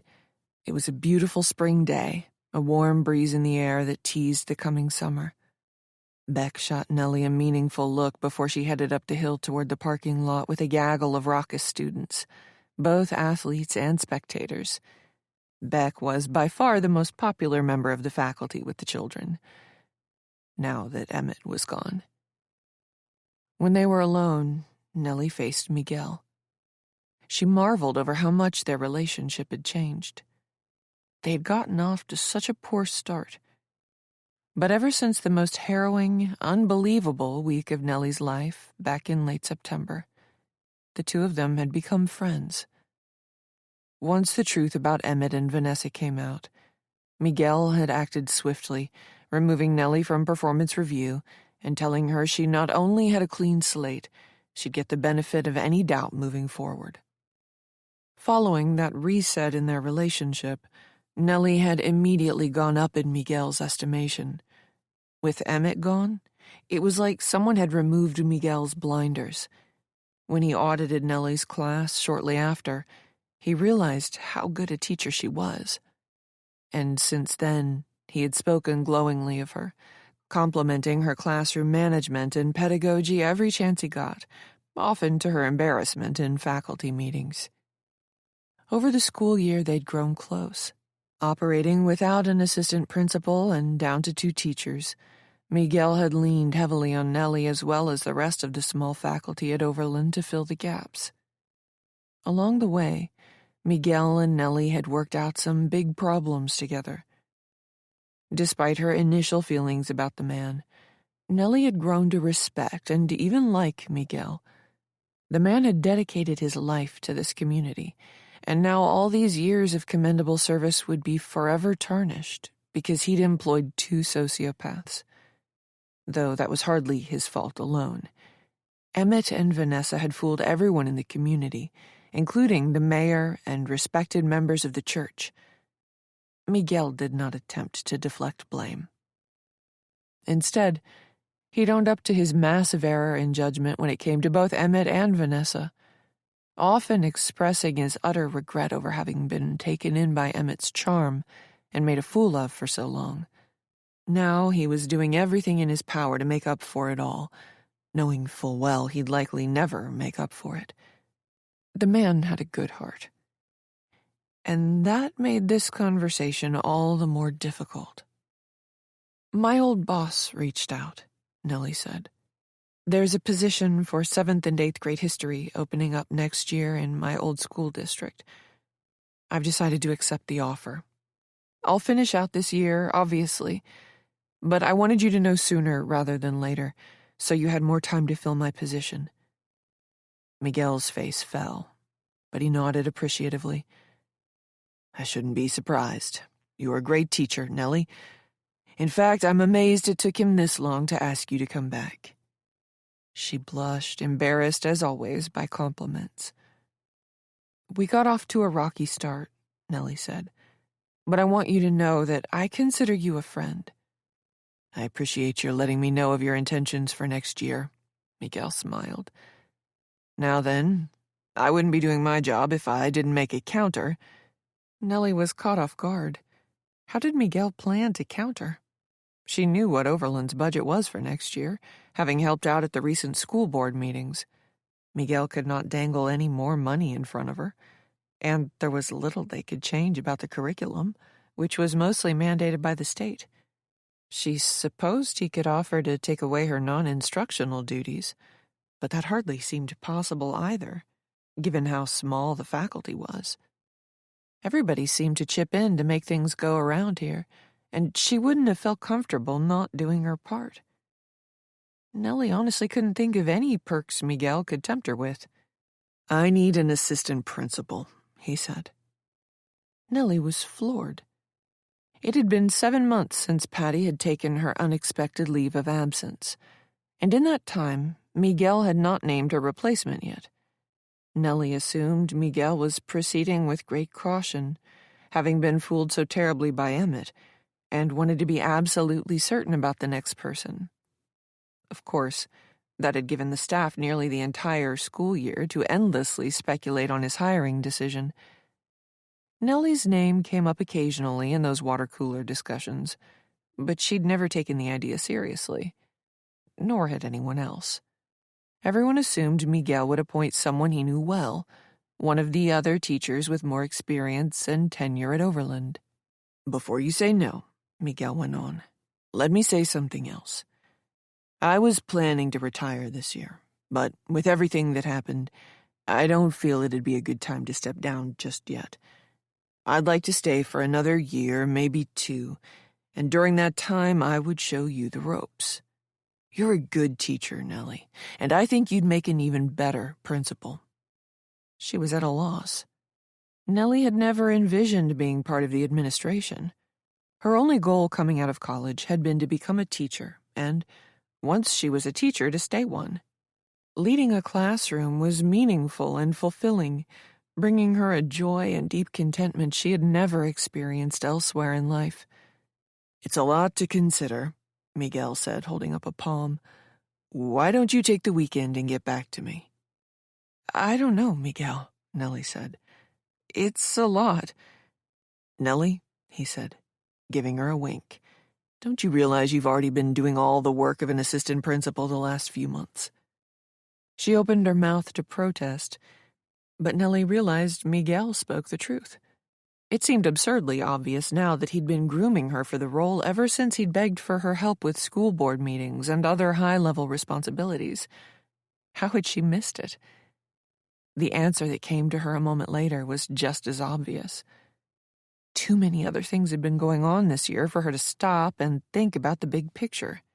After the thing with Emmett and Vanessa and all the unwelcome attention that had drawn, Nellie had been called out to California to testify in the civil lawsuit brought against her ex-husband's former boss, and then had been asked to give a statement to authorities, as they considered criminal charges as well.